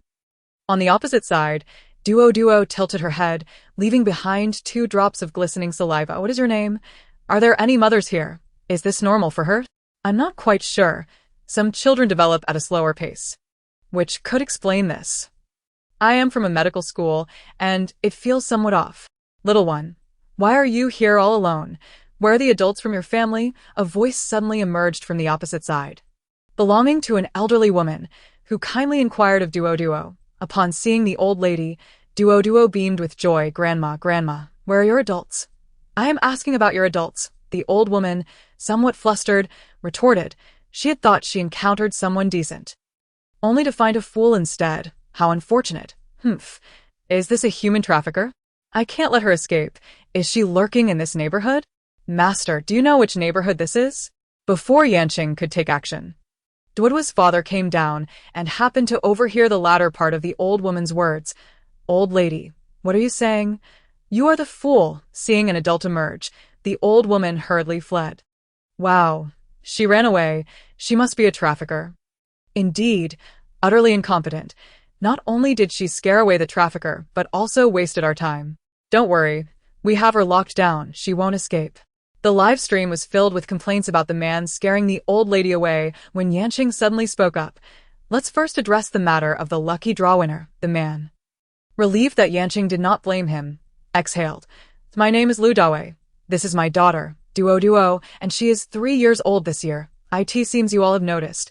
My daughter is developing somewhat unusually. I have taken her to many hospitals, yet no issues were discovered. People often ask Duo's mother why her child does not understand questions yet. Just 2 months ago, Duo's mother went missing. Master, I wish to consult you about Duo's condition and whether we can find her mother. She must have been unable to bear having a foolish child and ran away. If I were questioned daily, I would probably be overwhelmed. Even if she bore a fool, he is still her own flesh and blood. Could she simply walk away? If there were truly an issue, why didn't prenatal checks reveal it? Qing looked at Lu Dawei and spoke. Duo is not your biological daughter. Chapter 69. I did not kill her. Lu Dawei was taken aback, unsure how this related to his question. Yes, Duo is a child my wife and I adopted before marriage. We hurriedly acquired a marriage certificate and registered her to give her a legitimate identity. She is not biologically yours. Why did the woman leave if they adopted the child together? Was it not because she no longer wished to endure this life? Lu Dawei, seeing the comments about his wife, quickly defended her. No, I believe my wife is not that kind of person. She disappeared while on her way to buy toys for Duo, taking nothing with her. She has explained, so please refrain from making baseless claims. A woman's heart is a deep ocean. Who knows if she had prepared to leave all along, creating a false impression of her disappearance. The public security system is quite strict now. If she wanted to remarry and divorce, she could have easily done so. Why resort to disappearance? Exactly, bigamy carries prison time. Who would be so foolish? Yanqing took a couple of bites of noodles and waited for the debate in the live stream to conclude before speaking. Mr. Liu, do you deeply love your wife? Lu Dawei was slightly taken aback. Yes, I love my wife very much. She loves me too. Otherwise, we wouldn't have gotten married for Duoduo's sake. Yanqing nodded, remaining silent, and took another couple of bites. The live stream suddenly fell silent. How about we let the master finish his meal before continuing? Haha, I'm fine with that. I wonder if you all can wait. Can we be a bit more professional? People are waiting and you are still eating noodles. Ning Yuk. If you don't want to wait, then leave. Continue talking nonsense, and I will ban you. Yanqing leisurely savored her noodles, while Lu Dawei's mind repeatedly echoed Yanqing's question. Do you love your wife? Do you love your wife? He shook his head uncomfortably, mentally reassuring himself. Of course I love my wife. She is my utmost love. She loves me the most. Finally, as Lu Dawei dared not breathe, Yanqing finished her meal. During this time, Duo tugged at Lu Dawei's hand twice, only to be shooed away, after wiping her mouth with a tissue in a simple manner. Lu Dawei perceived the action as happening in slow motion. Mr. Liu, whom do you love more, Duo or your wife? No, in your heart, you chose Duo over them both, which proves you love her more. Yanqing's words seemed to provoke Lu Dawei. No, I love my wife and Duo. Yanqing pressed on. No, you love Duo more. You killed your wife for Duo. Lu Dawei, sitting on the electric scooter, shook his head in agitation. No, I didn't. My wife is missing. I did not kill her. I love her. I love her. Duo stood in front of the electric scooter, fearfully turning to embrace Lu Dawei. Daddy. The master's words are too explosive. I can barely digest this. Could a person with such a kind heart really kill his wife? Is the host miscalculating? They just said the wife is missing. Lu Dawei nodded vigorously, seeing comments defending him. Yes, how could I kill my wife? She is simply missing. Master, please help me find my wife. Yanqing snorted coldly. Are you trying to evade reality or deceive yourself? You killed your wife. Lu Dawei's eyes turned red as he clutched his head, suddenly dropping his arms and violently striking the electric scooter. Stop talking, just stop. I didn't kill her. Duo was nearly thrown off the shaking electric scooter. Don't provoke him any further. Duo can barely stand. He is asking you to find his wife. Why are you provoking him? What are you trying to achieve? He is delivering food. Earning a few bucks is not easy. You've already given him 2,000. Can't you just do your fortune-telling properly, without falsely accusing him? Yanqing glanced at the woman sitting behind Lu Dawei, who looked at her with pleading eyes. Master, Lu Dawei's mind is already unhinged. Duo shouldn't stay with him. Please help me and Duo. Mommy, Duo is scared. Suddenly, Duo's words rendered Lu Dawei speechless. You Duo, what did you say? Duo raised her hand, pointing behind Lu Dawei. Mommy, over there. I'm scared. Indeed, yes, not normal. Where's there a mother? Upstairs. Is it appropriate to speak of a child like that? If someone is mentally ill, shouldn't we let them be? They are indeed unwell. Lu Dawei slowly turned his head, seeing nothing, and sighed in relief. Duo, your mother is missing. She cannot be found. It's just you and Daddy from now on. Duo did not comprehend his words, fixated solely on searching for her mother. Mommy, Daddy, Duo. Yanqing shook her head, realizing this matter was something he must resolve himself. Just as she finished speaking, the woman behind Lu Dawei emerged, her face marred with fissures resembling stitches, as if her entire visage had been crudely sewn together.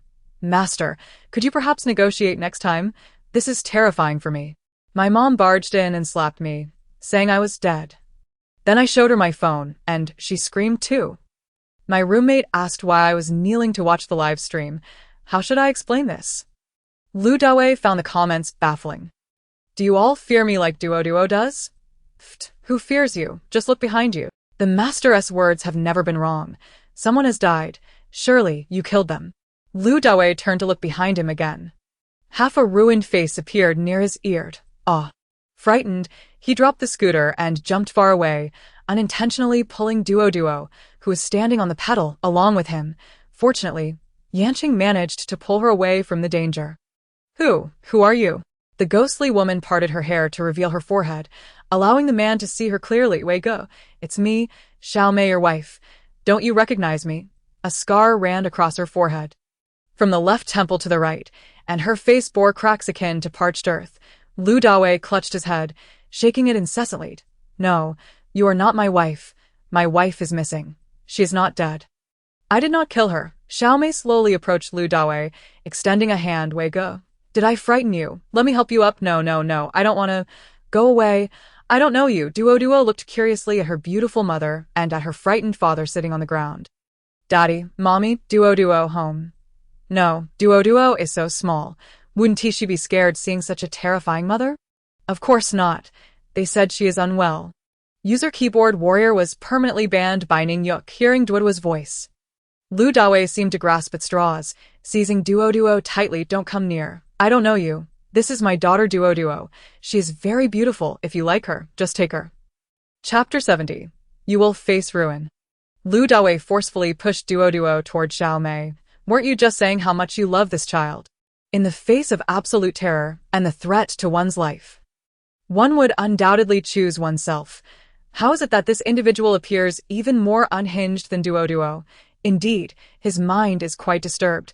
He often spirals into thoughts of his profound affection for others, insisting that they must heed his commands and believing that without him, they would perish from hunger, until one fateful day, when Xiao Mei sought to escape with Duo, he murdered her. Following the act, his subconscious refused to acknowledge the reality of his crime. Thus memories began to surface, fabricating the illusion that Xiao Mei had vanished solely because she wanted to leave him. What a chilling revelation. Latent homicidal tendencies. My goodness, prolonged honesty can lead one to madness. An honest person shouldn't be held accountable, yet he seems anything but honest. No, I did not commit murder. Duo, she is not your mother. Come, father will take you away. A tumultuous psyche intertwines with the demons lurking within. Lu Dawei struggled to rise from the ground and rushed toward Xiao Mei, clutching Duo tightly. It is time to deliver. Let us go. We must find mother. Lu Dawei propped up the electric scooter, glancing at the messages from Yanqing, contemplating disconnecting the call, thus ensuring no one would uncover his deeds. You cannot escape. Murder must be repaid with your life. Yanqing coldly stated the facts. Lu Dawei, in a fit of rage, shouted, How many times must I say it? I did not kill anyone. So you claim I am a murderer? Fine. I shall indeed kill someone to prove you wrong. Suddenly, he grasped Duo's neck, exclaiming, Duo, do not blame your father. They insist your mother is dead. Thus I have no choice but to send you to meet her. What on earth?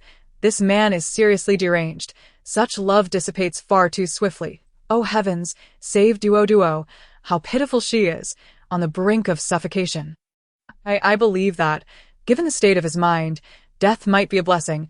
In the 22nd century, it is nothing short of miraculous to witness such foolishness. Xiao Mei stood anxiously beside Lu Dawei and Duo, desperate to intervene, but her hands grasped only air.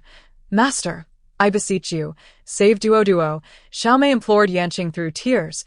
Do not fret, help is on the way. Yanqing's words fell, for 5 police officers rushed in, overwhelming Lu Dawei. It turned out that the elderly lady, previously dismissed by Lu Dawei, had been identified as a potential child trafficker by the audience in the live stream. After reflecting on the earlier confrontation, she was incensed by the treatment she received and, upon overhearing their conversation, she halted her steps and promptly called the police, ultimately saving Duo. Therefore, this elderly woman was merely a meddlesome busybody. Nevertheless, her words earlier did indeed echo those of a trafficker. Yanqing reluctantly clarified the situation. The elderly woman's daughter runs a kindergarten, and she simply could not resist engaging with charming children, attempting to promote her daughter's establishment.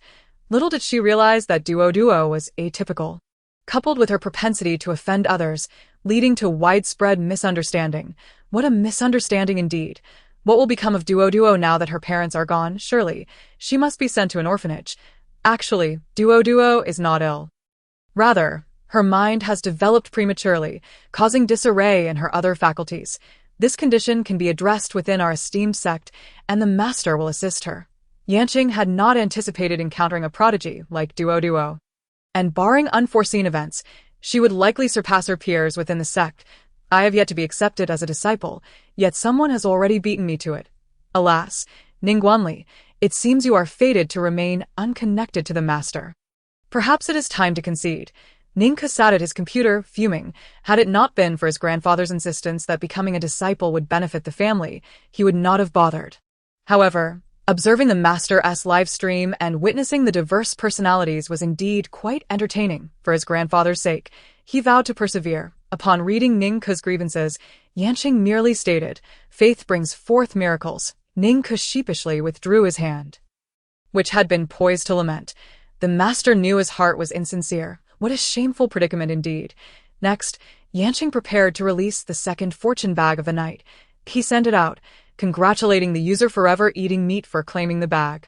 How infuriating. What name must one adopt to secure a fortune bag? Stop your complaining. At this point, I no longer even wish to win a fortune bag. Having a corpse beside me is not frightening. But being near a murderer is truly terrifying. Forever eating meat promptly initiated a video call with Yanqing. The screen split once more, revealing a young man with red eyes, a stubbly chin, and a forehead slick with sweat. "Master, please tell me, will I become wealthy today?" Yanqing glanced at him, coldly responding, "No." Upon hearing those words, the young man appeared as though struck by lightning. "That cannot be, Master. The sources indicated a high probability of success." "Please give it another try." Yanqing reiterated, "Not only will you not amass wealth today, but if you persist, you will face ruin. Good heavens, how severe. What on earth is he planning? Is he perhaps contemplating a bank heist?" "Young man, I advise against such extremities." The young man stared wide-eyed, seemingly unable to fathom Yanqing's proclamation, hastily typing away at his keyboard. Soon, he turned his phone towards the computer screen, revealing a vibrant interface showcasing various gambling options, including large and small bets. A chat box on the side displayed a message from the group chat. "Look, the group admin stated that if we follow the largest multiplier, I can secure 5 times my investment." Are you out of your mind? This is obviously a trap. Who in their right mind still believes in this? It's clearly a scam. Wait, how does one play this? I'm curious to try it with $10. Upon seeing this, the young man seemed to recall something. "Just $10? I once said the same thing. My name is Yu Pungpung. When someone first approached me about this, I thought, just $10. But to my surprise, with just that amount, I ended up earning tenfold within half an hour, merely while slacking off at work. Over the past 2 weeks, I've turned my initial 100 into 2,000, and I even hit a 32 times multiplier. What an exhilarating experience." This morning, the group admin announced a loophole, preparing us for a major win, urging us to aim for a 132 times multiplier. That means I need to reinvest every penny I've made, plus an additional 80,000 in capital, for a total return of 900,000. As Yu Pungpung envisioned the wealth, his face flushed deeper. Chapter 71. Money at the intersection should not be picked up. I am not jealous of your success, but this is clearly a scammer's web tightening around you. Those entangled in the matter are often blind to the truth. What they perceive is utterly different from our perspective. Yet Yu Pungpung remained undeterred, clinging to his dreams of wealth. "It's impossible. Some individuals have been in this for over a year. How could anyone deceive me for 6 months?" Even as he remained oblivious to the perils that loomed, Yanqing sought to prevent his descent into the abyss. "Allow me to reveal the true nature of those on the other side." Yanqing spoke. A chat window suddenly appeared on the computer screen, revealing a conversation among a small group. "Hey, do you think those fools will fall for it today? Not sure. There are 8 people in the circle this time. Surely one of them will take the bait. Let's put in some effort. As long as 3 people fall for it, our efforts this half year won't be in vain." The adjacent group wrapped up 30,000 yesterday. How on earth do they find such easily duped fools? How much can we extract if we fool them to the maximum multiplier? Yu Pingping observed the individuals engaged in conversation, realizing they were the group admin and a long-term member. This poor lad seems severely disillusioned. He is utterly deflated. I treated them like brothers, yet they regarded me as a fool. How tragic. While there is still some profit, it's best to make a quick exit. Yu Pingping found himself engulfed in disbelief. Feeling utterly betrayed, I have no money left to avoid affecting my bets. I've already deposited my funds into the site. 100,000. This child is in quite the predicament. Perhaps we should call the police? It's somewhat amusing, albeit unethical. I've never encountered someone more desperate than a scammer. Well, Why not withdraw before it all begins? Yu Pengpeng's eyes reddened further, this time not from avarice, but from the brink of tears. That's impossible. On the day of high stakes, we can only deposit. Withdrawals are prohibited, as they claim it would skew back-end data. We all deposit the same day, and withdrawals occur the next. What am I to do? IV already borrowed 40,000 from my loan for the 8,000. The other 40,000 was saved for my mother's medical treatment. Woe is me, as he spoke. Tears welled in Yu Pengpeng's eyes. He was still quite young, having taken up work early to support his mother, who suffered from kidney failure and required constant medication. His desperate notion of quick wealth stemmed from the doctor's advice that a transplant would be optimal. Costing 500,000, should he manage to turn his funds into 900,000, he could afford the operation and even make a down payment on a house in the county. Upon learning the truth, the audience expressed their sympathy. Alas, they likely fear your withdrawals. Expect tomorrow's selection process will be ruthless. What can we do now, Master? Is there a way to allow him to withdraw? Yanqing shook his head. That is not possible. Their withdrawal systems are based overseas, beyond my control.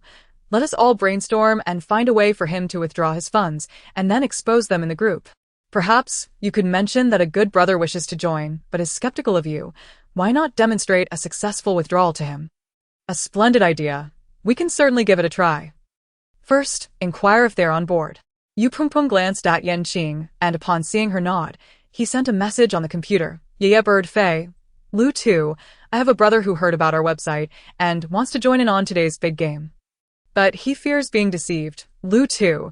If it's a guaranteed profit, then if he fears deception, he should not participate. Yeah, Bird Fei. No. He is mainly concerned that if he earns, he won't be able to withdraw. I told him that I am currently making money on the site. He is right next to me.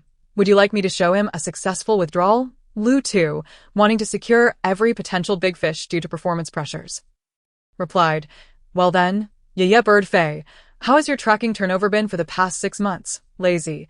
Oh, I recall that clearly. I follow diligently every day without fail.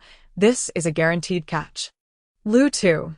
Since we are familiar with each other, I'll grant you withdrawal privileges. Show him how it works. Yu Pengpeng felt a surge of joy and quickly agreed.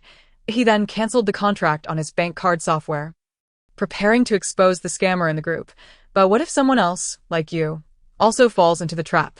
If today's conversation continues like this, we truly have no other options. Is there even time to manage others now? We should report it to the authorities. Online gambling is illegal as well. Yu Pengpeng could only look at Yanqing, waiting for her command. This scrutiny is quite stressful for me. I am really not adept with foreign systems. Yanqing calculated with her hands. She could only ascertain those who had communicated with Yu Pengpeng. Those who had spoken with you in the group and have yet to recharge can be exposed. As for their other groups, we can only report them. Aren't you supposed to be good at calculations? Now that you know others have been deceived, can't you help them? The boasting has gone too far. If others are scammed, how many families would suffer? No, this is a human live stream. You cockroaches should not intrude. Thank you. Cockroach. Damn it, how unlucky. Yu Pengpeng reported to the police, providing them with the website link, and subsequently exposed the scammer's actions in the group. He shared the chat history from the small group. Those who were in the process of recharging saw Yeah Bird Fei's message and promptly halted their actions. But won't the scammer escape because of this? The website has been handed over to the police. What remains is beyond our control, right? Aren't they operating from abroad? Even if we report it, won't they just shut down the website? No, their website is hosted on foreign servers and the recharge system is also abroad. However, the chat-based station is in the domestic realm. The individuals chatting in the group are also domestic. The police have already pinpointed their IP addresses and they cannot escape. Yu Pengpeng looked at the 100,000 yuan displayed on his bank card and hurriedly returned the money he had borrowed today. Thankfully, I managed to grab a lucky bag today. I really enjoy this live stream. Initially, I had planned to reward the master if I truly had 900,000 as a blessing for my mother, Yanqing. That's hilarious. To seek blessings, you must worship our master's ancestor, the protector of the way. Exactly, the protector is quite effective. After offering incense, I went to take an exam and unexpectedly received good news 3 days later. Perhaps when I offered incense, I did not make a specific request, hence I found a coin at the crossroads. Coins found at the crossroads are not to be picked up carelessly. Suddenly, Qing, who had been watching the bullet comments, spoke up. Chapter 72. Sold for a ghost marriage. Please elaborate. Yu Pengpeng's matter had concluded, and Qing ended the call, directly reaching out to the person who had found a coin. The individual on the other end felt a chill from Qing's words and hurriedly connected. Regardless of whether she had washed her face or applied makeup, a girl with a delicate appearance appeared on the screen. Why the rosy glow? What's wrong with finding money? The young lady is quite lovely. Master, I spent that coin quite quickly, but I asked there a problem. Qing scrutinized the girl's head. A significant issue. Have you been dreaming frequently these past few days, where a man pursues you romantically? The girl's expression changed instantly, turning a deep shade of red. Master, you are incredible. I indeed dreamt of a man fervently pursuing me. I thought it was just because I was watching others in love while being single. Is there something wrong with that dream now? Qing gazed at the faintly visible bridal crown above her head, her expression turning icy. Yes, the man in your dream is none other than your soon-to-be husband. No way, I don't even have a boyfriend. The girl looked at Qing in disbelief. That coin was indeed your betrothal gift. By picking it up, you effectively accepted it, and you have already spent it. I know this. Am I being matched for a ghost marriage? But isn't a ghost marriage supposed to require birth dates? We are now in the era of big data. How difficult can it be to ascertain birth dates? Many gaming websites have my birth date. But isn't that a bit stingy? A betrothal gift of just one coin, and they want a life in return. The girl looked at Qing with confusion. Yes, because your parents provided your birth date, they offered a bride price to your parents. And then a male ghost came following the birth date to give you the betrothal gift.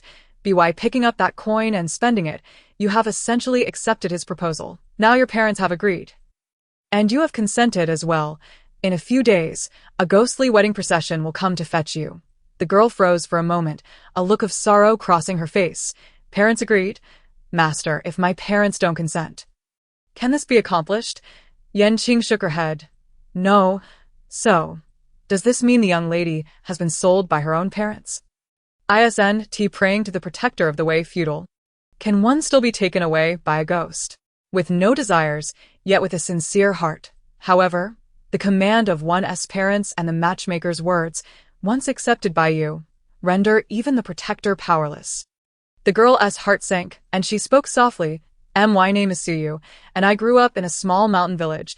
My family values sons over daughters. When I was 15, my parents wanted to marry me off to a village fool because his family offered 5,000 yuan, making them the wealthiest in the village. At that time, I felt that following them would not lead to a good life, as the villagers said they sold themselves outside, but I truly could not accept marrying a fool at the age of 15.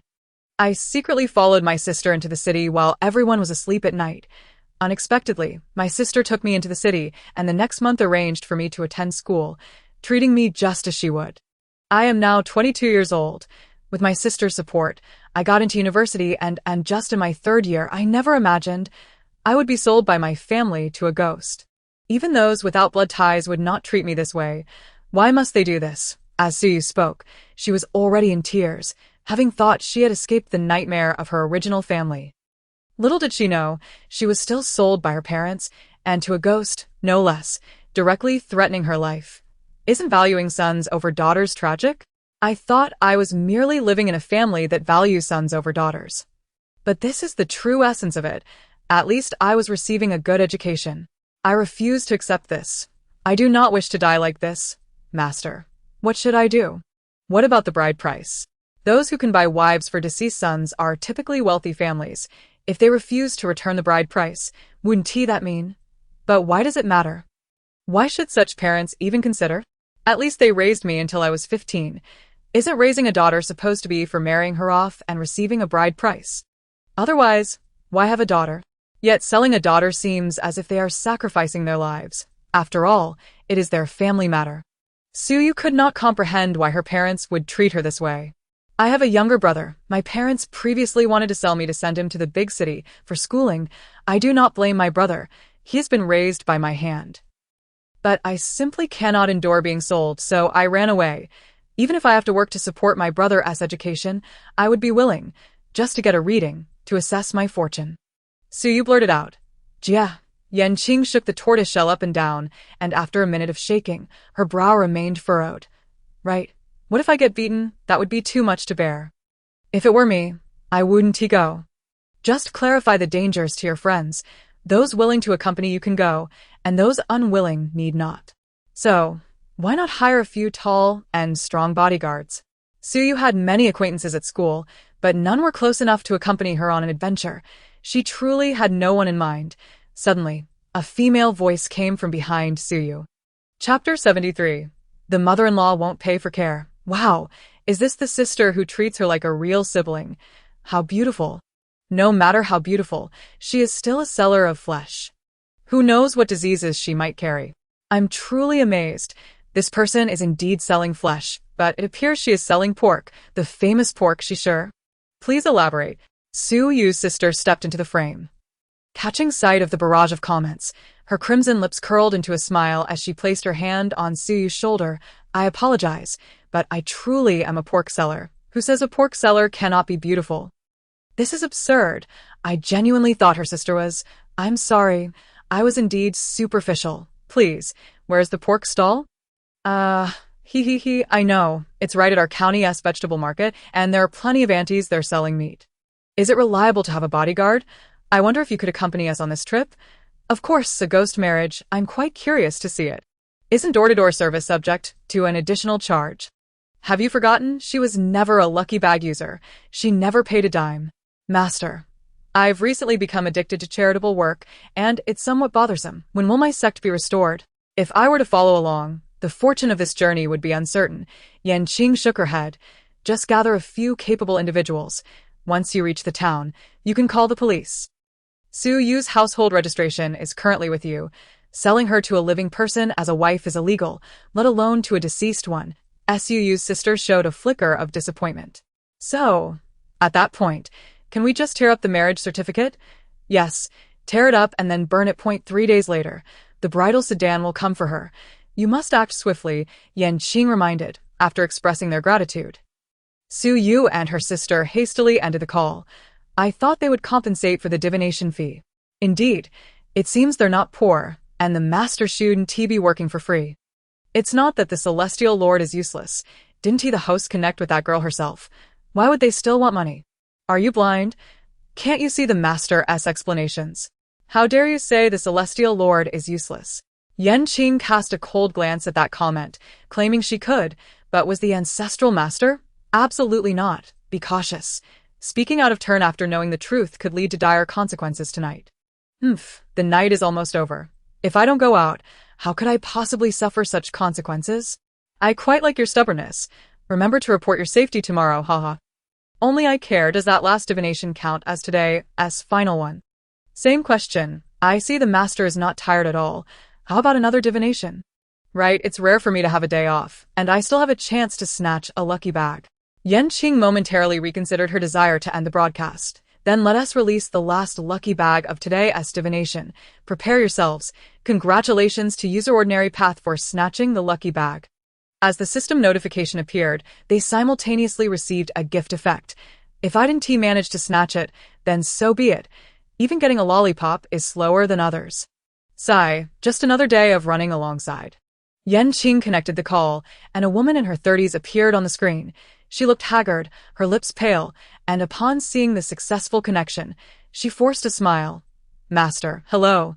The woman hesitated briefly, casting a glance aside, her gaze firming slightly. Master, my name is Luo Wei. 12 hours ago, I just emerged from the gates of the underworld, having given birth to my child.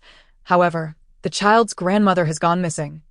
Neither coming to care for us nor providing any financial support, Luo Wei seemed a bit weary. Taking deep breaths, the barrage of comments couldn't hold back any longer. Wait, what does your giving birth have to do with your mother-in-law? Why should she give you money? They say raising children is for old age. Marrying such a daughter-in-law is truly a stroke of bad luck. Isn't the child her son's? Shouldn't she help a bit to lessen the burden? It's only natural for family members to care for one another, but thinking it's a given is simply wrong. Don't you think? Ignoring the comments, Luo Wei continued, I understand that it's not a given for my mother-in-law to care for me or provide money. However, both my husband and I have given her our entire monthly salaries. After my father-in-law passed away, my mother-in-law raised my husband alone. After we got married, she felt she had lost her son and lacked security, so we thought to bring her over and hand her our salary card. Over the years, with our savings, there should be around 1.7 million in the account, but a few days ago, when I went into labor, I asked her to take out the money for my hospital fees. She hesitated and said she had something to do, and hung up. We could only borrow some money to pay. After I gave birth yesterday, my husband called her to come see her grandson. But she didn't come, and that's when we started to feel something was off. Looks like those who insulted got their faces slapped. With this kind of daughter-in-law, I'd be offering sacrifices. You all are foolish, handing over so much money to an old lady. Hopefully, she didn't spend it all on health supplements. No, my husband found out today that my mother-in-law is dating a man outside and has used the money to buy him a house. Sue that man or your mother-in-law. Either way, you must recover that money. In an instant, I don't know whom to sympathize with. Are you the man in question? Yan Qing remarked with a hint of a smile. Don't rush. Don't jump to conclusions. Let her finish her story. As Yan Qing spoke, the barrage quieted down. Luo Wei continued, Master, I want you to divine if the man my mother-in-law is dating truly loves her. A daughter-in-law like this actually exists. Isn't this a pointless question? Who would genuinely love an old woman? You're in your 30s. Your mother-in-law must be over 50, right? Blind guess. It's for the money. And he is probably a gigolo. Foolish filial piety. How foolish. Luo Wei looked helplessly at Yan Qing. If my master finds a wife and uses my divination money to buy her a house, I would probably demolish that house. Can I just stay at the Heavenly Master's sect? Yan Qing silently scoffed to herself. Initially, he merely aimed to trick your mother-in-law into buying some health supplements. Chapter 74. Starving later. Upon learning that your mother-in-law had been single for many years with such a substantial amount of money, he grew covetous. He only wanted to scam a down payment, not expecting your mother-in-law to pay in full. Is this the true love story between a wealthy woman and a health supplement salesman? Why can't I encounter such clients? If they wanted to buy a house from me, I wouldn't ask for much. I'd just cheat for a commission. Luo Wei blinked. So, he isn't genuinely with my mother-in-law. What should I do? They're even planning to get a marriage certificate. Well, that man is probably worried your mother-in-law will change her mind once she has a grandson. So he is currently trying to get her to register for marriage as soon as Yan Qing said this. The man beside Suyu, who had been holding his breath, grew anxious. What, wife? I'll go find my mom first. Ask the master if there is any way to prove that man is a scammer. Suyu's husband hurriedly left. This child still lacks confidence. He bought the house in full for you, yet he fears she'll change her mind. A woman's heart is as deep as the ocean. A widow's heart must at least be as sturdy as a pillar. Ha! What is so funny? It's truly lacking in manners. That person has raised their son for so many years. What is wrong with them dating? Luo Wei nodded in agreement. Yes, we believe my mother-in-law has had a tough time, so we thought if it were true love, marriage wouldn't be out of the question. However, this is a scammer. Yan Qing pinched her fingers together, rubbing them repeatedly. Your mother-in-law will soon meet a genuine companion for her later years. He comes from a well-off family and is kind-hearted. Luo Wei's face lit up with joy, a smile unconsciously spreading across her features. Yan Qing shook her head. After Luo Wei nodded, she felt she had no more questions. Thank you, master. Can I hang up now? Yes, you may. Luo Wei ended the call, concluding today's divination. All right, we're done for today. See you tomorrow at 7. Why so soon? Honestly, I wasn't even paying attention to the divination. I was primarily admiring the master's stunning beauty. All right, disbanded. See you tomorrow. I hope to snatch a lucky bag. Let us see when my Prince Charming will appear. Yan Qing clicked the end broadcast button, opened the window, and walked to the bay window to meditate. Gazing at the zero balance, Yan Qing pondered where to earn a substantial sum. Just then, her phone rang. Huang Yiming had sent a message. Master Yan, I wonder if you are free today. Yan Qing raised an eyebrow. Isn't this the big opportunity? I'm free. Of course, I'm free. At 9 in the morning, send a car to pick me up, and I must arrive at the Xiamen entrance by 9:30, no earlier. No later. Understood. Thank you, Master Yan. After preparing her belongings, Yan Qing knew that while feng shui was a minor matter, facilitating a collaboration between two wealthy individuals was no small feat. At 9 o'clock, Huang Yiming personally drove to pick up Yan Qing. Indicating their regard for her and the significance of this collaboration, as the clock struck 9:30, they halted in front of a tall building. "Miss Yan, this is the building that Mr. Ning and I have recently purchased. Thank you for your assistance." Yan Qing nodded, gazing at the building before her, astonished at the scale of it. Su Yuan's company was still renting space in that building. They had purchased the entire structure. If I bought a building and established a teaching facility within it, no, the ancestral master would certainly be displeased with me. After Yan Qing adjusted the feng shui within the building, she was taken aback by the compensation Huang Yiming provided, top-tier imperial green. A rare 300-year-old piece. This, Mr. Huang, this is too lavish. Yan Qing pressed her hand against the soul-nurturing pouch, as Zai was already restless within it. "Master Yan, please do not stand on ceremony with me. I have heard that you have a penchant for collecting, which is why I have prepared this for you with great care, faced with the reality that there are merely 200 yuan left in my pocket." Yan Qing reluctantly accepted the imperial green. If I were to refuse, Zai might leap out and devour it whole. Therefore, I extend my heartfelt gratitude for your kindness. Mr. Huang, my dear master, I am so hungry. If I could just have a piece of imperial green, I am certain it would restore 200 years of my cultivation. Upon entering the house, Zai sprang forth, rolling around on the floor. "You just had a hearty meal a few days ago. Do not feign hunger." Yan Qing gazed at the rolling Zai in silence. The little creature paused its antics and approached Yan Qing, nuzzling against her leg. "Master, I have truly expended so much energy lately. I am genuinely famished. Here, take it, but next time, do not think of escaping at the slightest opportunity. Do not embarrass me." Zai joyfully consumed the exquisite piece of imperial green, visibly solidifying its soul and essence. "All right, master, you should go live stream now. I will entertain myself." Zai leapt about the living room, reminding Yan Qing to go live and earn some money. I'm coming. As soon as I finish dinner, I'll be there, hee. Today, I must count on the White Horse Prince. Master, please bless me to seize it." "Good evening, everyone." Yan Qing greeted the audience in the live stream while preparing to distribute red envelopes. "Based on my years of experience, this posture from the host surely indicates the distribution of red envelopes. I am all set. Congratulations to user Where is the White Horse Prince for seizing a red envelope. I clearly saw through it, yet I still couldn't grab it. Excited. I really managed to get it, haraha. User Where is the White Horse Prince sent a rose, before the special effects had even fully graced the screen. The protagonist sent another barrage of comments. "Master, please connect with me. I can't find the switch. No, I'm just overjoyed. Goodness, this is already incoherent. How long have you been single?" Yan Qing chuckled as she sent a connection request to the person on the other end. Once the connection was established, a young girl appeared on the screen, sporting a high ponytail and a fresh visage devoid of makeup, her delicate features undeniably charming.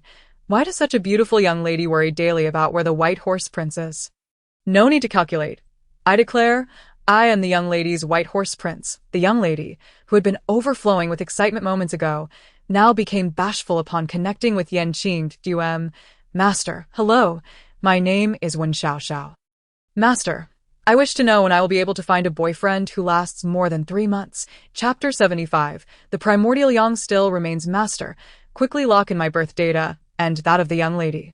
You truly are a society of looks. What if she has some unspeakable flaws? Yan Qing examined Wen Xiao's features, her brows furrowing slightly. You have abundant romantic prospects, yet each boyfriend seems to last less than 3 months before parting ways. Correct? Indeed, I am 26 this year. Since my 3rd year in university, several boys have pursued me, but none have lasted beyond 3 months. The reasons for our breakups are all rather baffling. Some claim they feel insecure.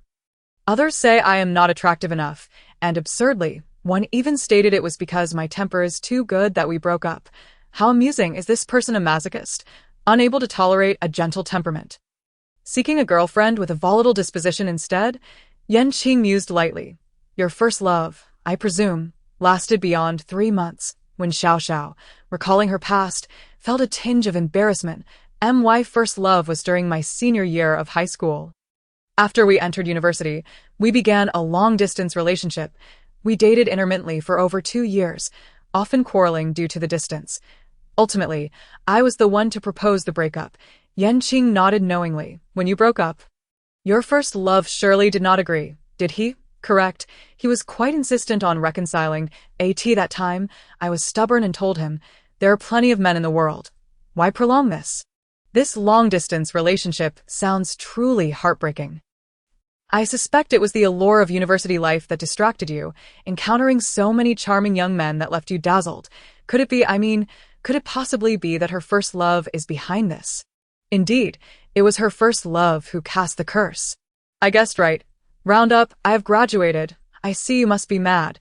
Anyone could have guessed that when Xiao Xiao, feeling frustrated, inquired, Master, why would he do such a thing? It's just a breakup. Does he harbor such hatred towards me? Qing smiled wryly. He likely employed a curse. Did you perhaps give him some of your hair? Yes, there was a trend of braided friendship bracelets. And I followed suit, cutting my hair to weave into one and sending it across the miles to him. Master, could it be that the bracelet is the problem? Nodding, Qing replied candidly, hair is not only strands but also represents emotional ties. By gifting him your hair, you essentially pledged your future to him. Yet, you chose to break up, and he utilized your hair to cast a curse. Oh my goodness, is it not enough to break up? Must one live a life of solitude for the rest of their days? Sisters, one must truly be discerning when choosing a boyfriend. What a character. The young lady is simply too kind-hearted. Even after hearing the master state, he cursed her. She still believes in him. This is not kindness. It is foolishness. When Xiao Xiao looked at Qing with trepidation, Master, will this curse follow me for a lifetime? Qing nodded. Yes, unless the other party understands and you break it. It will accompany you throughout your life. Perhaps you would like to hear more about this curse's details? Confront him directly. Demand he lift it. It's truly disgusting. Call the police. This is no trivial matter. If I had to change boyfriends this frequently, I would be delighted to think of myself. Tio, the one above. Add me on WeChat. Our store has just received a new batch of male models. Guaranteed to be frequent changers without clinginess. When Xiao Xiao hesitated momentarily, but still could not believe that the boy from her past could be so malicious, I want to call and ask him directly. When Xiao Xiao picked up her charging phone by the computer, preparing to dial her first love's number, a barrage of comments caught her, and Oni to call. I am in the live stream. When Xiao Xiao's hand paused, and she clicked on the speaker's profile, the avatar was a couple's photo they had previously used, though it was now merged into one. What am I seeing? A wolf's heart has appeared. Why not a dog's lung? Do you think he is unworthy? Master. May I connect with you all? I wish to explain personally. Qing asked when Xiao Xiao, and upon her agreement, sent a connection request to the speaking man. The camera revealed a boy clad in a white shirt, possessing a gentle and refined appearance, seemingly of the same age as when Xiao Xiao. Thinking of such a handsome man harboring a black heart fills me with sorrow. The hearts of men are as elusive as needles in the ocean. I bear no responsibility. I am an honest person who would never cast a curse. Is there any young lady seeking a relationship that one to end in a breakup? Master, hello. My name is Fong Ziqing. I did indeed cast that curse, but I never intended to harm her. If she thoroughly forgets me, the curse will become ineffective. When Xiao Xiao's cheeks flushed momentarily before she quickly suppressed it. Fong Ziqing, what do you mean? I have long forgotten you. Why would you wish to harm me? Fong Ziqing gazed intently at the screen, fixing his eyes on Wen Xiao Xiao. Are you certain you have truly forgotten me? If you had completely expelled me from your heart, my curse would have no power over you. If you doubt this, surely the Master can discern the truth. Master, you ought to have seen through this curse by now. Correct? Qing nodded. Indeed, he speaks the truth. This is the heart curse, traditionally believed that as long as either party harbors a place for the one who cast the spell in their heart, their subsequent relationships will never reach the altar of marriage. Moreover, the more significant the person's position in their heart, the shorter the duration of future romantic relationships.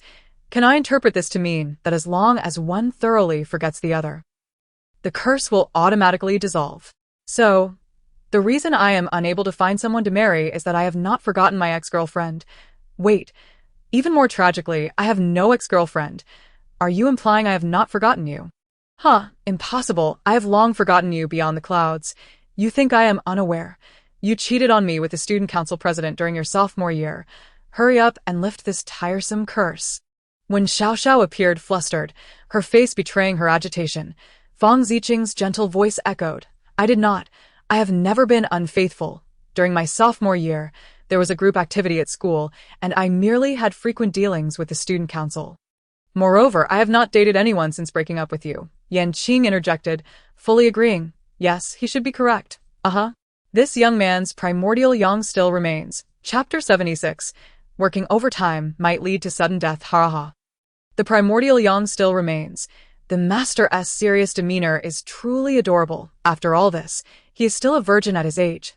So, is this young lady also a virgin? Isn't your focus a bit peculiar? What's wrong with being a virgin? Are you out of your mind? You must be the one out of your mind. I never said anything about you. Why take offense? When Xiao Xiao's face flushed crimson. The moment she saw Fang Ziqing's face, she realized that all these years, she had never truly forgotten him. There is another way to lift this curse, which is for the one who cast it and the one who is cursed to be together. Yan Qing reminded her, as for whether to forgive him, that was entirely when Xiao Xiao's own affair. The nature of their bond could only be determined by fate, and all that remained was to wish them good fortune. Yan Qing ended the connection between the two. When Xiao Xiao sat dazed in front of her computer, ding dong, the notification sound chimed. A private message had arrived. Xiao Xiao, I'm sorry, can we meet and talk? When Xiao Xiao stubbornly refused, there's nothing to discuss. Just lift the curse on me. I'm at the CAF downstairs from your place. I'm waiting for you. After all these years, Fang Ziqing had always been attentive to Xiao Xiao's whereabouts. What a creep. He even knows where I live, when Xiao Xiao muttered, reluctantly picking up her phone to prepare to head downstairs, grumbling as she walked. She completely forgot that she hadn't moved in years. Hey, I still feel there's a hint of sweetness between them. At least he hasn't harmed her. Isn't that still harmful? I find it a bit unsettling. If someone treated me like that, I definitely couldn't handle it.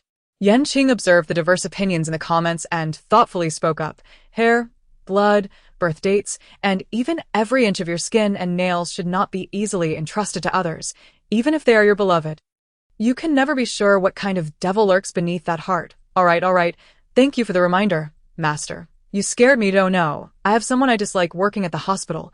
She even came to visit me when I was hospitalized last time. Don't be so alarmed.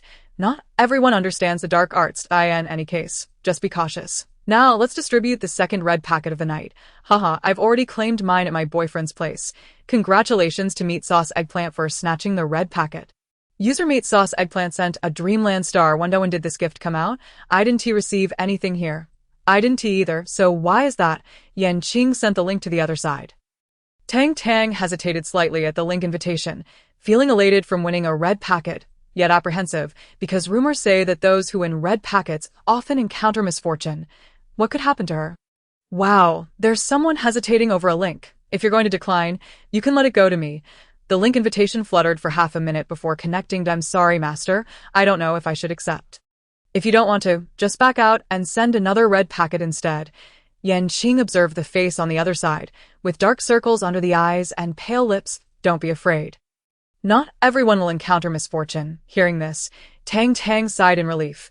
Master, I don't have anything in particular to inquire about. Feel free to take a look for me. Yan Qing delicately pinched her fingers and pondered for a moment.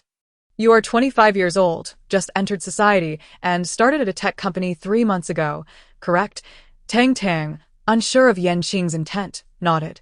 Yes, that's right. During these 3 months, since you're still on probation, you have been handling tasks like tidying the break room, printing documents, and working overtime all by yourself. Haven to you? Yes. Wow, it feels like you're reading my fortune. We are all lost souls. Can I say I'm still working overtime while sneaking in some leisure?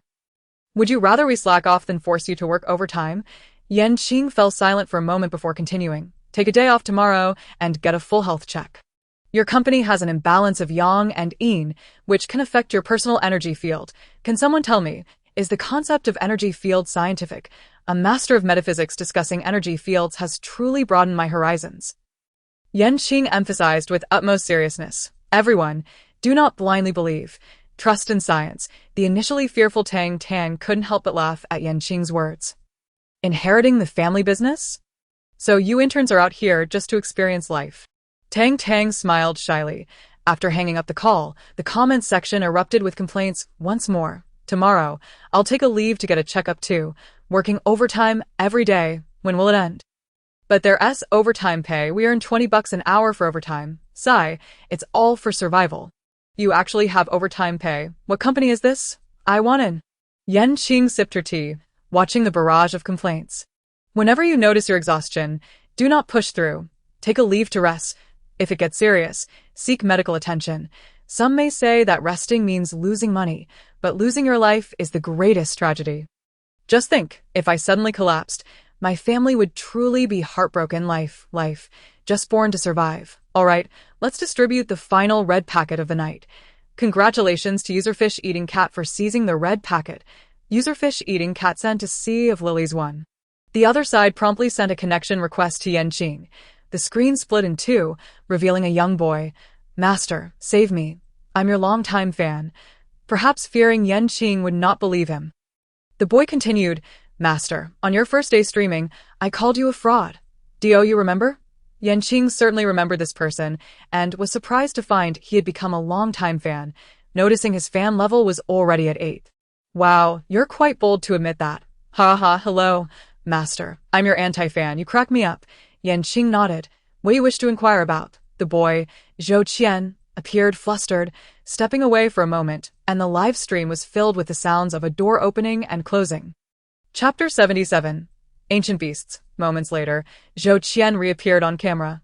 Master, my name is Zhou Qian, and I suspect that one of my dorm mates is not human. Please elaborate. Is it in a school dormitory? With the temperature outside nearing 40 degrees, he was wrapped up tightly. Occasionally, he would take a sniff and exclaim that it wasn't tea ripe yet and not tasty. Oh my, I'm starting to feel scared. Now I see my roommate, and they don't even look human. He is already hiding under the covers and has turned down his roommate's request for a midnight snack. Yan Qing observed the background behind the boy, noticing no signs of anything sinister. Hold your phone and circle around the room. Zhou Qian complied hastily, and as Yan Qing scanned the room, her brows furrowed slightly. There is nothing unclean in this room. Go to your peculiar roommate's bed. Zhou Qian walked to the strange roommate's bed with his phone. Yan Qing keenly spotted a few gray hairs scattered on the pillow. A suspicion arose in her mind, yet that species had long been extinct, so she refrained from jumping to conclusions. Knock, knock, knock. Suddenly, there was a knock at the door, causing Zhou Qian, holding the phone, to shiver visibly, making the camera shake. Who is it? It's me. Wanggood, I forgot my keys. Let me in. You can really see how terrified he is just from the sound, if he is this scared just from hearing a voice. What would happen if he actually saw the person? Zhou Qian fumbled to put on a Bluetooth headset. Yan Qing nodded. Put your phone down. I'll open the door and take a look. Zhou Qian obediently placed the phone on the dormitory table. Yan Qing extended her palm, raised her index finger, and whispered, Rise. The live stream camera lifted accordingly. I must say, Master, this technique is truly effective. It's just like watching a drama. From now on, if Master ISNT fortune-telling, maybe consider becoming a 360-degree mobile surveillance. That is hilarious. You must be from a labor agency. Zhou Qian took a few deep breaths and mustered the courage to open the door. Why are you taking so long? It's pretty hot out here. Wang Ge remarked about the heat outside, yet he was wrapped in a thick brown scarf tightly around his neck. Unexpectedly, Wang Ge turned to Zhou Qian. His expression serious. What is there to be afraid of from a big man? Master, does this seem problematic? Is he planning to eat him tonight? What if he is gay? Is being gay more dangerous than a ghost? Regardless, it's all about being eaten. I'd definitely choose the gay option. Yan Qing frowned, feeling it might indeed be uncertain. She needed to observe further. Suddenly, thunder rumbled on Zhou Qian's end, catching Yan Qing off guard. Is it often raining over there? Under Wang Ji's gaze, Zhou Qian's eyes darted, chuckling nervously. You wouldn't believe it. It's been raining every day lately, and there is thunder at night. I'm a bit scared. At the same time, he internally scoffed. What am I scared of? You are the one I fear the most. Hurry up and leave. This guy is surprisingly clever. By the way, it's been raining every day in our province too. Could we be in the same province? Yan Qing looked at Wang Ge, suspecting he was indeed a creature from folklore. And the Shan Hai Jing. It is recorded that this is a fierce beast resembling a pig but with a human face. Shan Mountain is home to a beast whose form resembles that of a pig, yet bears a human visage, with a yellow body and a crimson tail. This creature is named Hiu, and its cry is akin to that of an infant. This beast preys upon humans and also consumes insects and serpents. Its mere appearance heralds a deluge across the land. Its defining characteristic is cannibalism.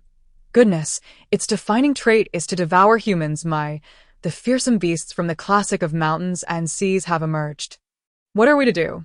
The master is still quite young, and we are facing an ancient monstrosity. We are doomed, utterly doomed. This time, there is truly no escape. Upon hearing Yanqing's words, Zhou Qian felt a chill seep into his heart.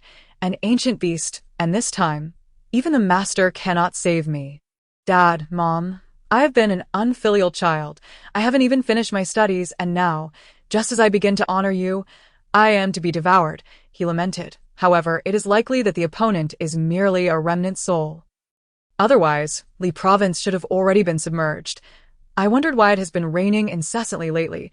It turns out a fearsome beast has manifested. Are we truly a live stream room that believes in science? I can't shake the feeling.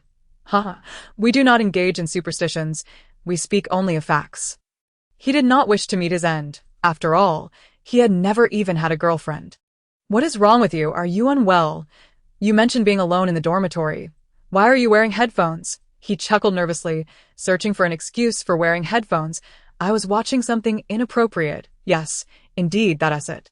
After all, the volume needs to be a bit higher for the ambience, right? He laughed awkwardly. Our dormitory has terrible soundproofing. It's best to keep it low-key. This is hilarious. Is this your excuse? I've learned something.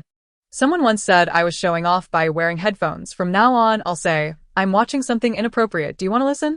Originally, Wang Ge was strikingly handsome, one of the most good-looking individuals at school. Now, however, he appeared gaunt, his body wrapped tightly in layers. Even sleeping fully clothed, Wang Ge slowly paced toward Zhou Qian. It's not what you think. You should sleep first. I need to take care of something. Zhou Qian took 2 steps back, grabbing his phone and bolting towards the bathroom. No, you can't hide. How can the master help you? It's instinctive to be afraid, and besides, even a remnant soul of an ancient beast might not be easily dealt with. Right? Yanqing pinched her fingers and spoke. Zai, come here. Did I want to go? It stinks. Zai, who was engrossed in a drama on the sofa, swiftly wrapped himself in a blanket. Chapter 78. What am I? I heard that, haha. Our Zai is indeed a divine beast. I almost forgot about our Zai. Isn't this something that can be resolved quickly? Zai, hidden beneath the blanket, focused his consciousness on Yanqing's screen. Hearing everyone praise him made him feel a bit giddy. No way. I am an ancient divine beast. That thing is too foul for me to engage with. Stealing his resolve, Zai decided to continue feigning death under the blanket. Yanqing, exasperated, stood up, walked to the sofa, and lifted the blanket, grabbing the flailing Zai. Are you going or not? No, absolutely not. I will not be humiliated. I refuse to battle that stinking creature. Zai held his head high, displaying a defiant demeanor. My goodness, Zai is so adorable. Even though he is a soul entity, he is still so cute. Can I adopt Zai? Haha, I would love to raise him from afar. Zai, do you dare to dream? Have you forgotten what the master said about him consuming spiritually infused jade? I can't afford to raise him. Forget I said anything. Zai was uncooperative, and Yanqing, who had always indulged him, reluctantly pulled out a small vial from her bag upon opening the cap. Zai's nose twitched wildly. So fragrant. The most beautiful, dearest, and absolutely wonderful fairy mistress. Is this for your beloved Zai? Yanqing deftly avoided Zai's reaching claws, humorously denying, no, this is for work. Upon hearing this, Zai drooped his head. Oh, little cabbage, no one loves me. I still have to fight that foul monster. Help, I'm going to be cutely overwhelmed. Quickly give it to him. Give it to me. Give it to me, twisting, crawling, surging, shouting. I want Zai to have a taste. Hurry, let me have a bite. Could you not be so twisted? You're scaring my precious Zai. In pursuit of the item in Yanqing's hand, Zai resignedly dove into her phone. Is this what they mean by following the internet cable to take your life? Zai, go forth and vanquish the foul creature. At least it's an ancient beast. Let us show it some respect. Zai could only follow the internet cable to Zhou Qian. Zai, you've worked hard. Deal with that creature outside, and I'll offer you this. Zhou Qian pulled out a piece of jade pendant from around his neck. Zai looked disdainfully at the darkened cord and the dull jade pendant. No, summon that foul creature to the door. Zhou Qian pondered for a moment and shouted earnestly from behind the bathroom door, Wangge, there's no toilet paper. Could you bring some? What else can I say but that it's a brilliant plan? What if I open the door and he gets eaten right away? After Zhou Qian shouted, he was pulled behind Zai. Stay back, don't get hurt. Moments later, a knocking sound echoed from outside the door. Knock, knock, knock. Zhou Qian, open the door. I've brought the paper. Zai stood at the door, and surprisingly, Wangge seemed completely unaware. Zai flung the door open and lunged at Wangge. A dark shadow was expelled from Wangge's body. Who dares to harm me? The shadow, rolling on the ground, bore a face reminiscent of a human's. What creature dares to harm me? Zai disdainfully trampled on Hiyu. What creature? It is now the 21st century. And you still live in the past. You still wish to harm others? I shall crush you, foul creature. How did Zai introduce himself at the Qing High building? Haha, I'm crying with laughter. What creature? I am the divine beast Bai Zai. The once magnificent ancient beast, now insulted as a foul creature, he seethed with rage. How dare you let go of me, and let us have a fair fight. Zai shook his mane and leaped off Hiyu. Open your pig eyes and see who I am. Hiyu staggered to his feet and finally recognized the same soul entity. Bai Zai, before him, it is the divine beast Bai Zai. We have always kept to ourselves. What brings you here to cause trouble? Zai held his head high, for the divine beast clan was inherently superior to the beast clan, a truth acknowledged across the realms. It is your misfortune. My master has an 8th level fan. What do those 4 emphasized words imply? They imply that we are not yet 8th level fans. Oh no. I just checked the task and still need over 3,000 points of intimacy. I'm almost there. I only need 200 more that I'll definitely level up tomorrow. Some even began sending gifts to increase intimacy. Qing was speechless. Zai, didn't he mean that? Please stop sending gifts to boost intimacy. Those who wish to increase intimacy obediently cease their gifting. Meanwhile, Hiyu, overhearing talk of 8th level fans, scoffed derisively. I only eat a bit of fan. Why should I care about levels? When did the Bai Zai clan become so stingy? Zai noticed that Hiyu had misunderstood his intent and chose not to elaborate further. A silver light radiated from his body. Surrender willingly. Do not waste time. Zai's lengthy speech was merely a tactic to compel the opponent to abandon resistance. Otherwise, when their beast clans fought, it would undoubtedly be a bare-knuckle brawl. Ugh, it stinks. Hiyu, realizing Bai Zai did not regard him with respect, understood that today's events would not conclude amicably. However, he was merely a newly emerged remnant soul.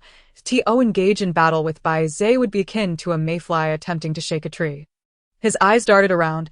A grotesque smile appeared on his ugly face, which made Bai Zai feel nauseated.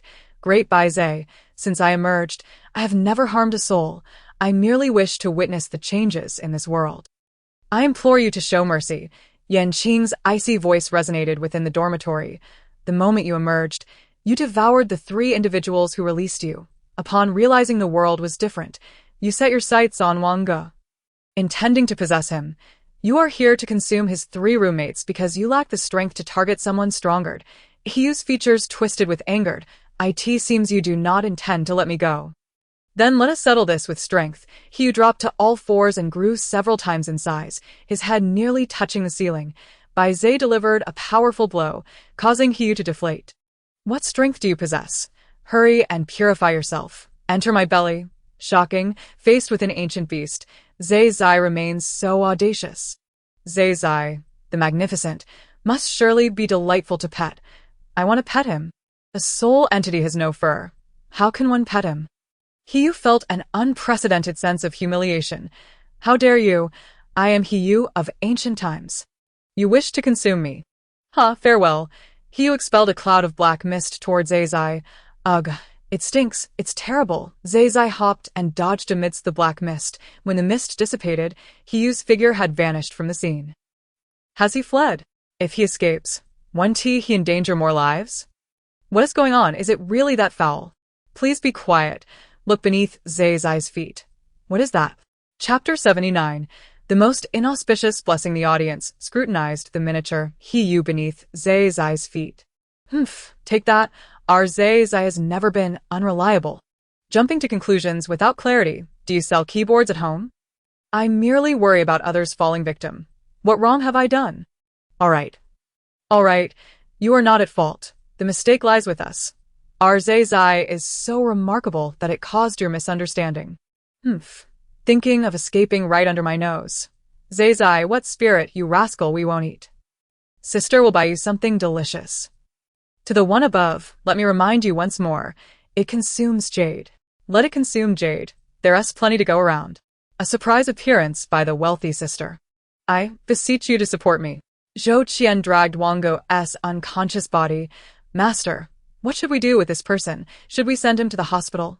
Yan Qing shook her head. No need. He will awaken shortly. This individual possesses immense willpower. If it weren't for his endurance, the three of you would have been devoured long ago. He feasts on humans, regardless of whether they are alive or dead. Zhou Qian wept profusely, shaking the still unconscious Wang Go.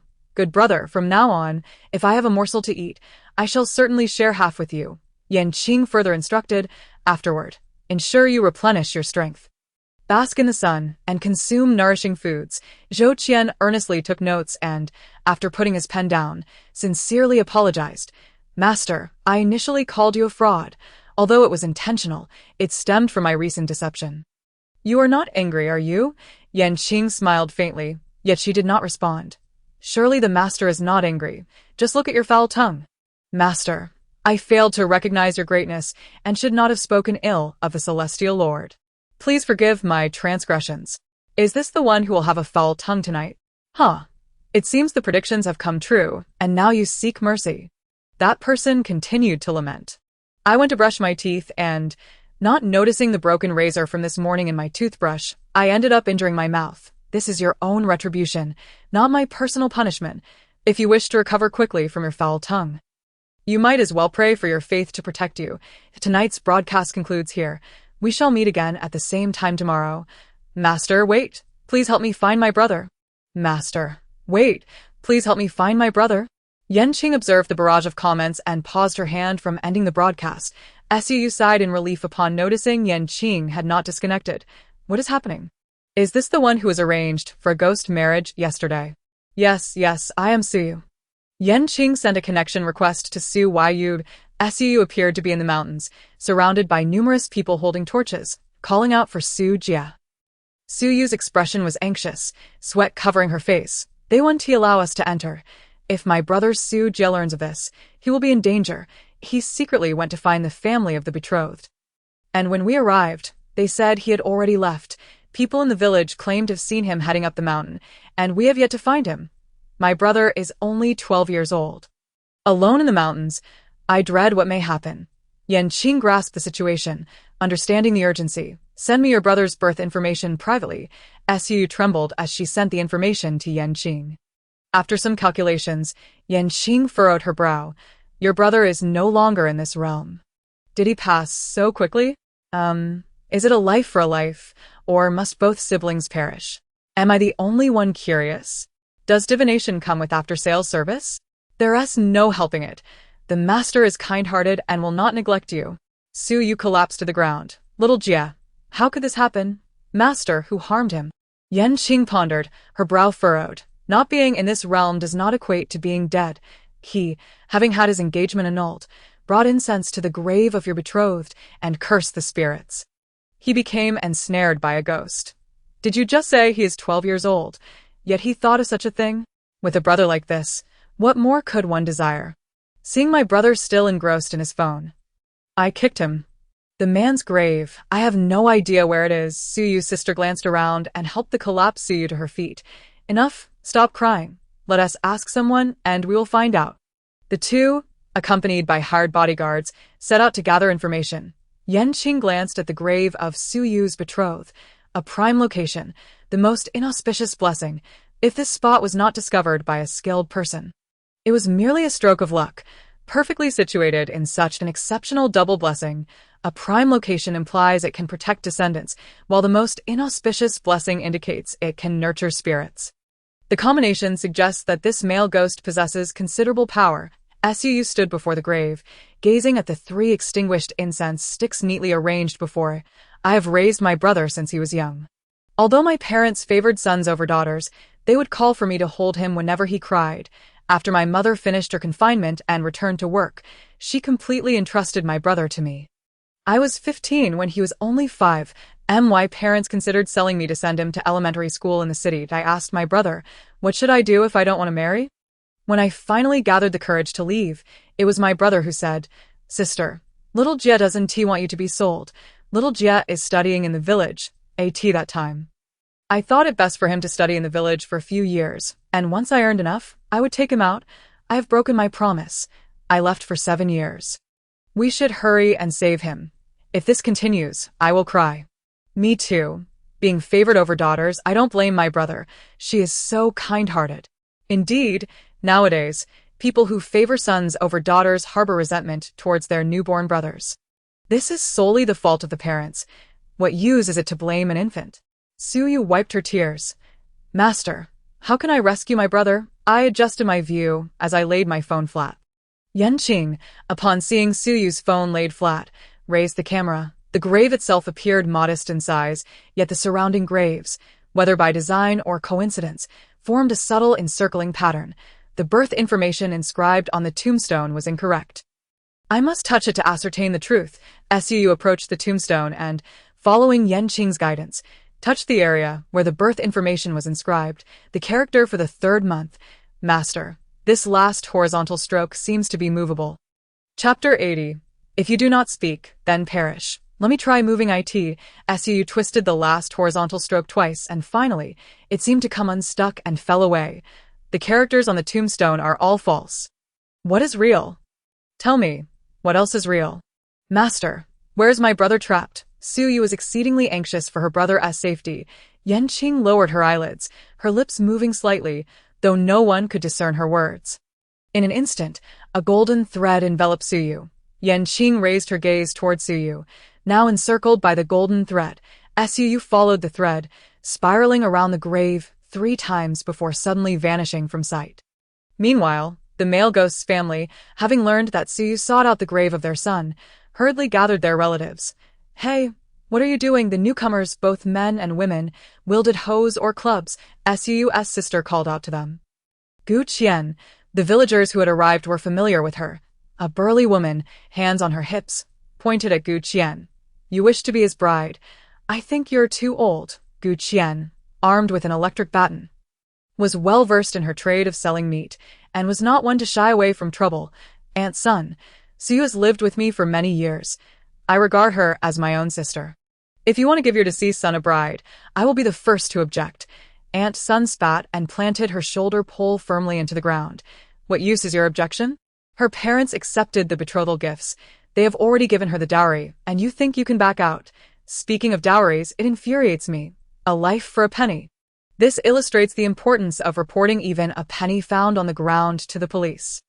Nowadays, if a penny drops, few would bother to pick it up. Only Suyu, raised in poverty, would think to collect it.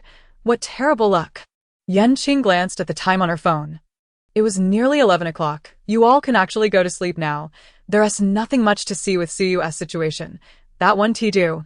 I want to see the male ghost before sleeping. The night's festivities have only just begun. Sleep? Everyone, let us go to the grave for a dance party. What a graveyard dance party. I won't watch this year's gala, if you're not in it. Gu Qian nearly laughed in exasperation. Just that penny your dead son gave. It's no wonder he is such a miser. The person beside Aunt's son had a shifty appearance, with a rotund face. My son is fortunate to have Suyu. It's her blessing. How dare she refuse? Where is Suyu, since she is here? Let her be buried with my son. Ask him who taught him to falsify his birth information. Qing gently spoke in the live stream, and Gu Qian's eyes darted. You may not know this, but we consulted a master. Your son's birth information is antagonistic to Suyu's. Be cautious. If you insist on binding them together, it will bring calamity to your entire family. Old son puffed out his chest proudly. Impossible. Only we, as his parents, know his birth information. Even the tombstone has false inscriptions. After old Sun spoke, he glanced at his son's tombstone, his eyes nearly bulging with rage. You all, they have disturbed my son's gravestone. Following Lao Sun's reminder, Sun Auntie also noticed that their son's gravestone had been tampered with. The burden in her hands slackened. It's over. It's truly over. Lao Sun. Our son is doomed. 11 years ago, Lao Sun's son passed away, and a passing half-wit, recognizing their plight of being childless, devised a scheme to obscure their eldest son's fate, deceiving the heavens and ultimately resulting in the birth of a son, albeit one who is mentally challenged. This is the consequence of feudal superstition. Brother, your words have offended over 10,000 viewers in our live stream. What? Aren't we a scientific live streaming channel? Kill them. Let them accompany my son in death. Lao Sun brandished a hoe, flanked by various relatives of the Sun family who colluded with him in this nefarious scheme. I have already called the police. If you dare to take a life, it is against the law. Ji Yuqian shouted, mustering her courage. She knew that if a fight ensued, the bodyguards they had hired would likely abandon them. Yan Qing was already aware of how this situation would unfold. Once Suyu emerged with Su Jia, this matter would reach its conclusion. Su's parents lurked in the crowd, eager to see if Gu Qian and her companions could prevail, and preferably eliminate both Lao Sun and his accomplice. This way, they wouldn't have to return the betrothal gifts, and their daughter could be sold once more. The unsophisticated villagers, upon hearing the police had been called, hesitated to take action. With the villagers remaining passive, the bodyguards naturally could not intervene, leading to a stalemate between the two factions. Suddenly, Suyu appeared at the grave of the deceased, holding Su Jia's hand.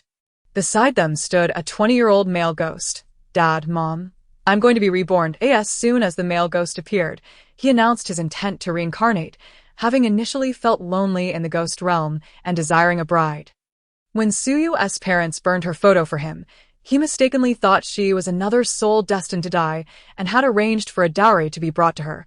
Had he known that a living person without illness would be his bride, he would have vehemently opposed it. The ensuing events were easily resolved, and the connection was abruptly severed. After expressing her gratitude, Gu Qian ended the call. Suyu left her parents behind, now able to earn money for her brother's education in the city, while Gu Qian's parents vehemently opposed their son leaving to follow this ungrateful daughter. For some reason, I feel a bit melancholic, an emptiness within. Another day of broadcasting has arrived, watching other stories, relieved it's not my own. See you tomorrow, brothers and sisters. Alright, ending the broadcast. See you tomorrow. Yan Qing pressed the button to end the stream, and beside her, Zai immediately approached. Master. Zai lowered his head, nudging against Yan Qing's feet. He hadn't yet received his reward for completing his task. Yan Qing patted his head. What's the rush? Here you go. Yan Qing produced a small vial, containing a single drop of essence she had extracted over the course of a year. Zai leaped to receive the vial from Yan Qing's hand and promptly swallowed it whole. Don't waste it. What if the essence turns to waste? Yan Qing shook her head in exasperation and released Hiyu, who had been confined within the soul-nurturing pouch. Now, speak. How is it that you possess a remnant soul in this world? If you're going to kill me, do it quickly. I won't utter a word. Hiyu, playing coy, thought to himself that this person clearly had questions for him and wouldn't he simply kill him. Thus, he felt he had the leverage to negotiate. Yan Qing's expression remained indifferent as she nodded. Very well, if you choose not to speak. With a flick of her wrist, a derived whip appeared in her hand, and with a swift strike, Hiyu's remnant soul dissipated into the ether. Chapter 81. The 2-year-old little ghost Hiyu's pig-headedness was truly wasted. The master was asking questions while he was negotiating. TSK. I'm clearly the clever one here. Yan Qing shot him a sidelong glance, smiling indulgently without saying a word. Recently, Zai had become enamored with television dramas, the reason for which remained a mystery to her. As the clock struck midnight, she finally opened the window and began to meditate. The following day, before dawn, Yan Qing opened her eyes to the sound of notifications on her phone. It was a video call from Zhuge Qingxian. After stretching her limbs, she pressed to answer. The elderly man on the other end wore a beaming smile. Disciple, the girl you sent for has arrived. This house is still under construction. How can we accommodate such a small child? Master, you are the sect leader. Our youngest junior brother is even younger than Duo. right? Zhuge Qingxuan's expression froze. He had forgotten. It seems so.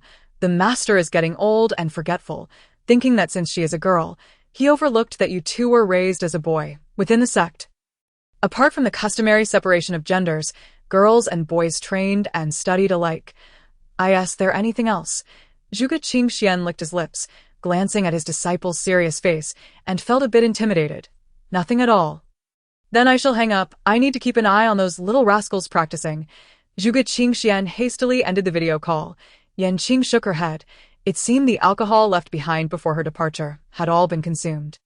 In the afternoon, Su Yuan arrived with several people to set up a computer and live streaming equipment in Yanqing's study. Now, you want to need to use that cumbersome iPhone during your broadcasts. At 7 in the evening, Yanqing sat before the computer, squinting at the bright screen. She brushed her hand across her eyelids, then reopened them with a sigh. Much better. Here they come. Here they come. Wait for me to shake the people, master. They're all out there watching the outer room. Watching the outer room? Yanqing clicked to start the live stream and saw this comment. Momentarily taken aback. Haraha, those frail, helpless outsiders don't stand a chance against Master, the rightful main consort. Finally processing the comment, she paused her hand on the mouse. If that is the case, go ahead and shake. I'll wait for you. Haraha, why does Master look particularly good today? The camera is indeed much clearer. Have you upgraded your equipment? Master has always looked good, but today is particularly striking. Yanqing didn't place much importance on her appearance. Upon receiving compliments, she merely smiled faintly. Yes, today is a computer live stream. The phone is just a backup, so it's much more convenient. This way, it's impossible to judge whether Master is giving away fortune bags based on her movements. That sounds as though you could snatch one if you could judge it, noticing the number of viewers in the live stream had surged from 4,000 to 8,000. Yanqing spoke again. All right, let us start with the first fortune bag of the day. Congratulations to user Blooming Flower for winning a fortune bag. User Blooming Flower has sent Sea of Lilies. Yanqing sent a connection request to the other party. Splitting the screen in two, on the other side appeared a woman clad in layers of clothing, complete with a sun hat, sunglasses, and a mask. What the heck? Not even thieves dress this thoroughly at night. What a joke. Don't you need to show your face to read fortunes? Some of these fortune tellers seem to think Master is too easygoing. They're truly becoming a nuisance. Don't scold. Didn't you forget Master's warning about not provoking trouble? The woman seemed to realize her error, but considering her identity, she suppressed her voice and spoke. Hello, Master. I feel there are unclean things around me lately. Yanqing's expression remained indifferent as she surveyed the surroundings of the woman. It was clear there was more than one. And then, she countered, leaving the woman momentarily speechless. And then, Master, can you collect them? Yanqing shook her head. I cannot collect them.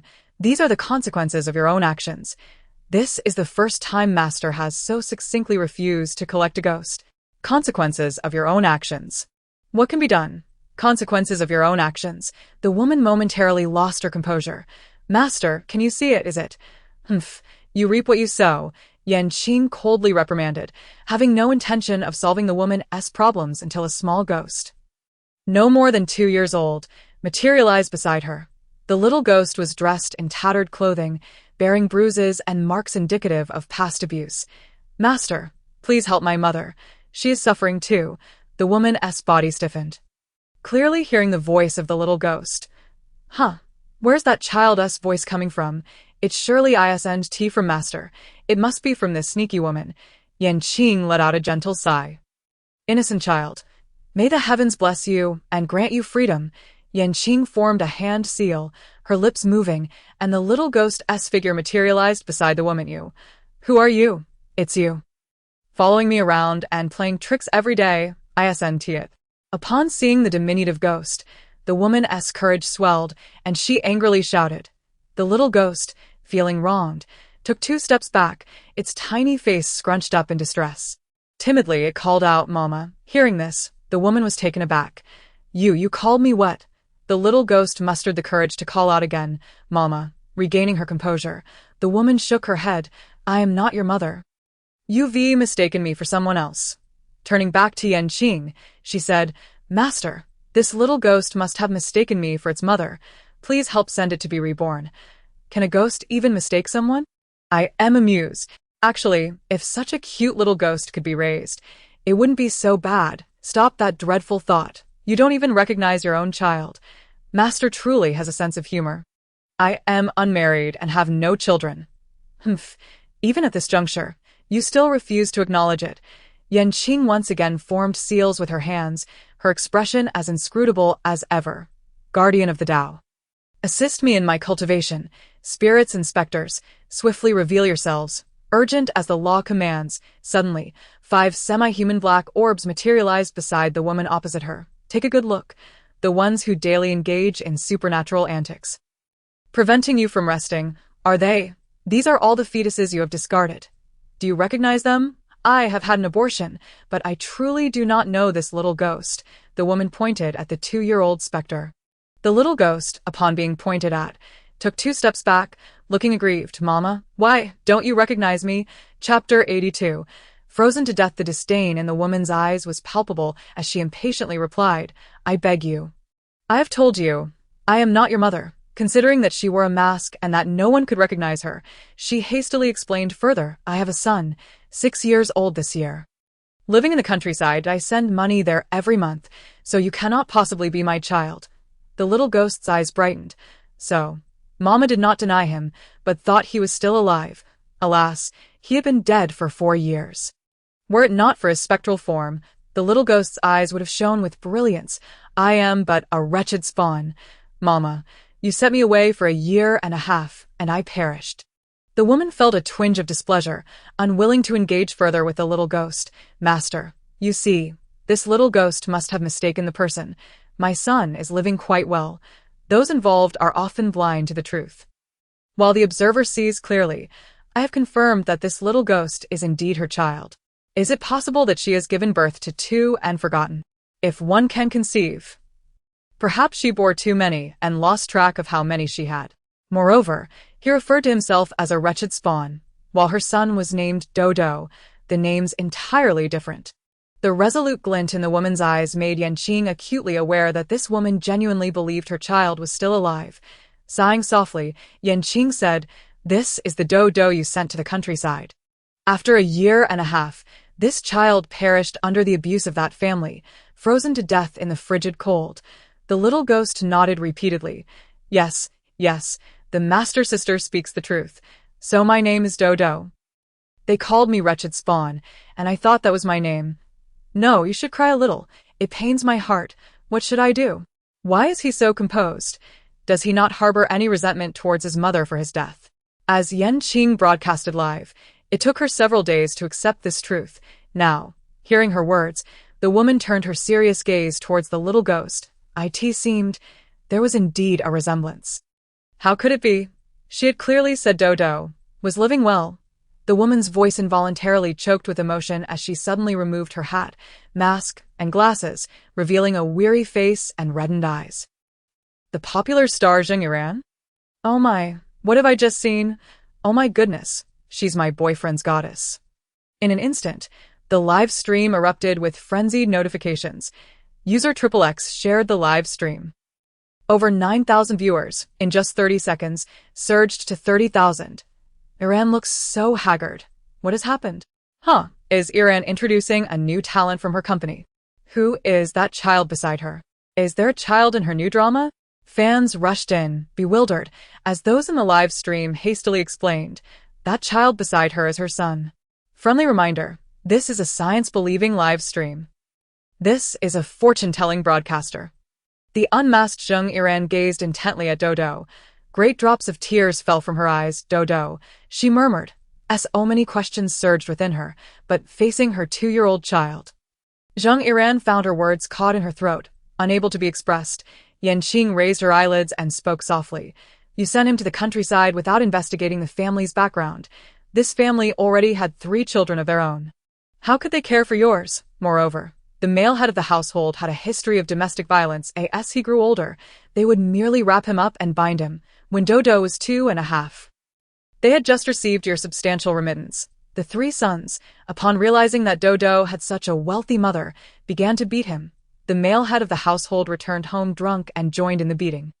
That winter, 2-year-old Dodo clad in thin garments, was locked outside. The family, counting the money you had sent over the years, watched as the malnourished and sickly Do froze to death outside, all amidst their exaggerated laughter.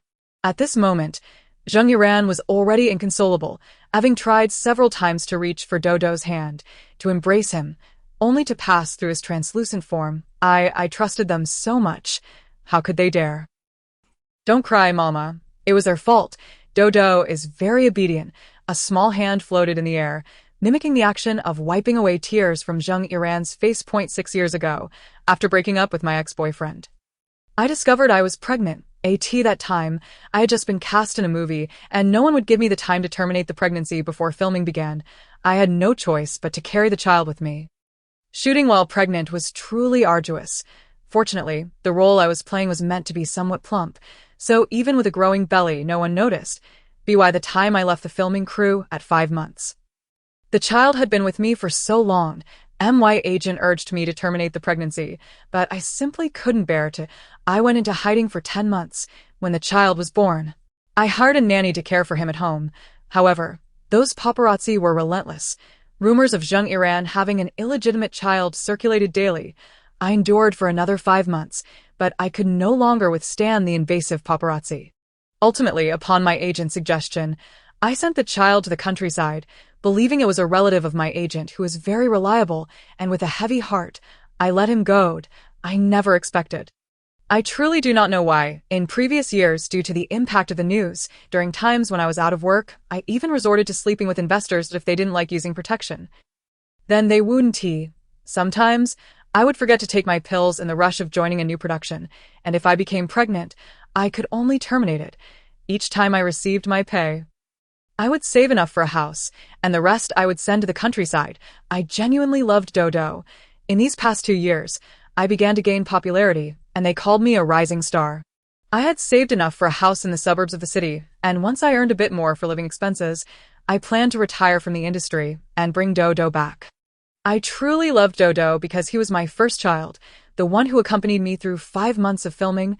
Zheng Yiran covered her mouth with her hand, stifling her sobs. The live stream had now reached 100,000 viewers.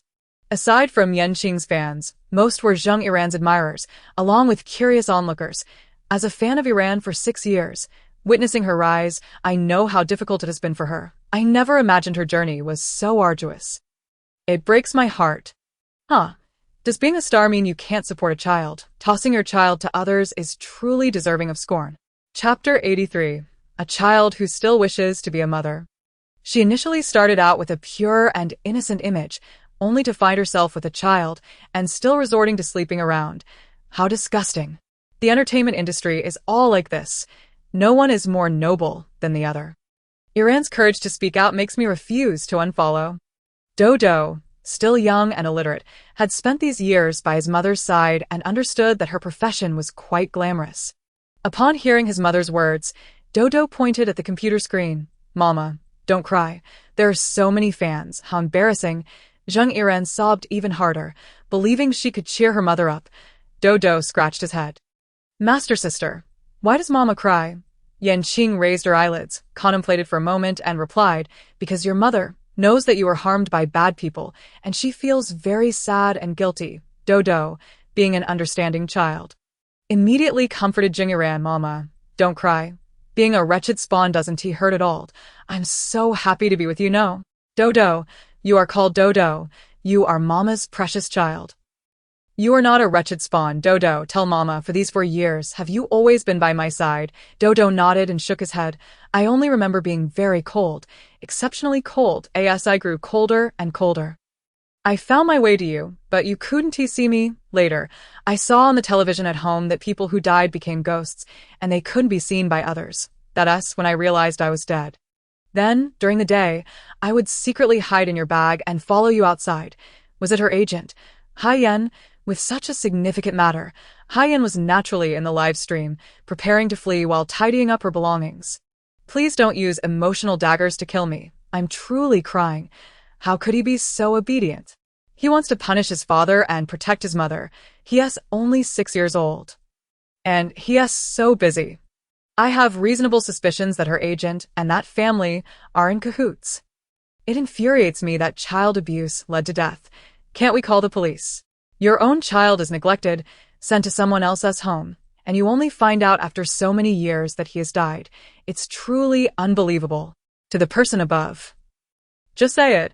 Are you one of those idiots from that family, believing the victim is guilty? How ridiculous. It's not like she didn't pay. How could she not take care of him? Yan Qing patiently waited until Zheng Yiran's tears subsided before speaking. Dodo's body lies in their backyard garden, buried beneath a layer of peanuts. Your agent, from the very beginning, was well aware of that family's character. She harbored an affection for your ex-boyfriend and felt envious of your beauty. Every time you quarreled with him, she would kindly offer him comfort. Over time, they inevitably grew closer. As for the 5 dark entities, their resentment stems from your abortion, which disrupted the hard-won opportunity. They had to be reborn.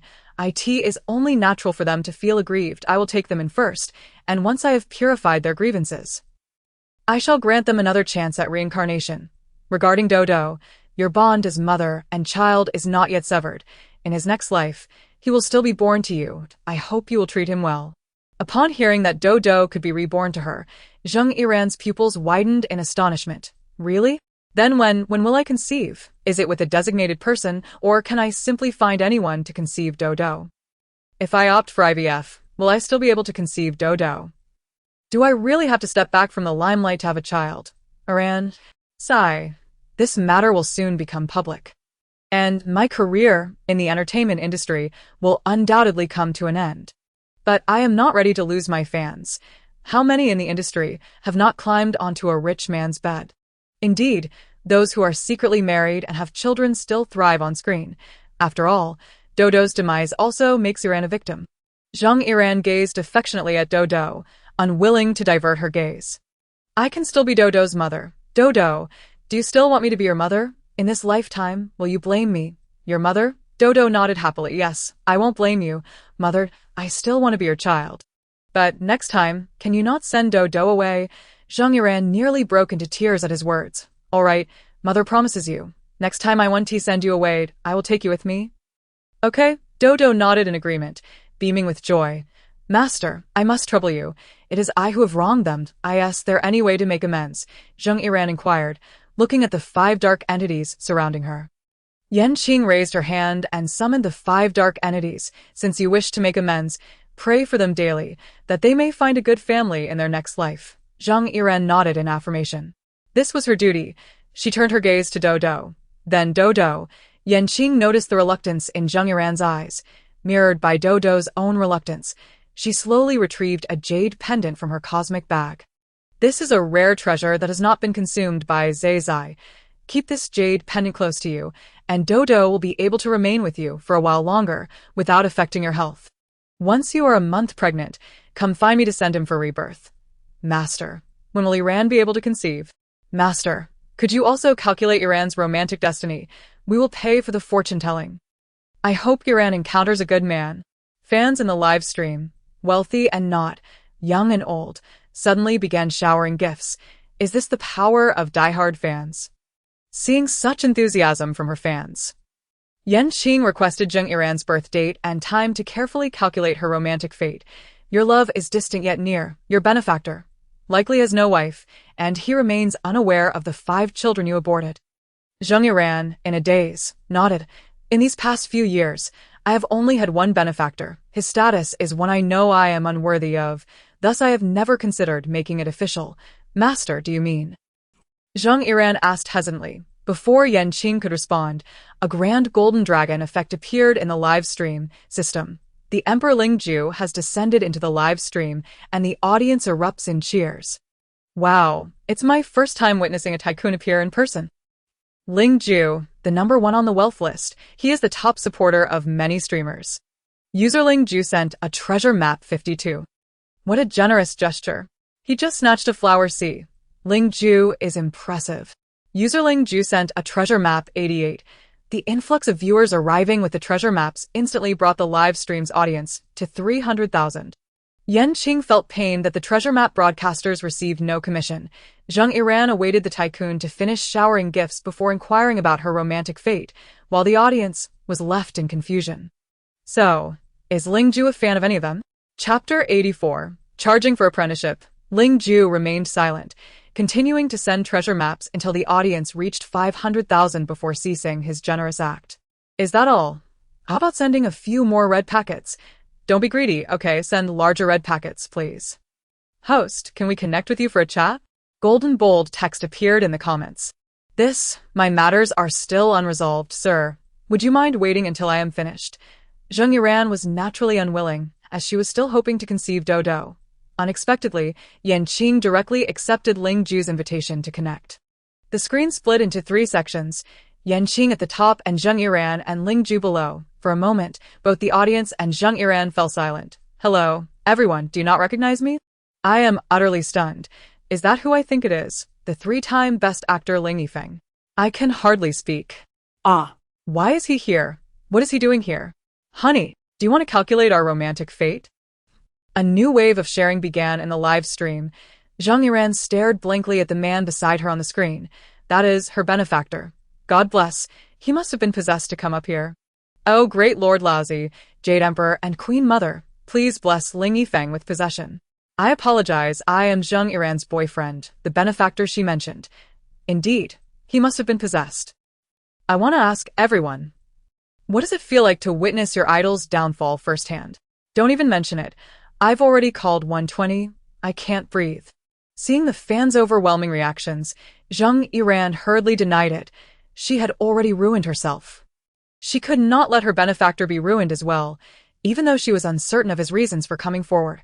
No, Ling Yifeng is just joking with you all, that I know this is hard for you to accept. I have loved Yiran for 10 years. She has always been a stubborn girl. Initially, I utilized her lack of resources to win her over. As for my lack of protection, it was because I had previously been diagnosed with azoospermia.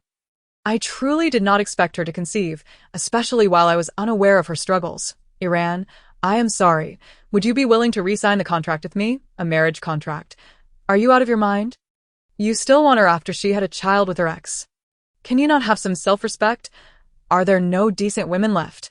No, you scoundrel. If you don't want to ruin his career, you can't agree. Unfollow.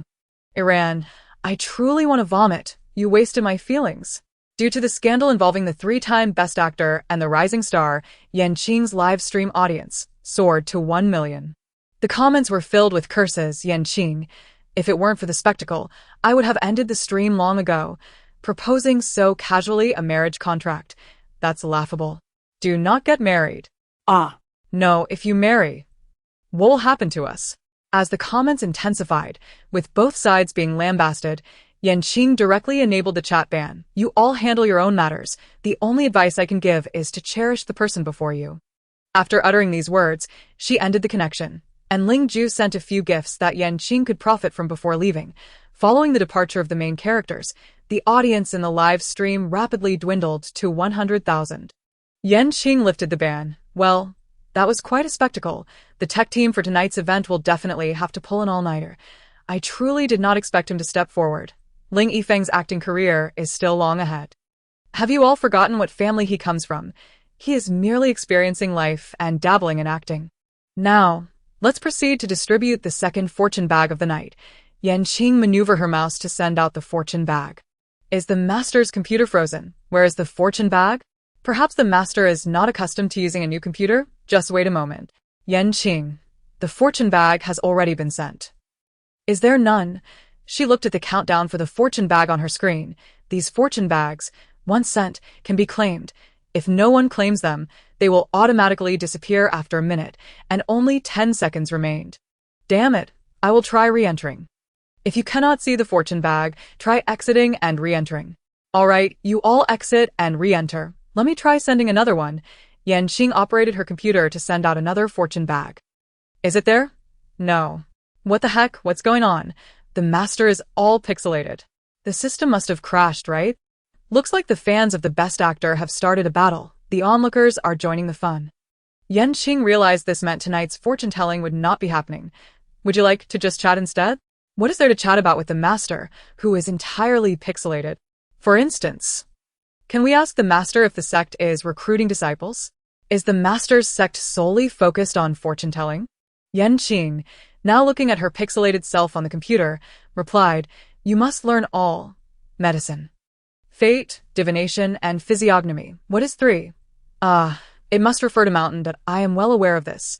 As a child, I was fond of Taoist tales of immortals, often pointing at a celestial being descending to earth, claiming that my innate qualities were exceptional and that they would take me as a disciple to join the ranks of the immortals.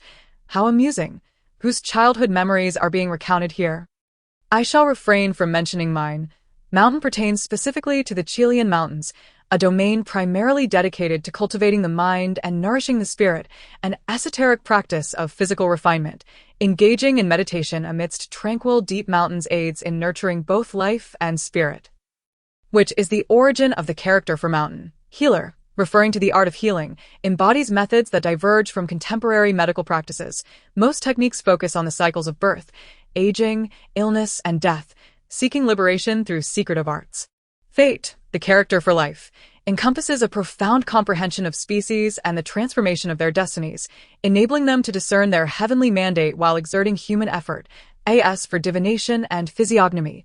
The former involves foreseeing the development of events to prepare for appropriate responses, while the latter entails observing the surface of things to make choices and alter circumstances. Qing, adorned with a colorful mosaic, has succinctly elucidated the 5 arts of Taoism, although those of advanced age may find it challenging to learn. Among the audience, who does not have a little one at home, if what is said stirs their hearts, sending their children to the Chilean Mountains, who would worry about the lack of disciples in the sect. It seems I have grasped the essence, though I cannot be certain yet. At my age, my cognitive faculties are waning. Master, if I send my child to your place, will there be a fee? Chapter 85. What is the purpose of life? Isn't that a redundant question? Of course, there will be a fee. How could one pose such a question? Are you hoping to raise a child for free? I was merely inquiring. Why the rush if there is a fee? So be it. Let us not quarrel. It is only normal to ask, and they have not expressed a desire not to pay. Regarding the fees, it is certain there will be charges, should there be financial hardship at home. One can ascertain the truth of the situation upon arrival, Qing interjected, calmly addressing the debate in the comments. Indeed, Master can see through your past lives with a glance. Does that not imply the sect's leader is even more formidable? If one wishes to become a disciple, can they choose their master? Can I select you, Master? Qing shook her head. Currently, I have no intention of taking on disciples. There are more systematic and professional avenues for learning within the sect. There is a slight temptation, yet I am concerned about the 9 years of compulsory education. Indeed, if children are sent there, will they be able to learn the standard curriculum? If they cannot, what happens when they grow up without any qualifications? They can always rely on their robust physiques to carry bricks. Qing suddenly recalled that she herself possesses no diploma. However, in society, one's abilities and insights are the true foundation of existence. Most disciples in the sect are orphans, and even she was found on the back mountain. Yet, if they intend to recruit disciples from secular families, 9 years of compulsory education should indeed be arranged. I wonder how those 2 brothers volunteering are faring. When will they graduate from university? Stop talking. The master is no longer pixelated. Hurry and send a lucky bag to try. A single statement roused the audience from their reverie, halting their idle chatter as they fixated on the appearance of the lucky bag. Qing attempted to send out another lucky bag. Congratulations to User Xian and I for seizing the lucky bag. User Xian and I presented a sea of lilies as a gift. Finally, it's working. The technology of the live stream is quite impressive. I am hesitant to step outside, fearing that if it crashes again, I may not be able to return. Qing initiated a connection with the other party, and the screen was swiftly divided in 2. A man in his 40s appeared on the other side, his face illuminated solely by the screen's glow amidst the surrounding darkness, seemingly standing by the seaside, with the intermittent sound of waves crashing against the rocks. Hello, Master. My name is Wang Kai. The man's eyes brimmed with despair, yet he maintained a polite greeting. He had no specific questions to ask, merely wishing to express his sentiments. I wonder, what is the purpose of life? Of course, it is for the endless enjoyment of exquisite foods and the indulgence in countless romantic pursuits. Perhaps it is for family. That is an excellent question. At times, I, too, feel quite lost. Living is indeed quite dull. Each day is a monotonous cycle of the same work and 3 meals a day. Utterly tedious. What is the purpose of life? The answers are manifold. Qing, after scrutinizing the man's features, finally spoke. Life is for your hungry child, for your wife who is still in confinement. IT is also for the pursuit of inner peace and self-improvement. Master, that perspective is flawed. Should one not live for oneself? Indeed, if one lives solely for others throughout their life, what meaning does existence hold? Only Wang Kai absorbed Yan Qing's words. I work tirelessly, scarcely daring to rest. After work, I run food deliveries. Just as the master mentioned, it is for my family, to secure a place here and provide a bright future for my son. 2 years ago, my entire family joyously took the money from selling our ancestral home, along with all my savings, to buy a property in Qingfeng, paying the down payment. 2 years later, that building has been abandoned, and we have invested our entire lives into it. Everything is gone, all gone. As Wang Kai spoke of the abandoned building, his emotions surged, and he stepped closer to the sea. Wait, brother, what are you doing? Don't walk away, you a grown man. Do you really intend to take your own life? What will happen to your elderly parents and your wife and children? You are still young. Heed your brother's advice. Even an unfinished house can be lived in. Wang Kai shook his head. Initially, I thought that an unfinished house could still be habitable.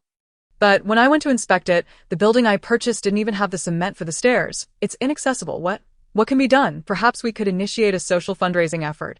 He is not the only one affected by the abandonment.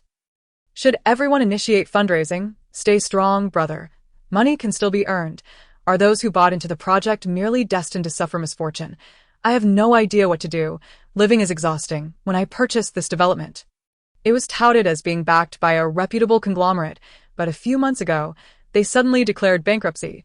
The auction attracted no bidders, and there is no money for lawsuits. I have truly reached a dead end.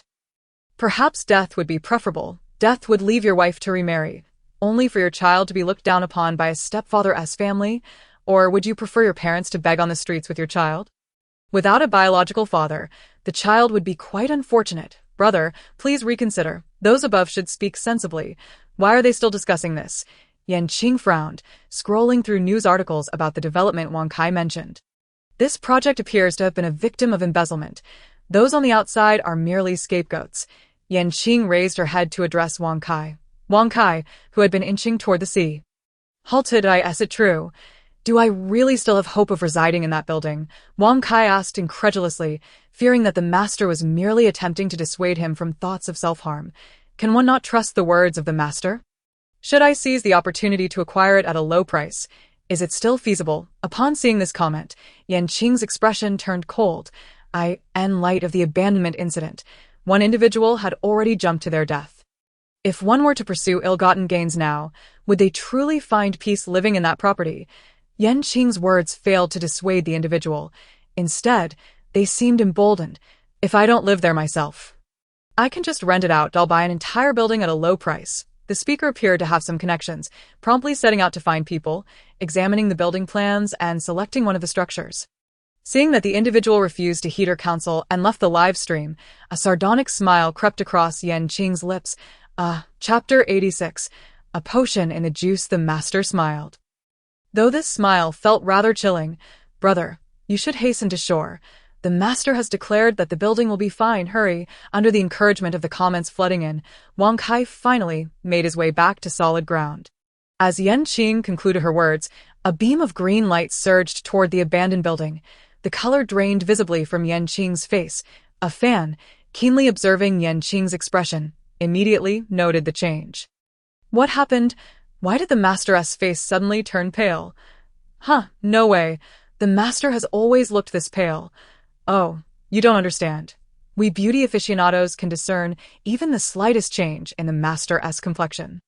All right, let us distribute the last lucky bag of the evening. Congratulations to user Nbu Shueshi Jiushi E Tuoshi for claiming the lucky bag. The user promptly gifted $2,000. How can one be equated to excrement for not studying? You can scold as you please. I shall play as I wish. Yan Qing initiated a connection with the other party, who quickly accepted. A woman in her 40s appeared on the screen. Upon seeing this name, I expected a college student or at least a corporate worker. I never anticipated it would be a middle-aged woman. The user Tuoshi nonchalantly rubbed her face, nervously speaking. Master, could you assist me in locating my phone? It was a commemorative gift from my husband, the latest flagship model, costing nearly $20,000. What phone could possibly be so expensive? Perhaps it's a fully equipped, diamond-studded model. Such exorbitant prices must belong to the wealthy. Yan Qing replied, "Do not fret. First, check what you have in your hands. I am holding my mobile phone, oh dear. This is indeed my phone. I am at my wit's end, frantically searching for my phone while it's in my hand. I must admit, this feels oddly familiar. Once, I was holding a broom, intending to sweep the floor, yet I found myself searching for the broom, even scolding my brother to hand it over. Well, I have found my phone. I shall refund you shortly, or do you have any other matters you wish to inquire about?" Yan Qing spoke gently. As one ages, it seems the memory begins to falter, something that was never the case before. It's quite normal. Perhaps it's the onset of menopause. If forgetfulness persists, it might be wise to consult a doctor. Yan Qing took a slow sip of tea. A postdoctoral graduate at 30, recipient of the Aerospace Hardware Research Award at 35. Do you consider frequent forgetfulness to be normal? Yan Qing's words left a lump in a pile of excrement's throat. The master is perceptive, recognizing my academic credentials. However, those are merely relics of the past, since last year, when I mistakenly handled a set of research data, leading to the team's collective efforts going to waste. I have adhered to my husband's counsel, focusing solely on accompanying our son as he prepares for his college entrance exams. This is the first time I've heard of someone with such a high level of education suffering from forgetfulness. Isn't it said that the more one learns, the slower the brain deteriorates? Your husband is a doctor. Observing a woman in her 40s, still blissfully naive, Yan Qing gazed intently at her and remarked, "Your forgetfulness is due to your husband secretly adding substances to your daily juice that impair memory." A pile of excrement widened its eyes in disbelief, momentarily stunned. Then, it burst into laughter. "How could that be? My husband and I have maintained a strong relationship for many years, and we have a remarkably accomplished son. Our life is filled with happiness. How could he possibly drug me? The master cannot be mistaken. Perhaps he has received substantial research funding, and your husband is swayed by money. It is quite normal for men to stray, isn't it?" Upon seeing comments about her husband, a pile of excrement retorted, "We have been in love since high school and married the moment we reached legal age. My children were born while I was still in college. That year, he ran between 2 lecture buildings every day. How could he possibly stray? Alas, why would he do this to me? This is simple. As a hospital director, there must be countless nurses vying for his attention. There's a nurse at our hospital who has entangled with several doctors. It's quite notorious."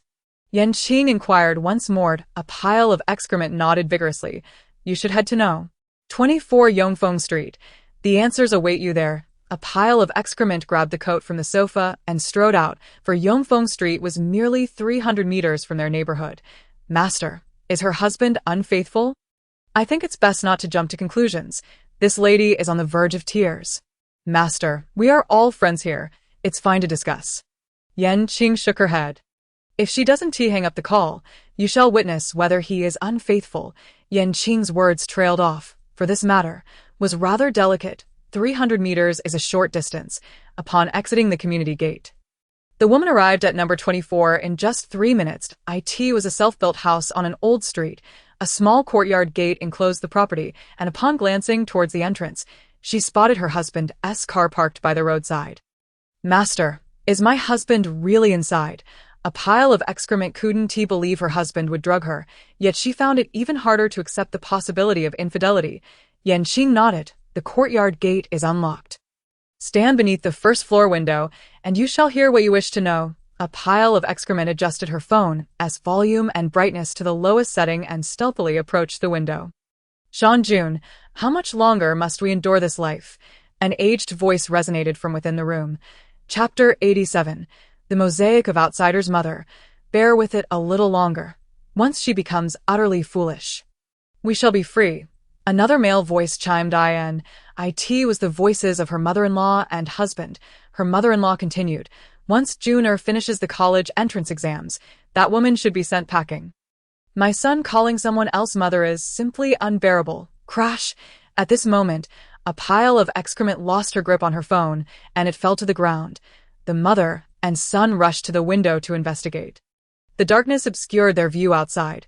"What was that noise? Is there a thief? Go check," her mother-in-law instructed Sean Ju and At that moment, A pile of excrement. S mind was racing with thoughts of her mother-in-law's words. Her son calling someone else mother. That is my son. Goodness. Hurry and leave. The truth is about to be revealed. Leave. We should confront them directly. Call the police. A single fist cannot contend against many. It would be wise to retreat for now. A pile of excrement was utterly frozen, unsure how to proceed. Thankfully, Qing offered a cover, preventing them from discovering her presence. Mother, there's no one here. Let us go inside. It's late, and you need attending to. Jun wrapped his arms around his mother's waist and re-entered the house. What have I heard? What have I seen? My eyes and ears, they are tainted. A pile of excrement trembled all over. Her face pale, her son, who was undeniably her child, was now claimed by another. No wonder. My mother-in-law never visited me after I gave birth, so that's how it is. What of my son? Where is my son? My child. A pile of excrement was consumed by the actions and words of the mother and son. Utterly disregarding everything else, her heart and eyes were filled solely with thoughts of her child. On the brink of madness. Calm down, Qing shouted, pulling a pile of excrement from her frenzy. Qing contemplated for a moment, but chose not to reveal her child's whereabouts just yet. First, call a few of your brothers and ask them to come and support you. The master knows to call for reinforcements. Such worldly wisdom is learned quickly. The master must have often relied on her fellow disciples for support at her sect. Qing, I'm usually the one called upon for support. Thank you to pile of excrement, whose name was Shizhenxiang, had 4 brothers, being third in line. Upon hearing Qing's suggestion, she promptly picked up her phone to call them. Given that her parents were relatively well off, they had purchased homes for her brothers in the same neighborhood. Jun, a rural lad, only managed to secure a position at the local hospital through the connections of his in-laws. Making him a sort of son-in-law, Shizhenxiang's brothers swiftly arrived at the entrance, bringing their children along. The 2 younger brothers asked first. After regaining her composure, Shizhenxiang recalled Jun's words about serving. And a nagging suspicion arose, though she dared not believe it could be that dire. Eldest brother, brothers, let us go in. I can hardly articulate what I'm feeling, Shizhenxiang cried, seeing their sister in such distress. The 2 younger brothers prepared to break down the door. You'd best be gentle as you enter. Be prepared to record evidence, Qing suddenly cautioned. Shizhenxiang's brothers exchanged puzzled glances. What noise? Shizhenxiang explained about Qing's live stream, and they resolved to enter quietly as the master advised. The door seemed to be unlocked. The 8 of them stealthily approached a door on the 2nd floor. Hearing indescribable sounds from within, their eyes widened in shock, faces filled with rage. Shizhenxiang's youngest brother, fueled by anger, kicked the door open. You, Jun, dared to be unfaithful. The 8 of them rushed into the room, where the 2 occupants hastily pulled a blanket over the woman. Little brother, Xiang, let us talk outside. Jun feigned calm, wrapping his arms around the 2 young brothers, fearing they might uncover the woman beneath the covers. As long as they didn't lift the blanket, this affair could be dismissed as mere infidelity. What man hasn't he strayed? Shizhenxiang would not relent until she had seen the face of the person hidden beneath the blanket. Seizing a moment while Jun was distracted by her brothers, she swiftly pulled back the covers. Everyone turned to gaze at the bed, where a naked woman, no, an old woman, lay exposed. How could this be? Yet another mosaic. I have truly had enough. I never wish to see another mosaic in my life. What is there to see in an old woman? Haven't you seen enough women in your life? Aren't there plenty in adult films? Ignoring the shock of the crowd, Shizhenxiang raised her hand and struck the old woman on the bed. Where's my son? Jun is not my son. Where is the child I bore? The waves of confrontation only grew stronger. The 3 brothers, still reeling from the shock of the ordinarily honest Jun's betrayal, were further shaken by the revelation that Jun was not their biological nephew. Shizhenxiang's brother delivered a swift punch, knocking Jun to the ground. Unexpectedly, Jun sprang back up, snatching the blanket from Shizhenxiang's hands and covering the old woman once more. Jun, I do not wish to witness your sordid affairs. I merely wish to know, where is my son? Where is my child? What nonsense are you spouting? I see you have lost your mind. How could you not recognize the child you raised yourself? Ha ha ha, stop pretending. I've heard it all. Jun is your mother's son. The 8 were left utterly bewildered. What are you babbling about? That is your biological son, if you don't believe it. You can get a paternity test. Jun shielded his mother, refusing to let her approach. Who knows? That ungrateful wretch. Dan Jun is my son. After calling you mother for so many years, you ought to be satisfied. Your son was destined for death from the moment he was born. Had it not been for my son's kind heart, fearing you could not bear the truth, he would have been recognized as mine. I watch helplessly as my own flesh and blood addresses you as mother for all these years. Shi Zhenxiang released her grip on the blanket, shaking her head vehemently. Impossible. There were no issues during the prenatal checkups. Dan Jun immediately donned a face of sorrow. It must have been the radiation from your laboratory that caused the child to be born without breath. I feared you would be too heartbroken. So, I brought you the child my mother bore. Impossible. You mean to say that while your mother was pregnant, I, as her daughter-in-law, received not a whisper of news? No, wait. When I was pregnant, your father had already been dead for 3 years. His father is dead. Does that mean I cannot seek another? Retorted her mother-in-law, utterly oblivious to the gravity of the situation. Qing spoke up. Your son was born perfectly healthy. It is they who have swapped him.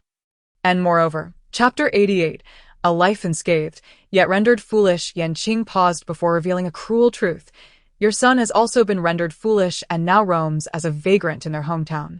To have one's own flesh and blood reduced to a state of folly and wandering the streets, the son whom her mother-in-law had cherished for years, Shi Zhenxiang, overwhelmed by such a blow, felt herself teetering on the brink of unconsciousness. Do not faint, Qing commanded sternly, and Shi Zhenxiang straightened her posture immediately. I must go fetch my son. Master, can you assist me in locating him? Qing pinched her fingers together. I and their hometown, looked toward the east. The one clad in a tattered black cotton jacket is he. Goodness, that vile old woman is truly malicious. Isn't this attempted murder? I am genuinely nauseated.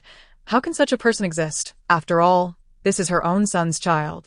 As the truth of the situation unfolded, the room echoed with Shi Zhenxiang's sobs. Woe is me.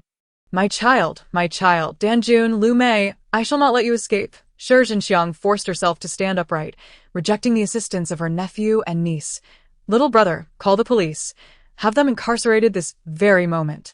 Rest assured, I will ensure that every acquaintance of yours is made aware of your true nature. Your son, still hoping to take the college entrance examination?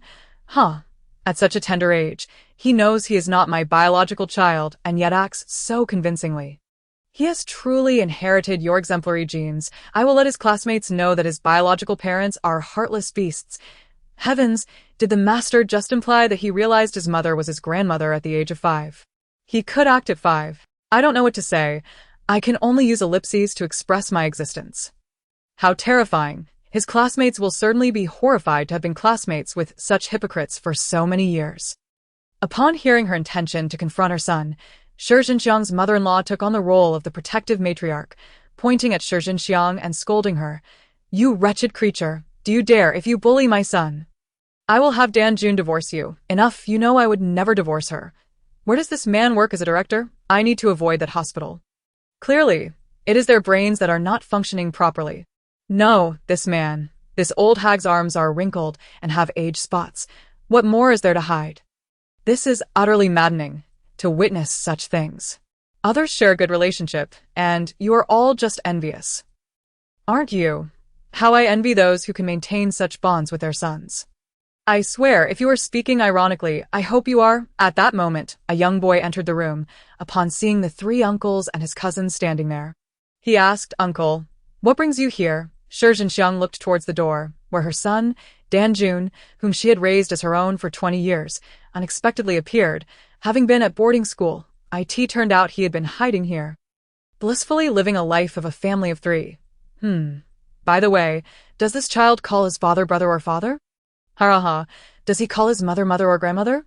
This child must be in a quandary, after pretending for so many years. This person will not be a good person once he enters society. How frightening. Several uncles, upon seeing the beloved nephew, found themselves at a loss for words.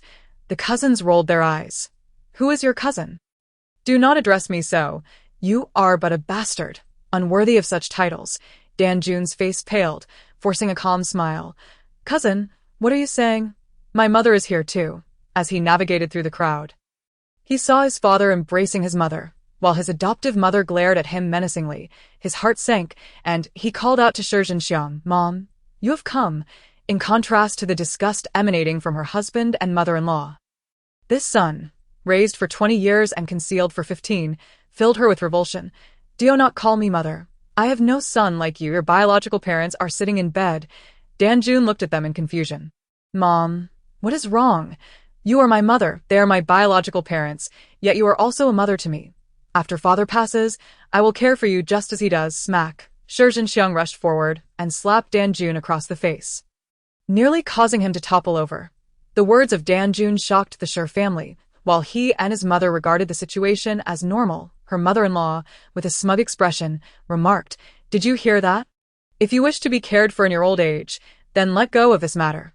In the future, Junior will also look after you. I genuinely feel nauseous. I might throw up. This is repulsive. Can we end this? I do not wish to watch any longer. It is unbearable." "No. Please continue watching. I want to see the police take them away." At that moment, several men and women entered the room.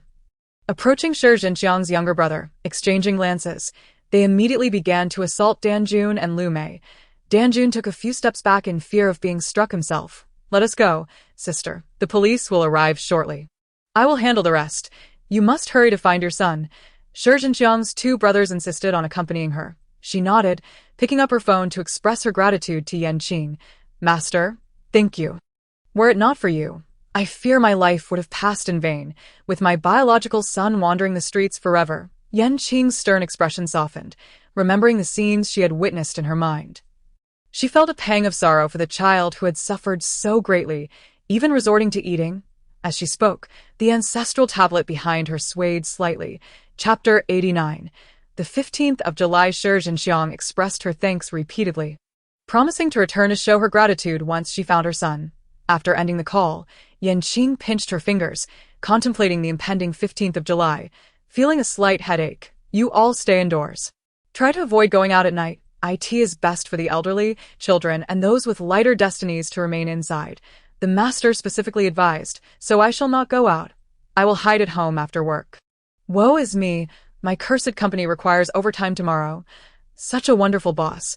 Where can I find one like that?" Qing did not interrupt their chatter, but simply clicked the broadcast button. Glancing at the overcast night before taking a bath and beginning her meditation, while Qing concluded her stream, her online followers were gearing up for an all-night. Boom. The sugar daddy of the rising star is none other than him. Boom. The three-time best actor Ling Yifeng is confessing in the live stream. Boom. Zheng Yiran's child was abused to death. Boom. Ling Yifeng's stand-in has unfollowed. Boom. Zheng Yiran's fans have spoken out. Tonight was a battleground for fans of the film Emperor and the Rising Star. Waging a fierce war of words, at 3 in the morning, Qing stood before the open ghost gate. The wandering spirits, upon seeing her, took a step back in unison. A young male ghost, hiding behind his companions, said, "I do not wish to go out. You all can go. Look at your cowardice. Lady Yan will not harm you. What is there to fear?" The female ghost spoke calmly, though her voice trembled slightly. "Perhaps we should find another exit. How unfortunate that we chose this year to seek a more distant ghost gate, only to encounter her again." Qing stood before the ghost gate with a derived whip in hand, watching the spirits who had reached the entrance but hesitated to emerge. "If you do not come out, are you prepared to forfeit this rare opportunity? Lady Yan, we agreed that you would not interfere with us when we go out." "Correct? That will not do. You disturb children, frighten the elderly, and some of you even wish to escape for a substitute. How dare you negotiate with me?" Qing flicked her derived whip, which shimmered with silver light and crackled with electricity, causing the spirits to tremble in fear. "If you wish to visit the human realm, step forward to sign the contract." With no other recourse, the spirits reluctantly approached Qing to sign a peace treaty, agreeing to only seek food and family, vowing not to frighten unrelated elderly individuals. There are more than just this one ghost gate in Huaxia, but the ones Qing could oversee were limited to the nearby gates. Su Yuan had turned the news of Qing's outdoor live stream into a poster, prominently displayed on the guild's homepage and shared on social media. By 6 in the evening, over 50,000 people had clicked to reserve notifications for the live stream. By 6:50, there were already 10,000 viewers waiting in the live stream room. Eating the door latch, waiting for the master to start the broadcast. Eating door latches. What door latch can be eaten? Perhaps they have already been possessed by a ghost. That is just a local term, similar to how we enjoy eating rice noodles. Haha, it's my first time hearing about a door bolt. We eat dumpling pancakes. Qing stood at the crossroads, precisely at 7 o'clock, initiating the live stream. As the camera ascended, the scene within a 20-meter radius centered around Qing was entirely revealed. Wow, what a grand spectacle. Did you invite extras today? It seems there are a lot of people. Did I ask it possible that they are not human? Qing raised a hand and, with a grasp into the void, pulled the barrage of comments before her, forming a luminous screen. Wow, that's impressive. I now believe what the master said. We must trust in science. The fairy remains as formidable as ever. I adore you. You certainly talk a big game when she's present. Jiaxing rolled his eyes at Shintang and scolded. Can't you refrain from interrupting? Qing smiled. This friend is quite correct. These are indeed not human. They are spirits awaiting their families to offer them sacrifices. And some are here to pick up leftovers. Picking up leftovers. What kind of leftovers, master? Spirits without offerings can only look for unfinished meals or see whose family has made offerings when the spirits have not arrived. So it turns out that even if offerings are made, ancestors may not necessarily partake.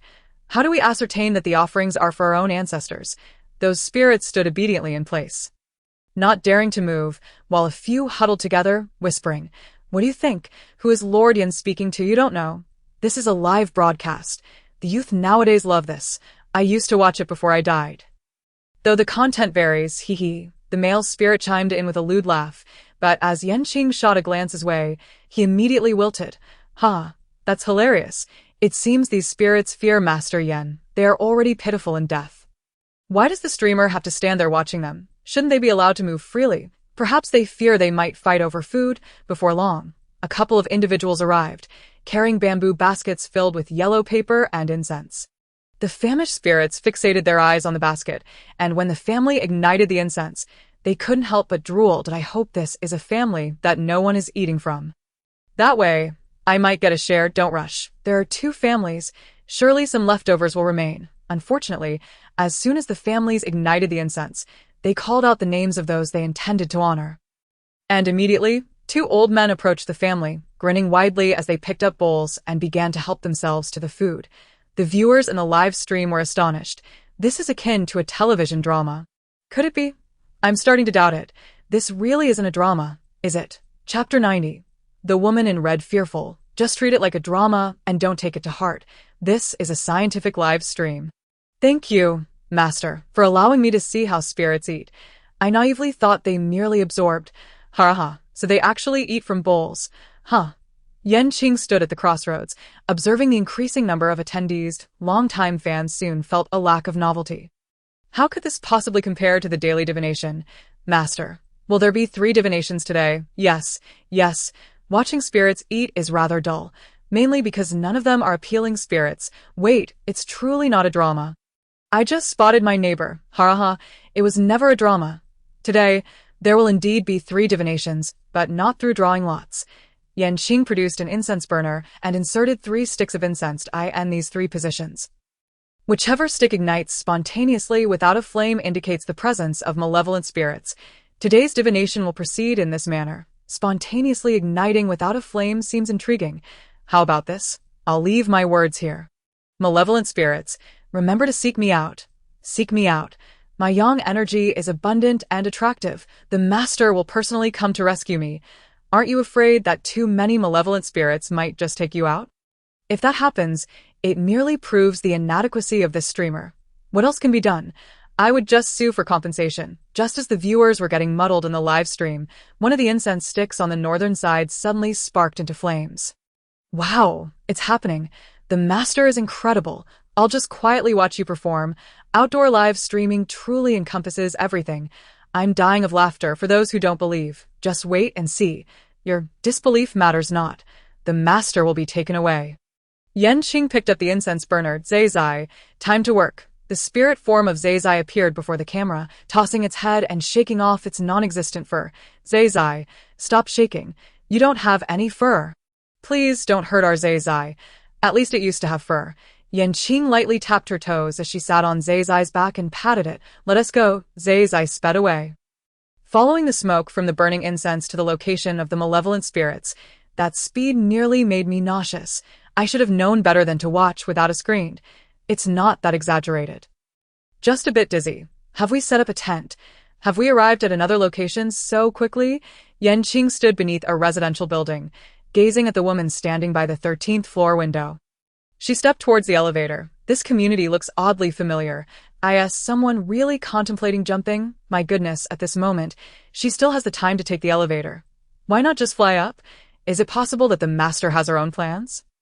Yanqing tilted her head slightly, glancing at the luminous screen following her. Spirits also have preferences for what sort of malevolent spirits they wish to encounter. Some spirits simply revel in killing, while others seek revenge. The vengeful spirits often have many grievances to discuss, so there's no rush. How would you know if you haven't seen that spirit? Yanqing smiled, tilting her head slightly and raising an eyebrow. Guess. Fairy, just keep that smile. It's truly lovely. The master should indeed smile more. It's quite pleasing to behold. Ding, the elevator reached the 13th floor, and Yanqing walked towards Unit 1301. Effortlessly, she twisted open the front door. Passing through the entryway, she spoke lightly, quick to react. Come out. If you have grievances, express them. I, Yanqing, am not unreasonable. The woman, forced to stand by the balcony window, saw Yanqing enter, as if she had spotted a lifeline. However, her first words were rather abrasive. Miss, regardless of how you entered, if you wish to steal something, first help me out. My goodness, this woman thinks the master is a thief. Don't save her. Let her die. For goodness sake, anyone would assume a stranger entering their home is a thief. Yanqing shot her a glance, remaining silent as the whip appeared in her hand, leisurely pacing the living room. The woman at the window, seeing Yanqing ignore her, once again spoke imperiously. Hey, did you hear me? Hurry over and help me. Don't upset me, or I'll call the police and have you arrested. Suddenly, a shadow appeared behind her. Clad in a vivid red dress, hair cascading over her shoulders, and wearing a pair of red high heels. My goodness, you scared me. A woman in red shoes. Is it true that those who die this way become the fiercest spirits? It certainly seems that way on television. The woman in red becomes the most malevolent spirit. But then what? You wouldn't dare kill anyone, and you've wasted money on that dress. The woman in red glared at Yanqing, instinctively paralyzed by the fear of a stronger presence. If you had come a little later, I could have killed her. The ghostess face was not terrifying. However, the back of her head was crushed. Almost flat, it appeared she had landed on it when jumping. Yanqing settled on the sofa. Fine. I'll just sit here and make no move. You go ahead and seek revenge. The woman by the window began to tremble. She now realized that the cowardly spirit feared the woman who entered. Hey, if you drive her away, I want to pursue the matter of your unauthorized entry into my home. Otherwise, I'll report you for trespassing. Oh, go ahead and report.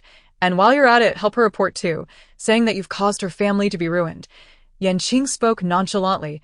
The phrase family ruined provoked the female spirit. Instantly, a fierce wind swept through the room, the curtains slapping the woman's face, and unable to move, she glared menacingly at the female spirit. Stop with your pathetic wind. Let me tell you, I wasn't afraid of you when you were alive. And I'm still not afraid now that you're dead. Your family ruined. What do I care? Clearly, your husband and children had cheap lives. They died too quickly. What can I do about it? Although I don't know the details. I genuinely want to hit her. Master, how about we just leave and let the female spirit deal with her? Are you all so cold-hearted? Perhaps she was spoiled growing up? For goodness sake, the phrase spoiled growing up has been oddly turned into a derogatory term by you. Amidst the raging wind, a circle cleared around where Yanqing Saturday. Yanqing raised an eyebrow, seemingly impressed by the female spirit's adept use of her malevolent abilities. Provoked by the woman, the female spirit surged forward, grabbing the woman by the throat and lifting her out of the window. You killed my husband and children while driving drunk, and you dare not admit it. I will kill you. You must pay for their lives. Wait, drunk driving supposed to lead to imprisonment. Is it truly possible for a drunk driver to stand here unscathed? Chapter 91. I am not her mother. Why should I save her? Surely there must be some misunderstanding. Our nation shows no leniency towards drunk driving. The master is present. This ghost should not dare to lie, should it? The master wouldn't he consider saving this individual? Would he? Let us simply observe. The master has his own methods of handling matters. Qing sat on the sofa, watching as the female ghost tightened her grip around the woman's neck. Please save me. How much do you want? I will give you anything. Qing shook her head. You clearly do not appear to be a wealthy individual. How much could you possibly have? The ghost's grip intensified. And the woman began to struggle for breath. I was wrong. Please let me go. I have money in the safe in my room. The password is 7834. Upon hearing this, Qing raised an eyebrow. Very well. You wait here to die. I shall go take a look. Qing stood up and gave the ghost a glance, causing her to hesitate and lower her hands, leaving the woman dangling outside the balcony. Qing entered the room and found the safe, opening it with ease. Good heavens, so much gold. What a surprise. What kind of background does this woman have to possess such wealth? No wonder she is so arrogant. I've seen her before. She lives above me. I remember my mother chatting with her, and she claimed to be single, a single woman with this much money. Something seems amiss. Qing did not take the money, but instead grabbed a rather ordinary ledger. Standing outside the balcony door, she opened the ledger and began to read aloud, her lips moving slightly. February 1, 2019 to Wang Xiaojun's child started elementary school. Sent 50,000. Xiaojun, Qianming, Lu Lanqi's children started high school. Sent 200,000. In 2022, assaulted a female teacher, silenced with 500,000. Molested a female classmate, silenced with 300,000. Qing read through the entries, leaving the viewers and the live stream bewildered. Is this something we should be hearing? Which official? Which official? Corruption and bribery and such audacity. I am appalled. Mistress Lin Hui, drunk driving resulting in the deaths of 2. Bribed Director Jiang with 2 million, Mayor Huang 3 million, threatened and intimidated the families of the deceased. 30,000.2 lives, 5 million, and this woman still refuses to admit it. Drunk drivers deserve to go to hell. Only I am curious. Whose ledger is this? Cough.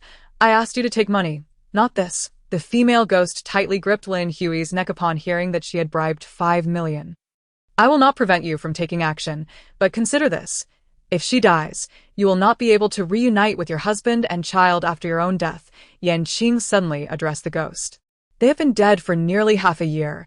It is time for them to reincarnate. I have become a malevolent spirit, with no chance of reincarnation. Killing this woman would avenge my family of 3. Wait, spending money to threaten and intimidate someone's wife, yet not spending a dime to plead for forgiveness. This woman must be insane. How tragic. A family of 3, all at the hands of the same person. Such a person does not deserve to live. If the master saves someone like this, I will unfollow. That day was my son Rui's 5th birthday. My husband picked him up from kindergarten. And on the way to pick me up from work, this woman, intoxicated, drove a massive Hummer recklessly down the road.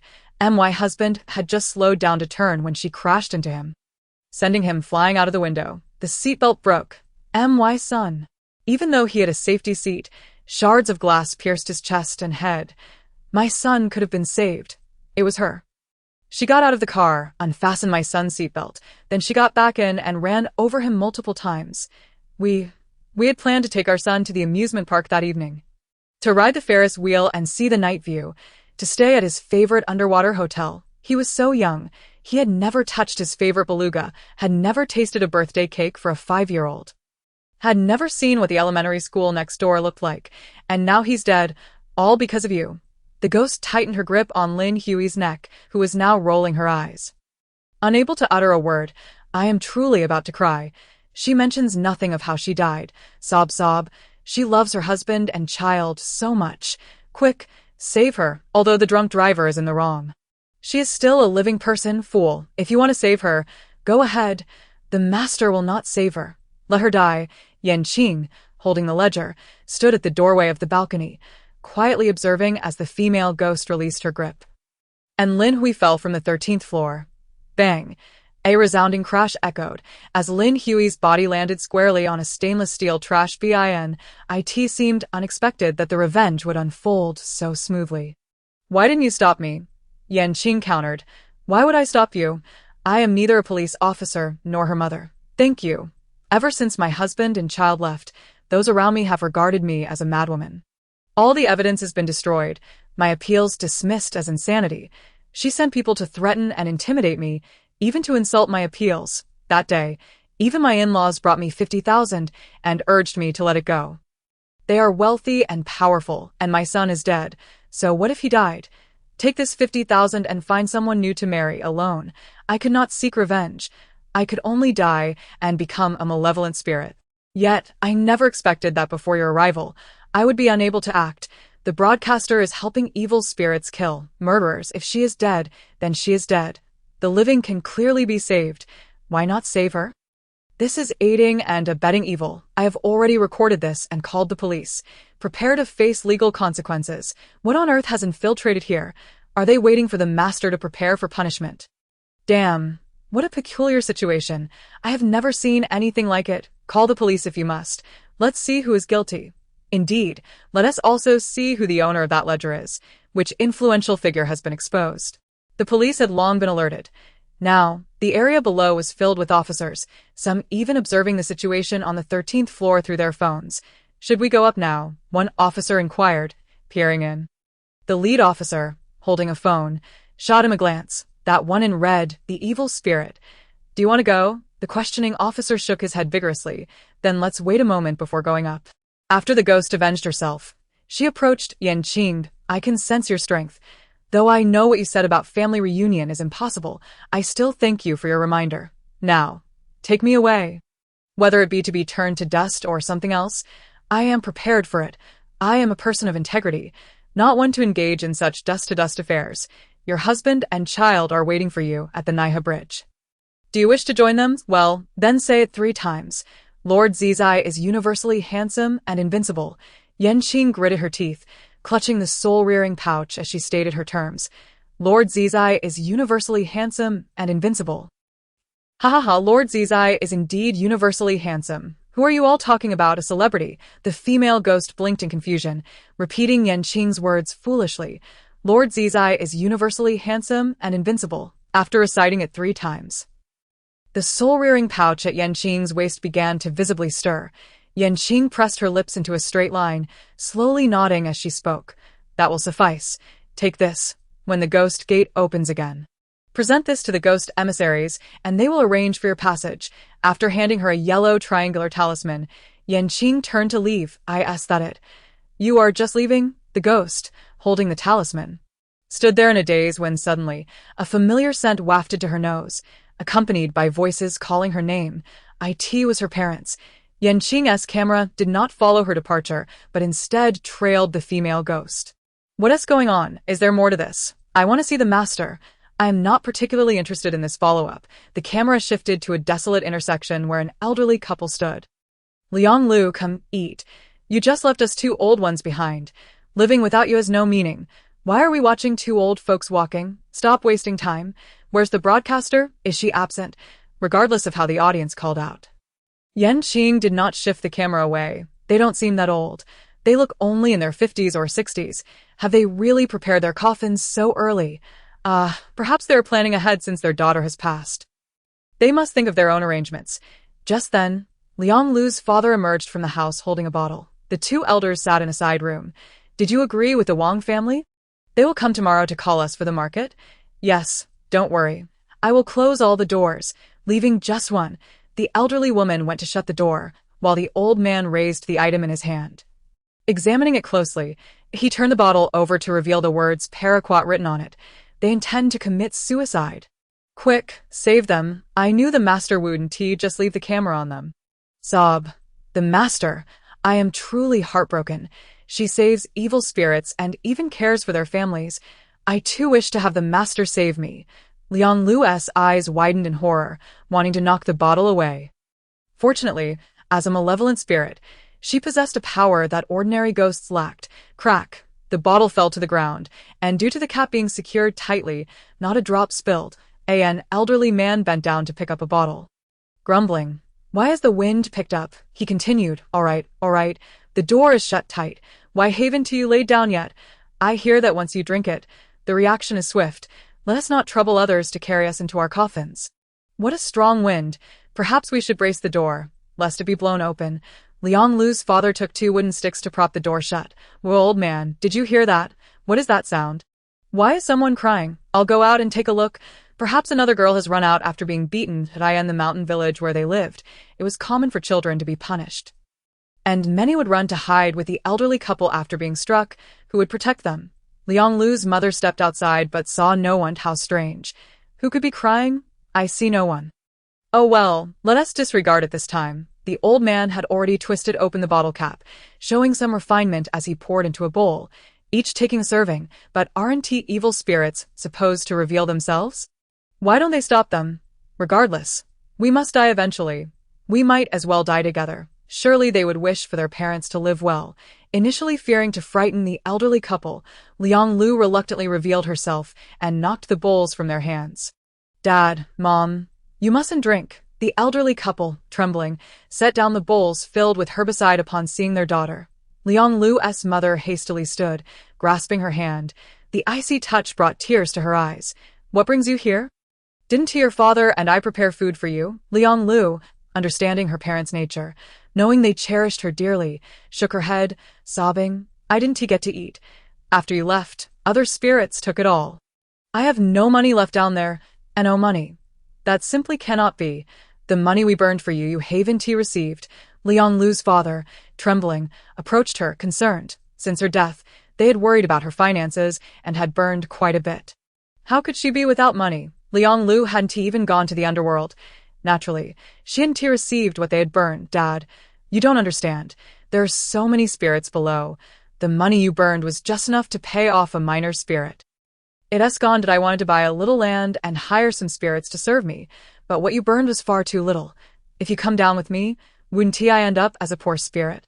But if you come, where would you stay? Suppressing her tears, Liang Lu began to persuade them, knowing she needed to speak of long-term matters to prevent her parents from taking their own lives.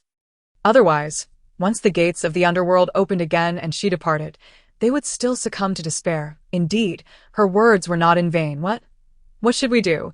How much more should we burn, Mom and Dad? You mustn't neglect me. I need to pay rent for the land down below. We have to burn a lot more. Hearing how miserable their daughter was down there, the elderly couple's resolve to end their lives instead strengthened. They wished to descend and care for her. Then let us burn more for you tomorrow, so it lasts you several years, all right? Yes, we can sell this house and use all the money to buy paper money to burn for you. Your father and I will follow you down to take care of you. By the way, is Rue with you too?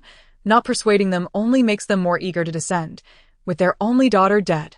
They are indeed hard to convince, their minds set in their ways. Mom and Dad, burning too much at once will only lead to jealousy from other spirits. If they take it from me, wouldn't I be even poorer? Just burn a little for me each year. Besides, reincarnation requires waiting in line. I've asked, and it will take 20 years for me, and 30 years for Rue. Can you bear to let Rue and me down there, with our money snatched away, becoming wandering spirits? The elderly couple exchanged glances before Liang Lu's father spoke up. 20 years. Is that too long? Why not ask if we can cut in line? Laughs. Can we cut in line? With the token given by the master, we should be able to, but we cannot let them know. Haha. Liang Lu shook her head decisively. Why didn't you bring it this time? This time, it's because I had some personal matters to attend to upon coming up, so I couldn't bring it. Regardless, you mustn't abandon me just because I died. Before her death, she had transferred her assets to her parents, enough for them to enjoy their later years and to burn more paper money for her. Very well, your mother and I will live a few more years. Ensuring you are a prosperous spirit below, all right? Yes. Thank you, Dad. Thank you, Mom. Please welcome the next ghost to the stage. After watching the scene, an hour and a half had already passed.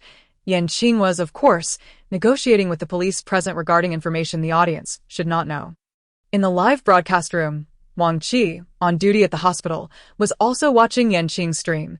Ever since her previous video with Qing had gained some attention, her account had amassed nearly 10,000 followers. Now, she recorded and edited highlights daily. And the quiet nurse's station. The clock on the wall ticked steadily. Suddenly, Wang Qi looked up and vaguely saw someone in a doctor's uniform passing by. Puzzled, she scratched her palm and resumed watching the stream. Wang Qi lowered her head, typing rapidly on her phone. The shadow outside the nurse's station flashed by again, bringing a chill. Hiss. Why is it suddenly so cold? Wang Qi stood up, stamping her feet and rubbing her arms. Turning around, she noticed a nurse busily working in the medication room. Has woman come over that quickly? Furrowing her brow, she walked over to inquire. Bed 4? Oh, bed 4, then. Wang Qi's voice abruptly halted, her heart skipping a beat. Bed 4 has no patients. Wang Qi picked up her phone and messaged Jing, who was changing medication. Are you done yet? Do you need help? The message fell into silence, after glancing at the medication room. She pondered and decided to message Wen instead. Wenwen, have you arrived? Hearing the notification sound from the medication room, her anxious heart settled. Perhaps she had just misremembered the bed number. Wenwen, there are no patients in bed 4 today. So, be careful not to mix up the medications. Got it, the heavy voice came again, and Wang Qi felt relieved enough to continue watching the stream. See, I told you. Those who ignore the dying will surely be caught by the police. Please, use your brain to think this through. How could they be arrested without handcuffs? Until the media arrived, Qing finally switched on the microphone she had turned off, stepping out from the encircled crowd. The audience heard the media asking who the owner of the account book was. The owner of this account book is not convenient to disclose at the moment. Before she could finish, she suddenly felt a chill wash over her, and upon glancing in Qing's direction, she found her gazing back with a calm yet frightening look. Hastily, she changed the subject, however, based on the evidence in the safe. This account book should belong to the current director of the Education Bureau. Terrified, she thought if she didn't speak soon, would a ghost follow her? It was said that this person had been received by higher-ups. If she said the wrong thing, he might lose his job. The topic shifted so quickly. It truly requires the master's intervention. Indeed, these people are sycophants, unwilling to offend anyone. The Education Bureau director, does he embezzle so much each year? You wouldn't know, here, getting into school requires connections. The lottery often yields nothing. Wang Qi wished to shine in the comments. Our hospital has an even higher level of corruption, but I can't tell you. While silently complaining, she looked up and noticed the figure in the medication room had vanished. Did I offend those two today? Why aren't they speaking to me? Wang Qi took her phone, silenced it, and put it in her pocket to avoid disturbing the patients. I should go check where they went. Just as she placed her phone in her pocket, the incense on Qing's side was lit again. Wow, finally another evil spirit has appeared. I wonder which unfortunate soul it is this time. I hope it's me, yet also hope it isn't. Help, I feel like I might be sick this time. The incense burned particularly quickly.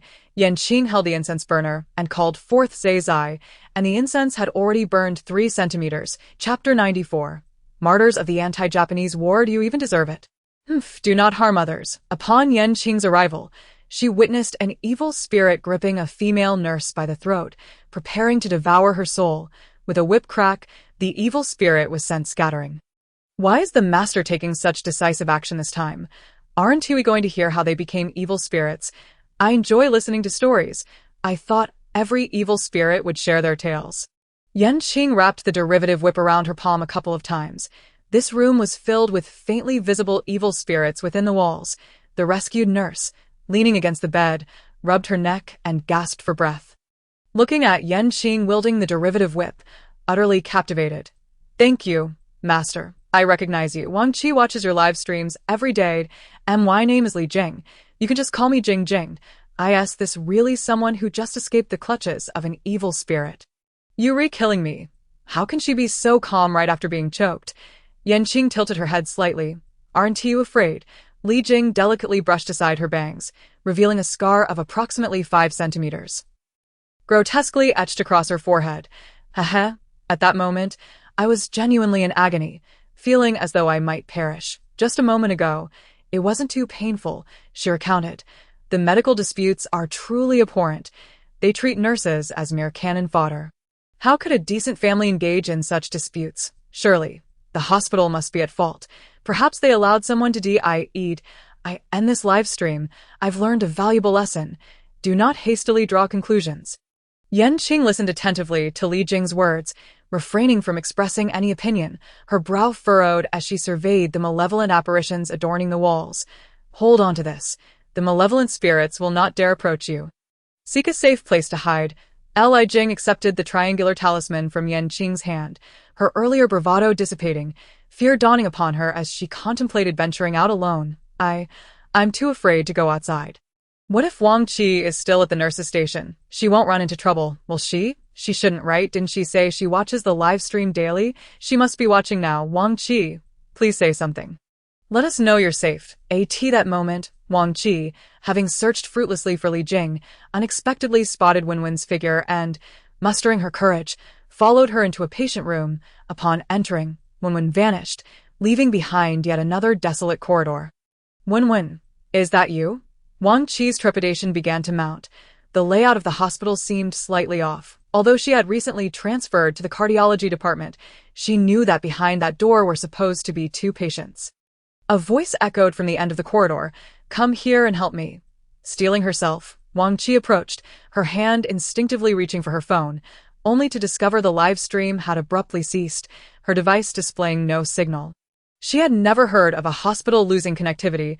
Perhaps it would be best not to intervene after all. After all, she had only just transferred and could be excused for not assisting. However, when she turned around, the corridor stretched endlessly behind her, and the beckoning figure reappeared at the far end. "It's over for me. It's finally my turn. Master, where are you? I'm so scared." Qing remained in the patient room, the walls continuously manifesting a multitude of malevolent spirits. With a swift flick of her whip, several spirits were sent into a disarray of souls. Why doesn't the master show mercy? Indeed, there are so many of them. What if they harbor some untold grievances? Qing's countenance remained frosty as she dealt with the relentless tide of spirits. Li Jing, sheltered behind her, exhibited no fear, her eyes gleaming with admiration as she watched Qing. After vanquishing the 8th wave of spirits, a leader finally emerged to speak. "Esteemed one, please show mercy. Allow me to speak." A sardonic smile graced Qing's lips as she responded, "Very well. Do enlighten me on what you have to say."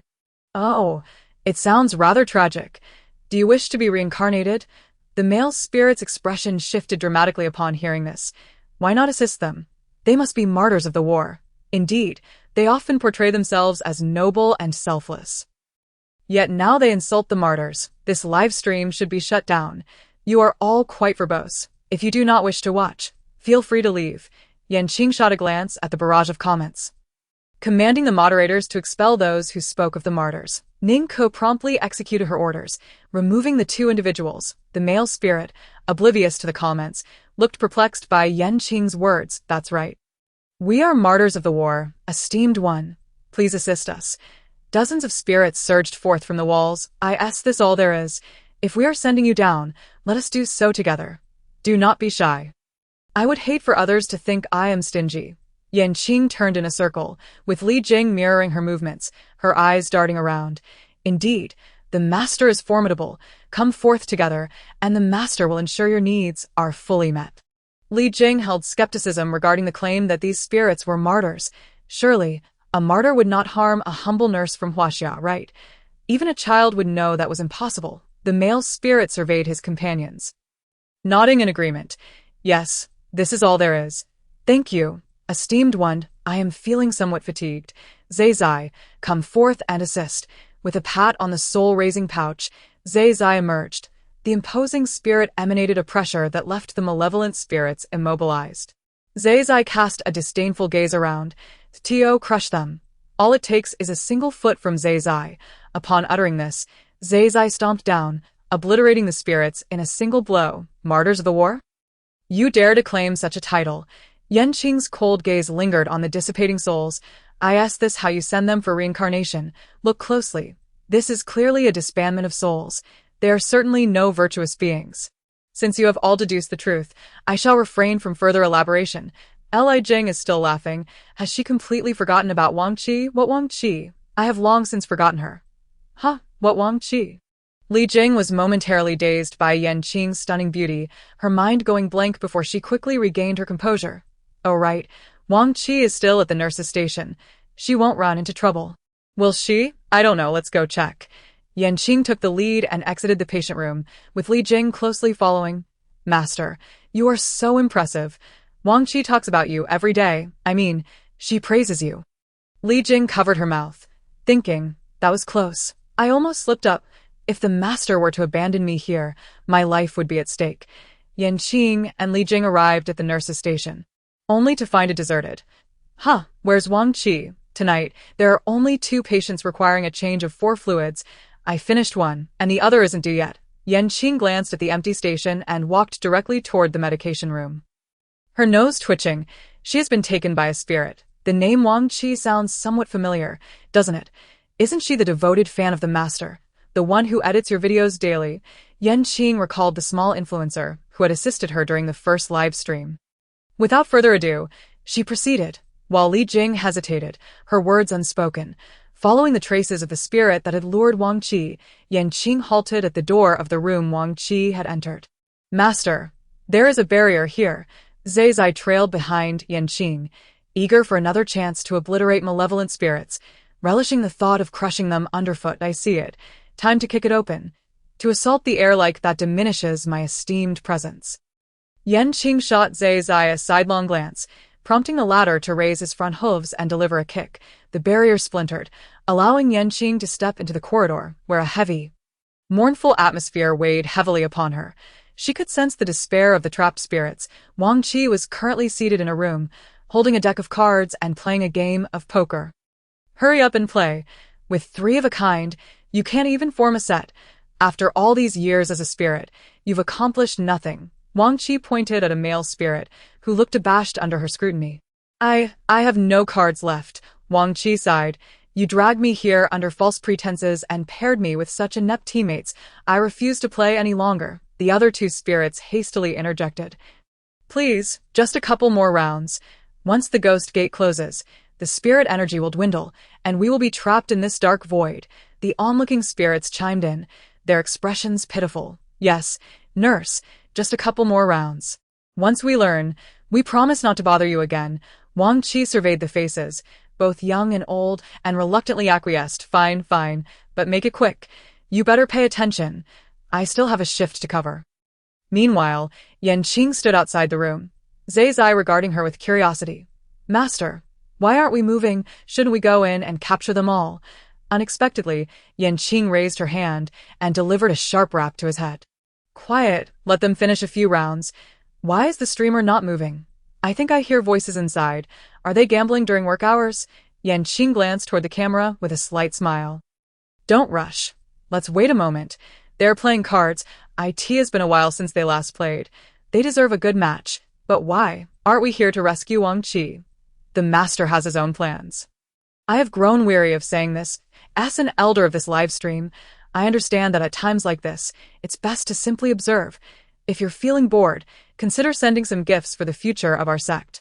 Just as Wang Qi was on the verge of despair, Yan Qing finally entered the room. Are you all finished, esteemed seniors? Upon hearing the voice, Wang Qi's spine stiffened, her eyes widening as she swiftly turned her head. Master, it's really you. You've come to rescue me. But why are they not malevolent spirits? Indeed, the malevolent spirits have encountered your colleagues. Oh my, there are so many spirits. Yan Qing patted Wang Qi's shoulder and said, I did not come for the malevolent spirits. I came for them. She then turned to address the leading soul. Comrade Su, you have guarded this place for so many years. I thank you for your hard work. I wish to take you all out for a look. Is that acceptable? You recognize me? Su replied amicably. Can we truly leave? Yan Qing nodded. Comrade Su, your selfless sacrifice for your country is etched in my heart. I can take you out to witness the present-day Huaxia, where the nation thrives in peace and prosperity, free from the shackles of war, and its people enjoy a life of stability and happiness. This person, no, this spirit, looks and sounds incredibly familiar. I know, it's Su Lian, the first martyr who perished for the nation. In the blazing Huaxia, amidst the vast smoke and dust, the 8-year resistance was heart-wrenching and soul-stirring. Last September, on Martyrs' Memorial Day, our profession was dedicated to reciting this elegy. How magnificent are the sons of the nation, undeterred by hardships, braving the hail of bullets, valuing righteousness over life, compassion for the wounded, selfless sacrifice, fervent bloodshed, unparalleled tragedy, with coldness to intimidate enemies and a spirit to inspire the citizens. The rivers and mountains remain unchanged, yet the names evolve. All right, I am on the verge of tears again. Su Lian glanced at the 300 compatriots, all of whom perished in this very hospital, their souls yet to be reincarnated. He could hardly believe it and asked once more. Qing nodded, her expression grave and solemn. This splendid land, you all must behold. Without you, there would be no such peace and prosperity. Qing pondered, considering the many spirits of the martyrs, feeling it necessary to greet them first. Just as she took out her phone, a message from Zhao Guoqiang arrived. Comrade Yan, please, allow the martyrs to see this world properly, I implore you. Very well. A.S. Qing typed her response. Su Lian and the souls began to feel anxious. The previous Taoist priest had mentioned that they could only leave once someone stronger than him arrived. This young lady. It's not that I distrust her, but what if something goes awry? What of my 300 compatriots, the Taoist priest? Qing then carefully examined the traces left by this barrier. It was the formation of the Heavenly Master sect. Could it be that it was her masters? Qing remembered her mentor mentioning that in the past, the Heavenly Master sect was prosperous, with many disciples. When the Japanese invaded Huaxia, her masters had resolutely led their disciples down the mountain. None returned to this day. Chapter 96. A flourishing era, just as you wish. Indeed, it is rare to see monks emerge. Alas, in this flourishing era, monks hoard wealth, weary from it all, and oh wonder Taoism has dwindled. Yes, since the last turmoil, there have been few practitioners of Taoism. Monks now require a high salary and university degrees. Did that Taoist priest leave any tokens? Qing inquired slowly, thinking that if there were tokens to show her mentor, it would at least serve as a remembrance. Su Lian shook her head. No, that Taoist priest merely said to wait for a fated person to come, then he would protect us here. But why didn't her masters lead them away? Instead, they protected their souls here. Was there something she didn't know? Within the Heavenly Master sect, she had seen her master's nameplates, shattered, yet still faintly glowing. However, the nameplates of disciples sent out to seek had completely shattered. Qing lowered her gaze. Searching for her master's whereabouts was indeed among her goals. Comrade Su, prepare yourselves. I will take you out to sea. Qing completely shattered the barrier, and in its place, over 300 souls stood upon an expansive meadow. This hospital had long been demolished and rebuilt. The very room where Su Lian and the others had once stayed had transformed into this meadow. Qing produced a small wooden board inscribed with runes. Life is but a dream. All paths converge. Great. The small wooden board began to enlarge until it was sufficiently spacious to accommodate 400 people. Comrade Su, please feel free to step aboard as you wish. Su Lian and the other 300 souls cautiously stepped onto the board.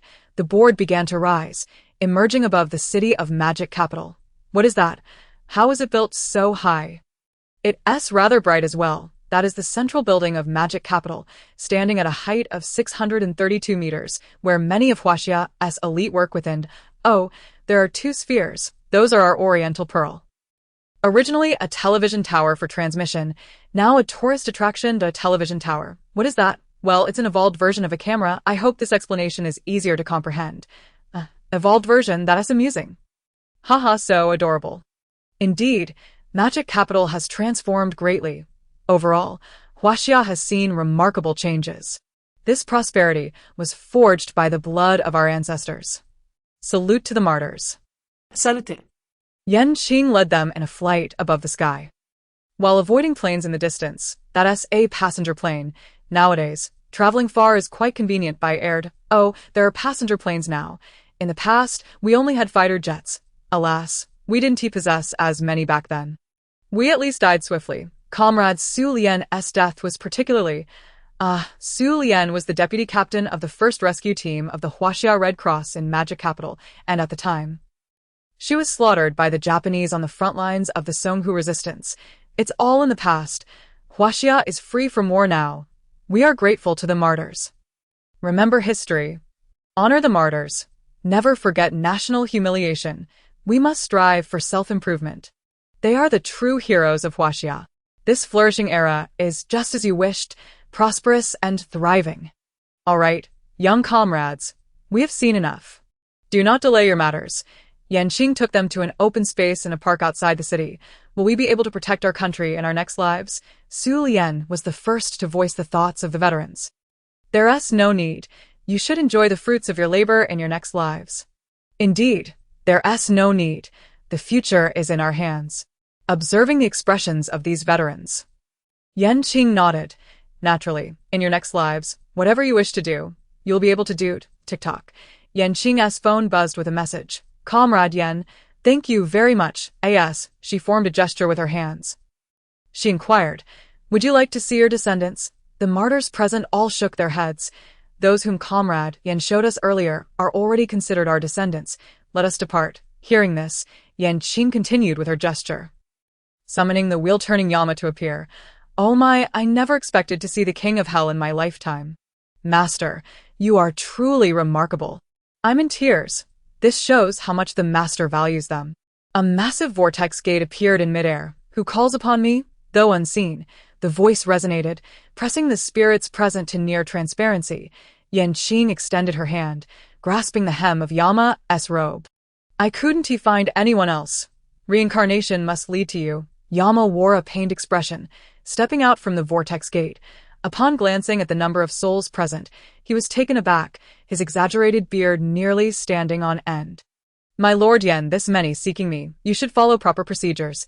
Is there really someone else to seek? Could there be other Yamas in the underworld? I heard the master address him with a title. Yan Qing, expressionless, nodded. Yes, this many, seeking you. This, my Lord Yan, though we share a good relationship, you cannot make things difficult for me. With so many, there must be procedures. Otherwise, if the other Yamas from different halls learn of this, wouldn't they question me? The wheel-turning Yama is responsible for escorting souls from various halls, distinguishing between good and evil, determining their levels, and then sending them for reincarnation. Yan Qing looked on with indifference, causing the wheel-turning Yama's back to chill. My Lord Yan, I truly yield to you. With so many, can't we just send them off at random? Yan Qing took out several stone-like objects from her bag. And upon seeing them, the wheel-turning Yama's eyes sparkled. Oh, these little ones, how could I dare to accept? These souls deserve a good reincarnation. Do you understand? Yan Qing presented the items to him, asking, with what Yan Qing had brought forth. The wheel-turning Yama could hardly refuse. Even if the other 9 halls Yamas came together, he could still hold his ground. Understood. I assure you they will be arranged well. If there's ever such work again, remember to summon me. The deeds of you all will forever be etched in the hearts of Huaxia's descendants. It is because of you that Huaxia enjoys its current prosperity and flourishing. Please rest assured and reincarnate, granting the contemporary youth an opportunity to uplift a piece of heaven for you. Yan Qing respectfully stood before them, performing a standard military salute. Though there were no overly moving words, I still feel like crying. How can there be such tranquil times in this world? It is only because they have borne the weight for us. Chapter 97. Living wastes air. Dying wastes land. The peaceful life we enjoy now is a price paid with the lives of our pioneers. We must protect our magnificent land. The wheel-turning Yama accepted the stones from Yan Qing, smiling broadly as he opened the vortex gate to its fullest. Come, esteemed predecessors of my Lord Yan, please step forward. Observing the wheel-turning Yama bending over backward for a few stones, Yan Qing lowered her gaze. Alas, she still had her own matters to attend to. The spirits of many heroes entered the underworld for reincarnation. No way, I must quickly find a wife. If she is pregnant now, could it be most likely these heroes reincarnating? Brother, your idea is quite brilliant. I want to say more. I'm logging off to find a wife and start a family. Is it possible for such matters to be left to the wealthy? Can we, as mere viewers, afford to cultivate these predecessors? It's all right. My family owns 3 buildings, and aside from collecting rent, there's not much else to do. I should be able to provide them with a good education. All right. Enough talk. My heart is starting to ache. The jester is actually me. By the way, Master, will these heroes change gender in their next lives? I desire a girl, yet I fear I may not obtain one. As Yan Qing turned her head, she happened to catch sight of this comment. The gender should be randomized. Wang Qi, all alone, hugged her knees, squatting there, terrified to venture anywhere. Yan Qing raised her head and gazed at the building. Yes. Look at how frightened the young lady is. Isn't it quite normal for there to be ghosts in a hospital? No matter which hospital I walk into, I assume there are spirits everywhere. Wang Qi pressed closely against Yan Qing, wanting to grasp her hand but lacking the courage, settling instead for a small corner of her clothing. The triangular talisman Yan Qing had given lay solitary in a sealed bag on the table. Did the master not instruct her to remain still at the nurse's station? Truly a nuisance. Could you not add to the troubles? Yan Qing glanced at the silent hospital corridor. Which 2 beds require a change of dressing today? Upon hearing this, Yan Qing stepped towards room 13. Wasn't the previous patient in bed 14 deceased just a few days ago? Wang Qi recalled bed 14, and her expression darkened. Yes, he succumbed to heart failure. That person was quite unreasonable, insisting we swap the heart of the previous patient for his. However, the young man could no longer wait. There was no choice. In the end, he slipped out to drink. And I've never encountered such a bizarre individual, demanding a heart be given to him. Absolutely not. Your life is precious, as is the life of others. The 2 soon arrived at room 13. And indeed, they saw a figure in nurse's attire facing away from them, seated on bed 14.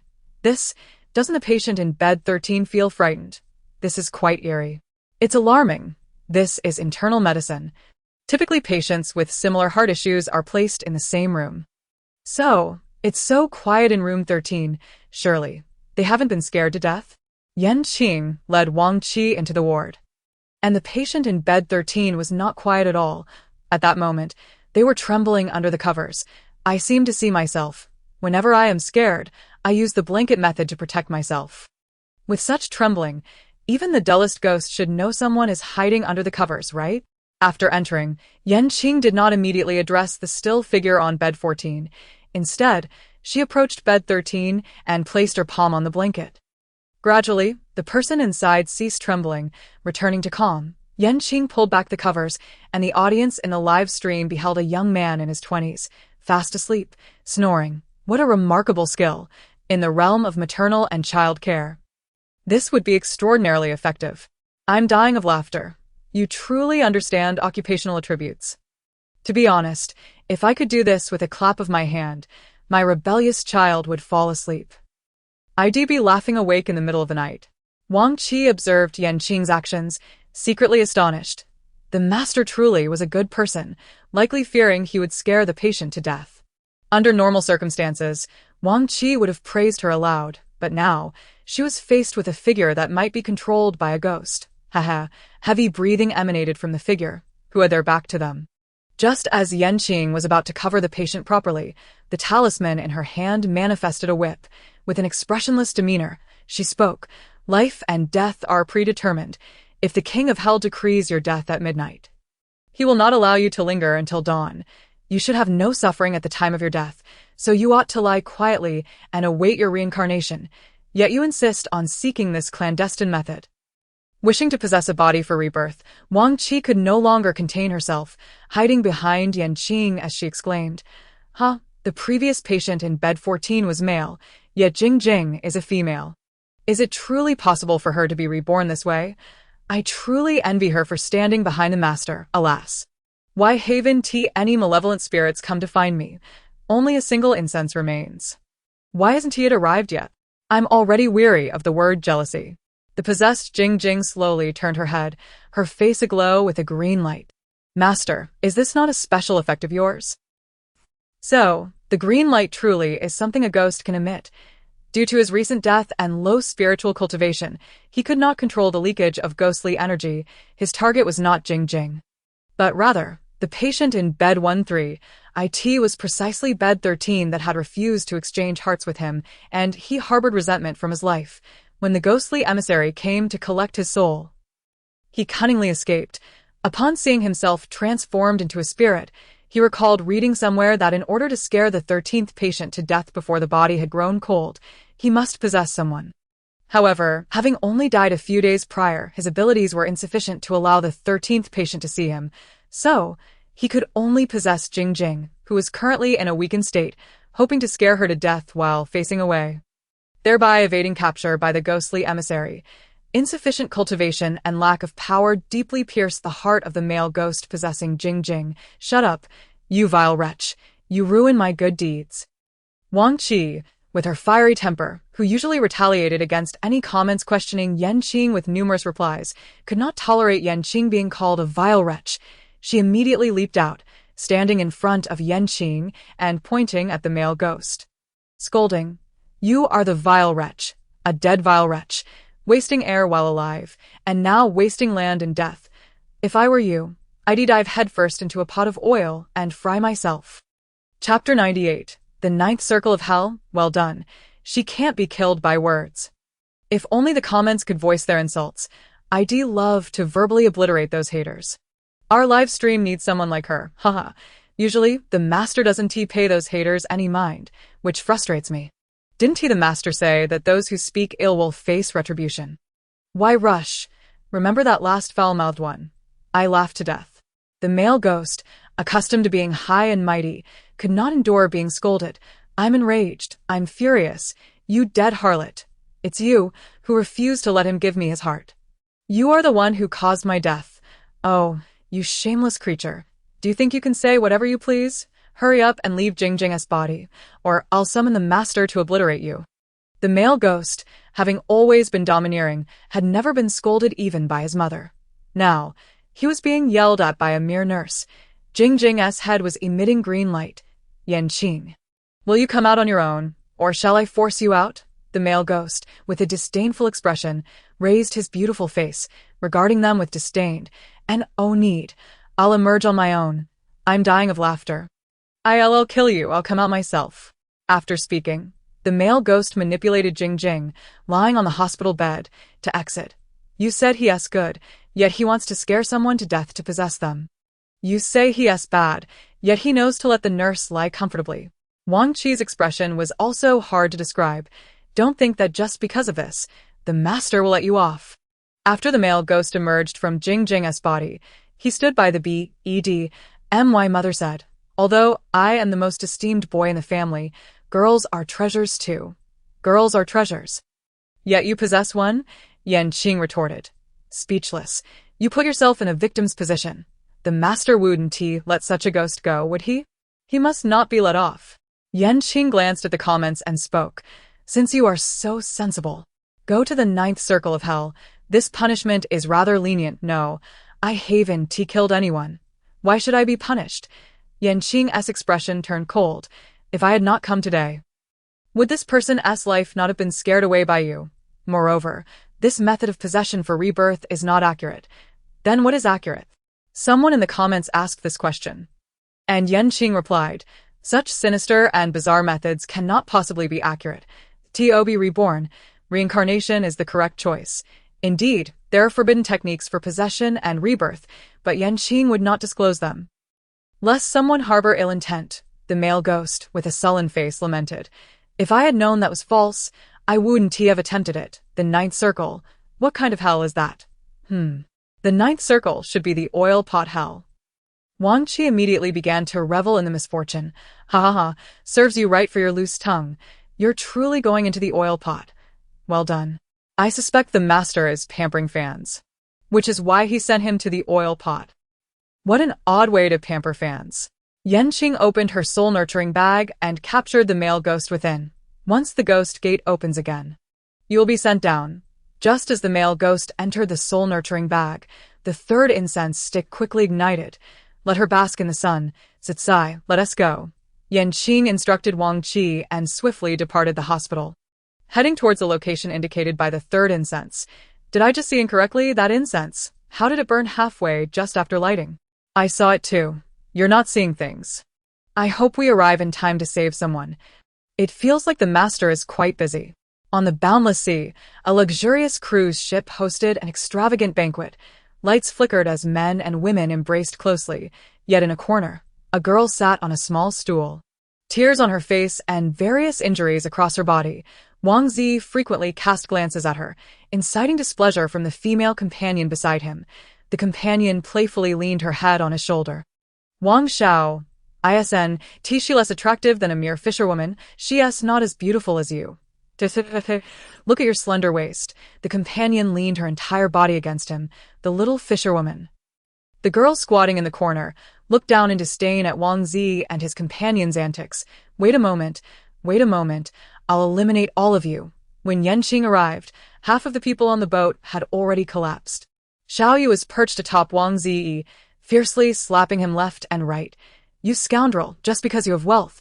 You think you can bully others. I will kill you. I will kill you. I seek vengeance for my sister. The water on this ship had been laced with poison by Xiao Yu in advance, rendering Wang Ziyi utterly incapable of resistance. Your sister? Who is your sister? Wang Ziyi inquired, belatedly realizing the situation. He had merely spotted a beautiful woman and sought to sample her allure, forcing her aboard. Xiao Yu continued to strike Wang Ziyi repeatedly. This woman should be human, right? So urgent, I thought there would be an incredibly formidable demon. But instead, just this. This little girl, I could crush her with a mere finger.